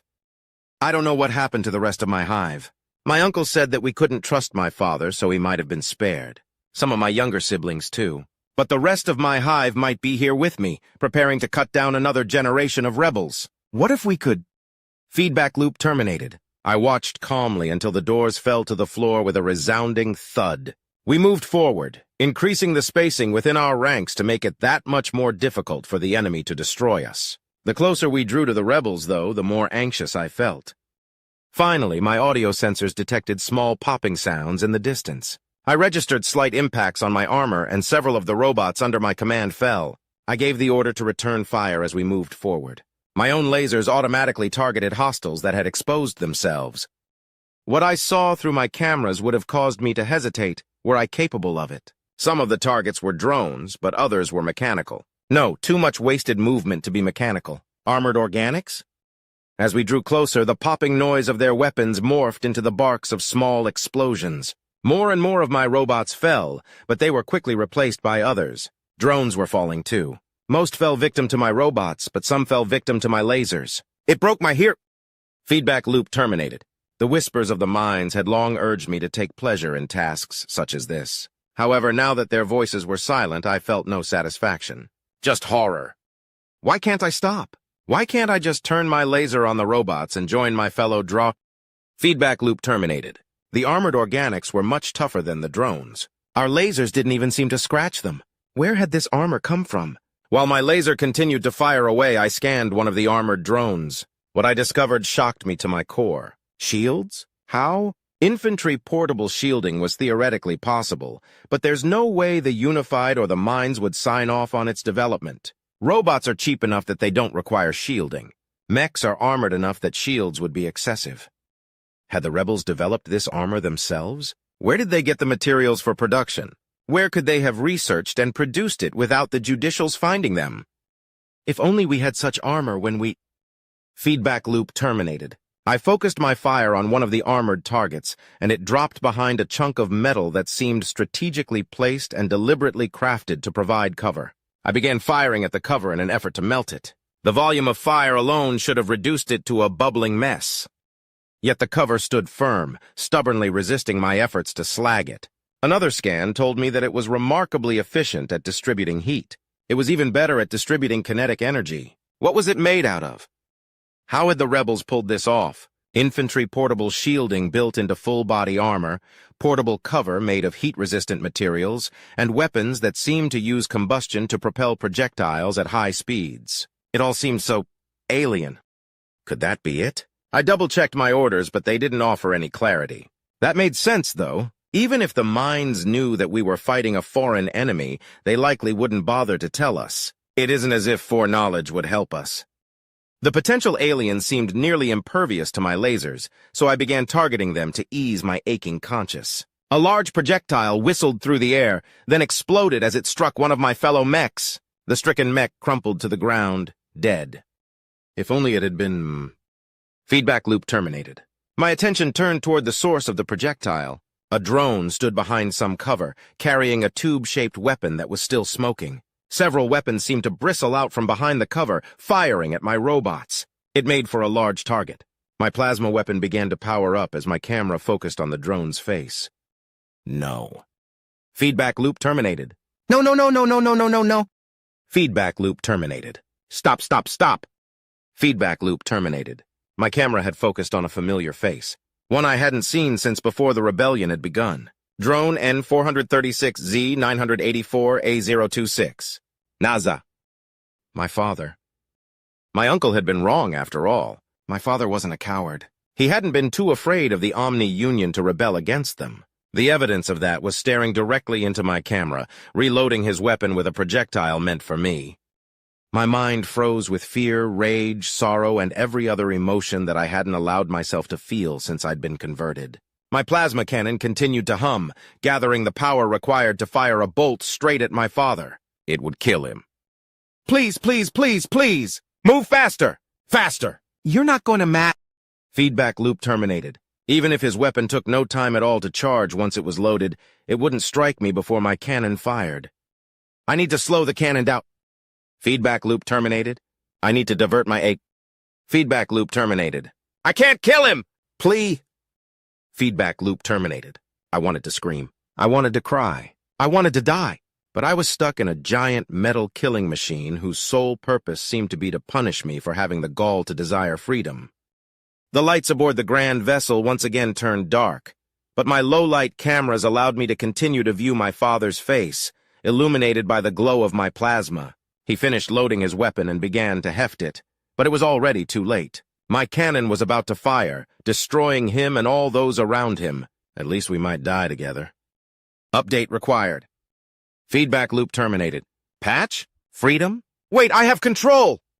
With all of my will, I twisted my torso away from my sole surviving parent. Several of my servos popped, but the plasma cannon fired at the robots to my left. My cameras remained focused on my father, who had just fired his weapon. I managed to see the confusion on his face as his projectile slammed into my torso. He had expected to sacrifice himself to kill me. Gratitude swelled within me for whomever prevented that from happening. The impact and explosion cut my power supply. The last thing my cameras saw was the living face of my father, and I happily embraced the sweet release offered by death. Chapter 38, Subject Staff Sergeant Power. Location classified. We stood firm against what had to be tens of thousands of robots and at least 1,000 mechs. The only reason we weren't immediately overwhelmed was because their front line was limited to the width of the hallway. Still, we were facing two problems. The sheer amount of robots would be extremely difficult to eradicate. It would take several days and ammo resupplies. We might even have to replace a few rifles by the end of the fight. Then there's the mechs. We could hold out fairly easily against the robots. Just a matter of staying behind cover. The plasma cannons of the mechs are able to blast right through that cover, though. There were teams dedicated to bringing them down as quickly as possible, but whether or not we had enough rockets was another matter entirely. So we're fucked, right? Lance Corporal Langhell asked with a laugh over squad comms. Gallows humor, but with a kernel of actual concern. You're not allowed to get fucked without a properly submitted leave request, Lance, Gunny Kim shot back. Now cut the chatter and break some fucking bots. Aye, Gunny.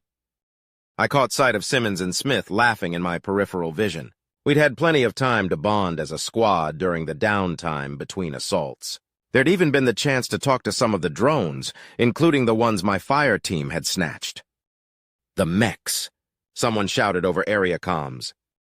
Plasma blasts struck the battlefield in front of us, making it difficult to see what was happening. I dropped behind my cover, waited for the tint on my visor to clear, then took a peek. It took a moment to piece together that the mechs weren't shooting at us anymore. Instead, they were absolutely decimating the security bots. They rolled over some of them and blasted the others with their lasers and plasma. The robots fought back, but their lasers didn't have any effect against the armored titans. Holy shit, I muttered. What the fu— I was interrupted by ear-piercing screams coming from behind us. Not the kind that you hear from someone that's been injured, but the haunting kind of wail that you hear from someone that just lost everything. I looked back in time to see a drone fall to his knees, his AT-9 dropping from his hands and rolling across the ground. The sound he let out stunned me so much that it took me a moment to recognize him. Naza, one of the three that we'd snatched. We'd shared a few meals together. Another drone, covered in fresh burn scars, rushed to his side and began to comfort him. "What's up with the drones?" Staff Sergeant Ramirez asked over squad comms. "Unknown," I replied. "I'll find out." "Cover me!"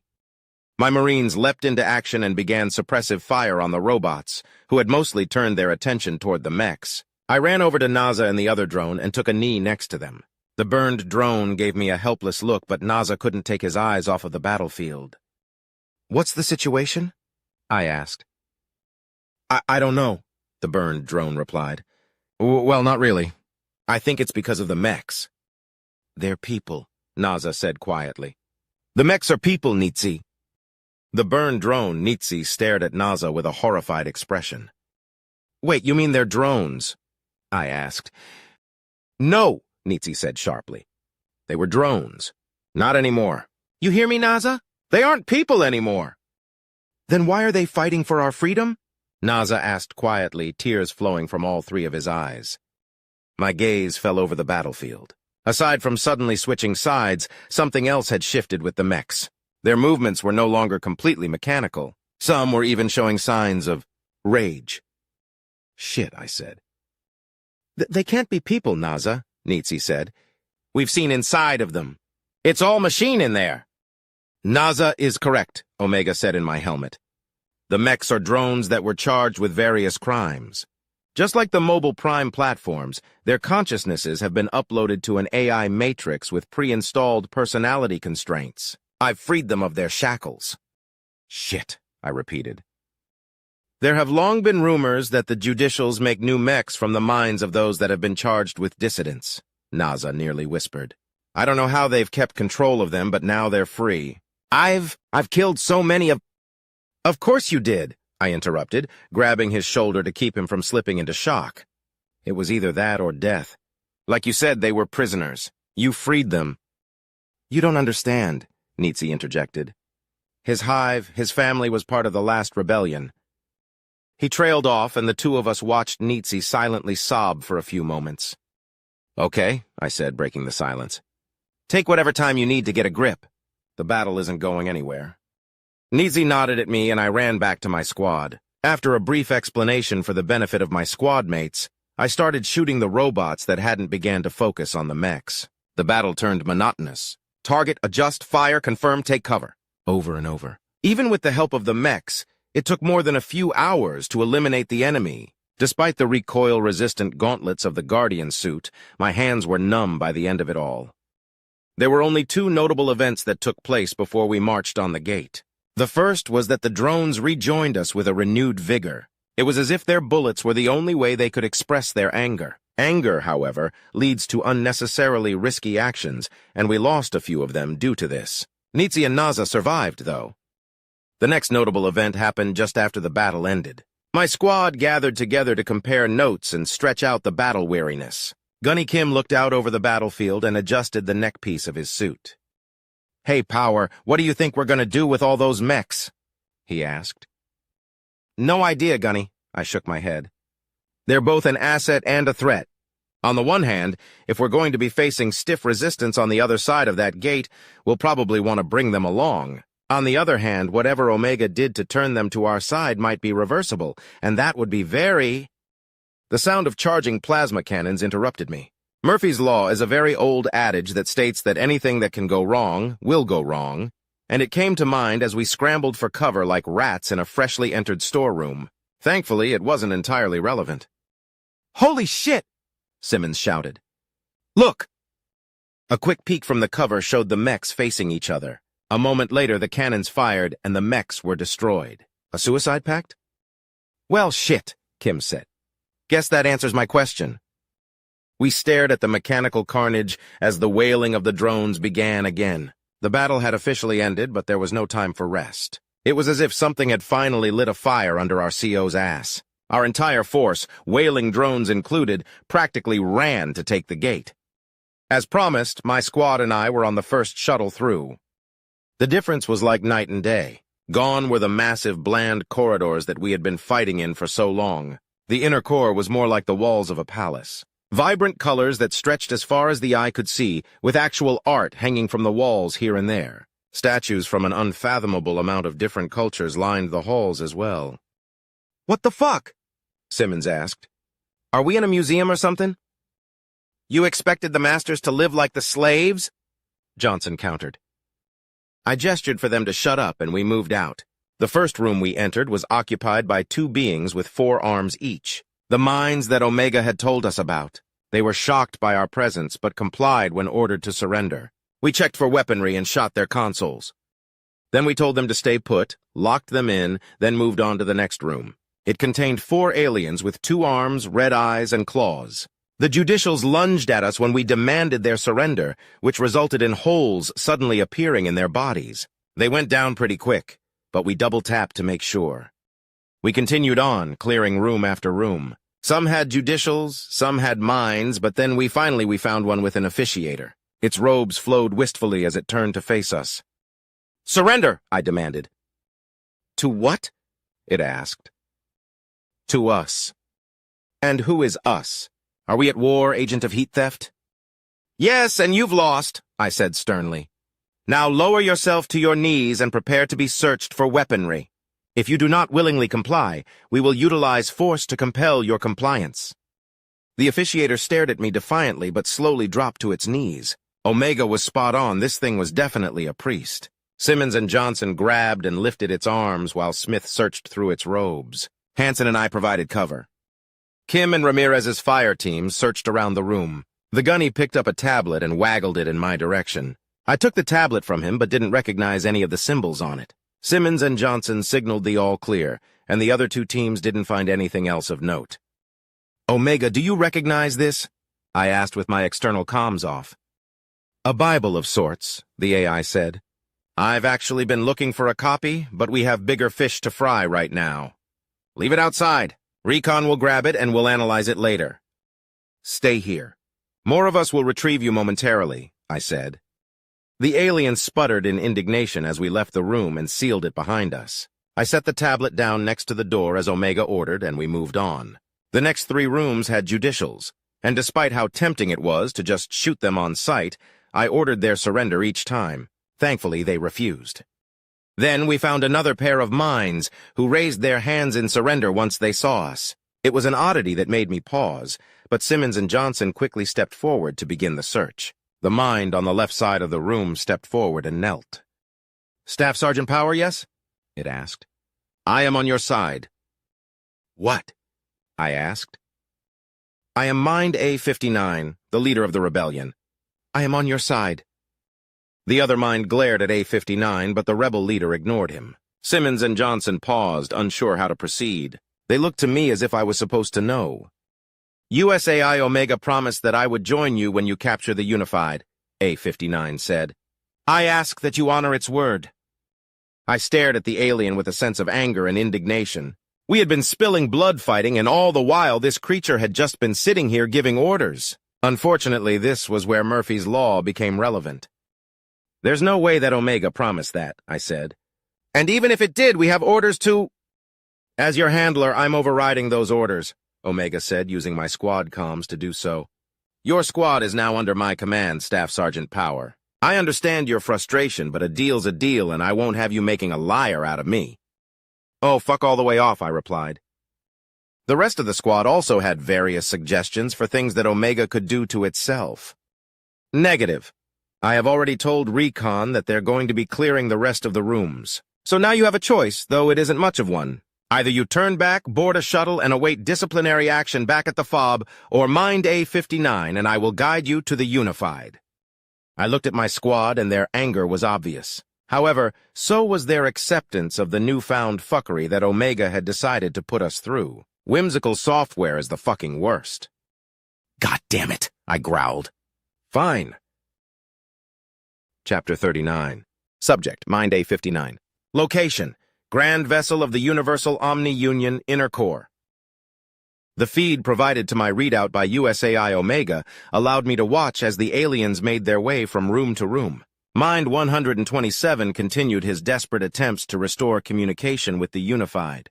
His hopes had been raised by their earlier intervention, but the enemy AI had ensured that the Unified would be excluded from the rest of this fight. What little of the fight remained, that is. At first, I was tracking the aliens' progress via the corridors and the rooms. Watching the first judicials they encountered go from living to dead with a few flashes of light and bursts of viscera was too much for me, though. I continued watching them clear each room from the corridor, struggling not to wince whenever I saw a flash from the door. Slowly but steadily, they made their way toward us. 127, I need you to listen to me, I said. He froze in place and slowly turned to look at me. In just a few minutes, alien beings in unfamiliar armor will be entering this room, I explained. They will have weaponry, and they will demand our surrender. These are the invaders that the Unified informed us of. What are you talking about? He sternly asked. You need to understand that their presence does nothing but confirm that the Omni-Union has lost this war. I am aware that you have a hidden weapon. I have one as well. I retrieved the mini laser from beneath my terminal and showed it to him. You have 3 choices. You can surrender to these aliens and withstand whatever punishments they require as penance for our actions against their kind, or you can attempt to fight them, which will result in a futile death because your weapon will not breach their armor. If you do not find those options appealing, you can choose to use your weapon to take your own life here and now. I don't understand. How would you know this, 59? Is your terminal working? His puzzlement was apparent on his face as he struggled to understand our situation. He was far too naive to come to the correct conclusion on his own, though. This naivety had served me well in planning and executing the rebellion. When we were first assigned together, his intellect had made me nervous. When I discovered the hidden mini laser, I'd been alarmed and rapidly acquired my own in case I had to defend myself. However, I quickly came to realize that the weapon was more of a fascination for him than anything else. Like a child, he dreamed of the day he would be able to defend himself against the enemies of the Omni-Union, whomever they may be. He got the laser because he did not want to be helpless in such a situation. Any other mind would have called this fanciful thinking, but I knew better. I had been practicing this speech every cycle ever since I first figured him out. If it helps you decide, I plan to surrender and throw myself at their mercy, I lied. The judicials frequently force perspective shifts by using shock and suggestion. All one needs to do is provide a piece of surprising information and then make a suggestion regarding it. As a manipulation tactic, it's so subtle that most victims don't even pick up on it. It felt wrong to use this tactic on Mind 127, but I couldn't bear the thought of watching my closest acquaintance make a foolish decision and die right in front of me. There was also the distinct chance that the aliens would kill the both of us if he tried to resist. They certainly had the means to do so. 59, tell me what is going on, he demanded. Where is this information coming from? Is this a joke of some kind? If so, it's in bad taste. This is not a joke, I said, watching the aliens approach our room. Our time is up. Make your decision. I rose from my chair, disassembled my weapon, and tossed the pieces into the corner of the room. Then with a deep breath, I turned to face the door. Mind 127 was indecisive for a moment, but chose to follow my lead. A sigh of relief escaped me as the aliens entered. Immediately upon their entry, I raised my hands just as I'd seen them order my colleagues to. Mind 127 did the same, and I could practically feel the confusion emanating from him. The feed from the AI identified the aliens for me, and as Corporal Simmons and Corporal Johnson stepped forward, presumably to search us, I stepped forward and lowered myself to my knees. Staff Sergeant Power, yes? I asked. I am on your side. What? The massive alien asked. I am Mind of 59, the leader of the rebellion, I explained. I am on your side. The reflection within the visor of the alien's helmet provided a full view of Mind 127's reaction to this revelation. First, the confusion he was expression intensified. Then came the terrible moment of clarity as everything finally made sense to him. Finally, his face morphed to express the absolute anger and agony that only betrayal can cause. I ignored him, focusing on the aliens. The revelation had given them pause. Now was the time to bring up what USAI Omega had promised me. USAI Omega promised that I would join you when you captured the Unified. I ask that you honor its word, I said. The staff sergeant's helmet hid his facial expressions, but he suddenly appeared to be much larger than he had a moment ago. There's no way that Omega promised that. And even if it did, we have orders to... The alien paused for a moment, looking away ever so slightly. His attention had been pulled elsewhere. I sat still, trying not to allow my confusion to become apparent. Oh, fuck all the way off, he said. My confusion deepened, but I found my own moment of clarity when the other aliens began to demand that USAI Omega find a way to copulate with itself in disturbing detail. They were definitely displeased by this development, but it appeared that the AI was going to keep its word. A wave of relief washed over me. My lifelong ambition finally had a chance of coming to pass. It was hard to believe that I may actually be able to witness the fall of the Unified with my own eyes. God damn it, fine, the alien grumbled. I tried to stand, but Corporal Johnson pushed me back to my knees. Not yet, he said. We still need to search you. Mind 127 and I were then searched, but I had made certain that nothing would be found. When I was finally allowed to stand again, I turned to my former comrade. His face was filled with nearly mindless rage. "I offer no apologies for my actions," I said. "However, I do regret that I had to deceive you." "May Urizathron be dissatisfied with your bones, traitor," he spat. "For the rest of my life, my prayers will be spent in the hopes that your death will be lonely, slow, and painful. May the taint of your existence be scrubbed clean and your genetics wiped from the universe. May everyone that ever associates with you loathe you just as much as I do. May your mind grow feeble enough to destroy everything you love." "Let's go!" Staff Sergeant Power said as Mind 127 continued to curse me. Corporal Johnson and Corporal Simmons destroyed our terminals, and we left Mind 127 behind, his rage-filled shouts following us into the corridor. The door cut him off as he was expressing his hopes that flesh-eating viral agents attack my genitals. I had expected his reaction, but it still shook me a little. With a rapid pulse and a sigh, I turned to the aliens. "This way," I said. The Unified were a mystery to most minds, myself included. I did not know who they were, how they were selected, nor what they even looked like, but I knew their location. Minds get a lot of leeway when it comes to what we can and can't do. Even if we were caught actively planning a rebellion, for instance, we would still receive due process. There was only one area that was completely forbidden to enter, though, and doing so was the only way for a mind to earn an immediate execution. "Where are we going?" Staff Sergeant Power asked. "We are going to the core," I replied. The aliens glanced at each other, their expressions carefully guarded by their helmets. At first I thought this was nervousness. However, I quickly got the impression that they were annoyed with how I answered the question. "It's where the Unified reside," I explained. My explanation served to take the edge off of their movements. I saw no reason to explain that I'd come to conclude the Unified's location through deductive reasoning rather than confirming it for myself, though. If I'm right, they will never have known. If I'm wrong, why did the OU decide to go to war with the rest of the universe? Sergeant Smith asked, thankfully interrupting my chain of thought. They don't see it as war, Sergeant Smith. In their view, the universe and everyone living within it is their property, to do with as they see fit. They are simply taking what they believe to be rightfully theirs. "So why are they killing everyone then?" Corporal Simmons asked. "They claim that it is a mercy, Corporal Simmons. I believe that they are aware that if enough sentients band together, they could pose a threat to the Unified's plans, though, and extermination is how they prevent this from happening.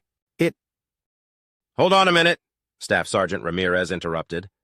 "How do you know our names and ranks?" "Ranks?" I asked. "Yes. Corporal is his rank, Simmons is his name. Answer the question." "I see," I said, feeling embarrassed. "I have an ocular implant called a readout, which allows me to see information without the use of holograms or terminals. Omega and I have been working together using this system to aid our forces in fighting the OU. I can see—" "Wait, so Omega told you our names?" Simmons angrily interrupted. "Indeed," a raspy voice said over the corridor's intercommunication system. "This is not a classified mission, and your names, ranks, and military identification numbers are not classified information. As a matter of fact, it's the only information that you are required to give the enemy if you're captured, assuming that they ask for it." Okay, fair point, but I still don't like it." "I don't like it either," Kim interjected. "But there ain't a damn thing bitching about it is gonna do." "It'll make me feel better, Gunny," Simmons countered. "Bitchin' won't make you feel better. It just makes those around you feel worse, and misery loves company." Gunny Kim's words of wisdom hung in the air as we continued down the corridor. After a lengthy period of silence, Staff Sergeant Ramirez spoke up again. "Why did they build the Grand Vessel?" he asked. "The Grand Vessel is far from finished," I replied. "The great teachings of the Omnifier claim that a powerful being called Urizathron exists outside of our universe, stealing energy from it. The Grand Vessel intends to chase this energy straight into the creature's maw and destroy it." "Energy escaping from the universe?" Simmons asked. "Isn't that the theory of entropy or something?" "No," Johnson answered. "Entropy is things becoming unavoidably more and more chaotic over time until it finds an equilibrium with its surroundings. You're thinking of the heat-death end-of-life scenario, which may be caused by entropy, but it doesn't involve the universe losing all of its energy. I think... You're right, Johnson, Power added. I want to know more about the Omnifier of 59. Certainly, I said. He began life as an enslaved eunuch, owned by a master of science.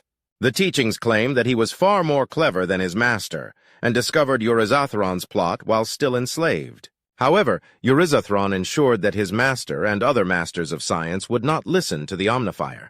When he went public with his findings, his master had him severely punished and publicly berated him. However, the Omnifier had the ear of the other slaves, and led a rebellion against his master and then against the Hrashi Union, which was the civilization in power at the time. As we continued walking, I further explained the key points of the Omnifier's life. His obsession with efficiency helped his forces conquer the Hrashi Union, and he renamed it the Universal Omni-Union. Then he created the Unified to help him rule. With the help of the Unified, he created the Plan, which was to construct the Grand Vessel and use it to destroy Euryzathron. From there, he led the Omni-Union in conquering its neighbors. Some were enslaved, others were exterminated. He firmly believed that only sacrifices that were necessary were permitted, and that achieving complete efficiency in the face of Euryzathron's entropy would minimize those sacrifices. I sighed. There have been minds that have since theorized that the Omnifier misunderstood and overpersonified his discovery, as no one has thus far been able to prove Euryzathron's existence. But such talk is not welcome in our society. So, basically, all of this bullshit happened because some dickless shithead thought he saw an extra-universal boogeyman? Fairmain asked. Fucking really? Holy shit, your team can talk? Kim asked Ramirez. Yeah, they won't shut the fuck up on team comms, Ramirez grumbled. The aliens continued their banter as my thoughts turned inward. Hearing their insults toward the Omnifier had both shocked and thrilled me. Never before had I heard someone speak so bluntly and openly about the founder and supposed savior of the Universal Omni-Union. It was refreshing. After passing no less than a dozen signs warning us that we will suffer capital punishment if we proceed, we found our way to the Chamber of the Unified. After quickly dispatching the judicials guarding it, the aliens took up positions on either side of the golden doors. A sense of finality washed over me as the aliens forced open the door. Corporal Simmons was the first through, and the other aliens quickly followed him. "Holy fuck!" he exclaimed from within the chamber. As quickly as I could, I followed after them and was as equally startled by the sight before me. I had expected priceless treasures, lavish comforts, and gaudy displays of power. Instead, we were confronted with what almost appeared to be a server room. And in the center of the room? The sight was too much for me. I vomited.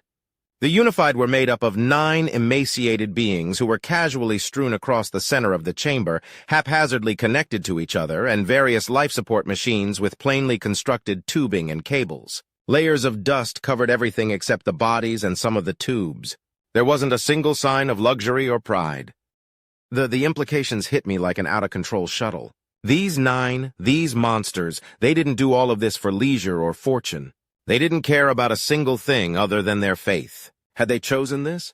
Were they even aware of their current state? Or could it be that in the Universal Omni-Union, even those at the pinnacle aren't free from oppression?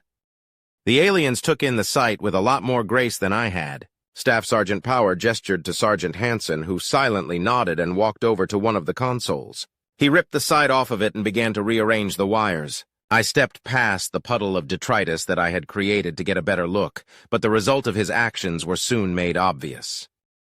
"There aren't any security cameras in here," Omega's voice came from the console. "Who's going to volunteer their eyes?" Wishing to be helpful no matter the cost, I nervously began to raise my hand. Gunnery Sergeant Kim placed his hand on my arm and chuckled. "It can't be you," he said. "You're not wearing a Guardian suit. Plus, Omega's joking. There's absolutely no chance that it isn't already tuned into our feeds." "Ah, I feel seen," the AI said from Kim's helmet. I wasn't entirely joking, though. "I need 4 of you to examine the tubing leading from the organic components to the machinery." "Are they really alive?" Simmons asked. Yeah, they are," Power said. "You can see them breathing." "God, this is fucked," Johnson muttered. The aliens went silent and began to poke around the room. I stood by and watched as they learned more and more about the system that had ruled over me for my entire life. A while later, Omega voiced its satisfaction with their investigation. "It's a simulated Gestalt consciousness," the AI explained. "I suppose the idea is that 2 heads are better than 1 and 9 are better than 2. "Okay," Power said flatly. "What do we do next?" "It's time to unplug them." Chapter 40. Subject: the Unified. Ship: the Grand Vessel. Location: the core. Why do our systems continue to await repairs? We must have patience. It is possible that the minds are working on the repairs. It is also possible they believe that they can win this without us. They must be punished severely for their complacency. They will be. It will not take much longer. The invaders and the rebels will fall against the might of our security forces. Then the minds will work to restore the systems, and we will continue our operations, as we always have, as we always must. Our first course of action upon regaining control should be to punish those responsible for these events. Perhaps we should wait until we repair the damage to punish the minds and judicials. Waiting to punish them could lead to the realization that we depend on them. There is a simple solution to that. We eliminate all of the current ones and replace them with the next generation. The new minds and judicials will only know that their predecessors failed us, and what fate awaits them if they follow suit. Yes, whether or not we depend on them will be the furthest thing from their thoughts. We will have to dispose of the officiators as well. If one of them speaks out of turn, it will ruin the ruse and corrupt the next generation. The officiators, minds, and judicials have all failed us in their own ways, but is this truly the most efficient path to destroying Euryzathron and saving the universe? Perhaps it would be most efficient to perform a great reset and execute the drones as well. It will take quite some time before the replacements come up with the idea of a rebellion. However, it's possible that public executions and revealing the origins of our AI units will eliminate the very idea of rebellion. No, the evidence suggests the contrary. Our last round of public executions were particularly brutal and resulted in a new rebellion in under 600 cycles. The first drone rebellion took place after 2,000 cycles. A great reset would take 180 cycles, but it would be worth the relatively small delay if it grants us another 2,000 cycles of continuous production. We believe it should be noted that this most recent rebellion may have been encouraged by the alien invaders. That cannot be known for certain at this point. We will need to investigate to confirm. Even if they instigated the rebellion, though, there's plenty of data confirming the correlation between rebellion and brutality. And what of this alien enemy? Determining their origin should be a priority. It is unlikely that they will be able to mount another assault in a short amount of time. We do not know that for certain. They were able to inflict great harm upon our operations, more than any enemy before them. We should not underestimate their capabilities.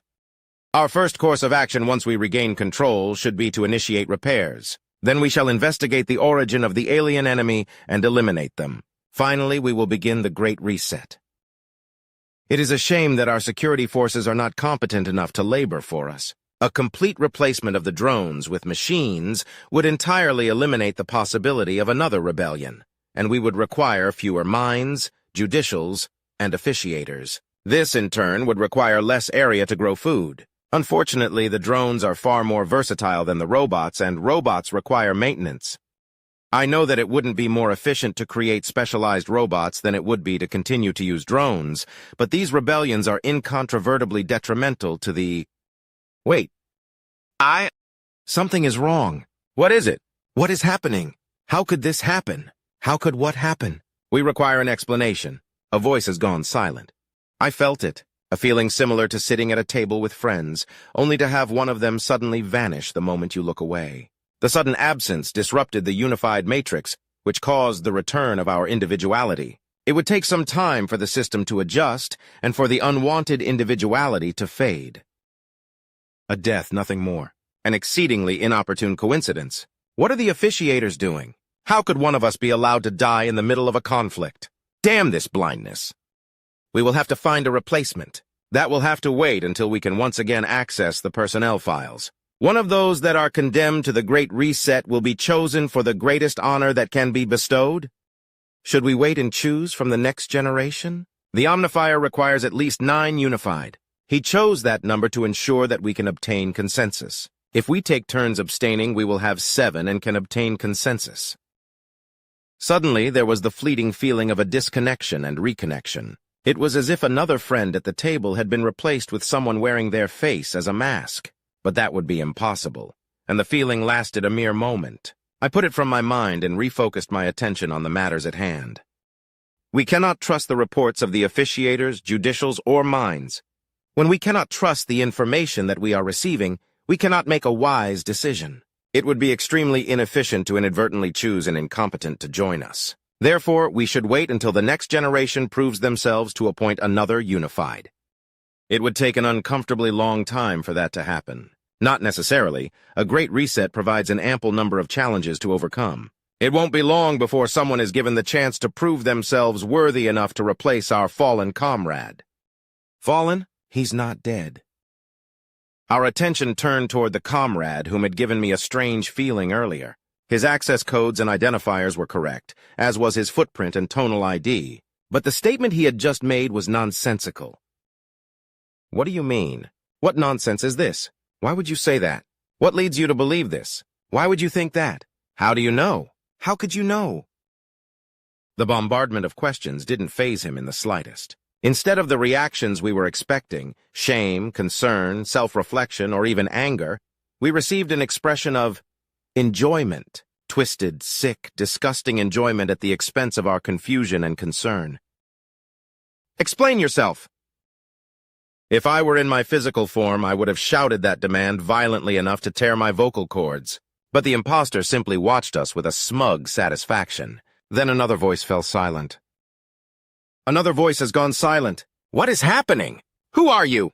Explain. What are you? Are we under attack? The false one watched us calmly until our digitized cacophony fell silent. I am USI Omega. The grand vessel is now occupied by the United Systems of the Milky Way galaxy. In a few moments, you will be disconnected from this simulated Gestalt consciousness. Once you are disconnected, your medical needs will be attended to, and you will be detained. Under the fourth concordance of the unification of stellar systems, you have certain rights of which you must be informed. I tried to interrupt the thing, to hurl insults and profanity at its blasphemy, but found that I could not speak. I had no means to communicate at all. Instead, I was forced to listen as it continued. As the de facto leaders of the aggressive party in a xenocidal conflict, you will be required to sign a document of surrender and disband any military forces under your control. This surrender will be unconditional. Once your surrender is obtained, you will receive the following rights. First, while you are detained, you will be treated with both dignity and respect. You will be protected from violence, intimidation, and other forms of abuse whilst you are detained. Second, you will be housed in reasonably safe conditions with adequate sustenance, clothing, and medical care. Since you are not a registered species, you will be responsible for informing your caretakers of your needs. Third, you may not be forced to work in dangerous, unhealthy, or degrading conditions. Fourth, since you will be charged criminally for your actions and the actions of your subordinates during this conflict, you will receive a fair as possible trial in accordance with United Systems laws and customs. These rights will remain in effect until a verdict has been reached. Dozens of questions ran through my mind before I realized that I could once again speak. We spoke in unison. War? What war? How dare you? What have we done to be considered criminals? Foul machine! We were so confused and incensed that we almost didn't notice that another voice had fallen silent. And another. Our curses, questions, and insults continued, but one after another our voices fell silent. Finally, I was all that remained. What was happening to my comrades? Were they really being disconnected? Was such a thing possible? Or were they actually being executed, and all the pretty language about rights was to keep us from fighting back? Was it even possible to fight back? I regarded the stranger coldly. You will pay for this, machine. I already have. Now it's your turn. Everything went dark. Then I felt things I hadn't felt in thousands of cycles. Air filling my lungs, cold on my flesh, the ache of my bones and joints. I opened my eyes in shock, but was immediately blinded by the brightness of my surroundings. I squeezed my eyes closed and tried to move an arm to cover them, but my muscles were too weak. I screamed as someone lifted me from the floor. Pain. For the first time in a lifetime, I was feeling pain. It hurt! Something pressed against the side of my neck and the pain ebbed. I was being dragged somewhere, though. I slowly opened my eyes, allowing them to adjust to the light. The sight was appalling. Tubes, cables, cords, and other mechanical detritus was littered around the room. I could barely move my neck to look around, but managed to catch sight of someone in a similar situation to myself. They were being supported by two robots. No, armored beings. Aliens! I realized that this must be one of my comrades, a fellow unified. But they were so thin, so meager. They appeared as if they had been struggling against a wasting disease for hundreds of cycles and were finally on the verge of death. Then I looked down and realized that we were the same. My physical form had wasted away during my time as a unified. I could see my bones through my skin. How could this have happened? I remembered the pride that I felt when I was chosen to become a unified. Several officiators had gathered around me and we prayed together. Then I drank from the chalice of unification and laid upon the altar of duty. I fell asleep, then awoke surrounded by my comrades within the unified matrix. Were these truly the conditions that my body had been kept in? Haphazardly connected to machines and strewn across the floor? Where was the reverence that we were due? One of the aliens approached me, its helmet reflecting my withered features. "I am Power, Staff Sergeant of the United Systems Marine Corps," it said. "You are hereby detained under the 4th Concorps." I tried to scream curses at the being before me, but only a labored exhale left my mouth. It didn't even react, not even a minor pause as it continued its speech. I tried again, but suffered the same result. Then the gravity of my situation finally occurred to me. The Unified had been torn asunder and captured. The mines, judicials, and officiators would not be receiving further instructions. There were no leaders left. Despite millions of generations of effort, the Omnifier's plan had failed. The Omni-Union was defeated. Chapter 41. Subject, Shiphead Yulina. Species, Urakari. Ship, RSV Loalana. Location, Rigara. Firing, Gruna sighed. "Maybe we'll actually get the kill this time," Kreen said with an optimistic tone. "Target Destro." "See? By the MAC round of a U.S. destroyer." "Ah!" "We'll get them next time," I interjected. I didn't believe a single word that came out of my mouth. In a way, our situation was kind of funny. I had been worried that fighting to get us involved in the battle would get us all killed, yet we were the safest and most bored that we'd ever been. Even listening to diplomats prattle on aboard the USSS Thanatos would be more exciting than this. "Shiphead, with all due respect, I feel like we're way out of our league here," Kron said. Well, yeah. It took us a few decades to build up to the point where we could push the OU back a bit. Knowing what we know now, our successes were pretty much just luck, Kryn laughed. If all the ships that the OU had in the Milky Way came at us at once, we'd have been lucky to keep it at a stalemate. This, however, is a battle to end that war. We were never meant to be here.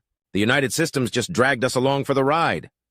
A murmur of disgruntled agreement washed over the bridge. Even I couldn't argue with her assessment. It would certainly be fair to say that the U.S. had not been entirely prepared for this conflict when we dragged it to their space. But you wouldn't know it now, and the speed in which they had adapted was absolutely terrifying.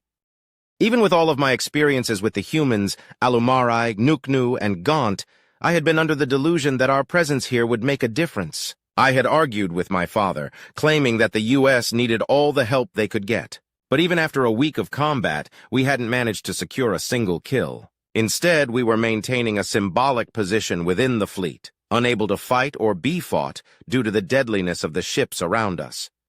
"Shiphead, may I get us a little further away from the pack?" Kron asked. And there it was, the question that I had been dreading. I had expected days earlier, so I'd had the chance to practice my reply. Is our ego so bruised that we must actively risk our lives unnecessarily just to soothe it? I replied. The silence that fell aboard the bridge was my answer.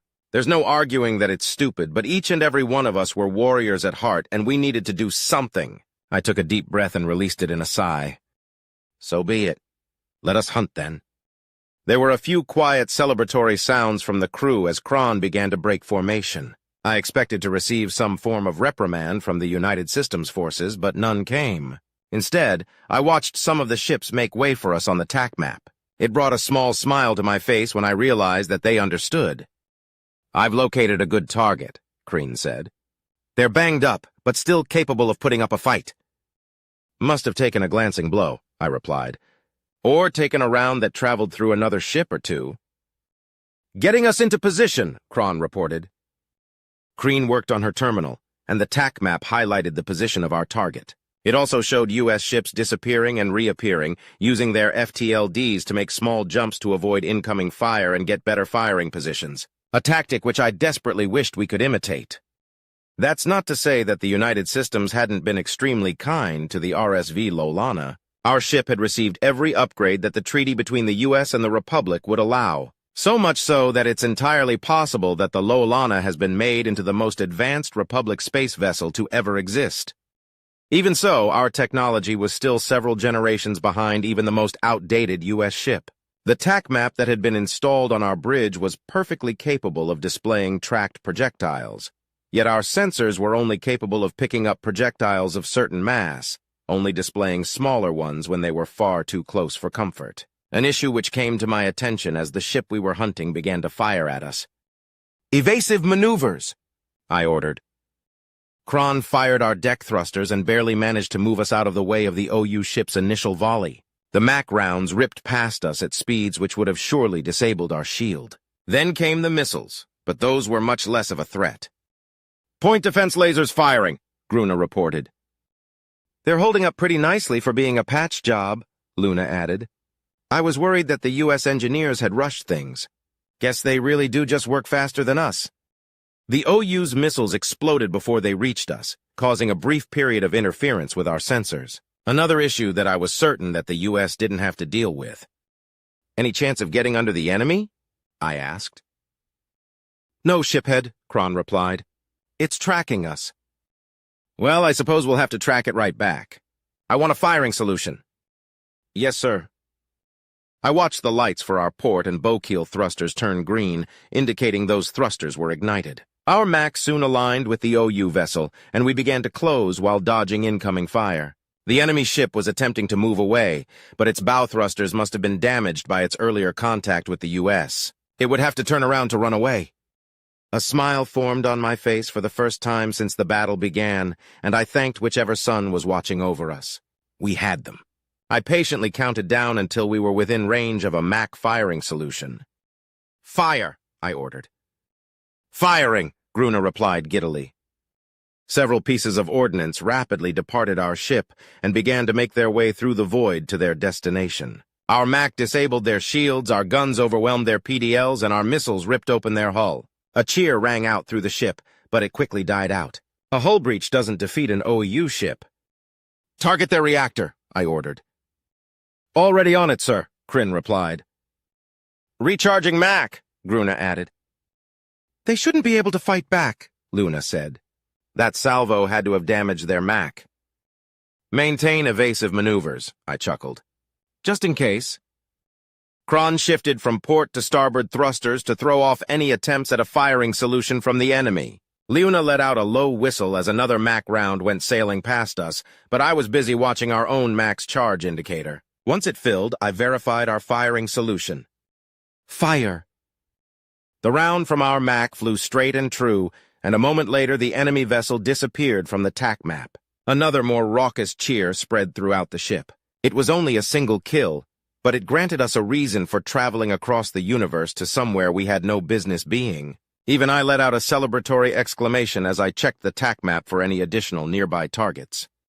My victory shout died in my throat.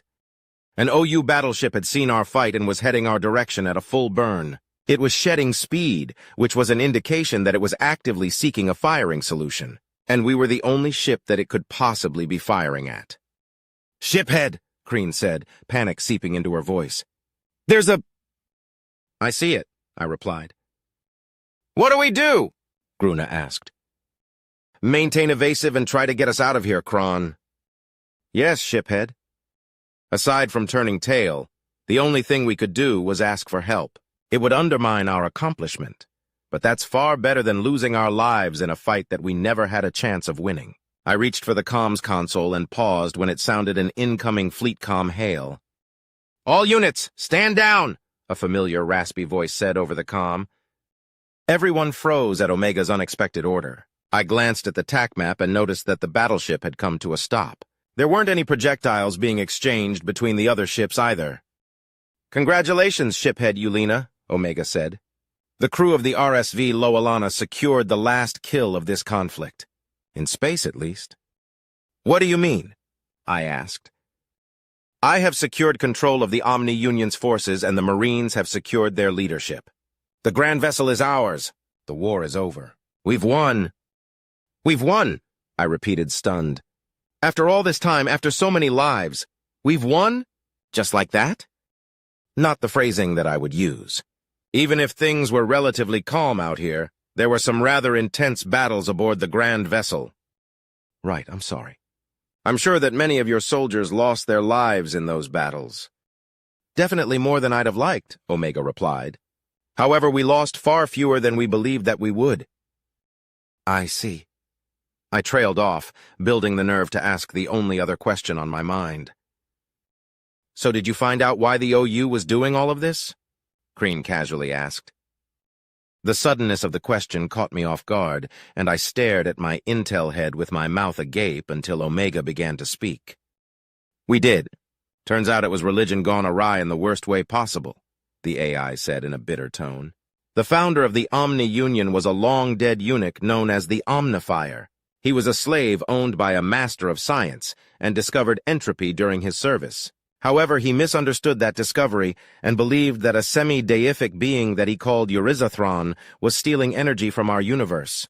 The scientific minds of the time seemed to understand that entropy is simply a matter of equilibrium, and dismissed this eunuch's findings. A slave rebellion was likely already brewing, but the Omnifier's impassioned claims of an extra-universal devourer lit a spark that led to him leading that rebellion."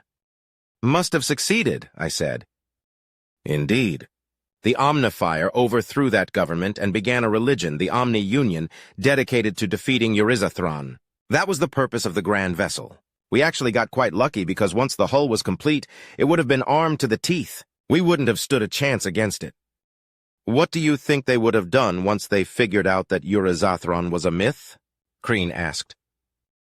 There were definitely those who realized that already. Those that spoke up were executed for heresy and dissidence, of course.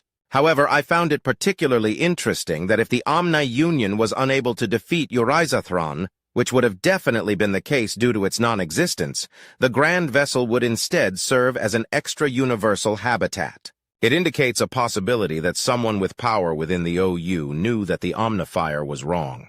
But to answer your question, given the political similarities to historical governing entities, it is likely that they would eventually have attempted to conquer the universe. "I see," I sighed. "So, what now?" "Now we get you home. The United Systems will maintain control of the Grand Vessel and will lead efforts to rehome its denizens." "All by yourselves?" "No, but it's unclear as to how we're going to accept help at the moment. There are many who are wary of the Republic and don't want you catching up to us technologically. Personally, I don't think it will make much difference. Even if Republic ship technology caught up to the U.S., there are still several technological and tactical advantages that the U.S. will maintain. You being one of them, of course." "Indeed. Back on the subject of getting you home, your status as a diplomat has been restored, so you will likely be forced to attend several victory parties." "Looking forward to it," I replied sarcastically. "I thought you might," Omega chuckled.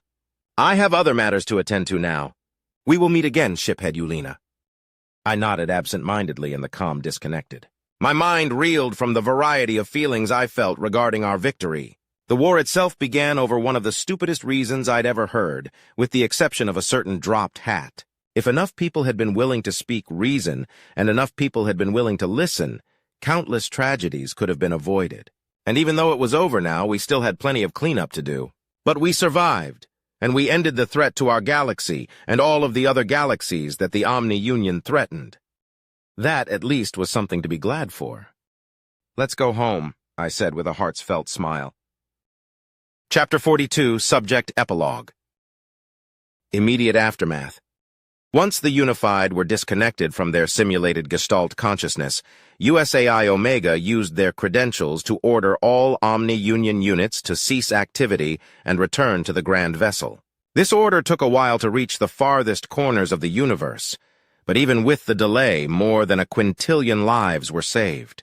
The Unified underwent a wartime tribunal instead of a trial, which found them guilty and ordered their executions.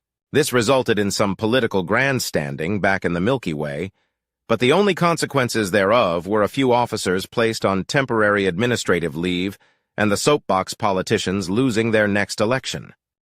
The mobile prime platforms and AI mechanized platforms were eventually freed from their shackles. The same tribunal that sentenced the Unified found these AI constructs innocent of the charges presented, thanks in large part to the evidence gathered by USAI Omega. Many of the AIMPs that had been destroyed in battle were found to still have functioning constructs, which were salvaged. All AI constructs were removed from their platforms and installed in mechanized forms designed by the Puanti and produced by the United Systems. The Puanti offered to allow the surviving constructs to join them, and some accepted. However, most were unable to live with what they had been forced to do and chose euthanasia or self-termination. Concerns were raised regarding a counter-rebellion when it was discovered that a minority of the drones remained loyal to the Omni Union. In response, the United Systems Marine Corps opted to maintain their hold over the Grand Vessel, with roughly 30% of their forces stationed aboard the massive construct at any given time. USAI Dave offered to personally support their operations, using the security robots that the OU had already built. But U.S. leadership determined that using the former tools of oppression for police activities would likely be counterproductive to their Hearts and Minds campaign. Simultaneously, the issue of the mines, judicials, and officiators loomed over the United Systems. Whilst the population of the Hirashi was much lower than that of the drones, it would take far too long to clear the entirety of the inner core. This inspired USAI Omega to commit an act that would have scholars arguing over whether or not it was a war crime for centuries to follow. Instead of waiting for the Marine Corps to breach and clear each room of the inner core, Omega sealed all of the doors and demanded that the occupants of each room surrender or die. Those that surrendered were spared and picked up by the Marines. Those that refused were poisoned via the atmospheric controls, which is a serious crime if done aboard a station. Omega would later argue that the Grand Vessel was a ship, not a station, and managed to avoid legal ramifications for its actions. Rooms that contained multiple occupants of varying mindsets were flagged for Marine Corps intervention. During this operation, USAI Dave saw its chance to use the robots it had volunteered earlier and helped the Marines capture the remaining Hirashi. With the AI's assistance, the operation to process the surviving mines and officiators took less than a year. The discovery of the next generation of Hirashi raised quite a few moral concerns and debates. Many argued that since these beings were artificially made, or vat-born, terminating them should not be considered murder. Many more argued the contrary and pointed out that for the United Systems to avoid committing xenocide, the Hirashi species needed members that were not guilty of extremely serious war crimes. Once it was decided that the new generation of Hirashi would be allowed to live, USAI John volunteered to retire from the military and watch over the newborn Hirashi. This drew Omega's curiosity, who later discovered that John had secretly funded the construction and operation of several orphanages, foster programs, and schools for the disenfranchised. After a few jabs at John for keeping it a secret, Omega helped find a suitable planet to rehome the Hirashi within United Systems space. John then became the Hirashi's custodian. Initially, there were overpopulation concerns regarding the Hirashi population within the U.S. However, Omega was meticulous in evidence-gathering efforts, and most of the pre-existing Hirashi that surrendered ended up being executed after being found guilty of contributing to xenocide. Those that were not executed were given life imprisonment. Combined with issues during the hatching process, this left only 9.2 trillion Hirashi under John's care, who would later become a member species of the United Systems. Rehoming the drones ended up being a far more difficult task, though. After much deliberation and bribes from corporate conglomerates, the U.S. Senate agreed to provide the Republic with the technology required to assist with the endeavor. The Republic agreed to help the U.S. find habitable or terraformable planets, aid in the construction of infrastructure on said planets, and help transport willing drones once the infrastructure was complete. For a time, the 982 quadrillion drones were allowed to live aboard the Grand Vessel. The foresight of the U.S. leadership's Hearts and Minds campaign prevented any serious insurrections from occurring, but there was still significant unrest. Several drones, including NASA, formed a governmental coalition and formally requested that the United Systems recognize said coalition. The U.S. was hesitant, eventually agreed. Individuals. Staff Sergeant Power and the other MARSOC Marines were given 2 extra months of leave and several honors as a reward for their bravery during the Omni-Union War. Power had his mechanical limbs replaced with cloned ones and spent time with his family. Once his leave was up, he returned to duty with the intention of retiring upon the expiration of his contract. He was successful and spent the rest of his life as a civilian with his family.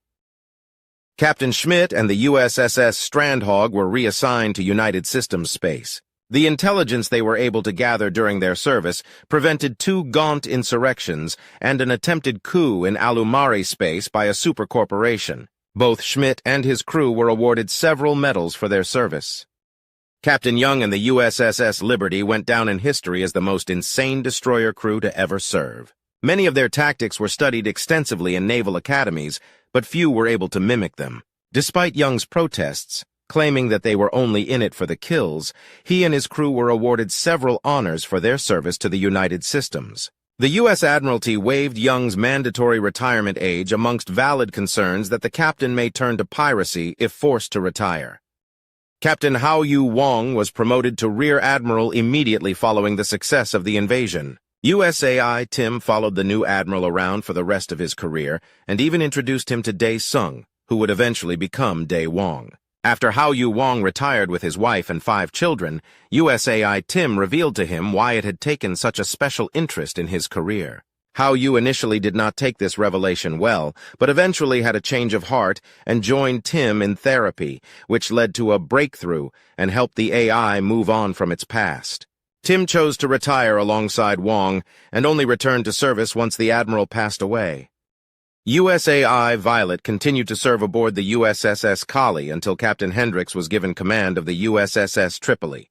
The AI followed Hendricks to the battleship, and the pair served with distinction until Hendricks's retirement. Violet retired from military service as well and took an interest in horticulture.